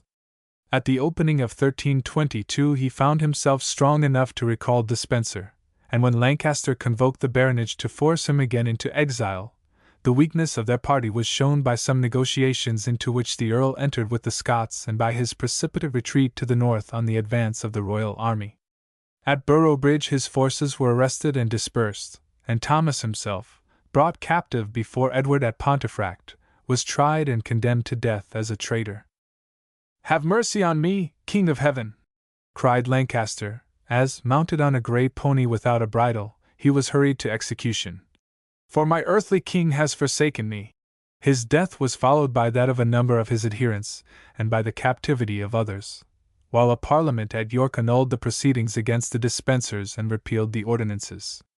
It is to this parliament, however, and perhaps to the victorious confidence of the Royalists, that we owe the famous provision which reveals the policy of the Despensers, the provision that all laws concerning the estate of our lord the king and his heirs, or for the estate of the realm and the people, shall be treated, accorded, and established in parliaments by our lord the king and by the consent of the prelates, earls, barons, and commonalty of the realm, according as hath been hitherto accustomed. It would seem from the tenor of this remarkable enactment that much of the sudden revulsion of popular feeling had been owing to the assumption of all legislative action by the baronage alone. The same policy was seen in a reissue in the form of a royal ordinance of some of the most beneficial provisions of the ordinances which had been formerly repealed. But the arrogance of the Despensers gave new offence, and the utter failure of a fresh campaign against Scotland again weakened the crown. The barbarous forays in which the borderers under Earl Douglas were wasting Northumberland woke a general indignation, and a grant from the Parliament at York enabled Edward to march with a great army to the north. But Bruce as of old declined an engagement till the wasted lowlands starved the invaders into a ruinous retreat. The failure forced England in the spring of 1323 to stoop to a truce for 13 years, in the negotiation of which Bruce was suffered to take the royal title. We see in this act of the Despensers the first of a series of such attempts by which minister after minister strove to free the crown from the bondage under which the war pressure laid it to the growing power of Parliament. But it ended, as these after attempts ended, only in the ruin of the councillors who planned it. The pride of the country had been roused by the struggle, and the humiliation of such a truce robbed the crown of its temporary popularity. It led the way to the sudden catastrophe which closed this disastrous reign. In his struggle with the Scots, Edward, like his father, had been hampered not only by internal divisions but by the harassing intervention of France. The rising under Bruce had been backed by French aid as well as by a revival of the old quarrel over Guienne, and on the accession of Charles IV in 1322 a demand of homage for Ponthieu and Gascony called Edward oversea. But the Despensers dared not let him quit the realm, and a fresh dispute as to the right of possession in the Agenois brought about the seizure of the bulk of Gascony by a sudden attack on the part of the French. The quarrel verged upon open war, and to close it Edward's queen, Isabella, a sister of the French king, undertook in 1325 to revisit her home and bring about a treaty of peace between the two countries. Isabella hated the Despensers. She was alienated from her husband, but hatred and alienation were as yet jealously concealed. At the close of the year the terms of peace seemed to be arranged, and though declining to cross the sea, Edward evaded the difficulty created by the demand for personal homage by investing his son with the duchies of Aquitaine and Gascony, and dispatching him to join his mother at Paris. The boy did homage to King Charles for the two duchies, the question of the Agenois being reserved for legal decision, and Edward at once recalled his wife and son to England. Neither threats nor prayers, however, could induce either wife or child to return to his court. Roger Mortimer, the most powerful of the Marcher barons and a deadly foe to the Despensers, had taken refuge in France, and his influence over the Queen made her the center of a vast conspiracy. With the young Edward in her hand, she was able to procure soldiers from the Count of Hainault by promising her son's hand to his daughter. The Italian bankers supplied funds, and after a year's preparation the Queen set sail in the autumn of 1326. A secret conspiracy of the baronage was revealed when the primate and nobles hurried to her standard on her landing at Orwell. Deserted by all and repulsed by the citizens of London whose aid he implored, the king fled hastily to the west and embarked with the Despensers for Lundy Island, which Despenser had fortified as a possible refuge. But contrary winds flung him again on the Welsh coast, where he fell into the hands of Earl Henry of Lancaster, the brother of the earl whom they had slain. The younger Despenser, who accompanied him, was at once hung on a gibbet 50 feet high, and the king placed in ward at Kenilworth till his fate could be decided by a parliament summoned for that purpose at Westminster in January 1327. The peers who assembled fearlessly revived the constitutional usage of the earlier English freedom, and asserted their right to depose a king who had proved himself unworthy to rule. Not a voice was raised in Edward's behalf, and only 4 prelates protested when the young prince was proclaimed king by acclamation and presented as their sovereign to the multitudes without. The revolution took legal form in a bill which charged the captive monarch with indolence, incapacity, the loss of Scotland, the violation of his coronation oath and oppression of the church and baronage. And on the approval of this it was resolved that the reign of Edward of Carnarvon had ceased and that the crown had passed to his son, Edward of Windsor.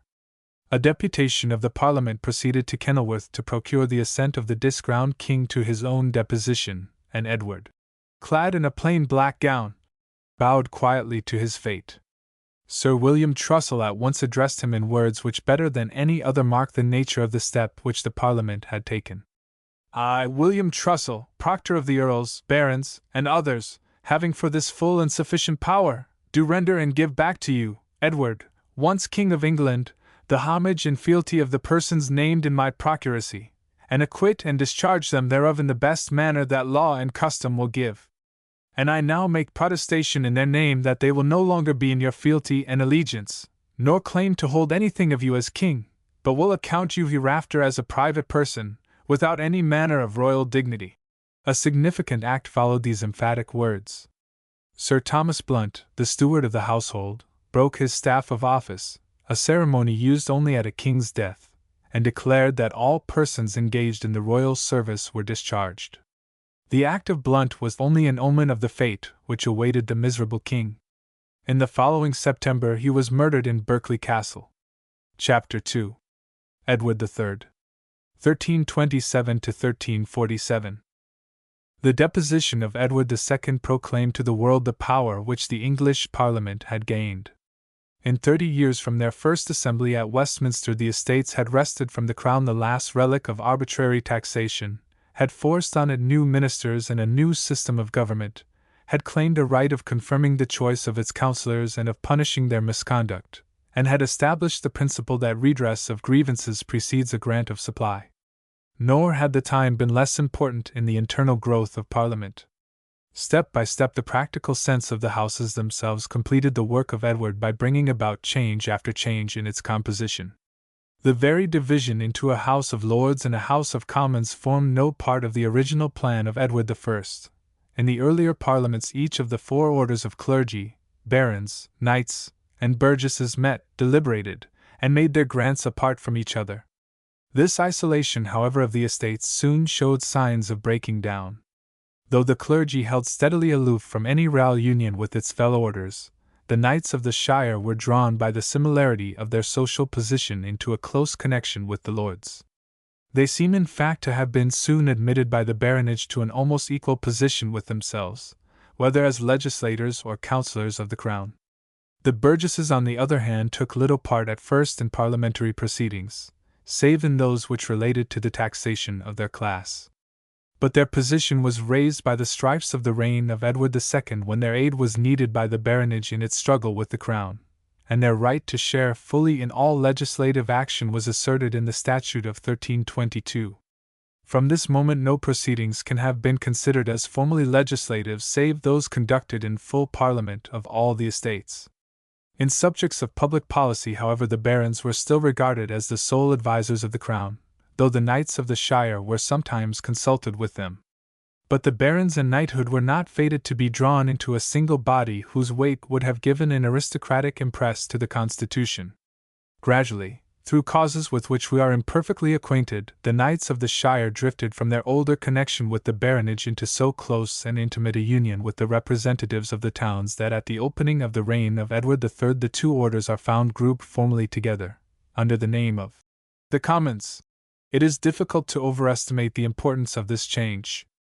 Had Parliament remained broken up into its 4 orders of clergy, barons, knights, and citizens, its power would have been neutralized at every great crisis by the jealousies and difficulty of cooperation among its component parts. A permanent union of the knighthood and the baronage, on the other hand, would have converted Parliament into the mere representative of an aristocratic caste, and would have robbed it of the strength which it has drawn from its connection with the great body of the commercial classes.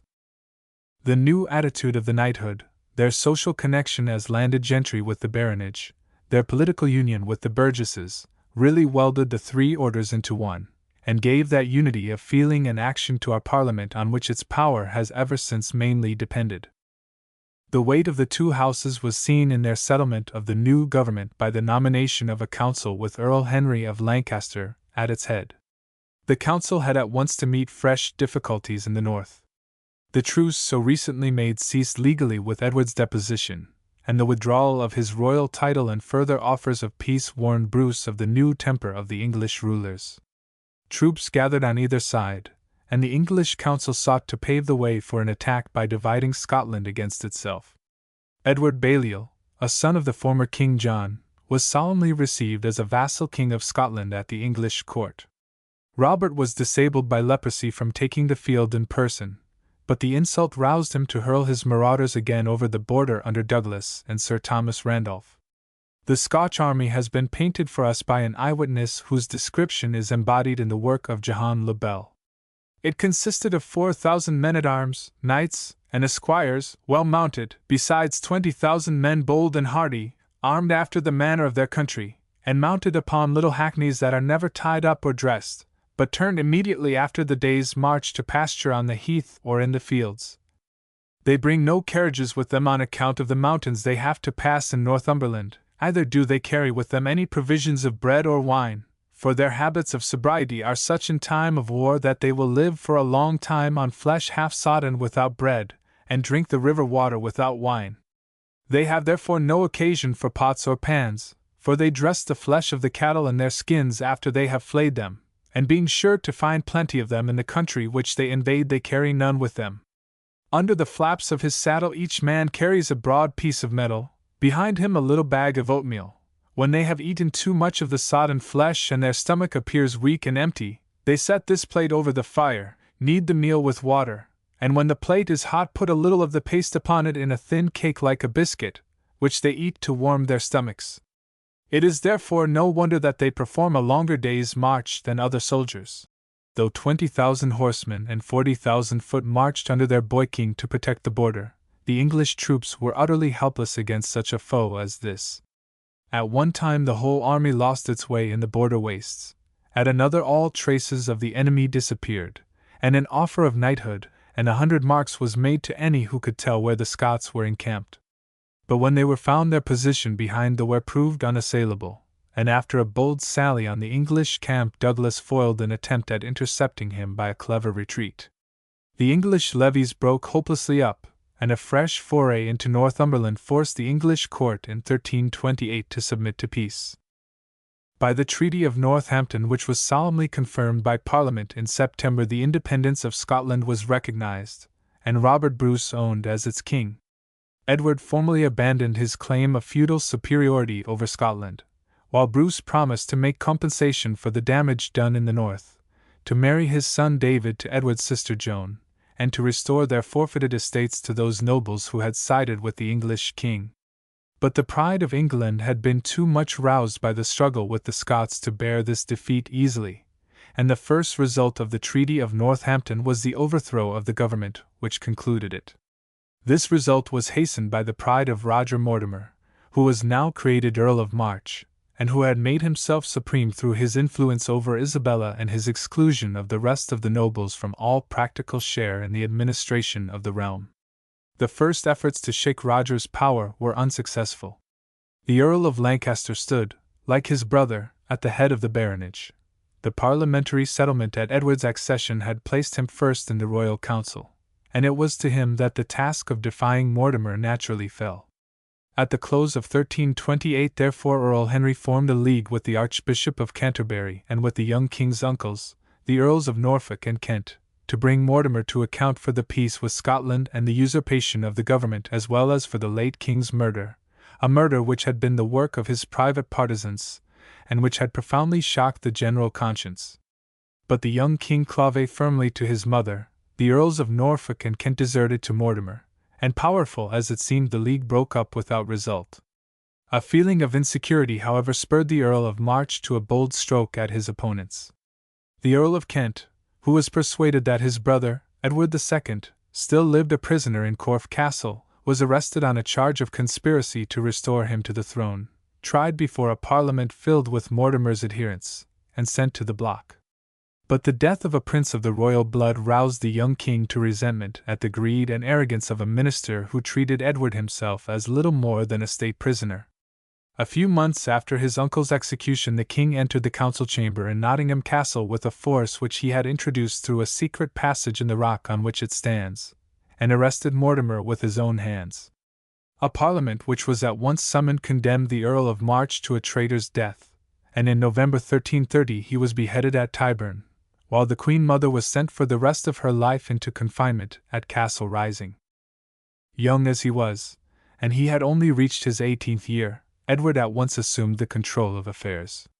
His first care was to restore good order throughout the country, which under the late government had fallen into ruin, and to free his hands by a peace with France for further enterprises in the north. A formal peace had been concluded by Isabella after her husband's fall, but the death of Charles IV soon brought about new jealousies between the two courts.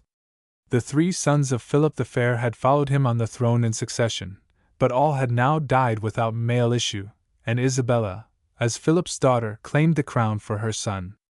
The claim in any case was a hard one to make out.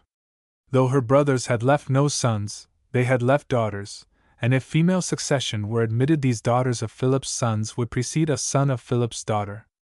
Isabella met this difficulty by a contention that though females could transmit the right of succession, they could not themselves possess it, and that her son, as the nearest living male descendant of Philip the Fair, and born in the lifetime of the king from whom he claimed, could claim in preference to females who were related to Philip in as near a degree. But the bulk of French jurists asserted that only male succession gave right to the French throne. On such a theory, the right inheritable from Philip the Fair was exhausted, and the crown passed to the son of Philip's younger brother, Charles of Valois, who in fact peacefully mounted the throne as Philip VI. Purely formal as the claim which Isabella advanced seems to have been, it revived the irritation between the 2 courts, and though Edward's obedience to a summons which Philip addressed to him to do homage for Aquitaine brought about an agreement that both parties should restore the gains they had made since the last treaty, the agreement was never carried out. Fresh threats of war ended in the conclusion of a new treaty of peace, but the question whether liege or simple homage was due for the duchies remained unsettled when the fall of Mortimer gave the young king full mastery of affairs. His action was rapid and decisive. Clad as a merchant, and with but 15 horsemen at his back, Edward suddenly made his appearance in 1331 at the French court, and did homage as fully as Philip required. The question of the Agenois remained unsettled, though the English Parliament insisted that its decision should rest with negotiation and not with war, but on all other points a complete peace was made, and the young king rode back with his hands free for an attack which he was planning on the north. The provisions of the Treaty of Northampton for the restitution of estates had never been fully carried out. Till this was done, the English court held that the rights of feudal superiority over Scotland which it had yielded in the treaty remained in force, and at this moment an opening seemed to present itself for again asserting these rights with success. Fortune seemed at last to have veered to the English side. The death of Robert Bruce only a year after the Treaty of Northampton left the Scottish throne to his son David, a child of but 8 years old. The death of the king was followed by the loss of Randolph and Douglas, and the internal difficulties of the realm broke out in civil strife. To the great barons on either side the border, the late peace involved serious losses, for many of the Scotch houses held large estates in England, as many of the English lords held large estates in Scotland, and although the treaty had provided for their claims, they had in each case been practically set aside. It is this discontent of the barons at the new settlement which explains the sudden success of Edward Balliol in a snatch which he made at the Scottish throne. Balliol's design was known at the English court, where he had found shelter for some years, and Edward, whether sincerely or no, forbade his barons from joining him and posted troops on the border to hinder his crossing it. But Balliol found little difficulty in making his attack by sea. He sailed from England at the head of a body of nobles who claimed estates in the north, landed in August 1332 on the shores of Fife, and after repulsing with immense loss an army which attacked him near Perth, was crowned at Scone 2 months after his landing, while David Bruce fled helplessly to France. Edward had given no open aid to this enterprise, but the crisis tempted his ambition, and he demanded and obtained from Balliol an acknowledgment of the English suzerainty. The acknowledgment, however, was fatal to Balliol himself. Surprised at Annan by a party of Scottish nobles, their sudden attack drove him in December over the border after a reign of but 5 months, and Berwick, which he had agreed to surrender to Edward, was strongly garrisoned against an English attack. The sudden breakdown of his vassal king left Edward face to face with the new Scotch war. The Parliament which he summoned to advise on the enforcement of his claims showed no wish to plunge again into the contest, and met him only with evasions and delays. But Edward had gone too far to withdraw. In March 1333 he appeared before Berwick, and besieged the town. A Scotch army under the regent, Sir Archibald Douglas, brother to the famous Sir James, advanced to its relief in July and attacked a covering force which was encamped on the strong position of Halidon Hill. The English bowmen, however, vindicated the fame they had first won at Falkirk and were soon to crown in the victory of Cressy. The Scotch only struggled through the marsh which covered the English front to be riddled with a storm of arrows and to break in utter rout. The battle decided the fate of Berwick. From that time the town has remained English territory. It was in fact the one part of Edward's conquests which was preserved in the end by the English crown. But fragment as it was always viewed legally as representing the realm of which it once formed a part. As Scotland, it had its chancellor, chamberlain, and other officers of state, and the peculiar heading of Acts of Parliament enacted for England. And the town of Berwick upon Tweed still preserves the memory of its peculiar position. But the victory did more than give Berwick to England. The defeat of Douglas was followed by the submission of a large part of the Scotch nobles, by the flight of the boy King David, and by the return of Balliol unopposed to the throne. Edward exacted a heavy price for his aid. All Scotland south of the Firth of Forth was ceded to England, and Balliol did homage as vassal king for the rest. It was at the moment of this submission that the young king reached the climax of his success. A king at 14, a father at 17, he had carried out at 18 a political revolution in the overthrow of Mortimer, and restored at 22 the ruined work of his grandfather. The northern frontier was carried to its old line under the Northumbrian kings. His kingdom within was peaceful and orderly, and the strife with France seemed at an end. During the next 3 years Edward persisted in the line of policy he had adopted, retaining his hold over southern Scotland, aiding his sub-king Balliol in campaign after campaign against the despairing efforts of the nobles who still adhered to the House of Bruce, a party who were now headed by Robert the Steward of Scotland and by Earl Randolph of Moray. His perseverance was all but crowned with success, when Scotland was again saved by the intervention of France. The successes of Edward roused anew the jealousy of the French court. David Bruce found a refuge with Philip. French ships appeared off the Scotch coast and brought aid to the patriot nobles, and the old legal questions about the Agenus and Aquitaine were mooted afresh by the French council. For a time Edward staved off the contest by repeated embassies, but his refusal to accept Philip as a mediator between England and the Scots stirred France to threats of war. In 1335 fleets gathered on its coasts, descents were made on the English shores, and troops and galleys were hired in Italy and the north for an invasion of England. The mere threat of war saved Scotland. Edward's forces there were drawn to the south to meet the looked-for attack from across the Channel, and the Patriot party, freed from their pressure, at once drew together again. The actual declaration of war against France at the close of 1337 was the knell of Balliol's greatness. He found himself without an adherent, and withdrew 2 years later to the court of Edward, while David returned to his kingdom in 1342 and won back the chief fastnesses of the lowlands. From that moment the freedom of Scotland was secured. From a war of conquest and patriotic resistance the struggle died into a petty strife between two angry neighbors, which became a mere episode in the larger contest which it had stirred between England and France. Whether in its national or in its European bearings, it is difficult to overestimate the importance of the contest which was now to open between these two nations.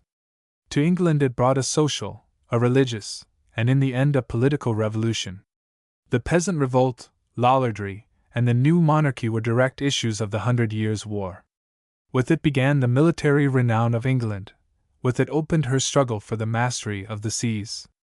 The pride begotten by great victories and a sudden revelation of warlike prowess roused the country not only to a new ambition, a new resolve to assert itself as a European power, but to a repudiation of the claims of the papacy and an assertion of the ecclesiastical independence both of church and crown which paved the way for and gave its ultimate form to the English Reformation. The peculiar shape which English warfare assumed, the triumph of the yeoman and archer over noble and knight, gave new force to the political advance of the Commons. On the other hand, the misery of the war produced the first great open feud between labor and capital. The glory of Crécy or Poitiers was dearly bought by the upgrowth of English pauperism. The warlike temper nursed on foreign fields begot at home a new turbulence, and scorn of law woke a new feudal spirit in the baronage, and sowed in the Revolution which placed a new house on the throne the seeds of that fatal strife over the succession which troubled England to the days of Elizabeth. Nor was the contest of less import in the history of France.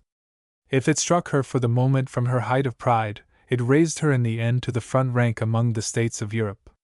It carried her boundaries to the Rhone and the Pyrenees. It wrecked alike the feudal power of her noblesse and the hopes of constitutional liberty which might have sprung from the emancipation of the peasant or the action of the burgher. It founded a royal despotism which reached its height in Richelieu and finally plunged France into the gulf of the Revolution. Of these mighty issues little could be foreseen at the moment when Philip and Edward declared war. But from the very first the war took European dimensions. The young king saw clearly the greater strength of France. The weakness of the empire, the captivity of the papacy at Avignon, left her without a rival among European powers. The French chivalry was the envy of the world, and its military fame had just been heightened by a victory over the Flemish communes at Cassel. In numbers, in wealth, the French people far surpassed their neighbors over the Channel. England can hardly have counted more than 4 millions of inhabitants. France boasted of 20. The clinging of our kings to their foreign dominions is explained by the fact that their subjects in Gascony, Aquitaine, and Poitou must have equaled in number their subjects in England. There was the same disproportion in the wealth of the two countries and, as men held then, in their military resources. Edward could bring only 8,000 men-at-arms to the field. Philip, while a third of his force was busy elsewhere, could appear at the head of 40,000. Of the revolution in warfare which was to reverse this superiority, to make the footman rather than the horseman the strength of an army, the world and even the English king, in spite of Falkirk and Halidon, as yet recked little. Edward's whole energy was bent on meeting the strength of France by a coalition of powers against her, and his plans were helped by the dread which the great feudatories of the empire who lay nearest to him, the Duke of Brabant, the Counts of Hainault and Gelders, the Margrave of Juliers, felt of French annexation. They listened willingly enough to his offers. 60,000 crowns purchased the alliance of Brabant. Lesser subsidies bought that of the two counts and the Margrave. The king's work was helped indeed by his domestic relations. The Count of Hainault was Edward's father-in-law. He was also the father-in-law of the Count of Gelders. But the marriage of a third of the Count's daughters brought the English king a more important ally. She was wedded to the Emperor, Louis of Bavaria, and the connection that thus existed between the English and imperial courts facilitated the negotiations which ended in a formal alliance. But the League had a more solid ground. The Emperor, like Edward, had his strife with France. His strife sprang from the new position of the papacy. The removal of the popes to Avignon, which followed on the quarrel of Boniface VIII with Philip le Bel, and the subjection to the French court which resulted from it, affected the whole state of European politics. In the ever-recurring contest between the papacy and the Empire, France had of old been the lieutenant of the Roman See. But with the settlement at Avignon the relation changed, and the Pope became the lieutenant of France. Instead of the papacy using the French kings in its war of ideas against the empire, the French kings used the papacy as an instrument in their political rivalry with the emperors. But if the position of the Pope drew Louis to the side of England, it had much to do with drawing Edward to the side of Louis. It was this that made the alliance, fruitless as it proved in a military sense, so memorable in its religious results. Hitherto England had been mainly on the side of the popes in their strife against the emperors. Now that the Pope had become a tool in the hands of a power which was to be its great enemy, the country was driven to close alliances with the Empire and to an ever-growing alienation from the Roman See. In Scotch affairs the hostility of the popes had been steady and vexatious ever since Edward I's time, and from the moment that this fresh struggle commenced they again showed their French partisanship. When Louis made a last appeal for peace, Philip of Valois made Benedict XII lay down as a condition that the emperor should form no alliance with an enemy of France. The quarrel of both England and Germany with the papacy at once grew ripe. The German Diet met to declare that the imperial power came from God alone, and that the choice of an emperor needed no papal confirmation, while Benedict replied by a formal excommunication of Louis. England, on the other hand, entered on a religious revolution when she stood hand in hand with an excommunicated power. It was significant that though worship ceased in Flanders on the Pope's interdict, the English priests who were brought over set the interdict at naught. The negotiation of this alliance occupied the whole of 1337. It ended in a promise of the Emperor on payment of 3,000 gold florins to furnish 2,000 men-at-arms.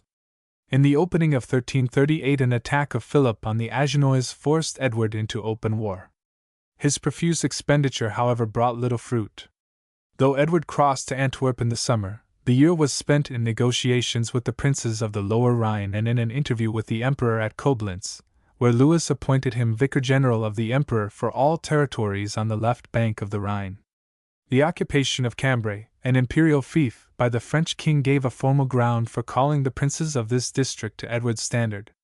But already the Great Alliance showed signs of yielding. Edward, uneasy at his connection with an emperor under the ban of the Church and harassed by vehement remonstrances from the Pope, entered again into negotiations with France in the winter of 1338, and Louis, alarmed in his turn, listened to fresh overtures from Benedict, who held out vague hopes of reconciliation, while he threatened a renewed excommunication if Louis persisted in invading France. The non-arrival of the English subsidy decided the emperor to take no personal part in the war, and the attitude of Louis told on the temper of Edward's German allies. Though all joined him in the summer of 1339 on his formal summons of them as vicar general of the empire, and his army when it appeared before Cambrai numbered 40,000 men, their ardor cooled as the town held out. Philip approached it from the south, and on Edward's announcing his resolve to cross the river and attack him, he was at once deserted by the two border princes who had most to lose from a contest with France, the Counts of Hainault and Namur. But the king was still full of hope. He pushed forward to the country round St. Quentin between the head waters of the Somme and the Oise with the purpose of forcing a decisive engagement. But he found Philip strongly encamped, and declaring their supplies exhausted, his allies at once called for a retreat. It was in vain that Edward moved slowly for a week along the French border. Philip's position was too strongly guarded by marshes and entrenchments to be attacked, and at last the allies would stay no longer. At the news that the French king had withdrawn to the south, the whole army in turn fell back upon Brussels. The failure of the campaign dispelled the hopes which Edward had drawn from his alliance with the empire. With the exhaustion of his subsidies, the princes of the Low Countries became inactive.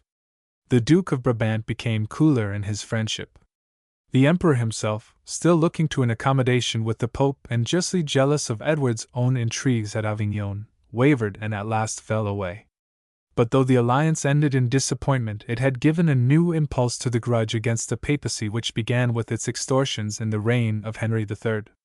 The hold of Rome on the loyalty of England was sensibly weakening. Their transfer from the Eternal City to Avignon robbed the popes of half the awe which they had inspired among Englishmen. Not only did it bring them nearer and more into the light of common day, but it dwarfed them into mere agents of French policy. The old bitterness at their exactions was revived by the greed to which they were driven through their costly efforts to impose a French and papal emperor on Germany, as well as to secure themselves in their new capital on the Rhone. The mighty building, half fortress, half palace, which still awes the traveler at Avignon, has played its part in our history. Its erection was to the rise of Lollardry what the erection of St. Peter's was to the rise of Lutheranism. Its massive walls, its stately chapel, its chambers glowing with the frescoes of Simone Memmi, the garden which covered its roof with a strange verdure, called year by year for fresh supplies of gold, and for this as for the wider and costlier schemes of papal policy, gold could be got only by pressing harder and harder on the national churches the worst claims of the papal court, by demands of first fruits and annates from rectory and bishopric, by pretensions to the right of bestowing all benefices which were in ecclesiastical patronage, and by the sale of these presentations, by the direct taxation of the clergy, by the intrusion of foreign priests into English livings, by opening a mart for the disposal of pardons, dispensations, and indulgences, and by encouraging appeals from every ecclesiastical jurisdiction to the papal court. No grievance was more bitterly felt than this grievance of appeals. Cases of the most trifling importance were called for decision out of the realm to a tribunal whose delays were proverbial, and whose fees were enormous. The envoy of an Oxford college which sought only a formal license to turn a vicarage into a rectory had not only to bear the expense and toil of a journey which then occupied some 18 days, but was kept dangling at Avignon for 23 weeks. Humiliating and vexatious, however, as these appeals were, they were but one among the means of extortion which the papal court multiplied as its needs grew greater.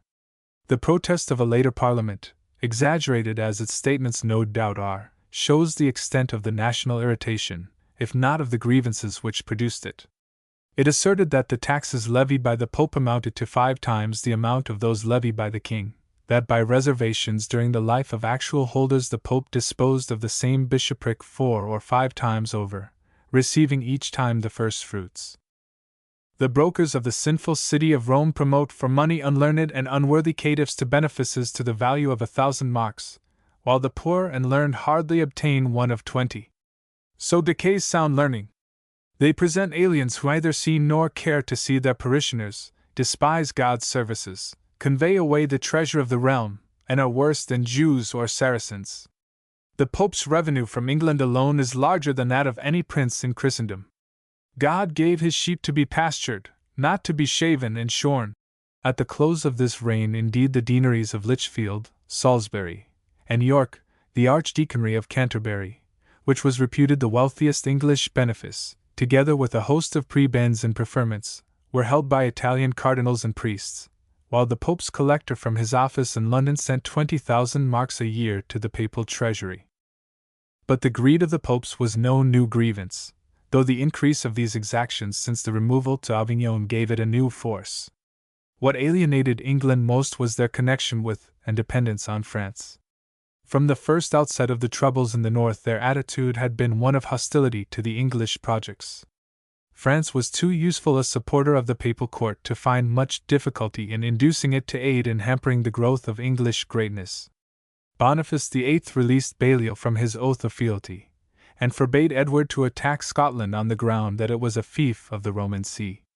His intervention was met by a solemn and emphatic protest from the English Parliament, but it none the less formed a terrible obstacle in Edward's way. The obstacle was at last removed by the quarrel of Boniface with Philip the Fair, but the end of this quarrel only threw the papacy more completely into the hands of France. Though Avignon remained imperial soil, the removal of the popes to this city on the verge of their dominions made them mere tools of the French kings. Much no doubt of the endless negotiation which the papal court carried on with Edward III in his strife with Philip of Valois was an honest struggle for peace.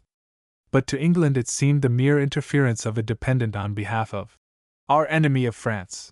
The people scorned the French Pope, and threatened papal legates with stoning when they landed on English shores. The alliance of Edward with an excommunicated emperor, the bold defiance with which English priests said Mass in Flanders when an interdict reduced the Flemish priests to silence, were significant tokens of the new attitude which England was taking up in the face of popes who were leagued with its enemy. The old quarrel over ecclesiastical wrongs was renewed in a formal and decisive way. In 1343 the Commons petitioned for the redress of the grievance of papal appointments to vacant livings in despite of the rights of patrons or the crown, and Edward formally complained to the Pope of his appointing foreigners, most of them suspicious persons, who do not reside on their benefices, who do not know the faces of the flocks entrusted to them, who do not understand their language, but neglecting the cure of souls seek as hirelings only their worldly hire. In yet sharper words the king rebuked the papal greed. The successor of the apostles was set over the Lord's sheep to feed and not to shear them.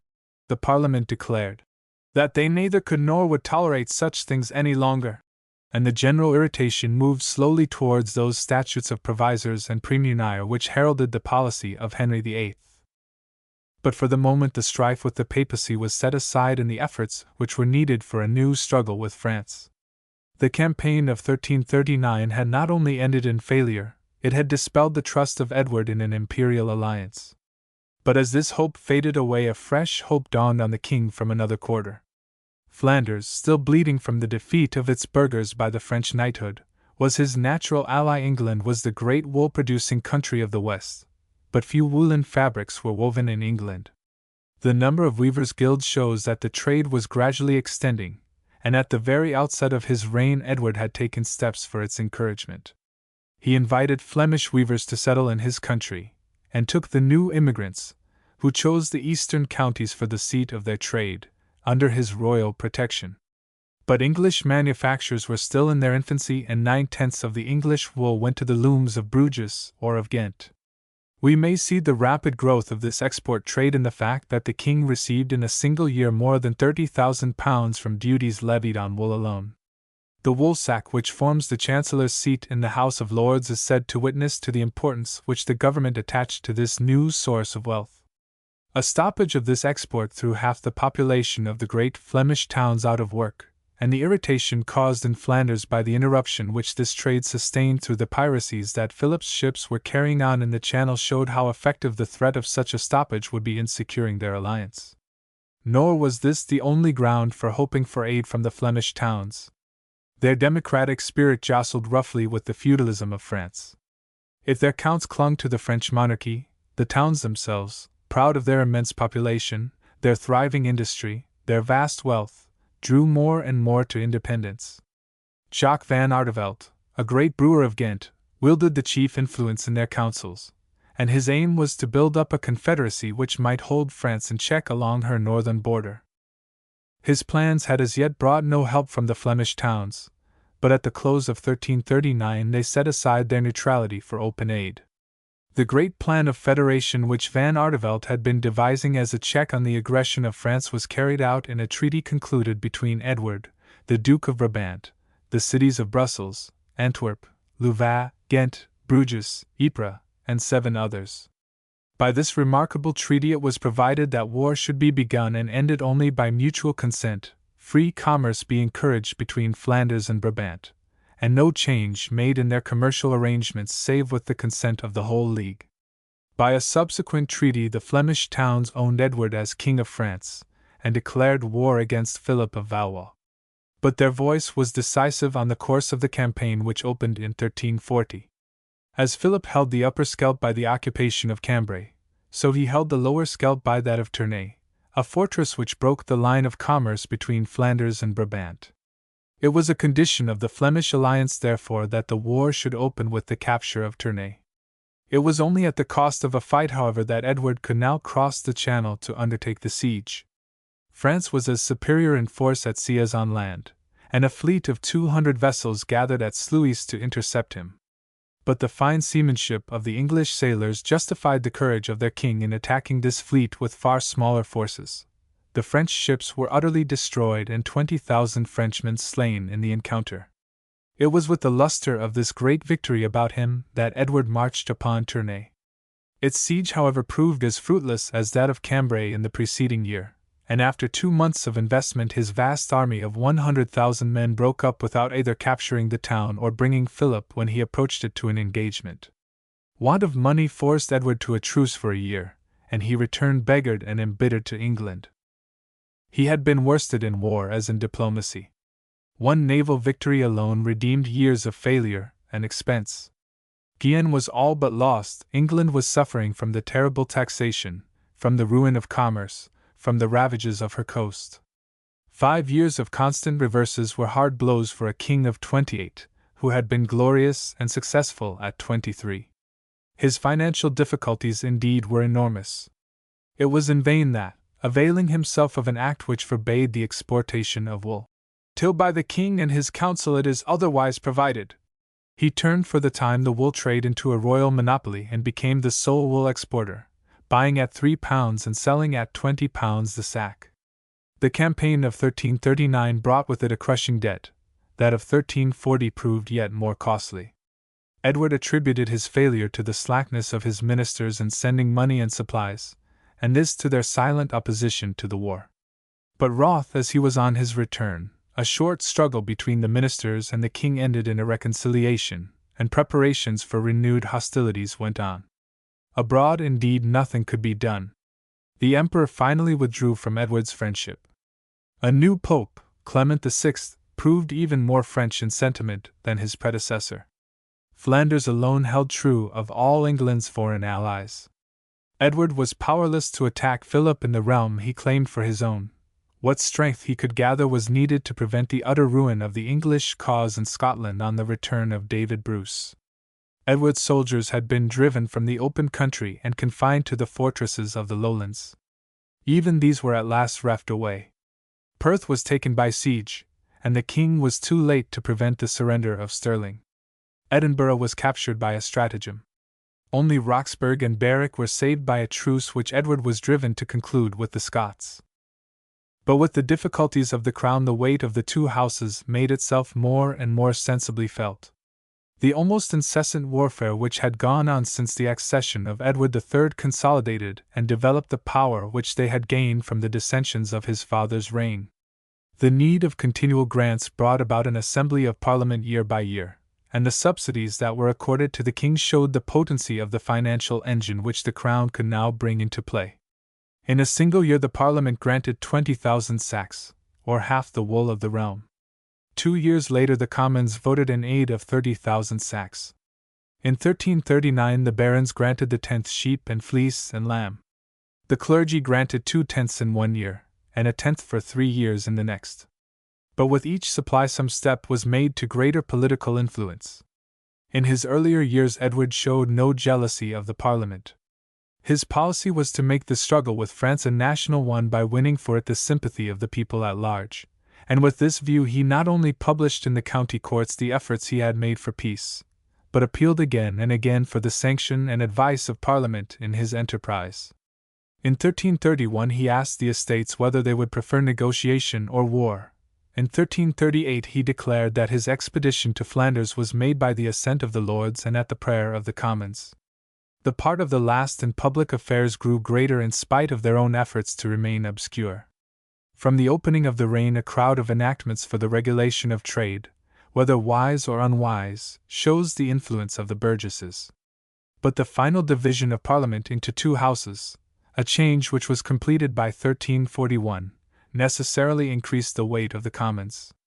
The humble trader who shrank from counseling the crown in great matters of policy gathered courage as he found himself sitting side by side with the knights of the shire.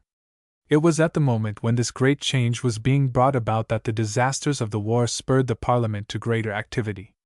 The enormous grants of 1340 were bought by the king's assent to statutes which provided remedies for grievances of which the Commons complained.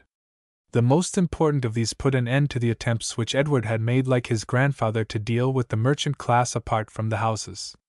No charge or aid was henceforth to be made save by the common assent of the estates assembled in Parliament. The progress of the next year was yet more important. The strife of the king with his ministers, the foremost of whom was Archbishop Stratford, ended in the primate's refusal to make answer to the royal charges save in full Parliament, and in the assent of the king to a resolution of the Lords that none of their number, whether ministers of the crown or no, should be brought to trial elsewhere than before his peers.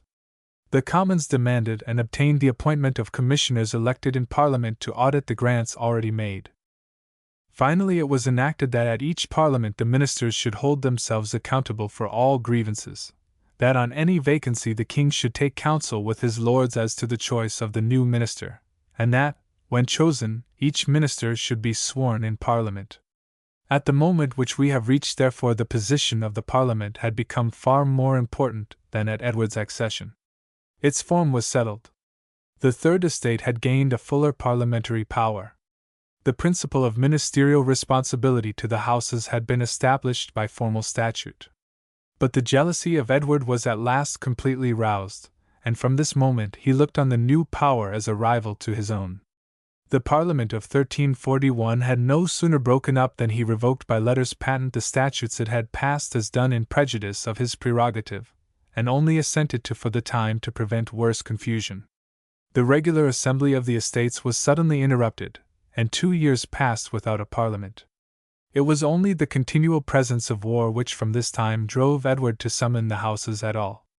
Though the truce still held good between England and France, a quarrel of succession to the Duchy of Brittany which broke out in 1341 and called Philip to the support of one claimant, his cousin Charles of Blois, and Edward to the support of a rival claimant, John of Montfort, dragged on year after year. In Flanders things went ill for the English cause. The dissensions between the great and the smaller towns, and in the greater towns themselves between the weavers and fullers, dissensions which had taxed the genius of Van Artevelde through the 9 years of his wonderful rule, broke out in 1345 into a revolt at Ghent in which the great statesman was slain. With him fell a design for the deposition of the Count of Flanders and the reception of the Prince of Wales in his stead which he was ardently pressing, and whose political results might have been immense. Deputies were at once sent to England to excuse Van Artevelde's murder and to promise loyalty to Edward, but the king's difficulties had now reached their height. His loans from the Florentine bankers amounted to 500,000. His claim on the French crown found not a single adherent save among the burghers of the Flemish towns. The overtures which he made for peace were contemptuously rejected, and the expiration of the truce in 1345 found him again face to face with France. But it was perhaps this breakdown of all foreign hope that contributed to Edward's success in the fresh outbreak of war. The war opened in Guienne, and Henry of Lancaster, who was now known as the Earl of Derby, and who with the Hainaulter Sir Walter Mauny took the command in that quarter, at once showed the abilities of a great general. The course of the Garonne was cleared by his capture of La Réole and Aiguillon, that of the Dordogne by the reduction of Bergerac, and a way opened for the reconquest of Poitou by the capture of Angoulême. These unexpected successes roused Philip to strenuous efforts, and 100,000 men gathered under his son, John, Duke of Normandy, for the subjugation of the south. Angoulême was won back, and Aiguillon besieged when Edward sailed to the aid of his hard-pressed lieutenant. It was with an army of 30,000 men, half English, half Irish and Welsh, that he commenced a march which was to change the whole face of the war. His aim was simple. Flanders was still true to Edward's cause, and while Derby was pressing on in the south, a Flemish army besieged Bouvines and threatened France from the north. The king had at first proposed to land in Guienne and relieve the forces in the south, but suddenly changing his design, he disembarked at La Hogue and advanced through Normandy. By this skillful movement Edward not only relieved Derby but threatened Paris, and left himself able to cooperate with either his own army in the south or the Flemings in the north. Normandy was totally without defense, and after the sack of Caen, which was then one of the wealthiest towns in France, Edward marched upon the Seine. His march threatened Rouen and Paris, and its strategical value was seen by the sudden panic of the French king. Philip was wholly taken by surprise. He attempted to arrest Edward's march by an offer to restore the Duchy of Aquitaine as Edward II had held it, but the offer was fruitless. Philip was forced to call his son to the rescue. John at once raised the siege of Aiguillon, and the French army moved rapidly to the north, its withdrawal enabling Derby to capture Poitiers and make himself thorough master of the south. But John was too distant from Paris for his forces to avail Philip in his emergency, for Edward, finding the bridges on the lower Seine broken, pushed straight on Paris, rebuilt the bridge of Poissy, and threatened the capital. At this crisis, however, France found an unexpected help in a body of German knights. The long strife between Louis of Bavaria and the papacy had ended at last in Clement's carrying out his sentence of deposition by the nomination and coronation as Emperor of Charles of Luxembourg, a son of King John of Bohemia, the well-known Charles IV. of the Golden Bull. But against this papal assumption of a right to bestow the German crown, Germany rose as one man.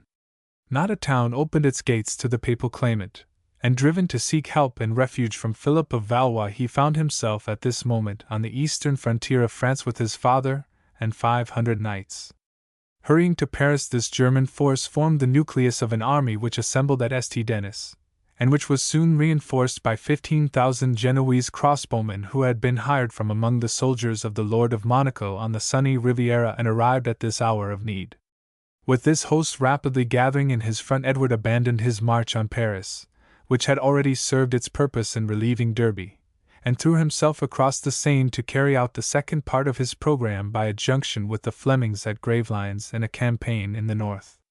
But the rivers in his path were carefully guarded, and it was only by surprising the ford of Blanchetaque on the Somme that the king escaped the necessity of surrendering to the vast host which was now hastening in pursuit. His communications, however, were no sooner secured than he halted on the 26th of August at the little village of Crécy in Ponthieu and resolved to give battle. Half of his army, which had been greatly reduced in strength by his rapid marches, consisted of light-armed footmen from Ireland and Wales. The bulk of the remainder was composed of English bowmen. The king ordered his men-at-arms to dismount, and drew up his forces on a low rise sloping gently to the southeast, with a deep ditch covering its front, and its flanks protected by woods and a little brook. From a windmill on the summit of this rise Edward could overlook the whole field of battle. Immediately beneath him lay his reserve, while at the base of the slope was placed the main body of the army in two divisions, that to the right commanded by the young Prince of Wales, Edward. The Black Prince, as he was called, that to the left by the Earl of Northampton.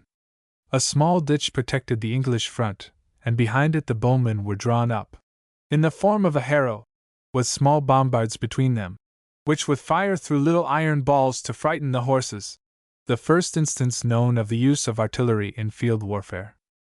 The halt of the English army took Philip by surprise, and he attempted for a time to check the advance of his army. But the attempt was fruitless, and the disorderly host rolled on to the English front. The sight of his enemies indeed stirred Philip's own blood to fury, for he hated them. The fight began at vespers. The Genoese crossbowmen were ordered to open the attack, but the men were weary with their march. A sudden storm wetted and rendered useless their bowstrings, and the loud shouts with which they leapt forward to the encounter were met with dogged silence in the English ranks. Their first arrow flight, however, brought a terrible reply. So rapid was the English shot that it seemed as if it snowed. "Kill me these scoundrels!" shouted Philip, as the Genoese fell back, and his men-at-arms plunged butchering into their broken ranks, while the Counts of Alencon and Flanders at the head of the French knighthood fell hotly on the prince's line. For an instant his small force seemed lost, and he called his father to support him. But Edward refused to send him aid. "Is he dead, or unhorsed, or so wounded that he cannot help himself?" he asked the envoy. "No, sir," was the reply. "But he is in a hard passage of arms, and sorely needs your help." "Return to those that sent you," said the king, "and bid them not send to me again so long as my son lives. Let the boy win his spurs, for, if God so order it, I will that the day may be his and that the honor may be with him and them to whom I have given it in charge." Edward could see in fact from his higher ground that all went well. The English bowmen and men-at-arms held their ground stoutly, while the Welsh men stabbed the French horses in the melee and brought night after night to the ground. Soon the French host was wavering in a fatal confusion. "You are my vassals, my friends," cried the blind John of Bohemia to the German nobles around him. "I pray and beseech you to lead me so far into the fight that I may strike one good blow with this sword of mine." Linking their bridles together, the little company plunged into the thick of the combat to fall as their fellows were falling. The battle went steadily against the French. At last Philip himself hurried from the field, and the defeat became a rout. 1,200 knights and 30,000 footmen, a number equal to the whole English force, lay dead upon the ground. "God has punished us for our sins," cries the chronicler of St. Denis in a passion of bewildered grief as he tells the rout of the great host which he had seen mustering beneath his abbey walls. But the fall of France was hardly so sudden or so incomprehensible as the ruin at a single blow of a system of warfare, and with it of the political and social fabric which had risen out of that system. Feudalism rested on the superiority of the horseman to the footman, of the mounted noble to the unmounted churl.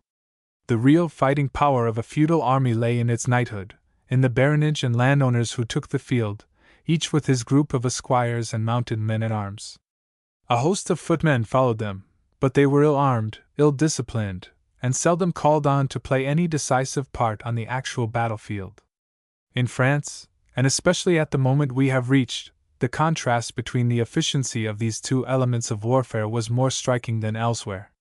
Nowhere was the chivalry so splendid, nowhere was the general misery and oppression of the poor more terribly expressed in the worthlessness of the mob of footmen who were driven by their lords to the camp.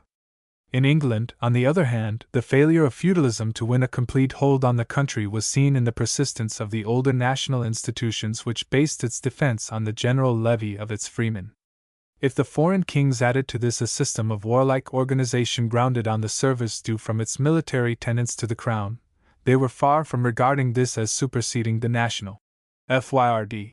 The Assize of Arms, the Statute of Winchester, show with what care the Fyrd was held in a state of efficiency.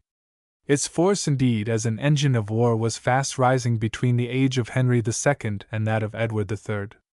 The social changes on which we have already dwelt, the facilities given to alienation and the subdivision of lands, the transition of the serf into a copyholder and of the copyholder by redemption of his services into a freeholder, the rise of a new class of farmers, as the lords ceased to till their domain by means of bailiffs and adopted the practice of leasing it at a rent or farm.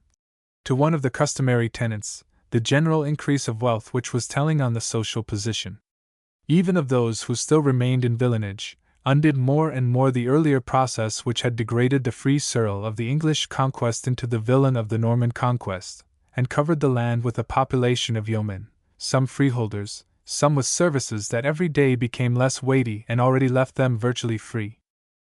Such men, proud of their right to justice and an equal law, called by attendants in the county court to a share in the judicial, the financial, and the political life of the realm, were of a temper to make soldiers of a different sort from the wretched serfs who followed the feudal lords of the continent, and they were equipped with a weapon which as they wielded it was enough of itself to make a revolution in the art of war. The bow, identified as it became with English warfare, was the weapon not of Englishmen but of their Norman conquerors. It was the Norman arrow flight that decided the day of Senlac. But in the organization of the national army it had been assigned as the weapon of the poorer freeholders who were liable to serve at the king's summons, and we see how closely it had become associated with them in the picture of Chaucer's yeoman. In his hand he bore a mighty bow. Its might lay not only in the range of the heavy war shaft, a range we are told of 400 yards, but in its force. The English archer, taught from very childhood how to draw, how to lay his body to the bow, his skill quickened by incessant practice and constant rivalry with his fellows, raised the bow into a terrible engine of war. Thrown out along the front in a loose order that alone showed their vigor and self-dependence, the bowmen faced and riddled the splendid line of knighthood as it charged upon them. The galled horses reeled right rudely. Their riders found even the steel of Milan a poor defense against the grey goose shaft. Gradually the bow dictated the very tactics of an English battle. If the mass of cavalry still plunged forward, the screen of archers broke to right and left, and the men-at-arms who lay in reserve behind them made short work of the broken and disordered horsemen, while the light troops from Wales and Ireland flinging themselves into the melee with their long knives and darts brought steed after steed to the ground. It was this new military engine that Edward III carried to the fields of France.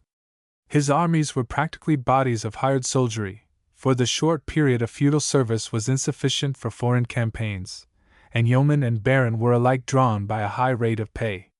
An archer's daily wages equaled some 5 shillings of our present money. Such payment, when coupled with the hope of plunder, was enough to draw yeomen from thorpe and farm, and though the royal treasury was drained as it had never been drained before, the English king saw himself after the day of Cressy the master of a force without rival in the stress of war.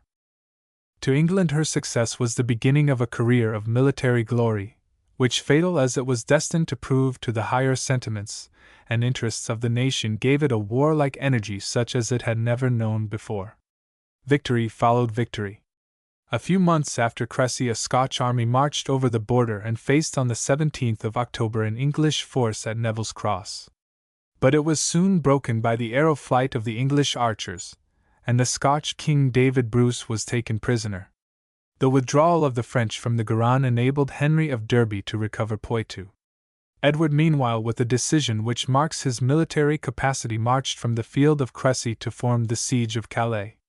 No measure could have been more popular with the English merchant class, for Calais was a great pirate haven, and in a single year 22 privateers from its port had swept the Channel.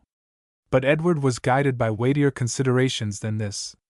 In spite of his victory at Sluys, the superiority of France at sea had been a constant embarrassment.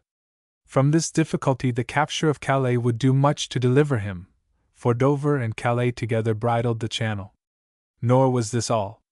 Not only would the possession of the town give Edward a base of operations against France, but it afforded an easy means of communication with the only sure allies of England, the towns of Flanders. Flanders seemed at this moment to be wavering. Its count had fallen at Cressy, but his son Louis le Mail, though his sympathies were as French as his father's, was received in November by his subjects with the invariable loyalty which they showed to their rulers, and his own efforts to detach them from England were seconded by the influence of the Duke of Brabant. But with Edward close at hand beneath the walls of Calais, the Flemish towns stood true. They prayed the young count to marry Edward's daughter, imprisoned him on his refusal, and on his escape to the French court in the spring of 1347 they threw themselves heartily into the English cause. 100,000 Flemings advanced to Castle and ravaged the French frontier. The danger of Calais roused Philip from the panic which had followed his defeat, and with a vast army he advanced to the north.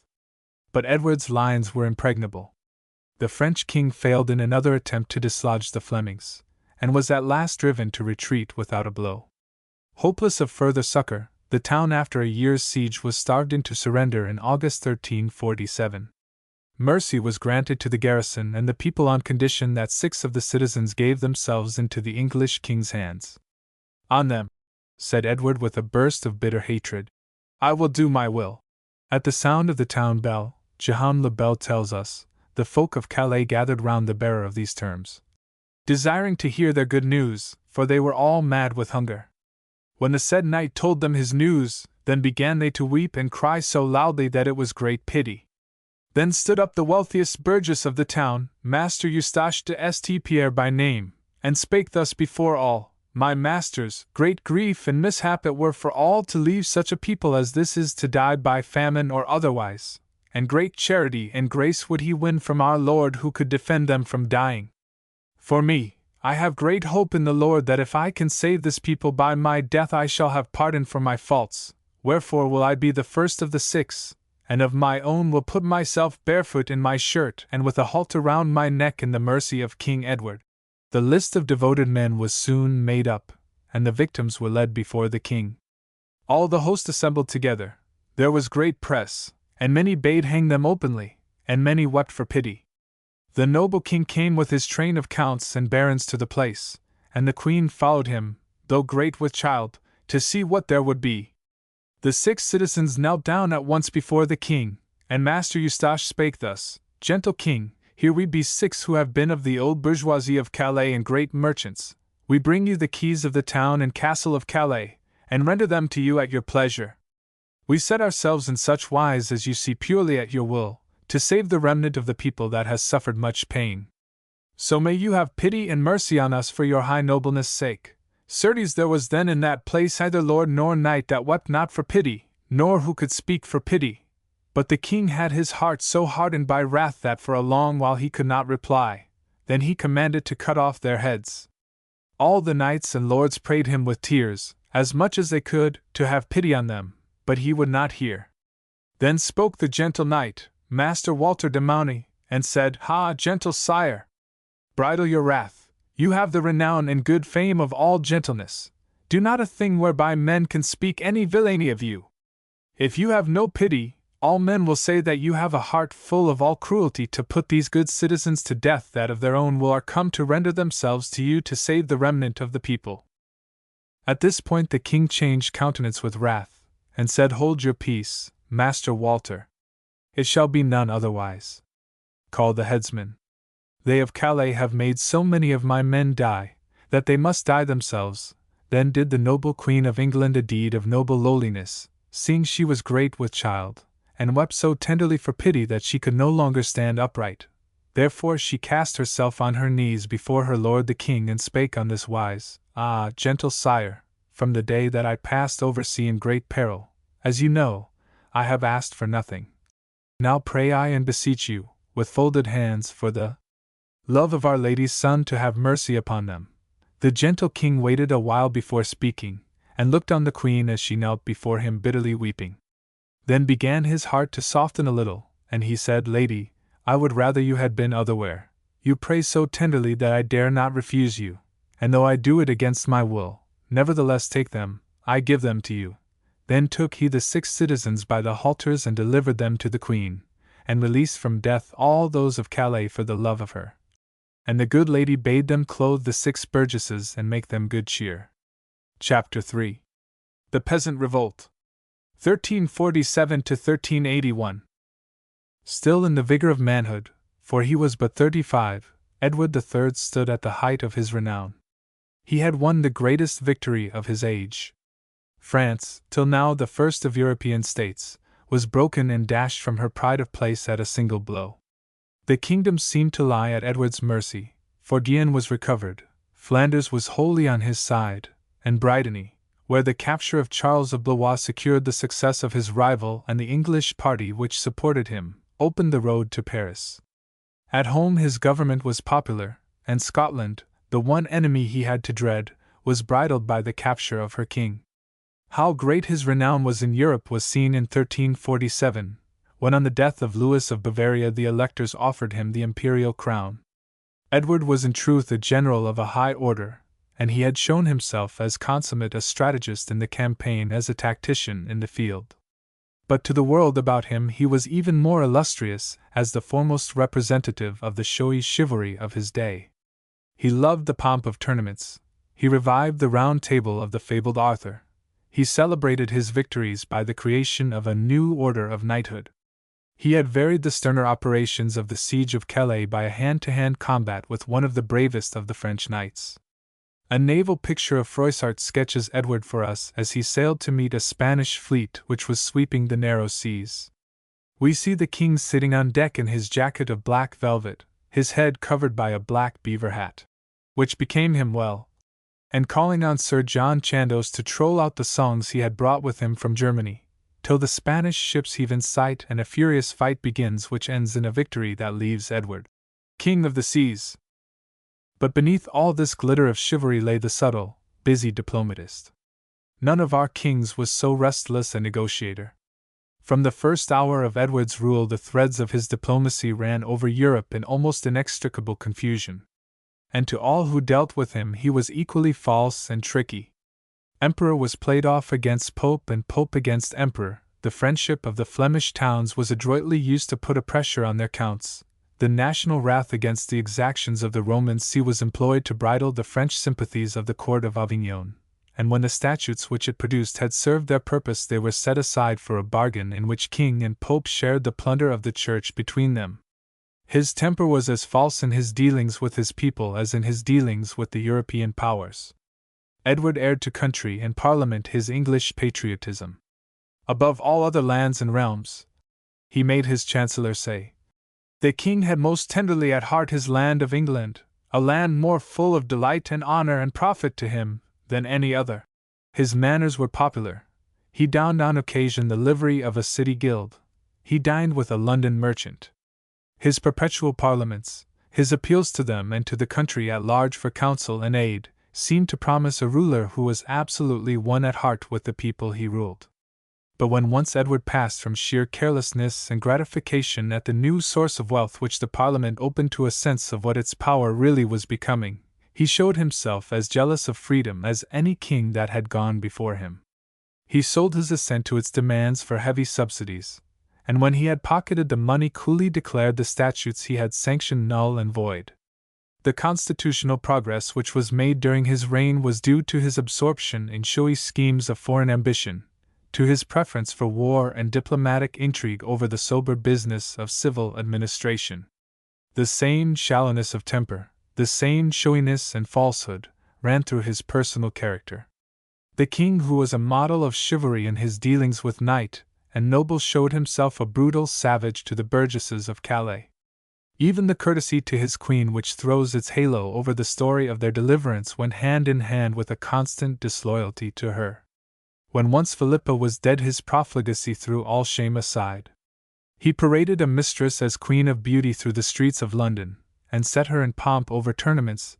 As the Lady of the Sun, the nobles were quick to follow their lord's example. In those days, writes a chronicler of the time, arose a rumor and clamor among the people that wherever there was a tournament there came a great concourse of ladies, of the most costly and beautiful but not of the best in the kingdom, sometimes 40 and 50 in number, as if they were a part of the tournament, ladies clad in diverse and wonderful male apparel, in party-colored tunics, with short caps and bands wound cord-wise round their heads, and girdles bound with gold and silver, and daggers in pouches across their body. And thus they rode on choice coursers to the place of tourney, and so spent and wasted their goods and vexed their bodies with scurrilous wantonness that the murmurs of the people sounded everywhere. But they neither feared God nor blushed at the chaste voice of the people. The chaste voice of the people was soon to grow into the stern moral protest of the Lollards, but for the moment all murmurs were hushed by the king's success. The truce which followed the capture of Calais seemed a mere rest in the career of victories which opened before Edward. England was drunk with her glory and with the hope of plunder. The cloths of Can had been brought after the sack of that town to London. There was no woman, says Walsingham, who had not got garments, furs, featherbeds, and utensils from the spoils of Calais and other foreign cities. The court revelled in gorgeous tournaments and luxury of dress, and the establishment in 1346 of the Order of the Garter, which found its home in the new castle that Edward was raising at Windsor, marked the highest reach of the spurious chivalry of the day. But it was at this moment of triumph that the whole colour of Edward's reign suddenly changed. The most terrible plague the world has ever witnessed advanced from the east, and after devastating Europe from the shores of the Mediterranean to the Baltic, swooped at the close of 1348 upon Britain. The traditions of its destructiveness and the panic-struck words of the statutes passed after its visitation have been amply justified by modern research.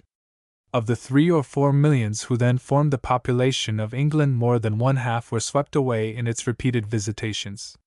Its ravages were fiercest in the greater towns, where filthy and undrained streets afforded a constant haunt to leprosy and fever. In the burial ground which the piety of Sir Walter Mauny purchased for the citizens of London, a spot whose site was afterwards marked by the Charterhouse, more than 50,000 corpses are said to have been interred. Thousands of people perished at Norwich, while in Bristol the living were hardly able to bury the dead. But the Black Death fell on the villages almost as fiercely as on the towns. More than one half of the priests of Yorkshire are known to have perished.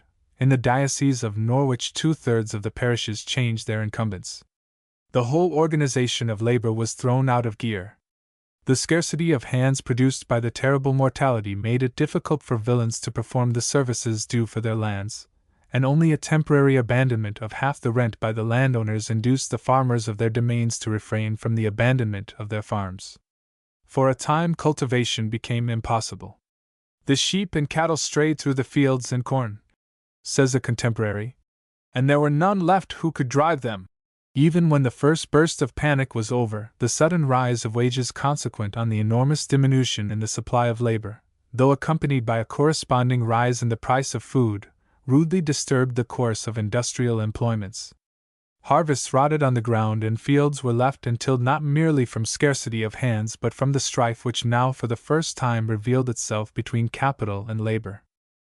Nowhere was the effect of the Black Death so keenly felt as in its bearing on the social revolution which had been steadily going on for a century past throughout the country.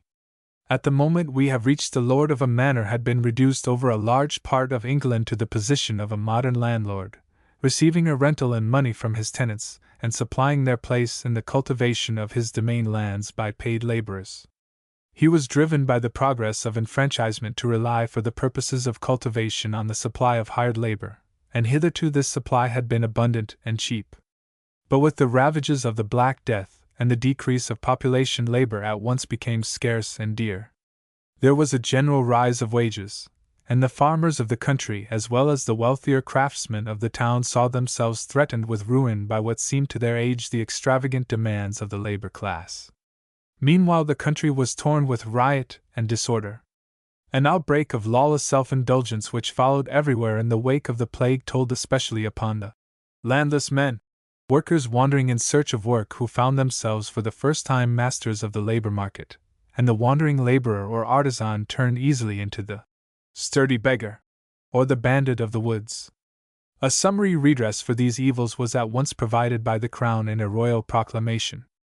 Because a great part of the people, runs this ordinance, and principally of laborers and servants, is dead of the plague, some, seeing the need of their lords and the scarcity of servants, are unwilling to serve unless they receive excessive wages, and others are rather begging in idleness than supporting themselves by labor. We have ordained that any able-bodied man or woman, of whatsoever condition, free or serf, under 60 years of age, not living of merchandise nor following a trade, nor having of his own wherewithal to live, either his own land with the culture of which he could occupy himself, and not serving another, shall if so required serve another for such wages as was the custom in the 20th year of our reign or 5 or 6 years before.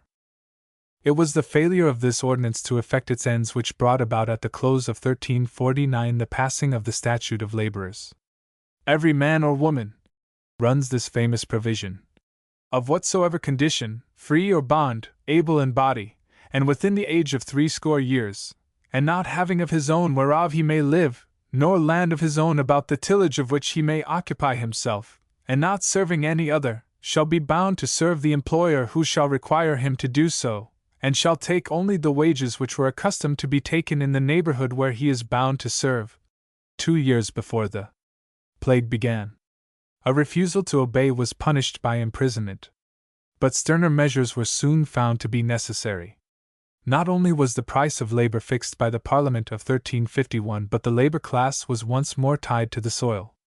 The laborer was forbidden to quit the parish where he lived in search of better paid employment. If he disobeyed, he became a fugitive, and subject to imprisonment at the hands of justices of the peace. To enforce such a law literally must have been impossible, for corn rose to so high a price that a day's labor at the old wages would not have purchased wheat enough for a man's support. But the landowners did not flinch from the attempt. The repeated reenactment of the law shows the difficulty of applying it, and the stubbornness of the struggle which it brought about. The fines and forfeitures which were levied for infractions of its provisions formed a large source of royal revenue, but so ineffectual were the original penalties that the runaway laborer was at last ordered to be branded with a hot iron on the forehead, while the harboring of serfs in towns was rigorously put down. Nor was it merely the existing class of free laborers which was attacked by this reactionary movement. The increase of their numbers by a commutation of labor services for money payments was suddenly checked, and the ingenuity of the lawyers who were employed as stewards of each manor was exercised in striving to restore to the landowners that customary labor whose loss was now severely felt. Manumissions and exemptions which had passed without question were cancelled on grounds of informality, and labor services from which they held themselves freed by redemption were again demanded from the villains. The attempt was the more galling that the cause had to be pleaded in the manor court itself, and to be decided by the very officer whose interest it was to give judgment in favor of his lord. We can see the growth of a fierce spirit of resistance through the statutes which strove in vain to repress it. In the towns, where the system of forced labor was applied with even more rigor than in the country, strikes and combinations became frequent among the lower craftsmen. In the country, the free laborers found allies in the villains whose freedom from manorial service was questioned. These were often men of position and substance, and throughout the eastern counties the gatherings of fugitive serfs were supported by an organized resistance and by large contributions of money on the part of the wealthier tenantry. With plague, famine, and social strife in the land, it was no time for reaping the fruits even of such a victory as Cressy. Luckily for England, the pestilence had fallen as heavily on her foe as on herself. A common suffering and exhaustion forced both countries to a truce, and though desultory fighting went on along the Breton and Aquitanian borders, the peace which was thus secured lasted with brief intervals of fighting for 7 years. It was not till 1355 that the failure of a last effort to turn the truce into a final peace again drove Edward into war. The campaign opened with a brilliant prospect of success. Charles the Bad, King of Navarre, held as a prince of descent from the house of Valois large fiefs in Normandy, and a quarrel springing suddenly up between him and John, who had now succeeded his father Philip on the throne of France, Charles offered to put his fortresses into Edward's hands. Master of Cherbourg, Avranches, Pontarlier, Evreux and Moulins, Mantes, Mortagne, Pontoise, Charles held in his hands the keys of France, and Edward grasped at the opportunity of delivering a crushing blow. 3 armies were prepared to act in Normandy, Brittany, and Guienne. But the first 2, with Edward and Henry of Derby, who had been raised to the dukedom of Lancaster, at their head, were detained by contrary winds, and Charles, despairing of their arrival, made peace with John. Edward made his way to Calais to meet the tidings of this desertion, and to be called back to England by news of a recapture of Berwick by the Scots. But his hopes of Norman cooperation were revived in 1356. The treachery of John, his seizure of the King of Navarre, and his execution of the Count of Harcourt, who was looked upon as the adviser of Charles in his policy of intrigue, stirred a general rising throughout Normandy. Edward at once dispatched troops under the Duke of Lancaster to its support. But the insurgents were soon forced to fall back. Conscious of the danger to which an English occupation of Normandy would expose him, John hastened with a large army to the west, drove Lancaster to Cherbourg, took Evreux, and besieged Brittany.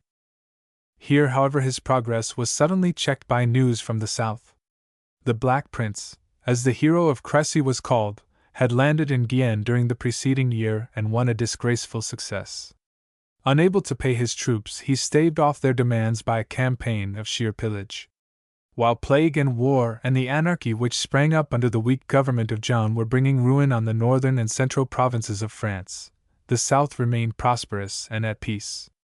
The young prince led his army of freebooters up the Garonne into what was before one of the fat countries of the world, the people good and simple, who did not know what war was. Indeed, no war had been waged against them till the prince came.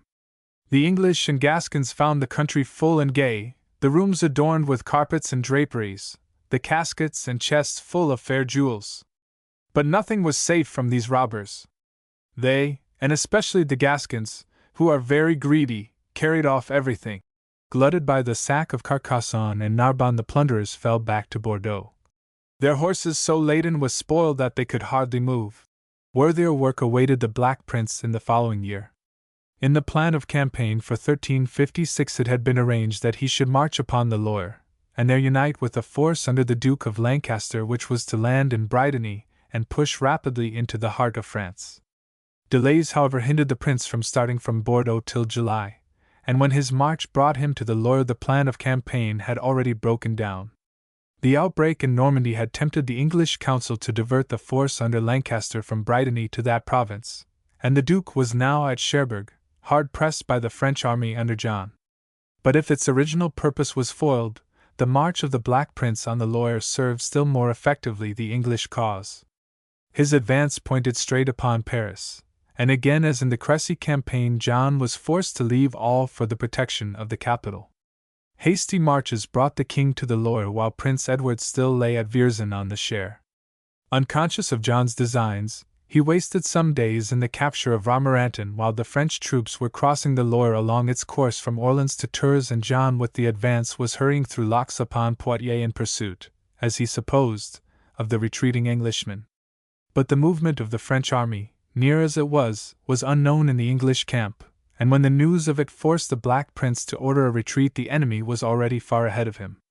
Edward reached the fields north of Poitiers to find his line of retreat cut off and a French army of 60,000 men interposed between his forces and Bordeaux. If the prince had shown little ability in his management of the campaign, he showed tactical skill in the fight which was now forced on him. On the 19th of September he took a strong position in the fields of Maupertuis, where his front was covered by thick hedges and approachable only by a deep and narrow lane which ran between vineyards. The vineyards and hedges he lined with bowmen, and drew up his small body of men-at-arms at the point where the lane opened upon the higher plain on which he was himself encamped. Edward's force numbered only 8,000 men, and the danger was great enough to force him to offer in exchange for a free retreat the surrender of his prisoners and of the places he had taken, with an oath not to fight against France for 7 years to come. His offers, however, were rejected, and the battle opened with a charge of 300 French knights up the narrow lane. But the lane was soon choked with men and horses, while the front ranks of the advancing army fell back before a galling fire of arrows from the hedgerows. In this moment of confusion a body of English horsemen, posted unseen by their opponents on a hill to the right, charged suddenly on the French flank, and the prince, watching the disorder which was caused by the repulse and surprise, fell boldly on their front. The steady shot of the English archers completed the panic produced by this sudden attack. The first French line was driven in, and on its route the second, a force of 16,000 men, at once broke in wild terror and fled from the field. John still held his ground with the knights of the reserve, whom he had unwisely ordered to dismount from their horses, till a charge of the Black Prince with 2,000 lances threw this last body into confusion.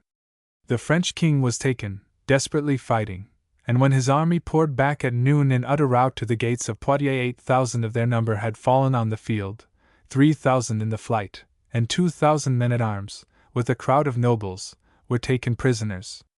The royal captive entered London in triumph, mounted on a big white charger, while the prince rode by his side on a little black hackney to the palace of the Savoy, which was chosen as John's dwelling, and a truce for 2 years seemed to give healing time to France. With the Scots Edward III had less good fortune. Recalled from Calais by their seizure of Berwick, the king induced Balliol to resign into his hands his shadowy sovereignty, and in the spring of 1356 marched upon Edinburgh with an overpowering army, harrying and burning as he marched.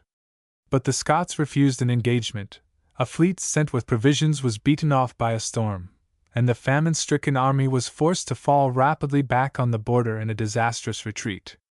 The trial convinced Edward that the conquest of Scotland was impossible, and by a rapid change of policy which marks the man he resolved to seek the friendship of the country he had wasted so long. David Bruce was released on promise of ransom, a truce concluded for 10 years, and the prohibition of trade between the two kingdoms put an end to. But the fullness of this reconciliation screened a dexterous intrigue.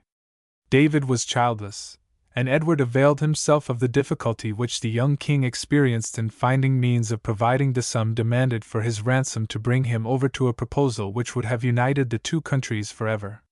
The scheme, however, was carefully concealed, and it was not till 1363 that David proposed to his parliament to set aside on his death the claims of the Steward of Scotland to his crown, and to choose Edward's third son, Lionel, Duke of Clarence, as his successor. Though the proposal was scornfully rejected, negotiations were still carried on between the two kings for the realization of this project, and were probably only put an end to by the calamities of Edward's later years. In France, misery and misgovernment seemed to be doing Edward's work more effectively than arms. The miserable country found no rest in itself. Its routed soldiery turned into free companies of bandits, while the lords captured at Crécy or Poitiers procured the sums needed for their ransom by extortion from the peasantry. The reforms demanded by the States General which met in this agony of France were frustrated by the treachery of the regent, John's eldest son Charles, Duke of Normandy, till Paris, impatient of his weakness and misrule, rose in arms against the crown. The peasants too, driven mad by oppression and famine, rose in wild insurrection, butchering their lords and firing their castles over the whole face of France. Paris and the Jacquerie, as this peasant rising was called, were at last crushed by treachery and the sword, and exhausted as it was, France still backed the regent in rejecting a treaty of peace by which John in 1359 proposed to buy his release. By this treaty Maine, Touraine, and Poitou in the south, Normandy, Guisnes, Ponthieu, and Calais in the west were ceded to the English king. On its rejection, Edward in 1360 poured ravaging over the wasted land. Famine, however, proved its best defense. "I could not believe," said Petrarch of this time, "that this was the same France which I had seen so rich and flourishing. Nothing presented itself to my eyes but a fearful solitude, and utter poverty, land uncultivated, houses in ruins. Even the neighborhood of Paris showed everywhere marks of desolation and conflagration. The streets are deserted, the roads overgrown with weeds, the whole is a vast solitude." The utter desolation forced Edward to carry with him an immense train of provisions, and thousands of baggage wagons with mills, ovens, forges, and fishing boats, formed a long train which streamed for 6 miles behind his army. After a fruitless attempt upon Rheims, he forced the Duke of Burgundy to conclude a treaty with him by pushing forward to Tonnerre, and then descending the Seine appeared with his army before Paris. But the wasted country forbade a siege, and Edward, after summoning the town in vain, was forced to fall back for subsistence on the Loire. It was during this march that the Duke of Normandy's envoys overtook him with proposals of peace. The misery of the land had at last bent Charles to submission, and in May a treaty was concluded at Bretigny, a small place to the eastward of Chartres. By this treaty the English king waived his claims on the crown of France and on the Duchy of Normandy. On the other hand, his Duchy of Aquitaine, which included Gascony, Guienne, Poitou, and Saintonge, the Limousin and the Angoumois, Périgord and the counties of Bigorre and Rouergue, was not only restored but freed from its obligations as a French fief and granted in full sovereignty with Ponthieu, Edward's heritage from the second wife of Edward I, as well as with Guisnes and his new conquest of Calais. The Peace of Bretigny set its seal upon Edward's glory.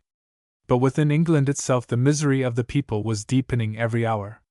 Men believed the world to be ending, and the judgment day to be near.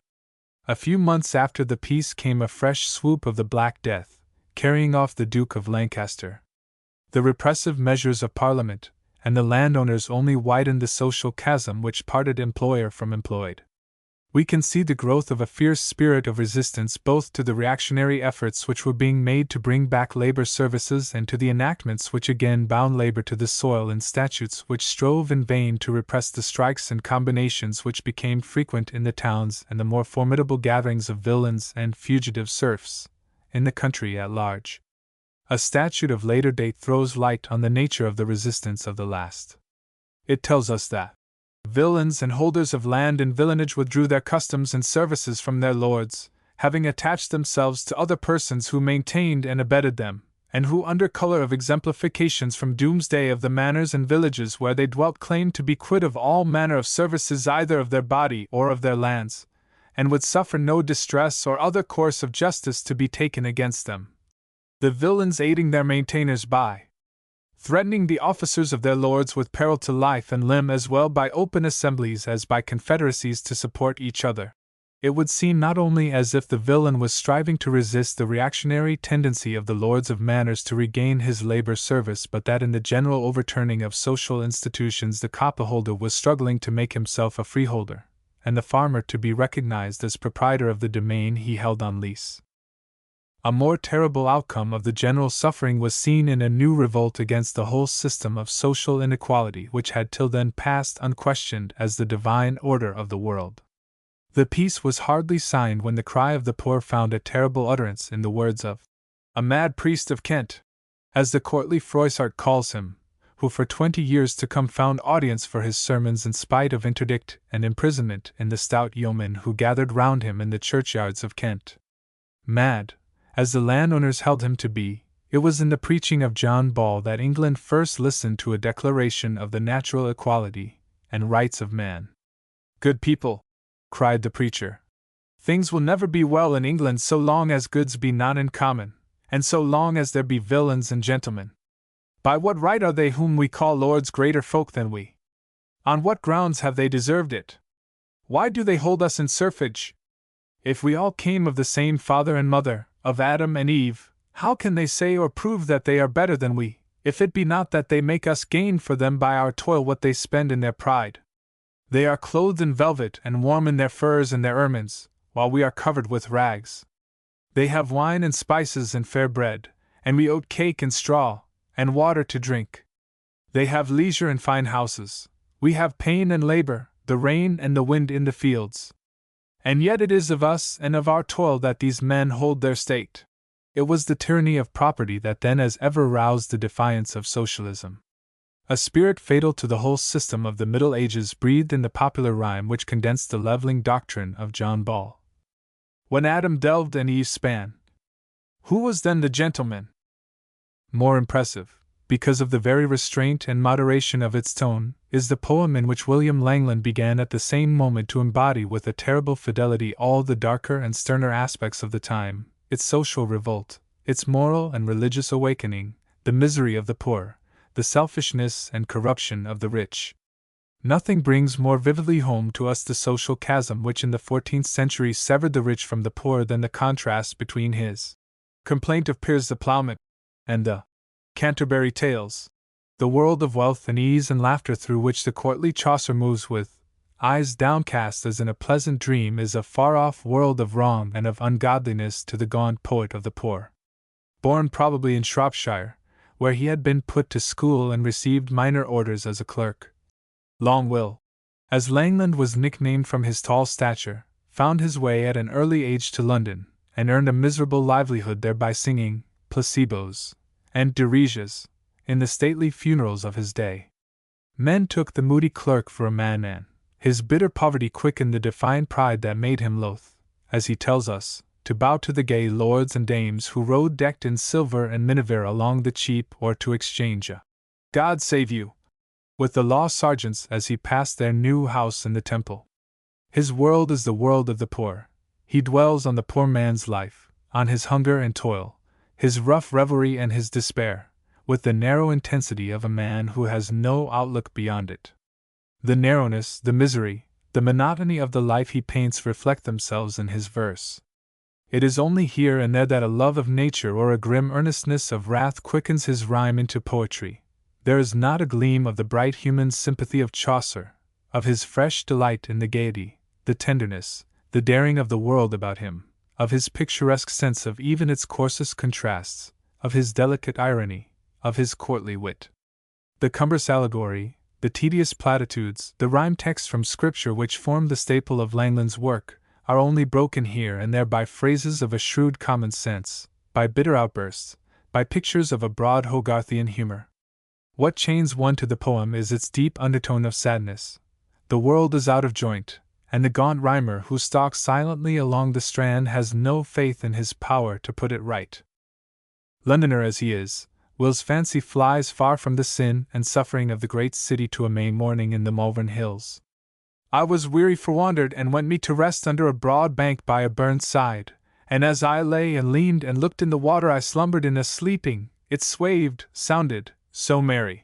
Just as Chaucer gathers the typical figures of the world he saw into his pilgrim train, so the dreamer gathers into a wide field his army of traders and chafferers, of hermits and solitaries, of minstrels, japers and jinglers, bidders and beggars, ploughmen that, in setting and in sowing swank and toil, full, hard, pilgrims, with their wenches after, weavers and labourers, burgess and bondman, lawyer and scrivener, court-haunting bishops, friars and pardoners, parting the silver with the parish priest. Their pilgrimage is not to Canterbury but to truth, their guide to truth neither clerk nor priest but Peterkin the ploughman, whom they find ploughing in his field. He it is who bids the knight no more wrest gifts from his tenant nor misstow with the poor. Though he be thine underling here, well may hap in heaven that he be worthier set and with more bliss than thou. For in charnel at church churls be evil to know, or a knight from a knave there. The gospel of equality is backed by the gospel of labor. The aim of the ploughman is to work, and to make the world work with him. He warns the laborer, as he warns the knight. Hunger is God's instrument in bringing the idlest to toil, and hunger waits to work her will on the idler and the waster.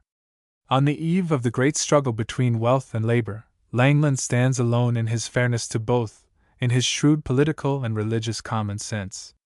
In the face of the popular hatred which was to gather round John of Gaunt, he paints the Duke in a famous apologue as the cat who, greedy as she might be, at any rate keeps the noble rats from utterly devouring the mice of the people.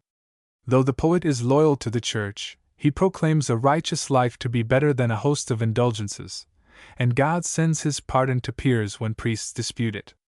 But he sings as a man conscious of his loneliness, and without hope. It is only in a dream that he sees corruption, Lady Mead, brought to trial, and the world repenting at the preaching of reason. In the waking life reason finds no listeners. The poet himself is looked upon, he tells us bitterly, as a madman. There is a terrible despair in the close of his later poem, where the triumph of Christ is only followed by the reign of Antichrist, where contrition slumbers amidst the revel of death and sin, and conscience, hard beset by pride and sloth, rouses himself with a last effort, and seizing his pilgrim staff, wanders over the world to find Piers Plowman. The strife indeed which Langland would have averted raged only the fiercer as the dark years went by. If the statutes of laborers were powerless for their immediate ends, either in reducing the actual rate of wages or in restricting the mass of floating labor to definite areas of employment, they proved effective in sowing hatred between employer and employed, between rich and poor. But this social rift was not the only rift which was opening amidst the distress and misery of the time. The close of William Langland's poem is the prophecy of a religious revolution, and the way for such a revolution was being paved by the growing bitterness of strife between England and the papacy. In spite of the sharp protests from King and Parliament, the need for money at Avignon was too great to allow any relaxation in the papal claims. Almost on the eve of Cressy, Edward took the decisive step of forbidding the entry into England of any papal bulls or documents interfering with the rights of presentation belonging to private patrons. But the tenacity of Rome was far from loosening its grasp on this source of revenue for all Edward's protests. Cressy, however, gave a new boldness to the action of the state, and a statute of provisors was passed by the Parliament in 1351 which again asserted the rights of the English Church and enacted that all who infringed them by the introduction of papal provisors should suffer imprisonment. But resistance to provisors only brought fresh vexations. The patrons who withstood a papal nominee in the name of the law were summoned to defend themselves in the papal court. From that moment the supremacy of the papal law over the law of the land became a great question in which the lesser question of provisors merged. The pretension of the court of Avignon was met in 1353 by a statute which forbade any questioning of judgments rendered in the king's courts or any prosecution of a suit in foreign courts under pain of outlawry, perpetual imprisonment, or banishment from the land. It was this act of praemunire as it came in after renewals to be called which furnished so terrible a weapon to the Tudors in their later strife with Rome. But the papacy paid little heed to these warnings, and its obstinacy in still receiving suits and appeals in defiance of this statute roused the pride of a conquering people. England was still fresh from her glory at Bretigny when Edward appealed to the Parliament of 1365. Complaints, he said, were constantly being made by his subjects to the Pope as to matters which were cognizable in the king's courts. The practice of provisors was thus maintained in the teeth of the laws, and the laws, usages, ancient customs, and franchises of his kingdom were thereby much hindered, the king's crown degraded, and his person defamed. The king's appeal was hotly met. Biting words, which it was thought wise to suppress, were used in the debate which followed, and the statutes against provisors and appeals were solemnly confirmed. What gave point to this challenge was the assent of the prelates to the proceedings of the Parliament, and the pride of Urban V. at once met it by a counter-defiance. He demanded with threats the payment of the annual sum of 1,000 marks promised by King John in acknowledgment of the suzerainty of the See of Rome. The insult roused the temper of the realm. The king laid the demand before Parliament, and both houses replied that neither King John nor any king could put himself, his kingdom, nor his people under subjection save with their accord or assent. John's submission had been made without their assent and against his coronation oath, and they pledged themselves, should the Pope attempt to enforce his claim, to resist him with all their power. Even Urban shrank from imperiling the papacy by any further demands, and the claim to a papal lordship over England was never again heard of. But the struggle had brought to the front a man who was destined to give a far wider scope and significance to this resistance to Rome than any as yet dreamed of. Nothing is more remarkable than the contrast between the obscurity of John Wycliffe's earlier life and the fullness and vividness of our knowledge of him during the 20 years which preceded its close. Born in the earlier part of the 14th century, he had already passed middle age when he was appointed to the mastership of Balliol College in the University of Oxford and recognized as first among the schoolmen of his day. Of all the scholastic doctors, those of England had been throughout the keenest and most daring in philosophical speculation. A reckless audacity and love of novelty was the common note of Bacon, Duns Scotus, and Occam, as against the sober and more disciplined learning of the Parisian schoolmen, Albert and Thomas Aquinas. The decay of the University of Paris during the English wars was transferring her intellectual supremacy to Oxford, and in Oxford Wycliffe stood without a rival. From his predecessor, Bradwardine, whose work as a scholastic teacher he carried on and the speculative treatises he published during this period, he inherited the tendency to a predestinarian Augustinianism which formed the groundwork of his later theological revolt. His debt to Occam revealed itself in his earliest efforts at church reform. Undismayed by the thunder and excommunications of the Church, Occam had supported the Emperor Louis of Bavaria in his recent struggle, and he had not shrunk in his enthusiasm for the empire from attacking the foundations of the papal supremacy or from asserting the rights of the civil power. The spare, emaciated frame of Wycliffe, weakened by study and asceticism, hardly promised a reformer who would carry on the stormy work of Occam, but within this frail form lay a temper quick and restless, an immense energy, an immovable conviction, an unconquerable pride. The personal charm which ever accompanies real greatness only deepened the influence he derived from the spotless purity of his life. As yet, indeed, even Wycliffe himself can hardly have suspected the immense range of his intellectual power. It was only the struggle that lay before him which revealed in the dry and subtle schoolman the founder of our later English prose, a master of popular invective, of irony, of persuasion, a dexterous politician, an audacious partisan, the organizer of a religious order, the unsparing assailant of abuses, the boldest and most indefatigable of controversialists, the first reformer who dared, when deserted and alone, to question and deny the creed of the Christendom around him, to break through the tradition of the past, and with his last breath to assert the freedom of religious thought against the dogmas of the papacy. At the moment of the quarrel with Pope Urban, however, Wycliffe was far from having advanced to such a position as this. As the most prominent of English scholars, it was natural that he should come forward in defense of the independence and freedom of the English Church, and he published a formal refutation of the claims advanced by the papacy to deal at its will with church property in the form of a report of the parliamentary debates which we have described. As yet his quarrel was not with the doctrines of Rome but with its practices, and it was on the principles of Occam that he defended the Parliament's refusal of the tribute, which was claimed by Urban. But his treatise on the Kingdom of God, De Dominio Divino, which can hardly have been written later than 1368, shows the breadth of the ground he was even now prepared to take up. In this, the most famous of his works, Wycliffe bases his argument on a distinct ideal of society. All authority, to use his own expression, is founded in grace. Dominion in the highest sense is in God alone. It is God who, as the suzerain of the universe, deals out his rule in fief to rulers in their various stations on tenure of their obedience to himself. It was easy to object that in such a case, dominion could never exist, since mortal sin is a breach of such a tenure, and all men sin. But as Wycliffe urged it, the theory is a purely ideal one. In actual practice he distinguishes between dominion and power, power which the wicked may have by God's permission, and to which the Christian must submit from motives of obedience to God. In his own scholastic phrase, so strangely perverted afterwards here on earth, God must obey the devil. But whether in the ideal or practical view of the matter, all power and dominion was of God. It was granted by him not to one person, his vicar on earth, as the papacy alleged, but to all. The king was as truly God's vicar as the pope.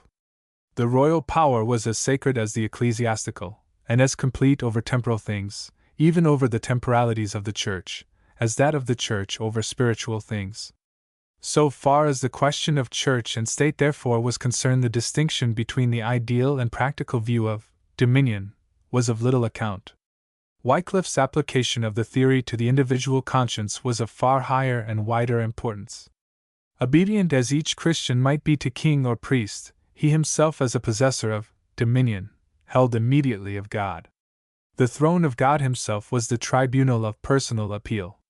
What the reformers of the 16th century attempted to do by their theory of justification by faith, Wycliffe attempted to do by his theory of dominion, a theory which, in establishing a direct relation between man and God, swept away the whole basis of a mediating priesthood, the very foundation on which the medieval church was built. As yet the full bearing of these doctrines was little seen. But the social and religious excitement which we have described was quickened by the renewal of the war, and the general suffering and discontent gathered bitterness when the success which had flushed England with a new and warlike pride passed into a long series of disasters in which men forgot the glories of Crécy and Poitiers. Triumph as it seemed, the Treaty of Bretigny was really fatal to Edward's cause in the south of France. By the cession of Aquitaine to him in full sovereignty, the traditional claim on which his strength rested lost its force. The people of the south had clung to their duke, even though their duke was a foreign ruler. They had stubbornly resisted incorporation with northern France. While preserving, however, their traditional fealty to the descendants of Eleanor, they still clung to the equally traditional suzerainty of the kings of France. But the Treaty of Bretigny not only severed them from the realm of France, it subjected them to the realm of England. Edward ceased to be their hereditary duke, he became simply an English king ruling Aquitaine as an English dominion. If the Southerners loved the North French little, they loved the English less, and the treaty which thus changed their whole position was followed by a quick revulsion of feeling from the Garonne to the Pyrenees. The Gascon nobles declared that John had no right to transfer their fealty to another and to sever them from the realm of France. The city of Rochelle prayed the French king not to release it from its fealty to him. "We will obey the English with our lips," said its citizens, "but our hearts shall never be moved towards them." Edward strove to meet this passion for local independence, this hatred of being ruled from London, by sending the Black Prince to Bordeaux and investing him in 1362 with the Duchy of Aquitaine. But the new duke held his duchy as a fief from the English king, and the grievance of the Southerners was left untouched. Charles V., who succeeded his father John in 1364, silently prepared to reap this harvest of discontent. Patient, wary, unscrupulous, he was hardly crowned before he put an end to the war which had gone on without a pause in Brittany by accepting homage from the claimant whom France had hitherto opposed. Through Bertrand du Guesclin, a fine soldier whom his sagacity had discovered, he forced the King of Navarre to a peace which closed the fighting in Normandy. A more formidable difficulty in the way of pacification and order lay in the Free Companies, a union of marauders whom the disbanding of both armies after the peace had set free to harry the wasted land and whom the king's military resources were insufficient to cope with.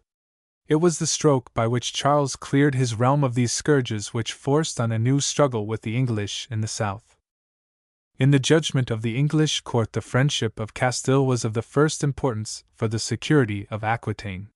Spain was the strongest naval power of the Western world, and not only would the ports of Guienne be closed, but its communication with England would be at once cut off by the appearance of a joint French and Spanish fleet in the Channel.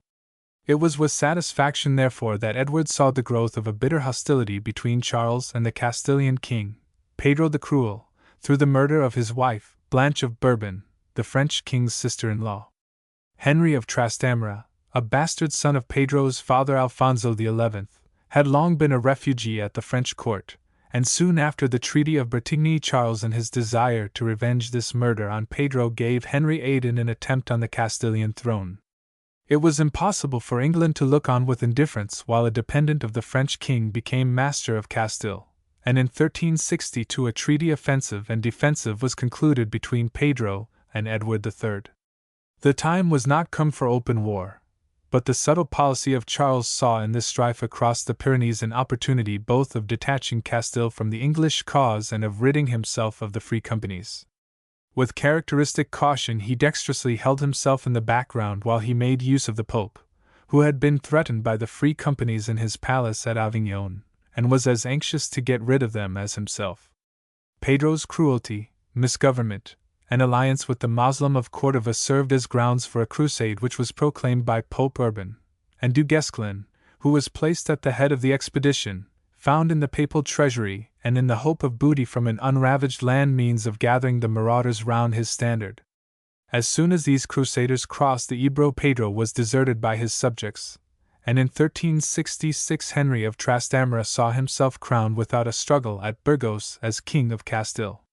Pedro with his 2 daughters fled for shelter to Bordeaux, and claimed the aid promised in the treaty.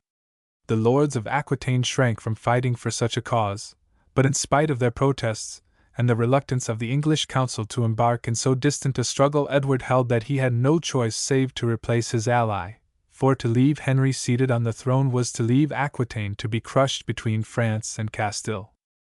The after course of the war proved that in his anticipations of the fatal result of a combination of the 2 powers Edward was right, but his policy jarred not only against the universal craving for rest, but against the moral sense of the world.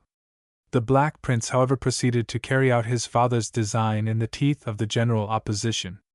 His call to arms robbed Henry of the aid of those English companies who had marched till now with the rest of the Crusaders, but who returned at once to the standard of the prince. The passes of Navarre were opened with gold, and in the beginning of 1367 the English army crossed the Pyrenees. Advancing to the Ebro, the prince offered battle at Navarette with an army already reduced by famine and disease in its terrible winter march, and Henry with double his numbers at once attacked him. But in spite of the obstinate courage of the Castilian troops, the discipline and skill of the English soldiers once more turned the wavering day into a victory. Du Guesclin was taken, Henry fled across the Pyrenees, and Pedro was again seated on his throne. The pay, however, which he had promised was delayed, and the prince, whose army had been thinned by disease to 1/5 of its numbers and whose strength never recovered from the hardships of this campaign, fell back sick and beggared to Aquitaine. He had hardly returned when his work was undone. In 1368 Henry re-entered Castile. Its towns threw open their gates, a general rising chased Pedro from the throne, and a final battle in the spring of 1369 saw his utter overthrow. His murder by Henry's hand left the bastard undisputed master of Castile. Meanwhile, the Black Prince, sick and disheartened, was hampered at Bordeaux by the expenses of the campaign which Pedro had left unpaid. To defray his debt, he was driven in 1368 to lay a hearth tax on Aquitaine, and the tax served as a pretext for an outbreak of the long-hoarded discontent. Charles was now ready for open action. He had won over the most powerful among the Gascon nobles, and their influence secured the rejection of the tax in a parliament of the province which met at Bordeaux. The prince, pressed by debt, persisted against the counsel of his wisest advisers in exacting it, and the lords of Aquitaine at once appealed to the King of France. Such an appeal was a breach of the Treaty of Bretigny, in which the French king had renounced his sovereignty over the south. But Charles had craftily delayed year after year the formal execution of the renunciations stipulated in the treaty, and he was still able to treat it as not binding on him. The success of Henry of Trastamara decided him to take immediate action, and in 1369 he summoned the Black Prince as Duke of Aquitaine to meet the appeal of the Gascon lords in his court. The prince was maddened by the summons. "I will come," he replied, "but with helmet on head, and with 60,000 men at my back." War, however, had hardly been declared when the ability with which Charles had laid his plans was seen in his seizure of Ponthieu and in a rising of the whole country south of the Garonne. Du Guesclin returned in 1370 from Spain to throw life into the French attack. 2 armies entered Guienne from the east, and 100 castles with La Réole and Limoges threw open their gates to Du Guesclin. But the march of an English army from Calais upon Paris recalled him from the south to guard the capital at a moment when the English leader advanced to recover Limoges, and the Black Prince, borne in a litter to its walls, stormed the town and sullied by a merciless massacre of its inhabitants the fame of his earlier exploits. Sickness, however, recalled him home in the spring of 1371, and the war, protracted by the caution of Charles, who forbade his armies to engage, did little but exhaust the energy and treasure of England. As yet, indeed, the French attack had made small impression on the south, where the English troops stoutly held their ground against Du Guesclin's inroads. But the protracted war drained Edward's resources, while the diplomacy of Charles was busy in rousing fresh dangers from Scotland and Castile. It was in vain that Edward looked for allies to the Flemish towns. The male line of the Counts of Flanders ended in Count Louis le Male, and the marriage of his daughter Margaret with Philip, Duke of Burgundy, a younger brother of the French king, secured Charles from attack along his northern border. In Scotland, the death of David Bruce put an end to Edward's schemes for a reunion of the two kingdoms, and his successor, Robert the Steward, renewed in 1371 the alliance with France. Castile was a yet more serious danger, and an effort which Edward made to neutralize its attack only forced Henry of Trastamara to fling his whole weight into the struggle. The 2 daughters of Pedro had remained since their father's flight at Bordeaux. The elder of these was now wedded to John of Gaunt, Edward's 4th son, whom he had created Duke of Lancaster on his previous marriage with Blanche, a daughter of Henry of Lancaster, and the heiress of that house, while the younger was wedded to Edward's 5th son, the Earl of Cambridge. Edward's aim was that of raising again the party of King Pedro and giving Henry of Trastamara work to do at home which would hinder his interposition in the War of Guienne. It was with this view that John of Gaunt on his marriage took the title of King of Castile. But no adherent of Pedro's cause stirred in Spain, and Henry replied to the challenge by sending a Spanish fleet to the Channel. A decisive victory which this fleet won over an English convoy off Rochelle proved a fatal blow to the English cause. It wrested from Edward the mastery of the seas, and cut off all communication between England and Guienne. Charles was at once roused to new exertions. Poitou, Saintonge, and the Angoumois yielded to his general Du Guesclin, and Rochelle was surrendered by its citizens in 1372. The next year saw a desperate attempt to restore the fortune of the English arms. A great army under John of Gaunt penetrated into the heart of France. But it found no foe to engage. Charles had forbidden any fighting. "If a storm rages over the land," said the king coolly, "it disperses of itself, and so will it be with the English."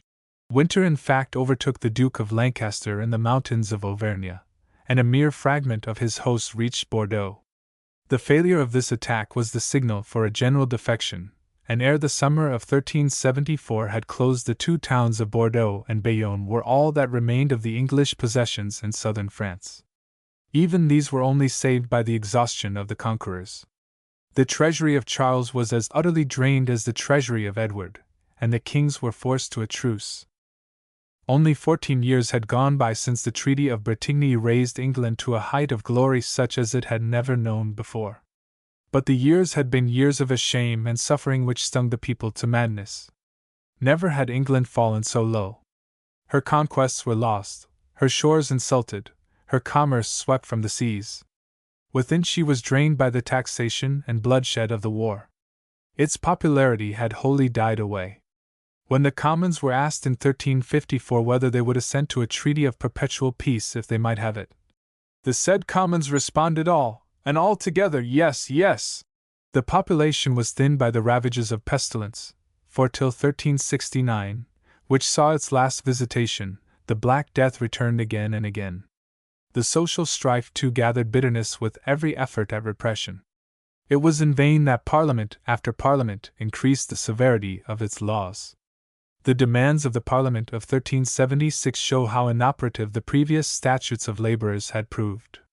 They prayed that constables be directed to arrest all who infringed the statute, that no laborer should be allowed to take refuge in a town and become an artisan if there were need of his service in the county from which he came, and that the king would protect lords and employers against the threats of death uttered by serfs who refused to serve. The reply of the Royal Council shows that statesmen at any rate were beginning to feel that repression might be pushed too far. The king refused to interfere by any further and harsher provisions between employers and employed, and left cases of breach of law to be dealt with in his ordinary courts of justice. On the one side he forbade the threatening gatherings which were already common in the country, but on the other he forbade the illegal exactions of the employers. With such a reply, however, the proprietary class were hardly likely to be content. 2 years later the Parliament of Gloucester called for a fugitive slave law, which would have enabled lords to seize their serfs in whatever county or town they found refuge, and in 1379 they prayed that judges might be sent 5 times a year into every shire to enforce the statute of laborers. But the strife between employers and employed was not the only rift which was opening in the social structure. Suffering and defeat had stripped off the veil which hid from the nation the shallow and selfish temper of Edward III. His profligacy was now bringing him to a premature old age. He was sinking into the tool of his ministers and his mistresses.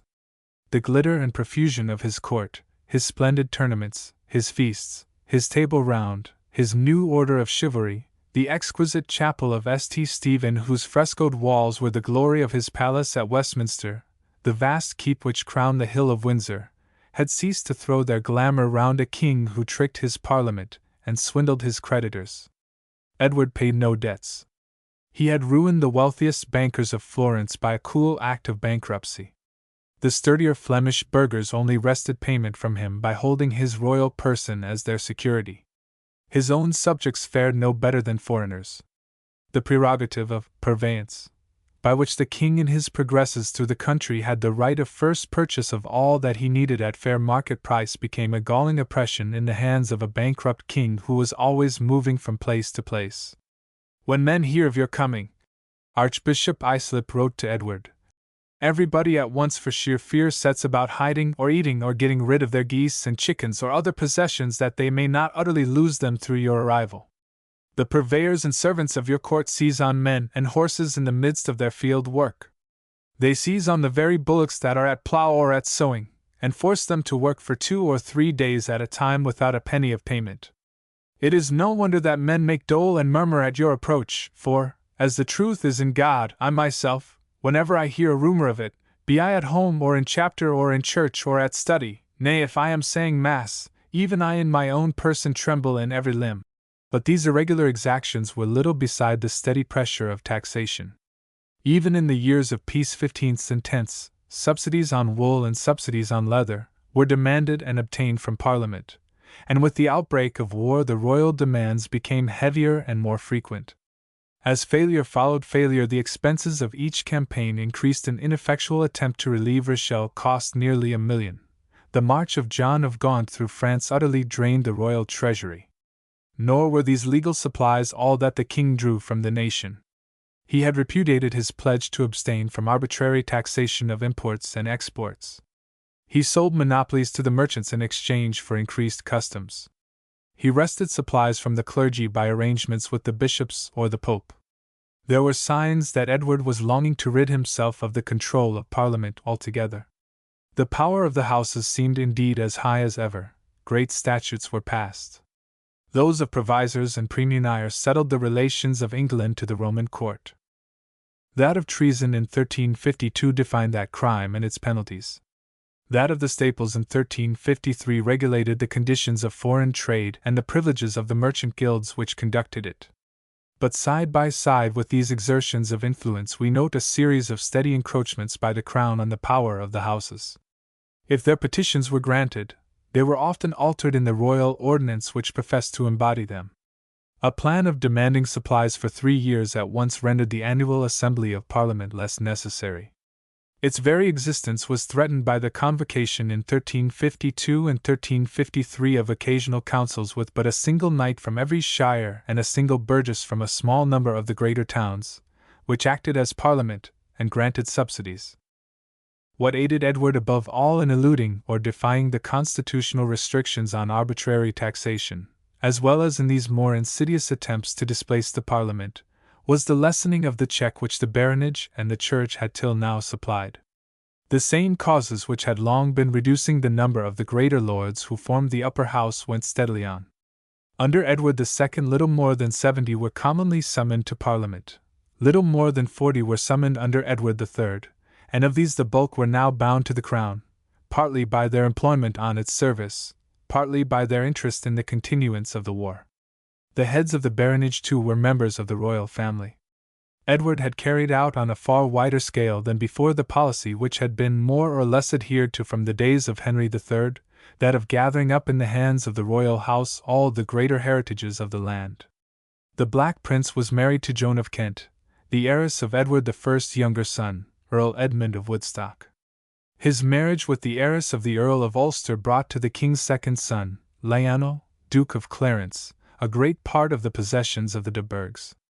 Later on, the possessions of the House of Bohun passed by like matches to his youngest son, Thomas of Woodstock, and to his grandson, Henry of Lancaster. But the greatest English heritage fell to Edward's third living son, John of Gaunt, as he was called from his birth at Ghent during his father's Flemish campaign. Originally created Earl of Richmond, the death of his father-in-law, Henry of Lancaster, and of Henry's eldest daughter, raised John and his wife's right to the dukedom of Lancaster and the earldoms of Derby, Leicester, and Lincoln. But while the baronage were thus bound to the crown, they drifted more and more into an hostility with the church which in time disabled the clergy from acting as a check on it. What rent the ruling classes in twain was the growing pressure of the war.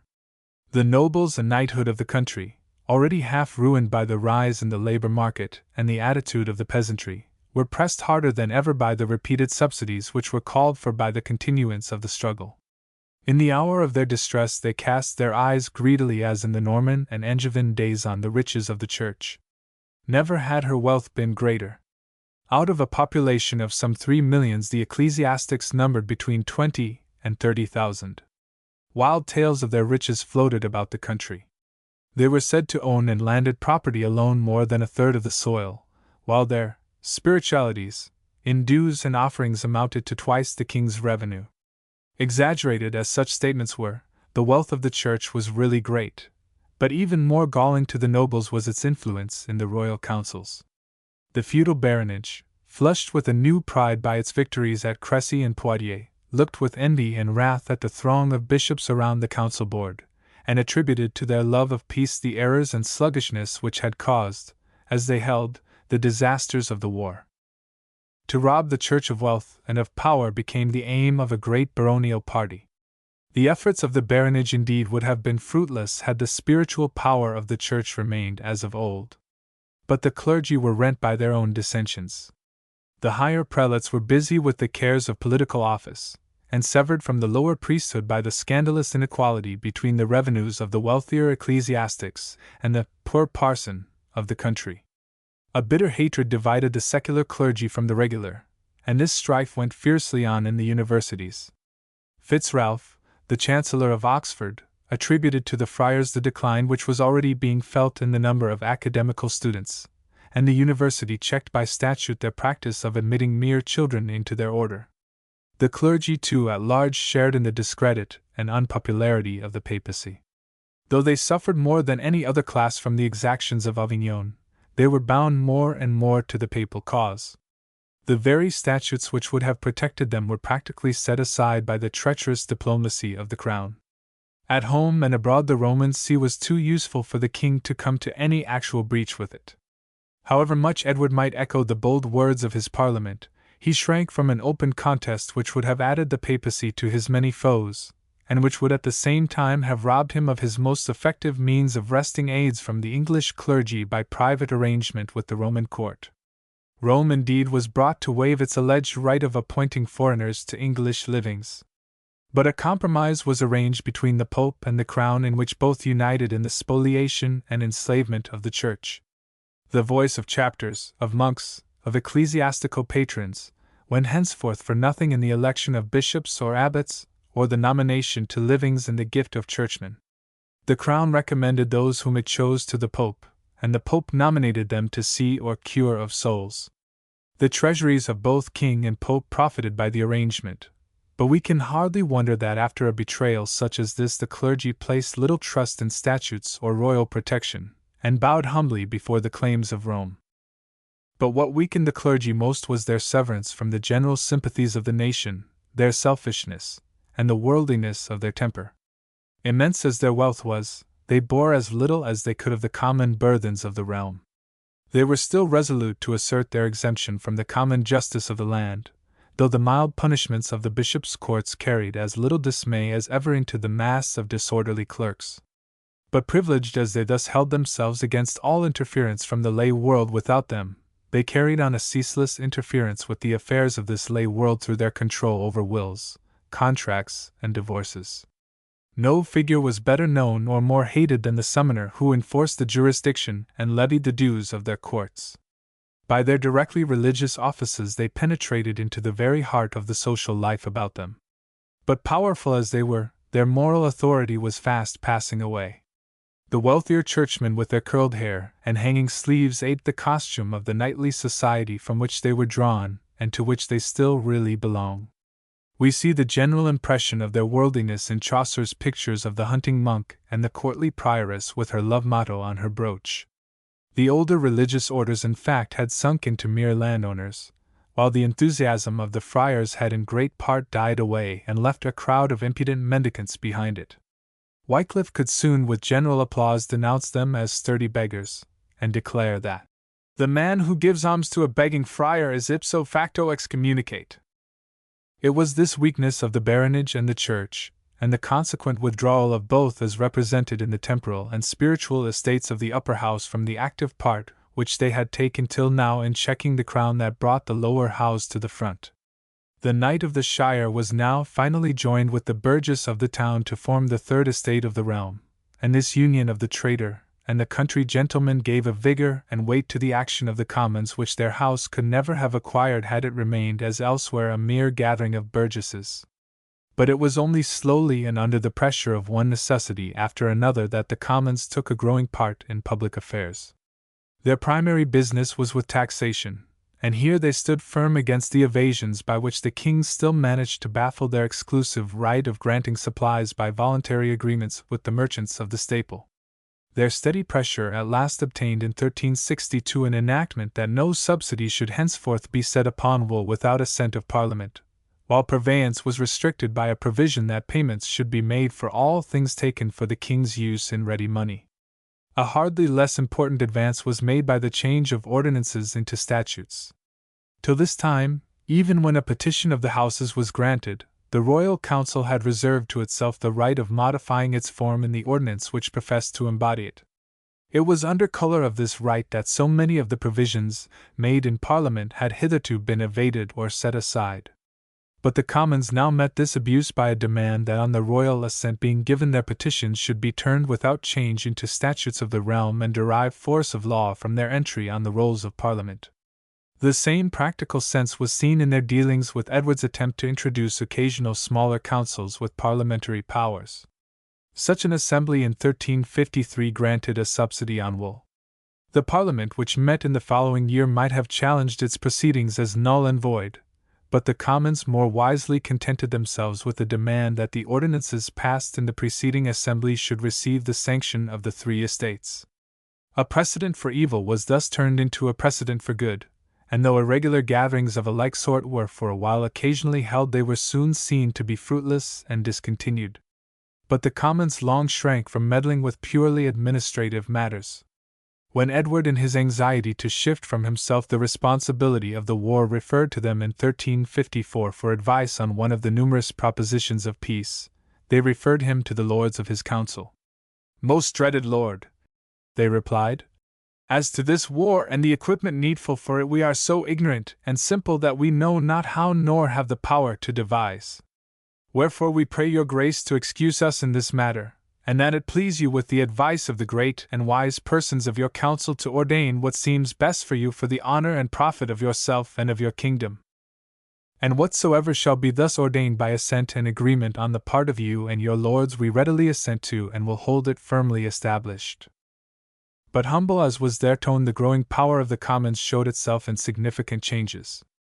In 1363 the Chancellor opened Parliament with a speech in English, no doubt as a tongue intelligible to the members of the lower house. From a petition in 1376 that knights of the shire may be chosen by common election of the better folk of the shire and not merely nominated by the sheriff without due election, as well as from an earlier demand that the sheriffs themselves should be disqualified from serving in Parliament during their term of office, we see that the Crown had already begun not only to feel the pressure of the Commons but to meet it by foisting royal nominees on the constituencies. Such an attempt at packing the House would hardly have been resorted to had it not already proved too strong for direct control. A further proof of its influence was seen in a prayer of the Parliament that lawyers practicing in the King's courts might no longer be eligible as knights of the shire. The petition marks the rise of a consciousness that the House was now no mere gathering of local representatives, but a national assembly, and that a seat in it could no longer be confined to dwellers within the bounds of this county, or that. But it showed also a pressure for seats, a passing away of the old dread of being returned as a representative, and a new ambition to gain a place among the members of the Commons. Whether they would or no, indeed, the Commons were driven forward to a more direct interference with public affairs. From the memorable statute of 1322 their right to take equal part in all matters brought before Parliament had been incontestable, and their waiver of much of this right faded away before the stress of time. Their assent was needed to the great ecclesiastical statutes which regulated the relation of the See of Rome to the realm. They naturally took a chief part in the enactment and reenactment of the Statute of Laborers. The Statute of the Staple, with a host of smaller commercial and economical measures, was of their origination. But it was not till an open breach took place between the baronage and the prelates that their full weight was felt. In the Parliament of 1371, on the resumption of the war, a noble taunted the Church as an owl protected by the feathers which other birds had contributed, and which they had a right to resume when a hawk's approach threatened them. The worldly goods of the Church, the metaphor hinted, had been bestowed on it for the common weal, and could be taken from it on the coming of a common danger. The threat was followed by a prayer that the chief offices of state, which had till now been held by the leading bishops, might be placed in lay hands. The prayer was at once granted. William of Wykeham, Bishop of Winchester, resigned the chancellorship, another prelate the treasury, to lay dependence of the great nobles, and the panic of the clergy was seen in large grants which were voted by both convocations. At the moment of their triumph the assailants of the Church found a leader in John of Gaunt. The Duke of Lancaster now wielded the actual power of the crown. Edward himself was sinking into dotage. Of his sons the Black Prince, who had never rallied from the hardships of his Spanish campaign, was fast drawing to the grave. He had lost a second son by death in childhood. The third, Lionel of Clarence, had died in 1368. It was his fourth son, therefore, John of Gaunt, to whom the royal power mainly fell. By his marriage with the heiress of the House of Lancaster the Duke had acquired lands and wealth, but he had no taste for the policy of the Lancastrian house or for acting as leader of the barons in any constitutional resistance to the crown. His pride, already quickened by the second match with Constance to which he owed his shadowy kingship of Castile, drew him to the throne, and the fortune which placed the royal power practically in his hands bound him only the more firmly to its cause. Men held that his ambition looked to the crown itself, for the approaching death of Edward and the Prince of Wales left but a boy, Richard, the son of the Black Prince, a child of but a few years old, and a girl, the daughter of the Duke of Clarence, between John and the throne. But the Duke's success fell short of his pride. In the campaign of 1373 he traversed France without finding a foe and brought back nothing save a ruined army to English shores. The peremptory tone in which money was demanded for the cost of this fruitless march, while the petitions of the Parliament were set aside till it was granted, roused the temper of the Commons. They requested it as the first instance of such a practice a conference with the Lords, and while granting fresh subsidies prayed that the grant should be spent only on the war. The resentment of the government at this advance towards a control over the actual management of public affairs was seen in the calling of no Parliament through the next 2 years. But the years were disastrous both at home and abroad. The war went steadily against the English arms. The long negotiations with the Pope which went on at Bruges through 1375, and in which Wycliffe took part as one of the royal commissioners, ended in a compromise by which Rome yielded nothing. The strife over the Statute of Laborers grew fiercer and fiercer, and a return of the plague heightened the public distress. Edward was now wholly swayed by Alice Purse, and the Duke shared his power with the royal mistress. But if we gather its tenor from the complaints of the succeeding Parliament, his administration was as weak as it was corrupt. The new lay ministers lent themselves to gigantic frauds. The Chamberlain, Lord Latimer, bought up the royal debts and embezzled the public revenue. With Richard Lyons, a merchant through whom the king negotiated with the Guild of the Staple, he reaped enormous profits by raising the price of imports and by lending to the crown at usurious rates of interest. When the empty treasury forced them to call a parliament, the ministers tampered with the elections through the sheriffs. But the temper of the Parliament which met in 1376, and which gained from after times the name of the Good Parliament, shows that these precautions had utterly failed. Even their promise to pillage the church had failed to win for the Duke and his party the goodwill of the lesser gentry, or the wealthier burgesses who together formed the Commons. Projects of wide constitutional and social change, of the humiliation and impoverishment of an estate of the realm, were profoundly distasteful to men already struggling with a social revolution on their own estates and in their own workshops. But it was not merely its opposition to the projects of Lancaster and his party among the baronage which won for this assembly the name of the Good Parliament. Its action marked a new period in our parliamentary history, as it marked a new stage in the character of the national opposition to the misrule of the crown. Hitherto the task of resistance had devolved on the baronage, and had been carried out through risings of its feudal tenantry. But the misgovernment was now that of the baronage, or of a main part of the baronage itself in actual conjunction with the crown. Only in the power of the Commons lay any adequate means of peaceful redress. The old reluctance of the lower house to meddle with matters of state was roughly swept away therefore by the pressure of the time. The Black Prince, anxious to secure his child's succession by the removal of John of Gaunt, the prelates with William of Wykeham at their head, resolute again to take their place in the royal councils and to check the projects of ecclesiastical spoliation put forward by their opponents, alike found in it a body to oppose to the Duke's administration. Backed by powers such as these, the action of the Commons showed none of their old timidity or self-distrust.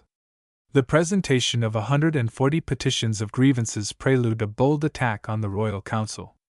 Trusting in God, and standing with his followers before the nobles, whereof the chief was John Duke of Lancaster, whose doings were ever contrary. Their speaker, Sir Peter de la Mare, denounced the mismanagement of the war, the oppressive taxation, and demanded an account of the expenditure. "What do these base and ignoble knights attempt?" cried John of Gaunt. "Do they think they be kings or princes of the land?" But the movement was too strong to be stayed. Even the Duke was silenced by the charges brought against the ministers. After a strict inquiry, Latimer and Lyons were alike thrown into prison, Alice Purse was banished, and several of the royal servants were driven from the court. At this moment the death of the Black Prince shook the power of the Parliament. But it only heightened its resolve to secure the succession.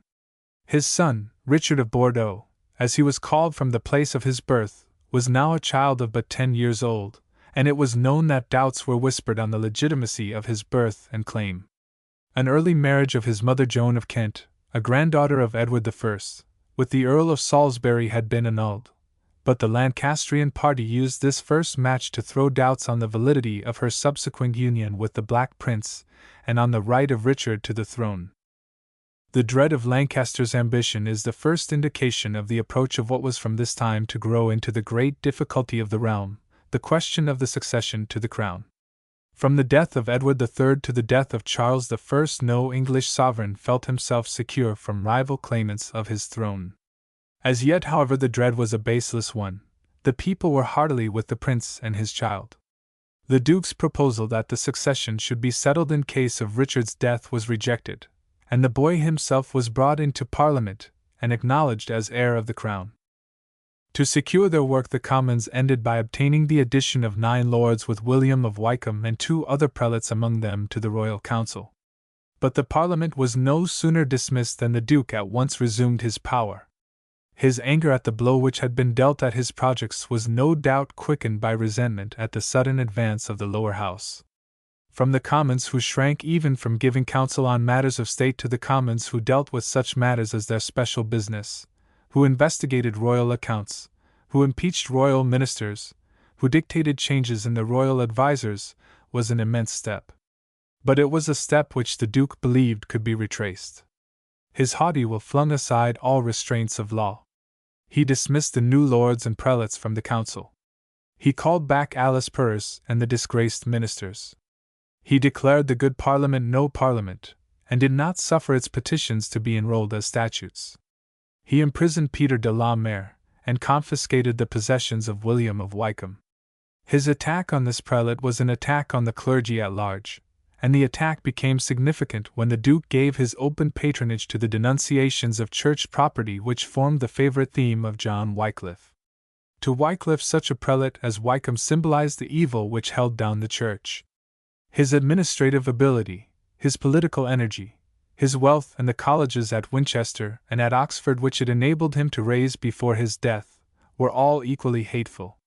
It was this wealth, this intermeddling with worldly business, which the ascetic reformer looked upon as the curse that robbed prelates and churchmen of that spiritual authority which could alone meet the vice and suffering of the time. Whatever baser motives might spur Lancaster and his party, their projects of spoliation must have seemed to Wycliffe projects of enfranchisement for the Church. Poor and powerless in worldly matters, he held that she would have the wealth and might of heaven at her command. Wycliffe's theory of church and state had led him long since to contend that the property of the clergy might be seized and employed like other property for national purposes. Such a theory might have been left, as other daring theories of the schoolmen had been left, to the disputation of the schools. But the clergy were bitterly galled when the first among English teachers threw himself hotly on the side of the party which threatened them with spoliation, and argued in favor of their voluntary abandonment of all church property, and of a return to their original poverty. They were roused to action when Wycliffe came forward as the theological bulwark of the Lancastrian party at a moment when the clergy were freshly outraged by the overthrow of the bishops and the plunder of Wykeham. They forced the king to cancel the sentence of banishment from the precincts of the court which had been directed against the Bishop of Winchester by refusing any grant of supply in convocation till William of Wykeham took his seat in it. But in the prosecution of Wycliffe they resolved to return blow for blow. In February 1377 he was summoned before Bishop Courtenay of London to answer for his heretical propositions concerning the wealth of the Church. The Duke of Lancaster accepted the challenge as really given to himself, and stood by Wycliffe's side in the consistory court at St. Paul's. But no trial took place. Fierce words passed between the nobles and the prelate. The Duke himself was said to have threatened to drag Courtenay out of the church by the hair of his head. At last the London populace, to whom John of Gaunt was hateful, burst in to their bishop's rescue, and Wycliffe's life was saved with difficulty by the aid of the soldiery. But his boldness only grew with the danger. A papal bull which was procured by the bishops, directing the university to condemn and arrest him, extorted from him a bold defiance. In a defense circulated widely through the kingdom and laid before Parliament, Wycliffe broadly asserted that no man could be excommunicated by the Pope unless he were first excommunicated by himself. He denied the right of the Church to exact or defend temporal privileges by spiritual censures, declared that a church might justly be deprived by the king or lay lords of its property for defect of duty, and defended the subjection of ecclesiastics to civil tribunals. It marks the temper of the time and the growing severance between the Church and the nation that, bold as the defiance was, it won the support of the people as of the crown. When Wycliffe appeared at the close of the year in Lambeth Chapel to answer the Archbishop's summons, a message from the court forbade the primate to proceed, and the Londoners broke in and dissolved the session. Meanwhile, the Duke's unscrupulous tampering with elections had packed the Parliament of 1377 with his adherents. The work of the good Parliament was undone, and the Commons petitioned for the restoration of all who had been impeached by their predecessors. The needs of the Treasury were met by a novel form of taxation. To the earlier land tax, to the tax on personality which dated from the Saladin tithe, to the customs duties which had grown into importance in the last two reigns, was now added a tax which reached every person in the realm, a poll tax of a groat a head. In this tax were sown the seeds of future trouble, but when the Parliament broke up in March, the Duke's power seemed completely secured. Hardly 3 months later it was wholly undone. In June, Edward III died in a dishonored old age, robbed on his deathbed even of his rings by the mistress to whom he clung, and the accession of his grandson, Richard II, changed the whole face of affairs. The Duke withdrew from court, and sought a reconciliation with the party opposed to him. The men of the good Parliament surrounded the new king, and a Parliament which assembled in October took vigorously up its work.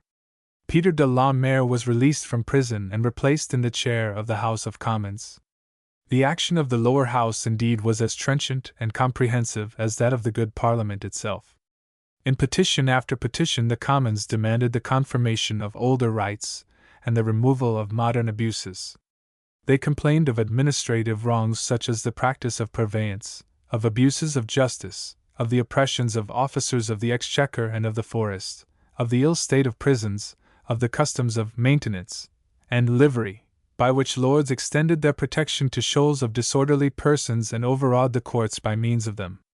Amid ecclesiastical abuses they noted the state of the church courts, and the neglect of the laws of provisors. They demanded that the annual assembly of Parliament, which had now become customary, should be defined by law, and that bills once sanctioned by the Crown should be forthwith turned into statutes without further amendment or change on the part of the Royal Council. With even greater boldness they laid hands on the administration itself. They not only demanded that the evil councillors of the last reign should be removed, and that the treasurer of the subsidy on wool should account for its expenditure to the Lords, but that the Royal Council should be named in Parliament, and chosen from members of either estate of the realm. Though a similar request for the nomination of the officers of the royal household was refused, their main demand was granted. It was agreed that the great officers of state, the Chancellor, Treasurer, and Barons of Exchequer should be named by the Lords in Parliament, and removed from their offices during the King's tender years, only on the advice of the Lords. The pressure of the war, which rendered the existing taxes insufficient, gave the House a fresh hold on the Crown. While granting a new subsidy in the form of a land and property tax, the Commons restricted its proceeds to the war, and assigned 2 of their members, William Walworth and John Philpot, as a standing committee to regulate its expenditure. The successor of this Parliament in the following year demanded and obtained an account of the way in which the subsidy had been spent.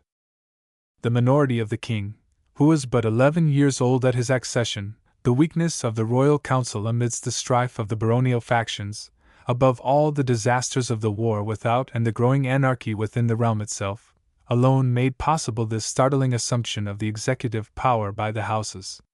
The shame of defeat abroad was being added to the misery and discomfort at home. The French war ran its disastrous course.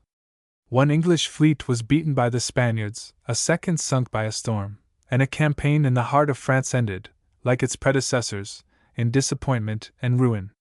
Meanwhile the strife between employers and employed was kindling into civil war. The Parliament, drawn as it was wholly from the proprietary classes, struggled as fiercely for the mastery of the laborers as it struggled for the mastery of the Crown. The good Parliament had been as strenuous in demanding the enforcement of the statute of laborers as any of its predecessors.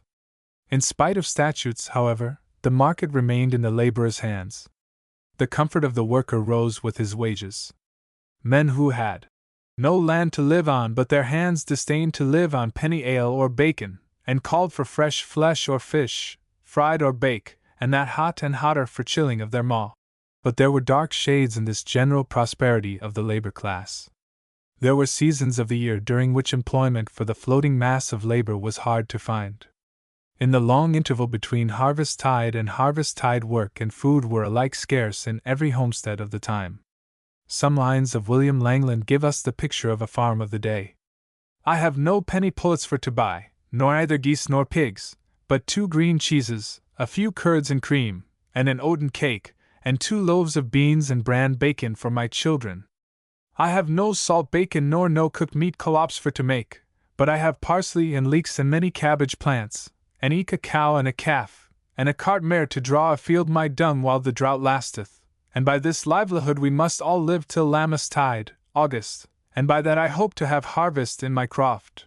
But it was not till Lammas-tide that high wages and the new corn bade hunger go to sleep. And during the long spring and summer the free laborer and the waster that will not work but wander about, that will eat no bread but the finest wheat, nor drink but of the best and brownest ale, was a source of social and political danger.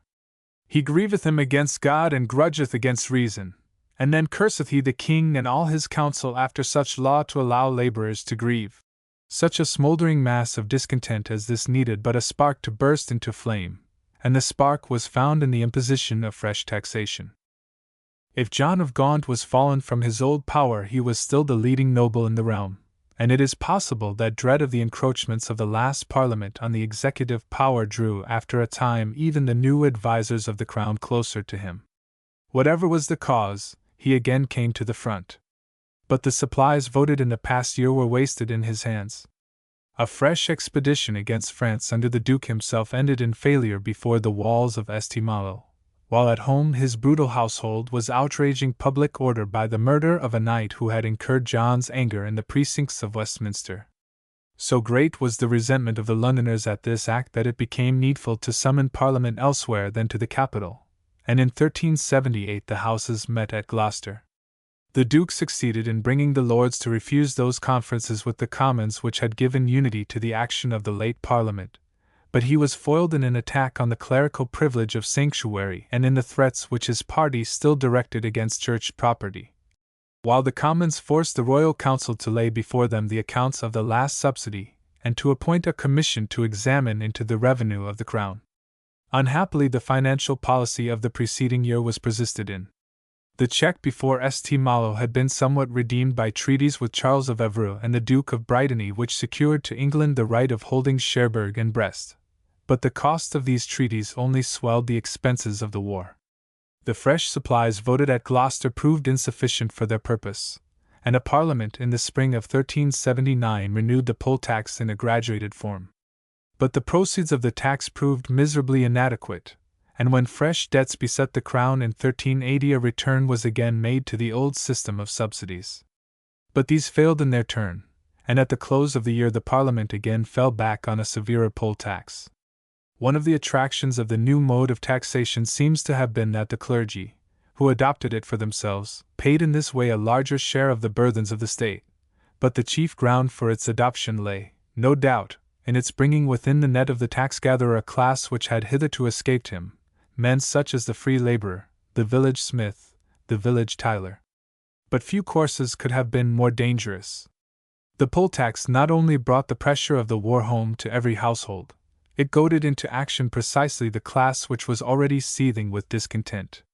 The strife between labor and capital was going on as fiercely as ever in country and in town. The landlords were claiming new services, or forcing men who looked on themselves as free to prove they were no villains by law. The free laborer was struggling against the attempt to exact work from him at low wages. The wandering workman was being seized and branded as a vagrant. The abbey towns were struggling for freedom against the abbeys. The craftsmen within boroughs were carrying on the same strife against employer and craft guild. And all this mass of discontent was being heightened and organized by agencies with which the government could not cope. The poorer villains and the free laborers had long since banded together in secret conspiracies which the wealthier villains supported with money. The return of soldiers from the war threw over the land a host of broken men, skilled in arms, and ready to take part in any rising. The begging friars, wandering and gossiping from village to village and street to street, shared the passions of the class from which they sprang. Priests like Ball openly preached the doctrines of communism. And to these had been recently added a fresh agency, which could hardly fail to stir a new excitement. With the practical ability which marked his character, Wycliffe set on foot about this time a body of poor preachers to supply, as he held, the place of those wealthier clergy who had lost their hold on the land.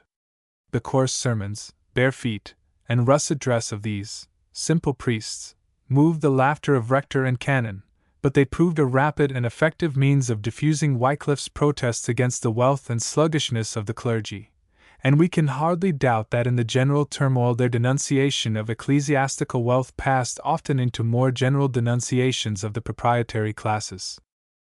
As the spring went by, quaint rhymes passed through the country, and served as a summons to revolt. John Ball, ran one, greeteth you all, and doth for to understand he hath rung your bell. Now right and might, will and skill, God speed every deli. Help truth, ran another, and truth shall help you. Now regneth pride and price, and covetise is counted wise, and lechery withouten shame, and gluttony withouten blame. Envy regneth with treason, and sloth is taken great season. God do bote, for now is time. We recognize Ball's hand in the yet more stirring missives of Jack the Miller and Jack the Carter. Jack Miller asketh help to turn his mill aright. He hath grounden small, the king's son of heaven he shall pay for all.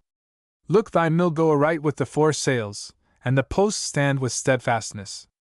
With right and with might, with skill and with will, let might help right, and skill go before will, and right before might, so goeth our mill aright. Jack Carter, ran the companion missive, praise you all that ye make a good end of that ye have begun, and do well, and I better and better, for at the even men heareth the day. Falseness and guile, sang Jack Truman, have reigned too long, and truth hath been set under a lock, and falseness and guile regneth in every stock. No man may come truth to, but if he sing S.I. Diderot, true love is a way that was so good, and clerks for wealth work them well. God do bote, for now is time. In the rude jingle of these lines began for England the literature of political controversy. They are the first predecessors of the pamphlets of Milton and of Burke. Rough as they are, they express clearly enough the mingled passions which met in the revolt of the peasants, their longing for a right rule, for plain and simple justice, their scorn of the immorality of the nobles and the infamy of the court, their resentment at the perversion of the law to the cause of oppression. From the eastern and midland counties the restlessness spread to all England south of the Thames. But the grounds of discontent varied with every district. The actual outbreak began on the 5th of June at Dartford, where a tiler killed one of the collectors of the poll tax in vengeance for a brutal outrage on his daughter. The county at once rose in arms. Canterbury, where the whole town was of their mind, threw open its gates to the insurgents who plundered the Archbishop's palace and dragged John Ball from his prison. 100,000 Kentishmen gathered round Walter Tyler of Essex and John Hales of Malling to march upon London. Their grievance was mainly a political one. Villenage was unknown in Kent. As the peasants poured towards Blackheath, indeed every lawyer who fell into their hands was put to death. Not till all these were killed would the land enjoy its old freedom again. The Kentishmen shouted as they fired the houses of the stewards and flung the rolls of the manor courts into the flames. But this action can hardly have been due to anything more than sympathy with the rest of the realm, the sympathy which induced the same men when pilgrims from the north brought news that John of Gaunt was setting free his bondmen to send to the Duke an offer to make him Lord and King of England. Nor was their grievance a religious one. Lollardry can have made little way among men whose grudge against the Archbishop of Canterbury sprang from his discouragement of pilgrimages. Their discontent was simply political. They demanded the suppression of the poll tax and better government. Their aim was to slay the nobles and wealthier clergy, to take the king into their own hands, and pass laws which should seem good to the commons of the realm. The whole population joined the Kentishmen as they marched along, while the nobles were paralyzed with fear. The young king, he was but a boy of 16, addressed them from a boat on the river, but the refusal of his council under the guidance of Archbishop Sudbury to allow him to land kindled the peasants to fury, and with cries of treason, the great mass rushed on London. On the 13th of June its gates were flung open by the poor artisans within the city, and the stately palace of John of Gaunt at the Savoy, the new inn of the lawyers at the Temple, the houses of the foreign merchants, were soon in a blaze. But the insurgents, as they proudly boasted, were seekers of truth and justice, not thieves or robbers. And a plunderer found carrying off a silver vessel from the sack of the Savoy was flung with his spoil into the flames. Another body of insurgents encamped at the same time to the east of the city. In Essex and the eastern counties the popular discontent was more social than political. The demands of the peasants were that bondage should be abolished, that tolls and imposts on trade should be done away with, that no acre of land which is held in bondage or villanage be held at higher rate than 4d. a year. In other words, for a money commutation of all villain services. Their rising had been even earlier than that of the Kentishmen. Before Whitsuntide, an attempt to levy the poll tax gathered crowds of peasants together, armed with clubs, rusty swords, and bows. The royal commissioners who were sent to repress the tumult were driven from the field, and the Essex men marched upon London on one side of the river as the Kentishmen marched on the other. The evening of the 13th, the day on which Tyler entered the city, saw them encamped without its walls at Mile End.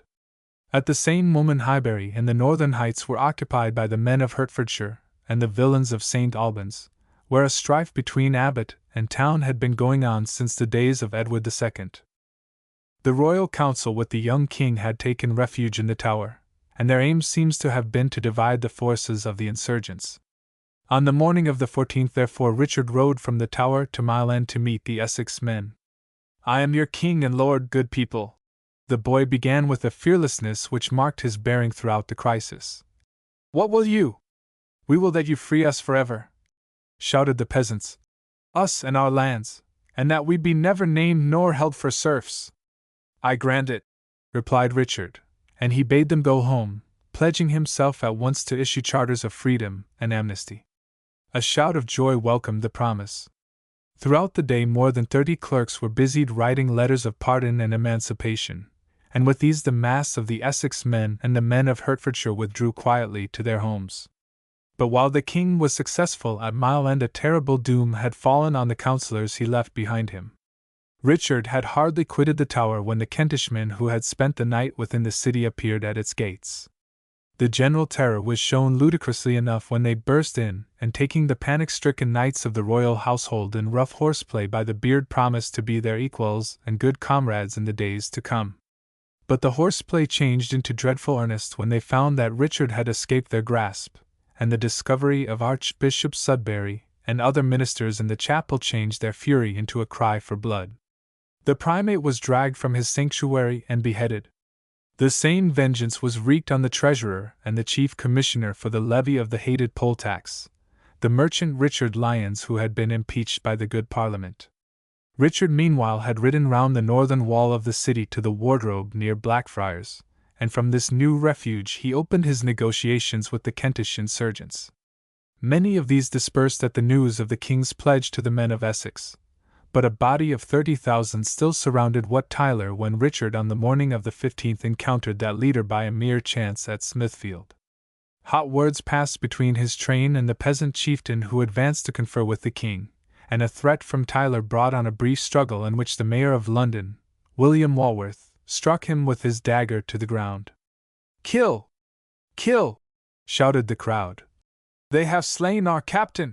But Richard faced the Kentishmen with the same cool courage with which he faced the men of Essex. "What need ye, my masters?" cried the boy king as he rode boldly up to the front of the bowmen. "I am your captain and your king. Follow me!" The hopes of the peasants centered in the young sovereign. One aim of their rising had been to free him from the evil councillors who, as they believed, abused his youth, and at his word they followed him with a touching loyalty and trust till he entered the tower. His mother welcomed him within its walls with tears of joy. "Rejoice and praise God," Richard answered, "for I have recovered today my heritage which was lost and the realm of England." But he was compelled to give the same pledge of freedom to the Kentishmen as at Mile End, and it was only after receiving his letters of pardon and emancipation that the yeomen dispersed to their homes. The revolt indeed was far from being at an end. As the news of the rising ran through the country, the discontent almost everywhere broke into flame. There were outbreaks in every shire south of the Thames as far westward as Devonshire. In the north tumults broke out at Beverley and Scarborough, and Yorkshire and Lancashire made ready to rise. The eastern counties were in one wild turmoil of revolt. At Cambridge the townsmen burned the charters of the university and attacked the colleges. A body of peasants occupied St. Albans. In Norfolk a Norwich artisan, called John the Litster or Dyer, took the title of King of the Commons, and marching through the country at the head of a mass of peasants compelled the nobles whom he captured to act as his meat-tasters and to serve him on their knees during his repast. The story of St. Edmundsbury shows us what was going on in Suffolk. Ever since the accession of Edward III the townsmen and the villains of their lands around had been at war with the abbot and his monks. The old and more oppressive servitude had long passed away, but the later abbots had set themselves against the policy of concession and conciliation which had brought about this advance towards freedom. The gates of the town were still in the abbot's hands. He had succeeded in enforcing his claim to the wardship of all orphans born within his domain. From claims such as these the town could never feel itself safe so long as mysterious charters from Pope or King, interpreted cunningly by the wit of the new lawyer class, lay stored in the Abbey archives. But the archives contained other and hardly less formidable documents than these. Untroubled by the waste of war, the religious houses profited more than any other landowners by the general growth of wealth. They had become great proprietors, moneylenders to their tenants, extortionate as the Jew whom they had banished from their land. There were few townsmen of St. Edmunds who had not some bonds laid up in the Abbey registry. In 1327 one band of debtors had a covenant lying there for the payment of 500 marks and 50 casks of wine. Another company of the wealthier burgesses were joint debtors on a bond for £10,000. The new spirit of commercial activity joined with the troubles of the time to throw the whole community into the abbot's hands. We can hardly wonder that riots, lawsuits, and royal commissions marked the relation of the town and abbey under the first two Edwards. Under the third came an open conflict. In 1327 the townsmen burst into the great house, drove the monks into the choir, and dragged them thence to the town prison. The abbey itself was sacked. Chalices, missals, chasubles, tunicles, altar frontals, the books of the library, the very vats and dishes of the kitchen, all disappeared. The monks estimated their losses at £10,000. But the townsmen aimed at higher booty than this. The monks were brought back from prison to their own chapter house, and the spoil of their registry, papal bulls and royal charters, deeds and bonds and mortgages, were laid before them. Amidst the wild threats of the mob they were forced to execute a grant of perfect freedom and of a guild to the town as well as a free release to their debtors. Then they were left masters of the ruined house. But all control over town or land was gone. Through spring and summer no rent or fine was paid. The bailiffs and other officers of the abbey did not dare to show their faces in the streets. News came at last that the abbot was in London, appealing for redress to the court, and the whole county was at once on fire. A crowd of rustics, maddened at the thought of revived claims of serfage, of interminable suits of law, poured into the streets of the town. From 32 of the neighboring villages the priests marched at the head of their flocks as on a new crusade. The wild mass of men, women, and children, 20,000 in all, as men guessed, rushed again on the abbey, and for 4 November days the work of destruction went on unhindered. When gate, stables, granaries, kitchen, infirmary, hostelry had gone up in flames, the multitude swept away to the granges and barns of the abbey farms. Their plunder shows what vast agricultural proprietors the monks had become. 1,000 horses, 120 plough oxen, 200 cows, 300 bullocks, 300 hogs, 10,000 sheep were driven off, and granges and barns burned to the ground.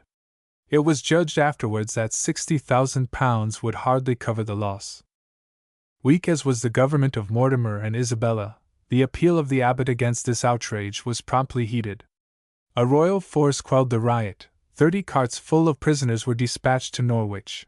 24 of the chief townsmen with 32 of the village priests were convicted as aiders and abettors of the attack on the abbey, and 20 were summarily hanged. Nearly 200 persons remained under sentence of outlawry, and for 5 weary years their case dragged on in the king's courts. At last matters ended in a ludicrous outrage. Irritated by repeated breaches of promise on the abbot's part, the outlawed burgesses seized him as he lay in his manor of Chevington, robbed and bound him, and carried him off to London. There he was hurried from street to street lest his hiding place should be detected till opportunity offered for shipping him off to Brabant.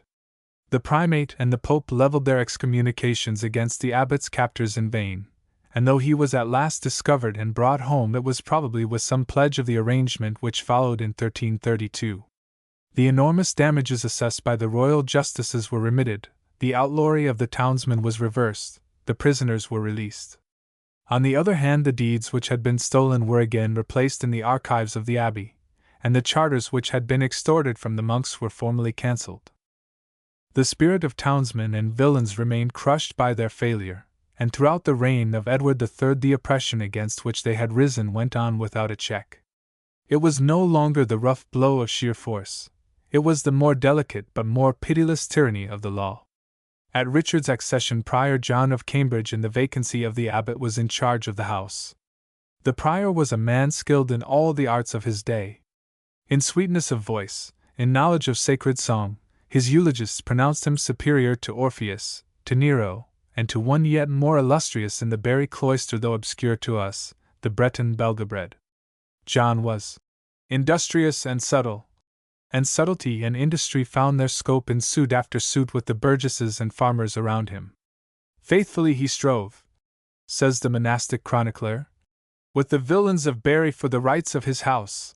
The townsmen he owned specially as his adversaries, but it was the rustics who were to show what a hate he had won. On the 15th of June, the day of Wat Tyler's fall, the howl of a great multitude round his manor house at Mildenhall broke roughly on the chauntings of Prior John. He strove to fly, but he was betrayed by his own servants, judged in rude mockery of the law by villain and bondsman, condemned and killed. The corpse lay naked in the open field while the mob poured unresisted into Barry.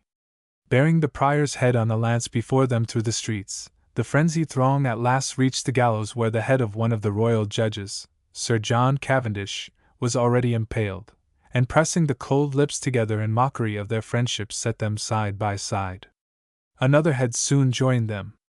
The abbey gates were burst open, and the cloister filled with a maddened crowd, howling for a new victim, John Lakenheath, the warder of the barony. Few knew him as he stood among the group of trembling monks, but he courted death with a contemptuous courage. "I am the man you seek," he said, stepping forward, and in a minute, with a mighty roar of "Devil's son! Monk! Traitor!" he was swept to the gallows, and his head hacked from his shoulders.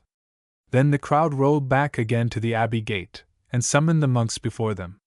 They told them that now for a long time they had oppressed their fellows, the burgesses of Barry, wherefore they willed that in the sight of the commons they should forthwith surrender their bonds and charters. The monks brought the parchments to the marketplace. Many which were demanded they swore they could not find. A compromise was at last patched up, and it was agreed that the charters should be surrendered till the future abbot should confirm the liberties of the town. Then, unable to do more, the crowd ebbed away. A scene less violent, but even more picturesque, went on the same day at St. Albans. William Grindcob, the leader of its townsmen, returned with one of the charters of emancipation which Richard had granted after his interview at Mile End to the men of Essex and Hertfordshire, and breaking into the abbey precincts at the head of the burghers, forced the abbot to deliver up the charters which bound the town in bondage to his house. But a more striking proof of servitude than any charters could give remained in the millstones which after a long suit at law had been adjudged to the abbey and placed within its cloister as a triumphant witness that no townsman might grind corn within the domain of the abbey save at the abbot's mill.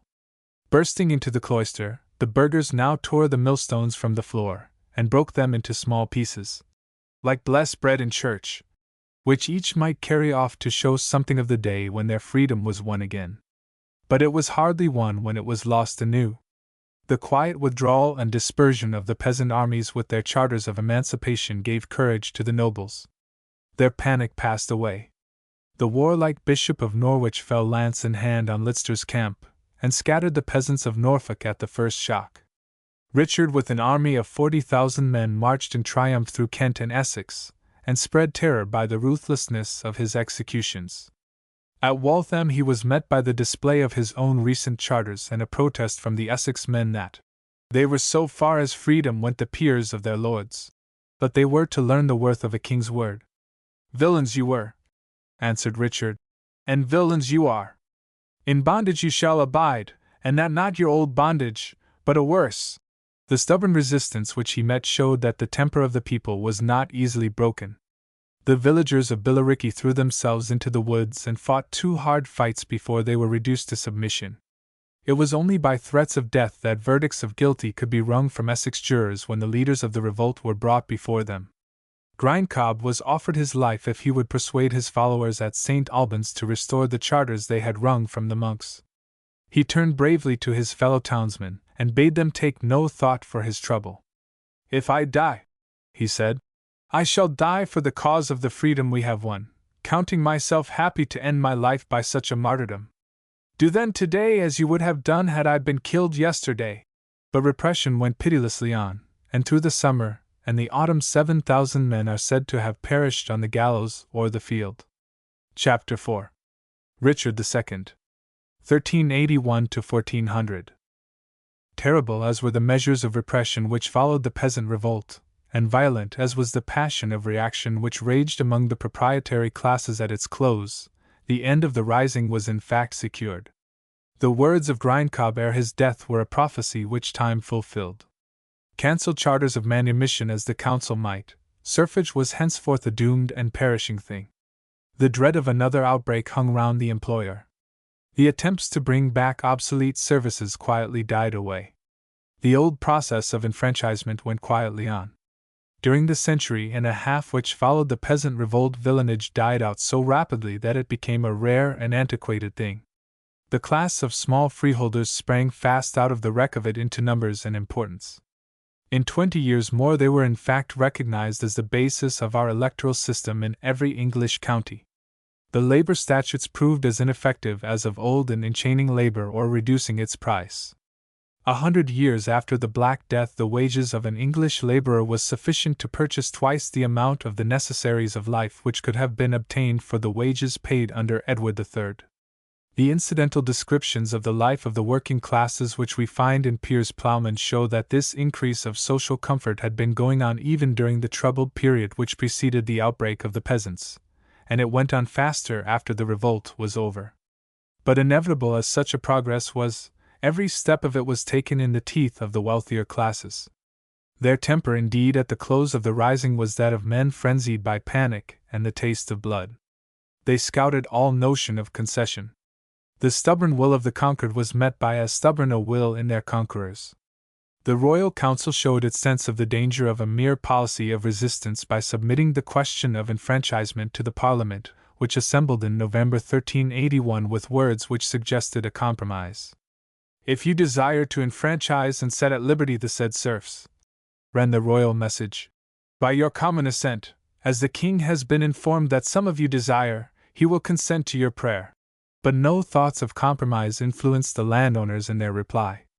The king's grant and letters, the Parliament answered with perfect truth, were legally null and void. Their serfs were their goods, and the king could not take their goods from them but by their own consent. "And this consent," they ended, "we have never given and never will give, were we all to die in one day." Their temper indeed expressed itself in legislation which was a fit sequel to the statutes of laborers. They forbade the child of any tiller of the soil to be apprenticed in a town. They prayed the king to ordain that no bondman nor bondwoman shall place their children at school, as has been done, so as to advance their children in the world by their going into the church. The new colleges which were being founded at the universities at this moment closed their gates upon villains. The panic which produced this frenzied reaction against all projects of social reform produced inevitably as frenzied a panic of reaction against all plans for religious reform. Wycliffe had been supported by the Lancastrian party till the very eve of the peasant revolt. But with the rising his whole work seemed suddenly undone. The quarrel between the baronage and the church on which his political action had as yet been grounded was hushed in the presence of a common danger. His poor preachers were looked upon as missionaries of socialism. The friars charged Wycliffe with being a sower of strife, who by his serpent-like instigation had set the serf against his lord. And though he tossed back the charge with disdain, he had to bear a suspicion which was justified by the conduct of some of his followers. John Ball, who had figured in the front rank of the revolt, was falsely named as one of his adherents, and was alleged to have denounced in his last hour the conspiracy of the Wycliffites. Wycliffe's most prominent scholar, Nicholas Herford, was said to have openly approved the brutal murder of Archbishop Sudbury. Whatever belief such charges might gain, it is certain that from this moment all plans for the reorganization of the church were confounded in the general odium which attached to the projects of the peasant leaders, and that any hope of ecclesiastical reform at the hands of the baronage and the Parliament was at an end. But even if the peasant revolt had not deprived Wycliffe of the support of the aristocratic party with whom he had hitherto cooperated, their alliance must have been dissolved by the new theological position which he had already taken up. Some months before the outbreak of the insurrection he had by one memorable step passed from the position of a reformer of the discipline and political relations of the Church to that of a protester against its cardinal beliefs. If there was one doctrine upon which the supremacy of the medieval Church rested, it was the doctrine of transubstantiation. It was by his exclusive right to the performance of the miracle which was wrought in the Mass that the lowliest priest was raised high above princes. With the formal denial of the doctrine of transubstantiation which Wycliffe issued in the spring of 1381 began that great movement of religious revolt which ended more than a century after in the establishment of religious freedom by severing the mass of the Teutonic peoples from the general body of the Catholic Church. The act was the bolder that he stood utterly alone. The University of Oxford, in which his influence had been hitherto all-powerful, at once condemned him. John of Gaunt enjoined him to be silent. Wycliffe was presiding as Doctor of Divinity over some disputations in the schools of the Augustinian canons when his academical condemnation was publicly read, but though startled for the moment he at once challenged Chancellor or Doctor to disprove the conclusions at which he had arrived. The prohibition of the Duke of Lancaster he met by an open avowal of his teaching, a confession which closes proudly with the quiet words, "I believe that in the end the truth will conquer." For the moment his courage dispelled the panic around him. The university responded to his appeal, and by displacing his opponents from office tacitly adopted his cause. But Wycliffe no longer looked for support to the learned or wealthier classes on whom he had hitherto relied. He appealed, and the appeal is memorable as the first of such a kind in our history, to England at large. With an amazing industry he issued tract after tract in the tongue of the people itself. The dry, syllogistic Latin, the abstruse and involved argument which the great doctor had addressed to his academic hearers, were suddenly flung aside, and by a transition which marks the wonderful genius of the man the schoolman was transformed into the pamphleteer. If Chaucer is the father of our later English poetry, Wycliffe is the father of our later English prose. The rough, clear, homely English of his tracts, the speech of the ploughman and the trader of the day, though colored with the picturesque phraseology of the Bible, is in its literary use as distinctly a creation of his own as the style in which he embodied it, the terse vehement sentences, the stinging sarcasms, the hard antitheses which rouse the dullest mind like a whip.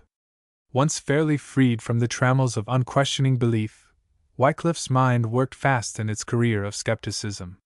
Pardons, indulgences, absolutions, pilgrimages to the shrines of the saints, worship of their images, worship of the saints themselves, were successively denied. A formal appeal to the Bible as the one ground of faith, coupled with an assertion of the right of every instructed man to examine the Bible for himself, threatened the very groundwork of the older dogmatism with ruin. Nor were these daring denials confined to the small circle of scholars who still clung to him. The simple priests were active in the diffusion of their master's doctrines, and how rapid their progress must have been we may see from the panic-struck exaggerations of their opponents. A few years later they complained that the followers of Wycliffe abounded everywhere, and in all classes, among the baronage, in the cities, among the peasantry of the countryside, even in the monastic cell itself. Every second man one meets is a lollard. Lollard, a word which probably means idle babbler, was the nickname of scorn with which the Orthodox churchmen chose to insult their assailants. But this rapid increase changed their scorn into vigorous action. In 1382 Courtney, who had now become archbishop, summoned a council at Blackfriars and formally submitted 24 propositions drawn from Wycliffe's works. An earthquake in the midst of the proceedings terrified every prelate but the resolute primate. The expulsion of ill humors from the earth, he said, was of good omen for the expulsion of ill humors from the church, and the condemnation was pronounced. Then the archbishop turned fiercely upon Oxford as the fount and centre of the new heresies. In an English sermon at St. Friedeswide's, Nicholas Herford had asserted the truth of Wycliffe's doctrines, and Courtney ordered the chancellor to silence him and his adherents on pain of being himself treated as a heretic. The chancellor fell back on the liberties of the university, and appointed as preacher another Wycliffite, Repington, who did not hesitate to style the Lollards holy priests, and to affirm that they were protected by John of Gaunt. Party spirit meanwhile ran high among the students. The bulk of them sided with the Lollard leaders, and a Carmelite, Peter Stokes, who had procured the archbishop's letters, cowered panic-stricken in his chamber while the chancellor, protected by an escort of 100 townsmen, listened approvingly to Repington's defiance. "I dare go no further," wrote the poor friar to the archbishop, "for fear of death." But he mustered courage at last to descend into the schools where Repington was now maintaining that the clerical order was better when it was but 9 years old than now that it has grown to 1,000 years and more. The appearance, however, of scholars in arms again drove Stokes to fly in despair to Lambeth, while a new heretic in open congregation maintained Wycliffe's denial of transubstantiation. "There is no idolatry," cried William James, "save in the sacrament of the altar." "You speak like a wise man," replied the Chancellor, Robert Rigg. Courtney, however, was not the man to bear defiance tamely, and his summons to Lambeth wrested a submission from Rigg which was only accepted on his pledge to suppress the Lollardism of the university. "I dare not publish them, on fear of death," exclaimed the Chancellor when Courtney handed him his letters of condemnation. "Then is your university an open fodder of heretics," retorted the primate, "if it suffers not the Catholic truth to be proclaimed within its bounds." The royal council supported the archbishop's injunction, but the publication of the decrees at once set Oxford on fire. The scholars threatened death against the friars, crying that they wished to destroy the university. The master suspended Henry Crump from teaching as a troubler of the public peace for calling the Lollards heretics. The crown, however, at last stepped in to Courtney's aid, and a royal writ ordered the instant banishment of all favourers of Wycliffe with the seizure and destruction of all Lollard books on pain of forfeiture of the university's privileges. The threat produced its effect. Hereford and Repington appealed in vain to John of Gaunt for protection. The Duke himself denounced them as heretics against the sacrament of the altar, and after much evasion they were forced to make a formal submission. Within Oxford itself the suppression of Lollardism was complete, but with the death of religious freedom all trace of intellectual life suddenly disappears. The century which followed the triumph of Courtney is the most barren in its annals, nor was the sleep of the university broken till the advent of the new learning restored to it some of the life and liberty which the primate had so roughly trodden out. Nothing marks more strongly the grandeur of Wycliffe's position as the last of the great schoolmen than the reluctance of so bold a man as Courtney even after his triumph over Oxford to take extreme measures against the head of Lollardry. Wycliffe, though summoned, had made no appearance before the Council of the Earthquake. "Pontius Pilate and Herod are made friends today," was his bitter comment on the new union which proved to have sprung up between the prelates and the monastic orders who had so long been at variance with each other. Since they have made a heretic of Christ, it is an easy inference for them to count simple Christians heretics. He seems indeed to have been sick at the moment, but the announcement of the final sentence roused him to life again. He petitioned the king and parliament that he might be allowed freely to prove the doctrines he had put forth, and turning with characteristic energy to the attack of his assailants, he asked that all religious vows might be suppressed, that tithes might be diverted to the maintenance of the poor and the clergy maintained by the free alms of their flocks, that the statutes of provisors and praemunire might be enforced against the papacy, that churchmen might be declared incapable of secular offices, and imprisonment for excommunication cease. Finally, in the teeth of the council's condemnation, he demanded that the doctrine of the Eucharist, which he advocated, might be freely taught.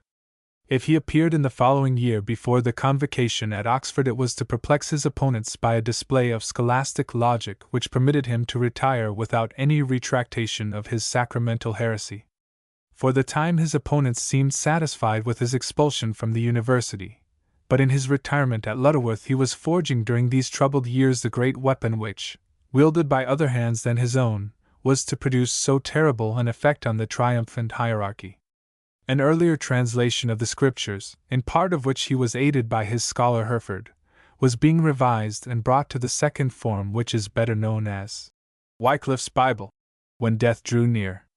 The appeal of the prelates to Rome was answered at last by a brief ordering him to appear at the papal court.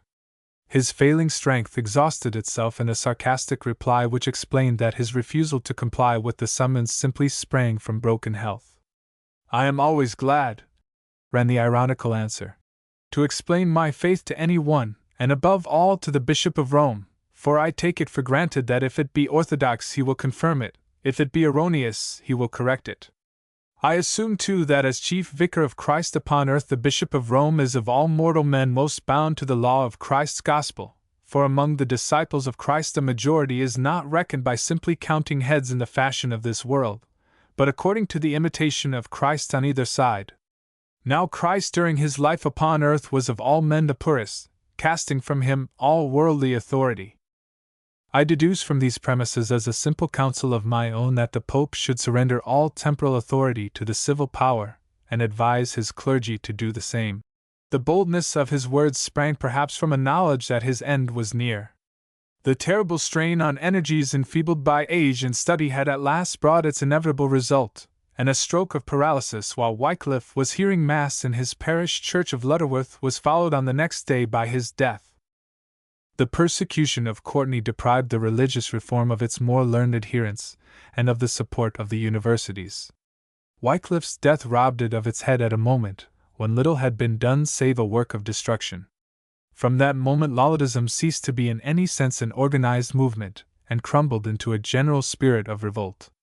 All the religious and social discontent of the times floated instinctively to this new center: the socialist dreams of the peasantry, the new and keener spirit of personal morality, the hatred of the friars, the jealousy of the great lords towards the prelacy, the fanaticism of the reforming zealot were blended together in a common hostility to the Church, and a common resolve to substitute personal religion for its dogmatic and ecclesiastical system. But it was this want of organization, this looseness and fluidity of the new movement, that made it penetrate through every class of society. Women as well as men became the preachers of the new sect. Lollardry had its own schools, its own books. Its pamphlets were passed everywhere from hand to hand. Scurrilous ballads which revived the old attacks of Golius in the Angevin times upon the wealth and luxury of the clergy were sung at every corner. Nobles like the Earl of Salisbury and at a later time Sir John Oldcastle placed themselves openly at the head of the cause and threw open their gates as a refuge for its missionaries. London in its hatred of the clergy became fiercely Lollard, and defended a Lollard preacher who ventured to advocate the new doctrines from the pulpit of St. Paul's. One of its mayors, John of Northampton, showed the influence of the new morality by the Puritan spirit in which he dealt with the morals of the city. Compelled to act, as he said, by the remissness of the clergy who connived for money at every kind of debauchery, he arrested the loose women, cut off their hair, and carted them through the streets as objects of public scorn. But the moral spirit of the new movement, though infinitely its grander side, was less dangerous to the Church than its open repudiation of the older doctrines and systems of Christendom. Out of the floating mass of opinion which bore the name of Lollardry, one faith gradually evolved itself, a faith in the sole authority of the Bible as a source of religious truth. The translation of Wycliffe did its work. Scripture, complains a canon of Leicester, became a vulgar thing, and more open to lay folk and women that knew how to read than it is wont to be to clerks themselves. Consequences which Wycliffe had perhaps shrunk from drawing were boldly drawn by his disciples. The Church was declared to have become apostate, its priesthood was denounced as no priesthood, its sacraments as idolatry. It was in vain that the clergy attempted to stifle the new movement by their old weapon of persecution. The jealousy entertained by the baronage and gentry of every pretension of the Church to secular power foiled its efforts to make persecution effective. At the moment of the peasant revolt, Courtenay procured the enactment of a statute which commissioned the sheriffs to seize all persons convicted before the bishops of preaching heresy. But the statute was repealed in the next session, and the Commons added to the bitterness of the blow by their protests that they considered it in no wise their interest to be more under the jurisdiction of the prelates, or more bound by them than their ancestors had been in times past. Heresy indeed was still a felony by the common law, and if as yet we meet with no instances of the punishment of heretics by the fire, it was because the threat of such a death was commonly followed by the recantation of the Lollard.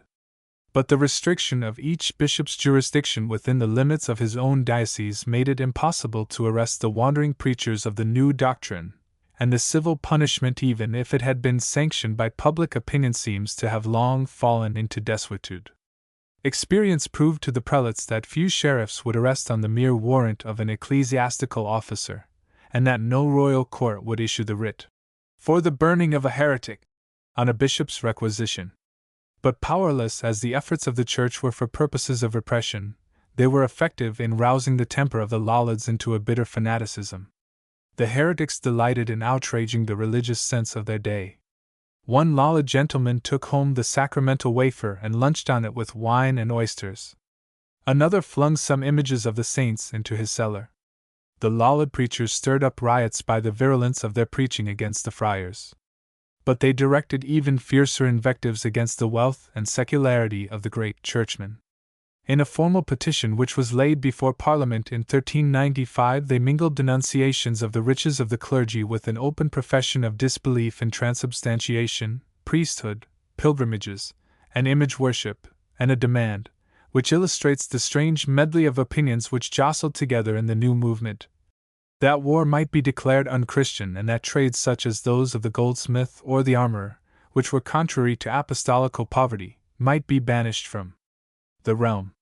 They contended, and it is remarkable that a parliament of the next reign adopted the statement, that from the superfluous revenues of the Church, if once they were applied to purposes of general utility, the king might maintain 15 earls, 1,500 knights, and 6,000 squires, besides endowing 100 hospitals for the relief of the poor.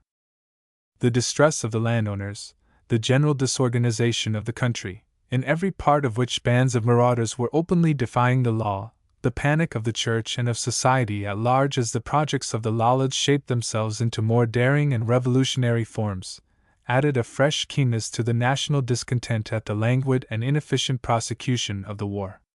The junction of the French and Spanish fleets had made them masters of the seas, and what fragments were left of Guienne lay at their mercy. The Royal Council strove to detach the House of Luxembourg from the French alliance by winning for Richard the hand of Anne, a daughter of the late Emperor Charles IV, who had fled at Crécy, and sister of King Wenzel of Bohemia, who was now King of the Romans. But the marriage remained without political result, save that the Lollard books which were sent into their native country by the Bohemian servants of the new Queen stirred the preaching of John Huss and the Hussite wars. Nor was English policy more successful in Flanders. Under Philip van Artevelde, the son of the leader of 1345, the Flemish towns again sought the friendship of England against France, but at the close of 1382 the towns were defeated and their leader slain in the great French victory of Rosbecque. An expedition to Flanders in the following year under the warlike Bishop of Norwich turned out a mere plunder raid and ended in utter failure. A short truce only gave France the leisure to prepare a counterblow by the dispatch of a small but well-equipped force under John de Vienne to Scotland in 1385. 30,000 Scots joined in the advance of this force over the border, and though northern England rose with a desperate effort, and an English army penetrated as far as Edinburgh in the hope of bringing the foe to battle, it was forced to fall back without an encounter. Meanwhile France dealt a more terrible blow in the reduction of Ghent. The one remaining market for English commerce was thus closed up, while the forces which should have been employed in saving Ghent and in the protection of the English shores against the threat of invasion were squandered by John of Gaunt in a war which he was carrying on along the Spanish frontier in pursuit of the visionary crown which he claimed in his wife's right. The enterprise showed that the Duke had now abandoned the hope of directing affairs at home and was seeking a new sphere of activity abroad. To drive him from the realm had been from the close of the peasant revolt the steady purpose of the councillors who now surrounded the young king, of his favourite Robert de Vere and his chancellor Michael de la Pole, who was raised in 1385 to the earldom of Suffolk. The Duke's friends were expelled from office. John of Northampton, the head of his adherents among the Commons, was thrown into prison. The Duke himself was charged with treason and threatened with arrest. In 1386 John of Gaunt abandoned the struggle and sailed for Spain. Richard himself took part in these measures against the Duke. He was now 20, handsome and golden-haired, with a temper capable of great actions and sudden bursts of energy but indolent and unequal. The conception of kingship in which he had been reared made him regard the constitutional advance which had gone on during the war as an invasion of the rights of his crown. He looked on the nomination of the Royal Council and the great officers of state by the two Houses or the supervision of the royal expenditure by the Commons as infringements on the prerogative which only the pressure of the war and the weakness of a minority had forced the crown to bow to. The judgment of his councillors was one with that of the king. Vere was no mere royal favourite. He was a great noble and of ancient lineage. Michael de la Pole was a man of large fortune and an old servant of the crown. He had taken part in the war for 30 years, and had been admiral and captain of Calais. But neither were men to counsel the young king wisely in his effort to obtain independence at once of Parliament and of the great nobles. His first aim had been to break the pressure of the royal house itself, and in his encounter with John of Gaunt he had proved successful. But the departure of the Duke of Lancaster only called to the front his brother and his son. Thomas of Woodstock, the Duke of Gloucester, had inherited much of the lands and the influence of the old house of Bohun. Round Henry, Earl of Derby, the son of John of Gaunt by Blanche of Lancaster, the old Lancastrian party of constitutional opposition was once more forming itself. The favours shown to the followers of Wycliffe at the court threw on the side of this new opposition the bulk of the bishops and churchmen. Richard himself showed no sympathy with the Lollards, but the action of her Bohemian servants shows the tendencies of his queen. 3 members of the Royal Council were patrons of the Lollards, and the Earl of Salisbury, a favourite with the king, was their avowed head. The Commons displayed no hostility to the Lollards nor any zeal for the Church, but the lukewarm prosecution of the war, the profuse expenditure of the court, and above all the manifest will of the king to free himself from parliamentary control, estranged the lower house. Richard's haughty words told their own tale. When the Parliament of 1385 called for an inquirer every year into the royal household, the king replied he would inquire when he pleased. When it prayed to know the names of the officers of state, he answered that he would change them at his will. The burthen of such answers and of the policy they revealed fell on the royal councillors, and the departure of John of Gaunt forced the new opposition into vigorous action. The Parliament of 1386 called for the removal of Suffolk. Richard replied that he would not for such a prayer dismiss a turnspit of his kitchen. The Duke of Gloucester and Bishop Arundel of Ely were sent by the Houses as their envoys, and warned the king that should a ruler refuse to govern with the advice of his lords and by mad counsels work out his private purposes, it was lawful to depose him. The threat secured Suffolk's removal. He was impeached for corruption and maladministration, and condemned to forfeiture and imprisonment. It was only by submitting to the nomination of a continual council, with the Duke of Gloucester at its head, that Richard could obtain a grant of subsidies. But the Houses were no sooner broken up than Suffolk was released, and in 1387 the young king rode through the country calling on the sheriffs to raise men against the barons, and bidding them suffer no knight of the shire to be returned for the next parliament, save one whom the king and his council chose. The general ill will foiled both his efforts, and he was forced to take refuge in an opinion of 5 of the judges that the continual council was unlawful, the sentence on Suffolk erroneous, and that the lords and commons had no power to remove a king's servant. Gloucester answered the challenge by taking up arms, and a general refusal to fight for the king forced Richard once more to yield. A terrible vengeance was taken on his supporters in the recent schemes. In the Parliament of 1388 Gloucester, with the 4 Earls of Derby, Arundel, Warwick, and Nottingham, appealed on a charge of high treason Suffolk and De Vere, the Archbishop of York, the Chief Justice Tressilian, and Sir Nicholas Bramber. The first 2 fled, Suffolk to France, De Vere after a skirmish at Radcot Bridge to Ireland, but the Archbishop was deprived of his see, Bramber beheaded, and Tressilian hanged.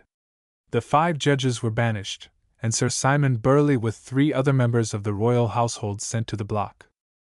At the prayer of the wonderful Parliament, as some called this assembly, or as others with more justice, the merciless Parliament, it was provided that all officers of state should henceforth be named in Parliament, or by the continual council.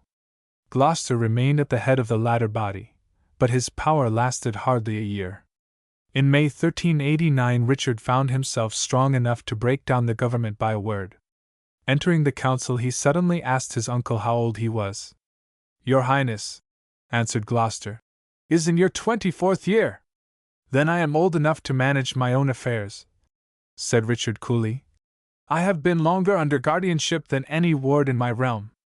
I thank you for your past services, my lords, but I need them no more." The resolution was welcomed by the whole country, and Richard justified the country's hopes by wielding his new power with singular wisdom and success. He refused to recall De Vere or the 5 judges. The intercession of John of Gaunt on his return from Spain brought about a full reconciliation with the Lords Appellant. A truce was concluded with France, and its renewal year after year enabled the king to lighten the burthen of taxation. Richard announced his purpose to govern by advice of Parliament. He soon restored the Lords Appellant to his council, and committed the chief offices of state to great churchmen like Wykeham and Arundel. A series of statutes showed the activity of the houses. A statute of provisors which reenacted those of Edward III was passed in 1390, the Statute of Praemunire, which punished the obtaining of bulls or other instruments from Rome with forfeiture, in 1393. The lords were bridled anew by a statute of maintenance, which forbade their violently supporting other men's causes in courts of justice, and giving livery to a host of retainers.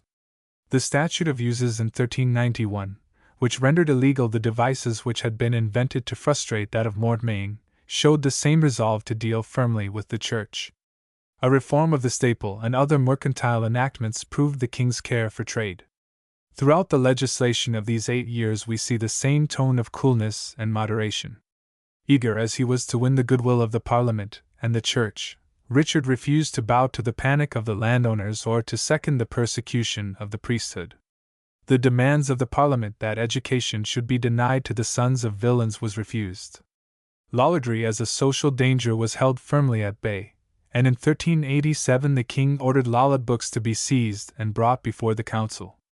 But the royal officers showed little zeal in aiding the bishops to seize or punish the heretical teachers. It was in the period of peace which was won for the country by the wisdom and decision of its young king that England listened to the voice of her first great singer. The work of Chaucer marks the final settlement of the English tongue. The close of the great movement towards national unity which had been going on ever since the conquest was shown in the middle of the 14th century by the disuse, even amongst the nobler classes, of the French tongue. In spite of the efforts of the grammar schools and of the strength of fashion, English won its way throughout the reign of Edward III to its final triumph in that of his grandson. It was ordered to be used in courts of law in 1362, because the French tongue is much unknown, and in the following year it was employed by the Chancellor in opening Parliament. Bishops began to preach in English, and the English tracts of Wycliffe made it once more a literary tongue. We see the general advance in 2 passages from writers of Edward's and Richard's reigns. Children in school, says Higden, a writer of the first period, against the usage and manner of all other nations be compelled for to leave their own language and for to construe their lessons and their things in French, and so they have since the Normans first came into England.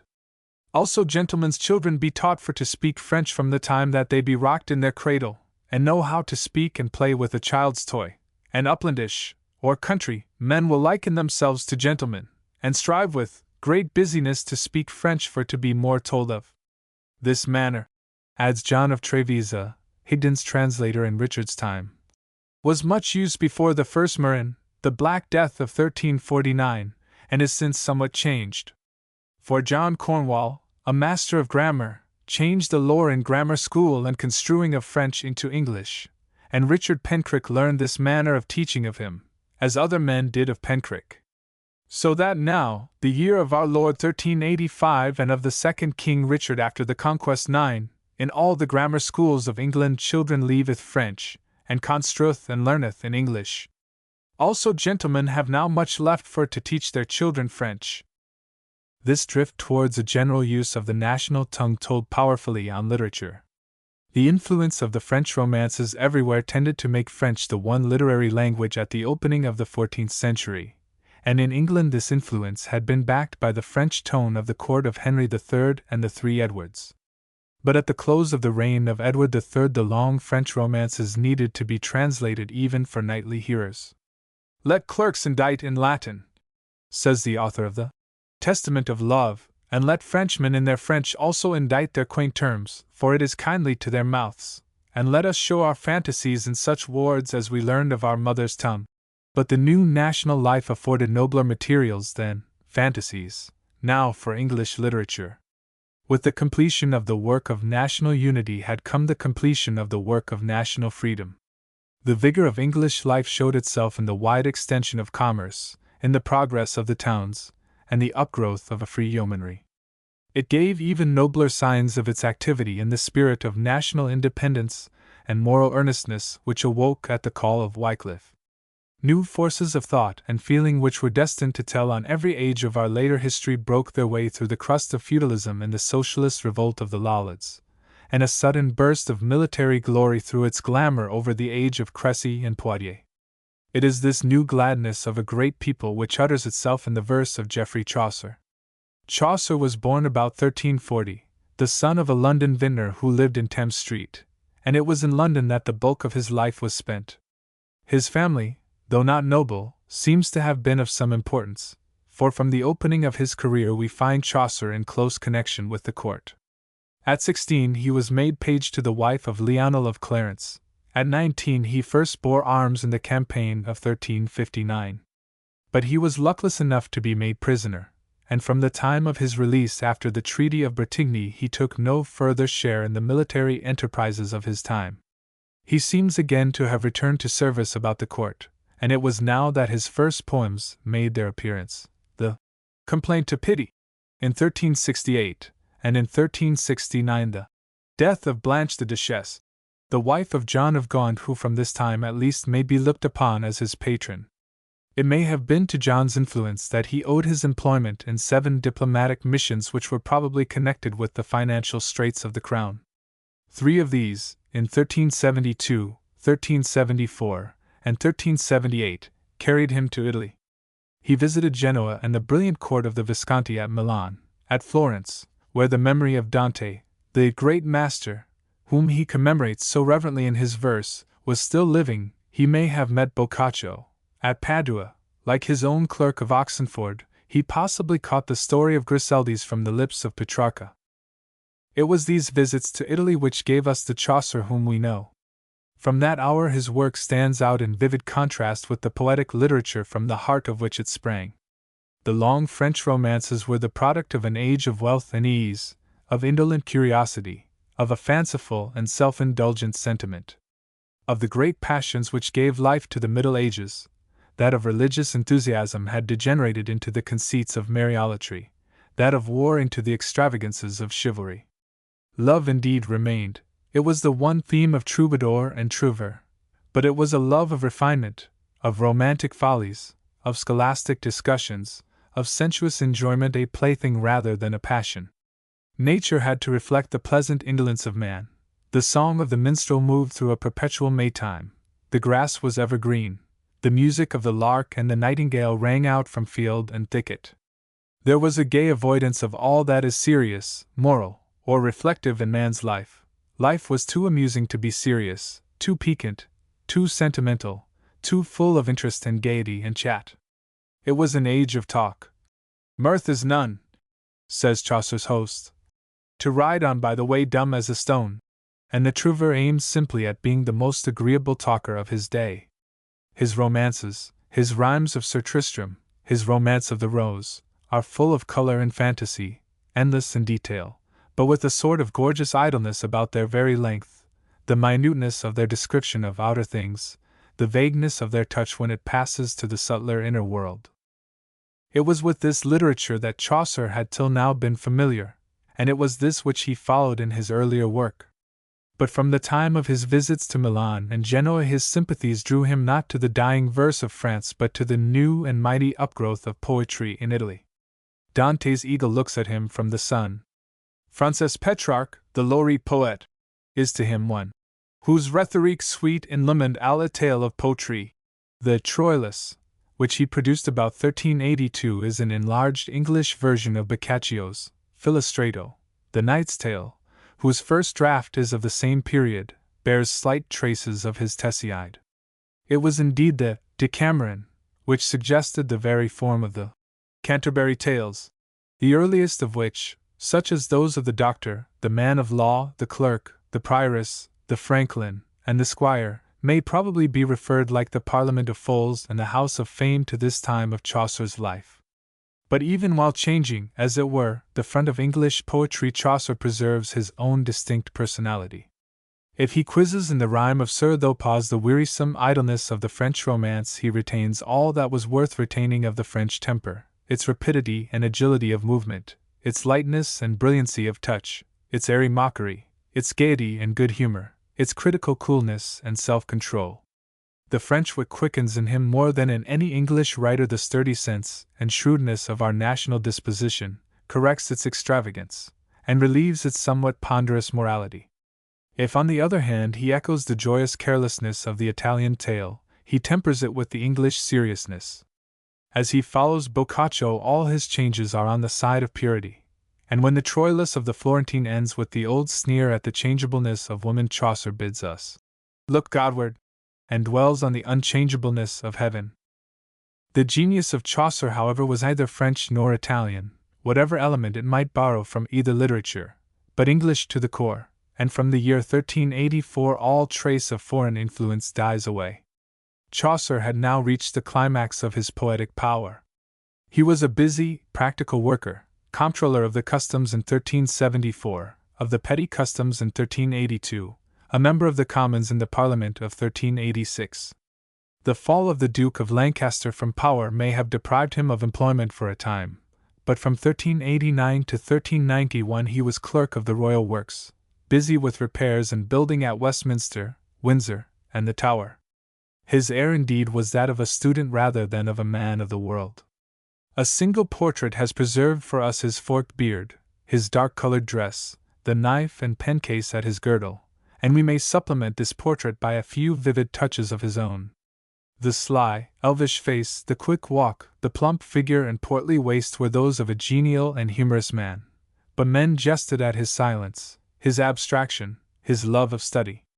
"Thou lookest as thou wouldest find in hair," laughs the host, "and ever on the ground I see thee stare."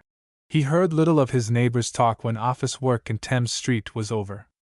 "Thou goest home to thy own house anon, and also dumb as any stone thou sittest at another book till fully dazed is thy look, and livest thus as in here might, although," he adds slyly, "thy abstinence is light, or little." But of this seeming abstraction from the world about him there is not a trace in Chaucer's verse. We see there how keen his observation was, how vivid and intense his sympathy with nature and the men among whom he moved. "Farewell, my book!" he cried as spring came after winter, and the lark's song roused him at dawn to spend hours gazing alone on the daisy whose beauty he sang. But field and stream and flower and bird, much as he loved them, were less to him than man. No poetry was over more human than Chaucer's, none ever came more frankly and genially home to men than his. Canterbury Tales. It was the continuation and revision of this work which mainly occupied him during the years from 1384 to 1391. Its best stories, those of the miller, the reeve, the cook, the wife of Bath, the merchant, the friar, the nun, the priest, and the pardoner, are ascribed to this period, as well as the prologue. The framework which Chaucer chose, that of a pilgrimage from London to Canterbury, not only enabled him to string these tales together, but lent itself admirably to the peculiar characteristics of his poetic temper, his dramatic versatility, and the universality of his sympathy. His tales cover the whole field of medieval poetry: the legend of the priest, the knightly romance, the wonder tale of the traveler, the broad humor of the fablial, allegory, and apologue, all are there. He finds a yet wider scope for his genius in the persons who tell these stories, the 30 pilgrims who start in the May morning from the Tabard in Southwark, 30 distinct figures, representatives of every class of English society from the noble to the ploughman. We see the very prophet jaunty knight, in cassock and coat of mail, with his curly-headed squire beside him, fresh as the May morning, and behind them the brown-faced yeoman in his coat and hood of green with a mighty bough in his hand. A group of ecclesiastics light up for us the medieval church, the brawny hunt-loving monk, whose bridle jingles as loud and clear as the chapel bell, the wanton friar, first among the beggars and harpers of the countryside, the poor parson, threadbare, learned, and devout. Christ's lore and his apostles 12 he taught, and first he followed it himself. The summoner with his fiery face, the pardoner with his wallet, breath full of pardons come from Rome all hot, the lively prioress with her courtly French lisp, her soft little red mouth, and Amor vincit omnia graven on her brooch.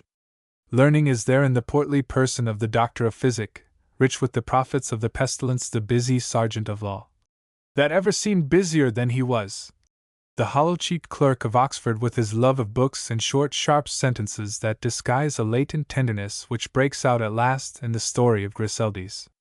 Around them crowd types of English industry: the merchant, the franklin in whose house it snowed of meat and drink, the sailor fresh from frays in the Channel, the buxom wife of Bath, the broad-shouldered miller, the haberdasher, carpenter, weaver, dyer, tapestry maker, each in the livery of his craft, and last the honest ploughman who would dike and delve for the poor without hire.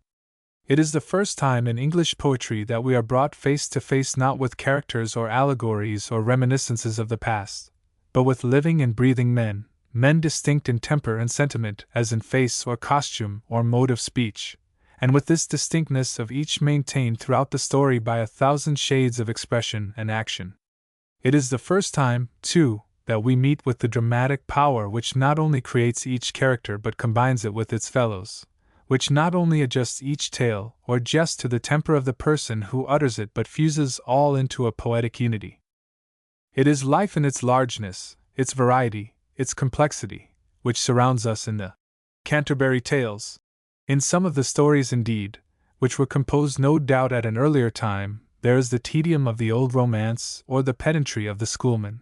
But taken as a whole, the poem is the work not of a man of letters but of a man of action. Chaucer has received his training from war, courts, business, travel, a training not of books but of life. And it is life that he loves, the delicacy of its sentiment, the breadth of its farce, its laughter and its tears, the tenderness of its Griseldes, or the Smollett-like adventures of the miller and the clerks. It is this largeness of heart, this wide tolerance, which enables him to reflect man for us as none but Shakespeare has ever reflected him, and to do this with a pathos, a shrewd sense and kindly humor, a freshness and joyousness of feeling, that even Shakespeare has not surpassed. The last 10 years of Chaucer's life saw a few more tales added to the pilgrimage and a few poems to his work, but his power was lessening, and in 1400 he rested from his labors in his last home, a house in the garden of St. Mary's Chapel at Westminster. His body rests within the Abbey Church. It was strange that such a voice should have awakened no echo in the singers that follow, but the first burst of English song died as suddenly in Chaucer as the hope and glory of his age. He died indeed at the moment of a revolution which was the prelude to years of national discord and national suffering. Whatever may have been the grounds of his action, the rule of Richard II after his assumption of power had shown his capacity for self-restraint. Parted by his own will from the counsellors of his youth, calling to his service the Lords Appellant, reconciled alike with the baronage and the Parliament, the young king promised to be among the noblest and wisest rulers that England had seen. But the violent and haughty temper which underlay this self-command showed itself from time to time. The Earl of Arundel and his brother the Bishop stood in the front rank of the party which had coerced Richard in his early days. Their influence was great in the new government. But a strife between the Earl and John of Gaunt revived the king's resentment at the past action of this house, and at the funeral of Anne of Bohemia in 1394 a fancied slight roused Richard to a burst of passion. He struck the Earl so violently that the blow drew blood. But the quarrel was patched up, and the reconciliation was followed by the elevation of Bishop Arundel to the vacant primacy in 1396. In the preceding year Richard had crossed to Ireland and in a short autumn campaign reduced its native chiefs again to submission. Fears of Lollard disturbances soon recalled him, but these died at the king's presence, and Richard was able to devote himself to the negotiation of a marriage which was to be the turning point of his reign. His policy throughout the recent years had been a policy of peace. It was war which rendered the crown helpless before the Parliament, and peace was needful if the work of constant progress was not to be undone. But the short truces, renewed from time to time, which he had as yet secured were insufficient for this purpose, for so long as war might break out in the coming year the king's hands were tied. The impossibility of renouncing the claim to the French crown indeed made a formal peace impossible, but its ends might be secured by a lengthened truce, and it was with a view to this that Richard in 1396 wedded Isabella, the daughter of Charles VI of France. The bride was a mere child, but she brought with her a renewal of the truce for 25 years. The match was hardly concluded when the veil under which Richard had shrouded his real temper began to be dropped. His craving for absolute power, such as he witnessed in the court of France, was probably intensified from this moment by a mental disturbance which gathered strength as the months went on. As if to preclude any revival of the war, Richard had surrendered Cherbourg to the King of Navarre and now gave back Brest to the Duke of Brittany. He was said to have pledged himself at his wedding to restore Calais to the King of France. But once freed from all danger of such a struggle, the whole character of his rule seemed to change. His court became as crowded and profuse as his grandfather's. Money was recklessly borrowed and as recklessly squandered.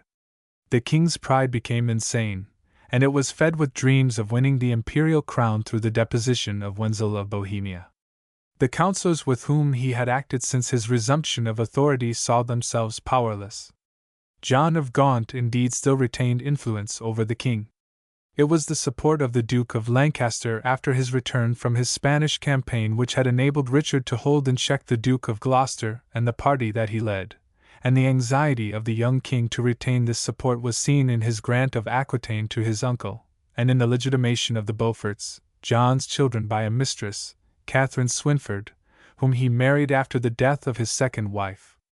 The friendship of the Duke brought with it the adhesion of one even more important, his son Henry, the Earl of Derby. As heir through his mother, Blanche of Lancaster, to the estates and influence of the Lancastrian house, Henry was the natural head of a constitutional opposition, and his weight was increased by a marriage with the heiress of the house of Bohun.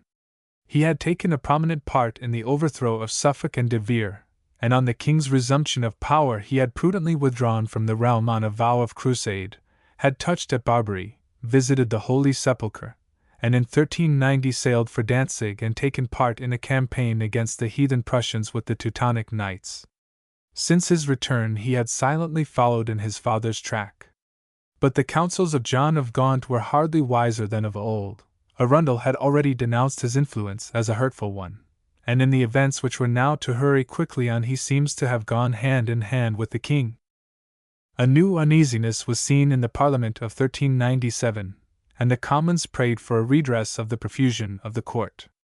Richard at once seized on the opportunity for a struggle.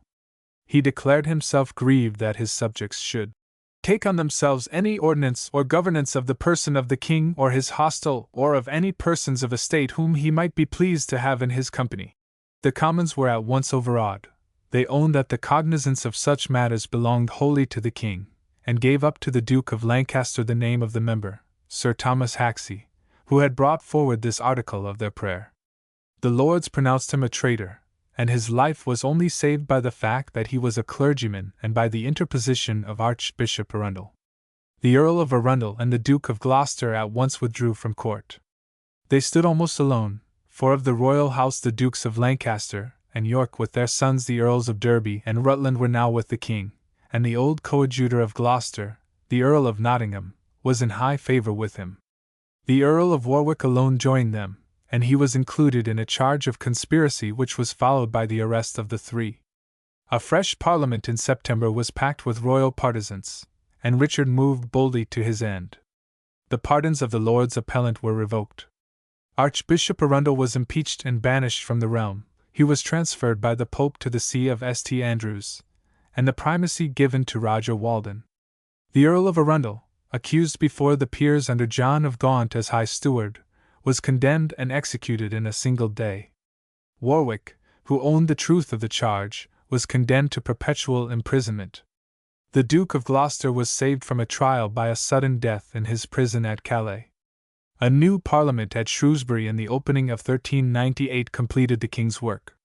In 3 days it declared null the proceedings of the Parliament of 1388, granted to the king a subsidy on wool and leather for his life, and delegated its authority to a standing committee of 18 members from both houses with power to continue their sittings even after the dissolution of the Parliament, and to examine and determine all matters and subjects which had been moved in the presence of the king with all the dependencies thereof. In a single year the whole colour of Richard's government had changed. He had revenged himself on the men who had once held him down, and his revenge was hardly taken before he disclosed a plan of absolute government. He had used the Parliament to strike down the Primate as well as the greatest nobles of the realm and to give him a revenue for life which enabled him to get rid of Parliament itself, for the permanent committee which it named were men devoted, as Richard held, to his cause. John of Gaunt was at its head, and the rest of its lords were those who had backed the king in his blow at Gloucester and the Arundels. 2, however, were excluded. In the general distribution of rewards which followed Gloucester's overthrow, the Earl of Derby had been made Duke of Hereford, the Earl of Nottingham Duke of Norfolk. But at the close of 1397 the two dukes charged each other with treasonable talk as they rode between Brentford and London, and the permanent committee ordered the matter to be settled by a single combat. In September 1398 the dukes entered the lists, but Richard forbade the duel, sentenced the Duke of Norfolk to banishment for life, and Henry of Lancaster to exile for 10 years. As Henry left London the streets were crowded with people weeping for his fate. Some followed him even to the coast. But his withdrawal removed the last check on Richard's despotism. He forced from every tenant of the crown an oath to recognize the acts of his committee as valid, and to oppose any attempts to alter or revoke them. Forced loans, the sale of charters of pardon to Gloucester's adherents, the outlawry of 7 counties at once on the plea that they had supported his enemies and must purchase pardon, a reckless interference with the course of justice, roused into new life the old discontent. Even this might have been defied had not Richard set an able and unscrupulous leader at its head. Leave had been given to Henry of Lancaster to receive his father's inheritance on the death of John of Gaunt, in February 1399. But an ordinance of the Continual Committee annulled this permission, and Richard seized the Lancastrian estates. Archbishop Arundel at once saw the chance of dealing blow for blow.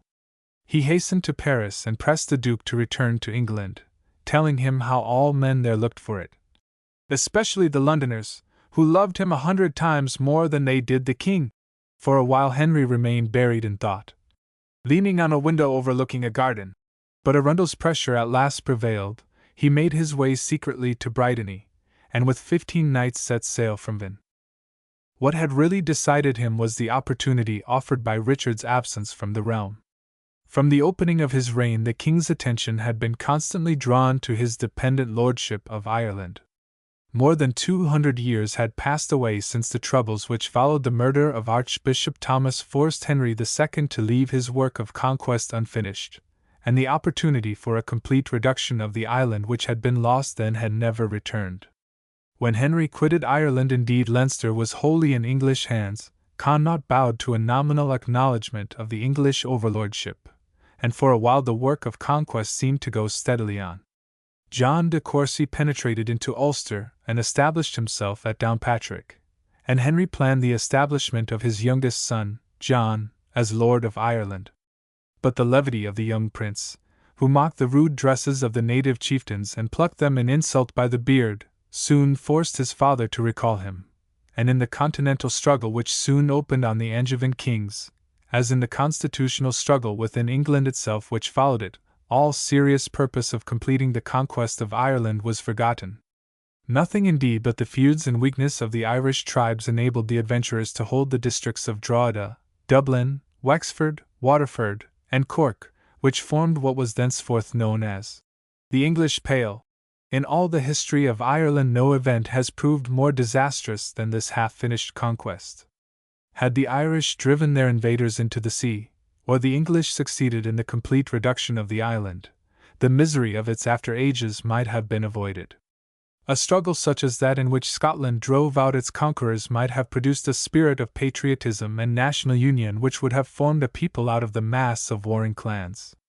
A conquest such as that in which the Normans made England their own would have spread at any rate the law, the order, the civilization of the conquering country over the length and breadth of the conquered.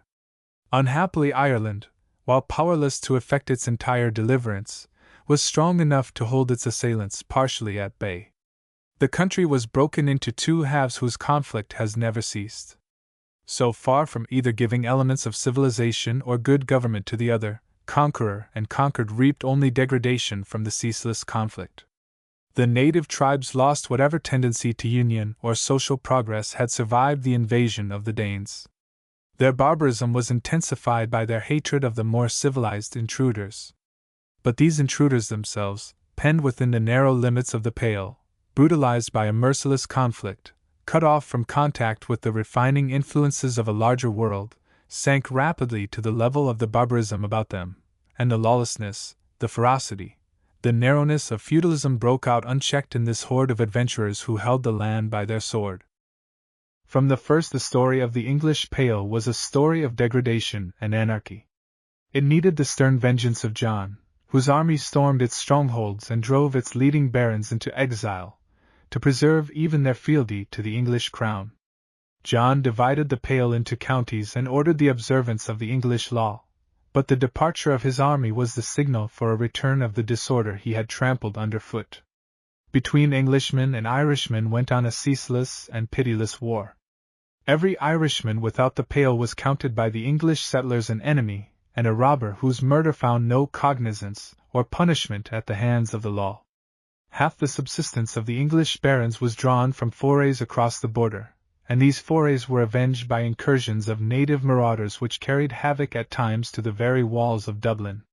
Within the Pale itself the misery was hardly less.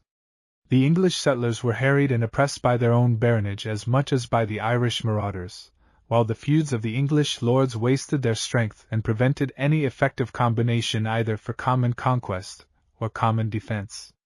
So utter seemed their weakness that Robert Bruce saw in it an opportunity for a counterblow at his English assailants, and his victory at Bannockburn was followed up by the dispatch of a Scotch force to Ireland with his brother Edward at its head. A general rising of the Irish welcomed this deliverer, but the danger drove the barons of the Pale to a momentary union, and in 1316 their valor was proved on the bloody field of Athenry by the slaughter of 11,000 of their foes and the almost complete annihilation of the sept of the O'Connors. But with victory returned the old anarchy and degradation.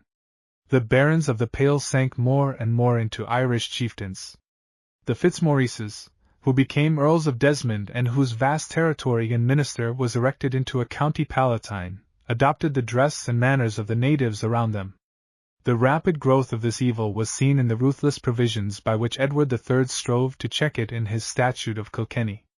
The statute forbade the adoption of the Irish language or name or dress by any man of English blood, it enforced within the Pale the exclusive use of English law, and made the use of the native or Brehon law, which was gaining ground, an act of treason.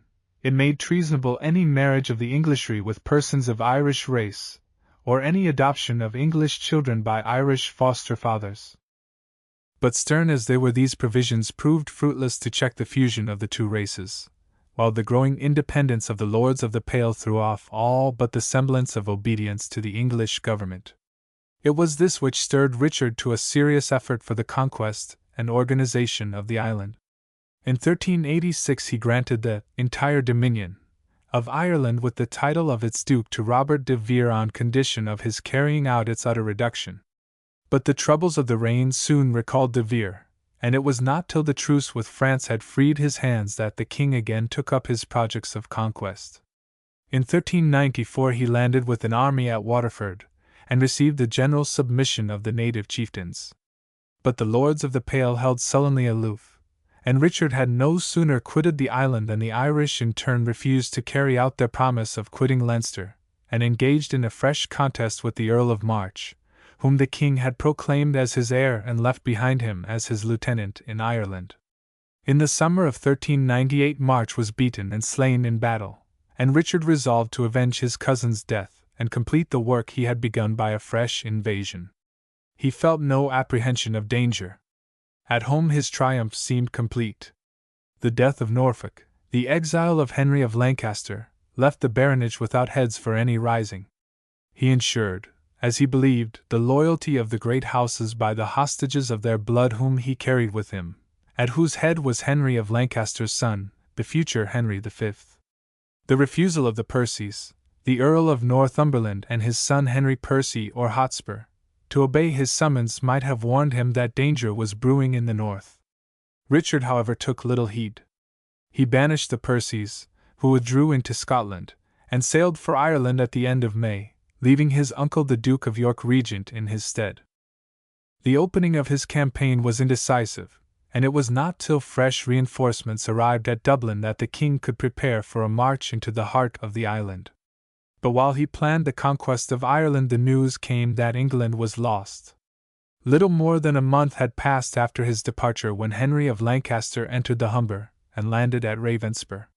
He came, he said, to claim his heritage, and 3 of his Yorkshire castles at once threw open their gates. The 2 great houses of the north joined him at once. Ralph Neville, the Earl of Westmoreland, had married his half-sister. The Percys came from their exile over the Scottish border. As he pushed quickly to the south, all resistance broke down. The army which the regent gathered refused to do hurt to the Duke. London called him to her gates, and the Royal Council could only march hastily on Bristol in the hope of securing that port for the king's return. But the town at once yielded to Henry's summons, the regent submitted to him, and with an army which grew at every step the Duke marched upon Cheshire, where Richard's adherents were gathering in arms to meet the king. Contrary winds had for a while kept Richard ignorant of his cousin's progress, and even when the news reached him he was in a web of treachery. The Duke of Albemarle, the son of the Regent Duke of York, was beside him, and at his persuasion the king abandoned his first purpose of returning at once, and sent the Earl of Salisbury to Conway while he himself waited to gather his army and fleet. The 6 days he proposed to gather them and became 16, and the delay proved fatal to his cause. As no news came of Richard, the Welshmen who flocked to Salisbury's camp dispersed on Henry's advance to Chester. Henry was in fact master of the realm at the opening of August when Richard at last sailed from Waterford and landed at Milford Haven. Every road was blocked, and the news that all was lost told on the 30,000 men he brought with him. In a single day but 6,000 remained, and even these dispersed when it was found that the king had ridden off disguised as a friar to join the force which he believed to be awaiting him in North Wales with Salisbury at its head. He reached Carnarvon only to find this force already disbanded, and throwing himself into the castle dispatched his kinsmen, the Dukes of Exeter and Surrey, to Chester to negotiate with Henry of Lancaster. But they were detained there while the Earl of Northumberland pushed forward with a picked body of men, and securing the castles of the coast at last sought an interview with Richard at Conway. The king's confidence was still unbroken. He threatened to raise a force of Welsh men and to put Lancaster to death. Deserted as he was indeed, A king was in himself a power, and only the treacherous pledges of the Earl induced him to set aside his plans for a reconciliation to be brought about in Parliament, and to move from Conway on the promise of a conference with Henry at Flint. But he had no sooner reached the town than he found himself surrounded by Lancaster's forces.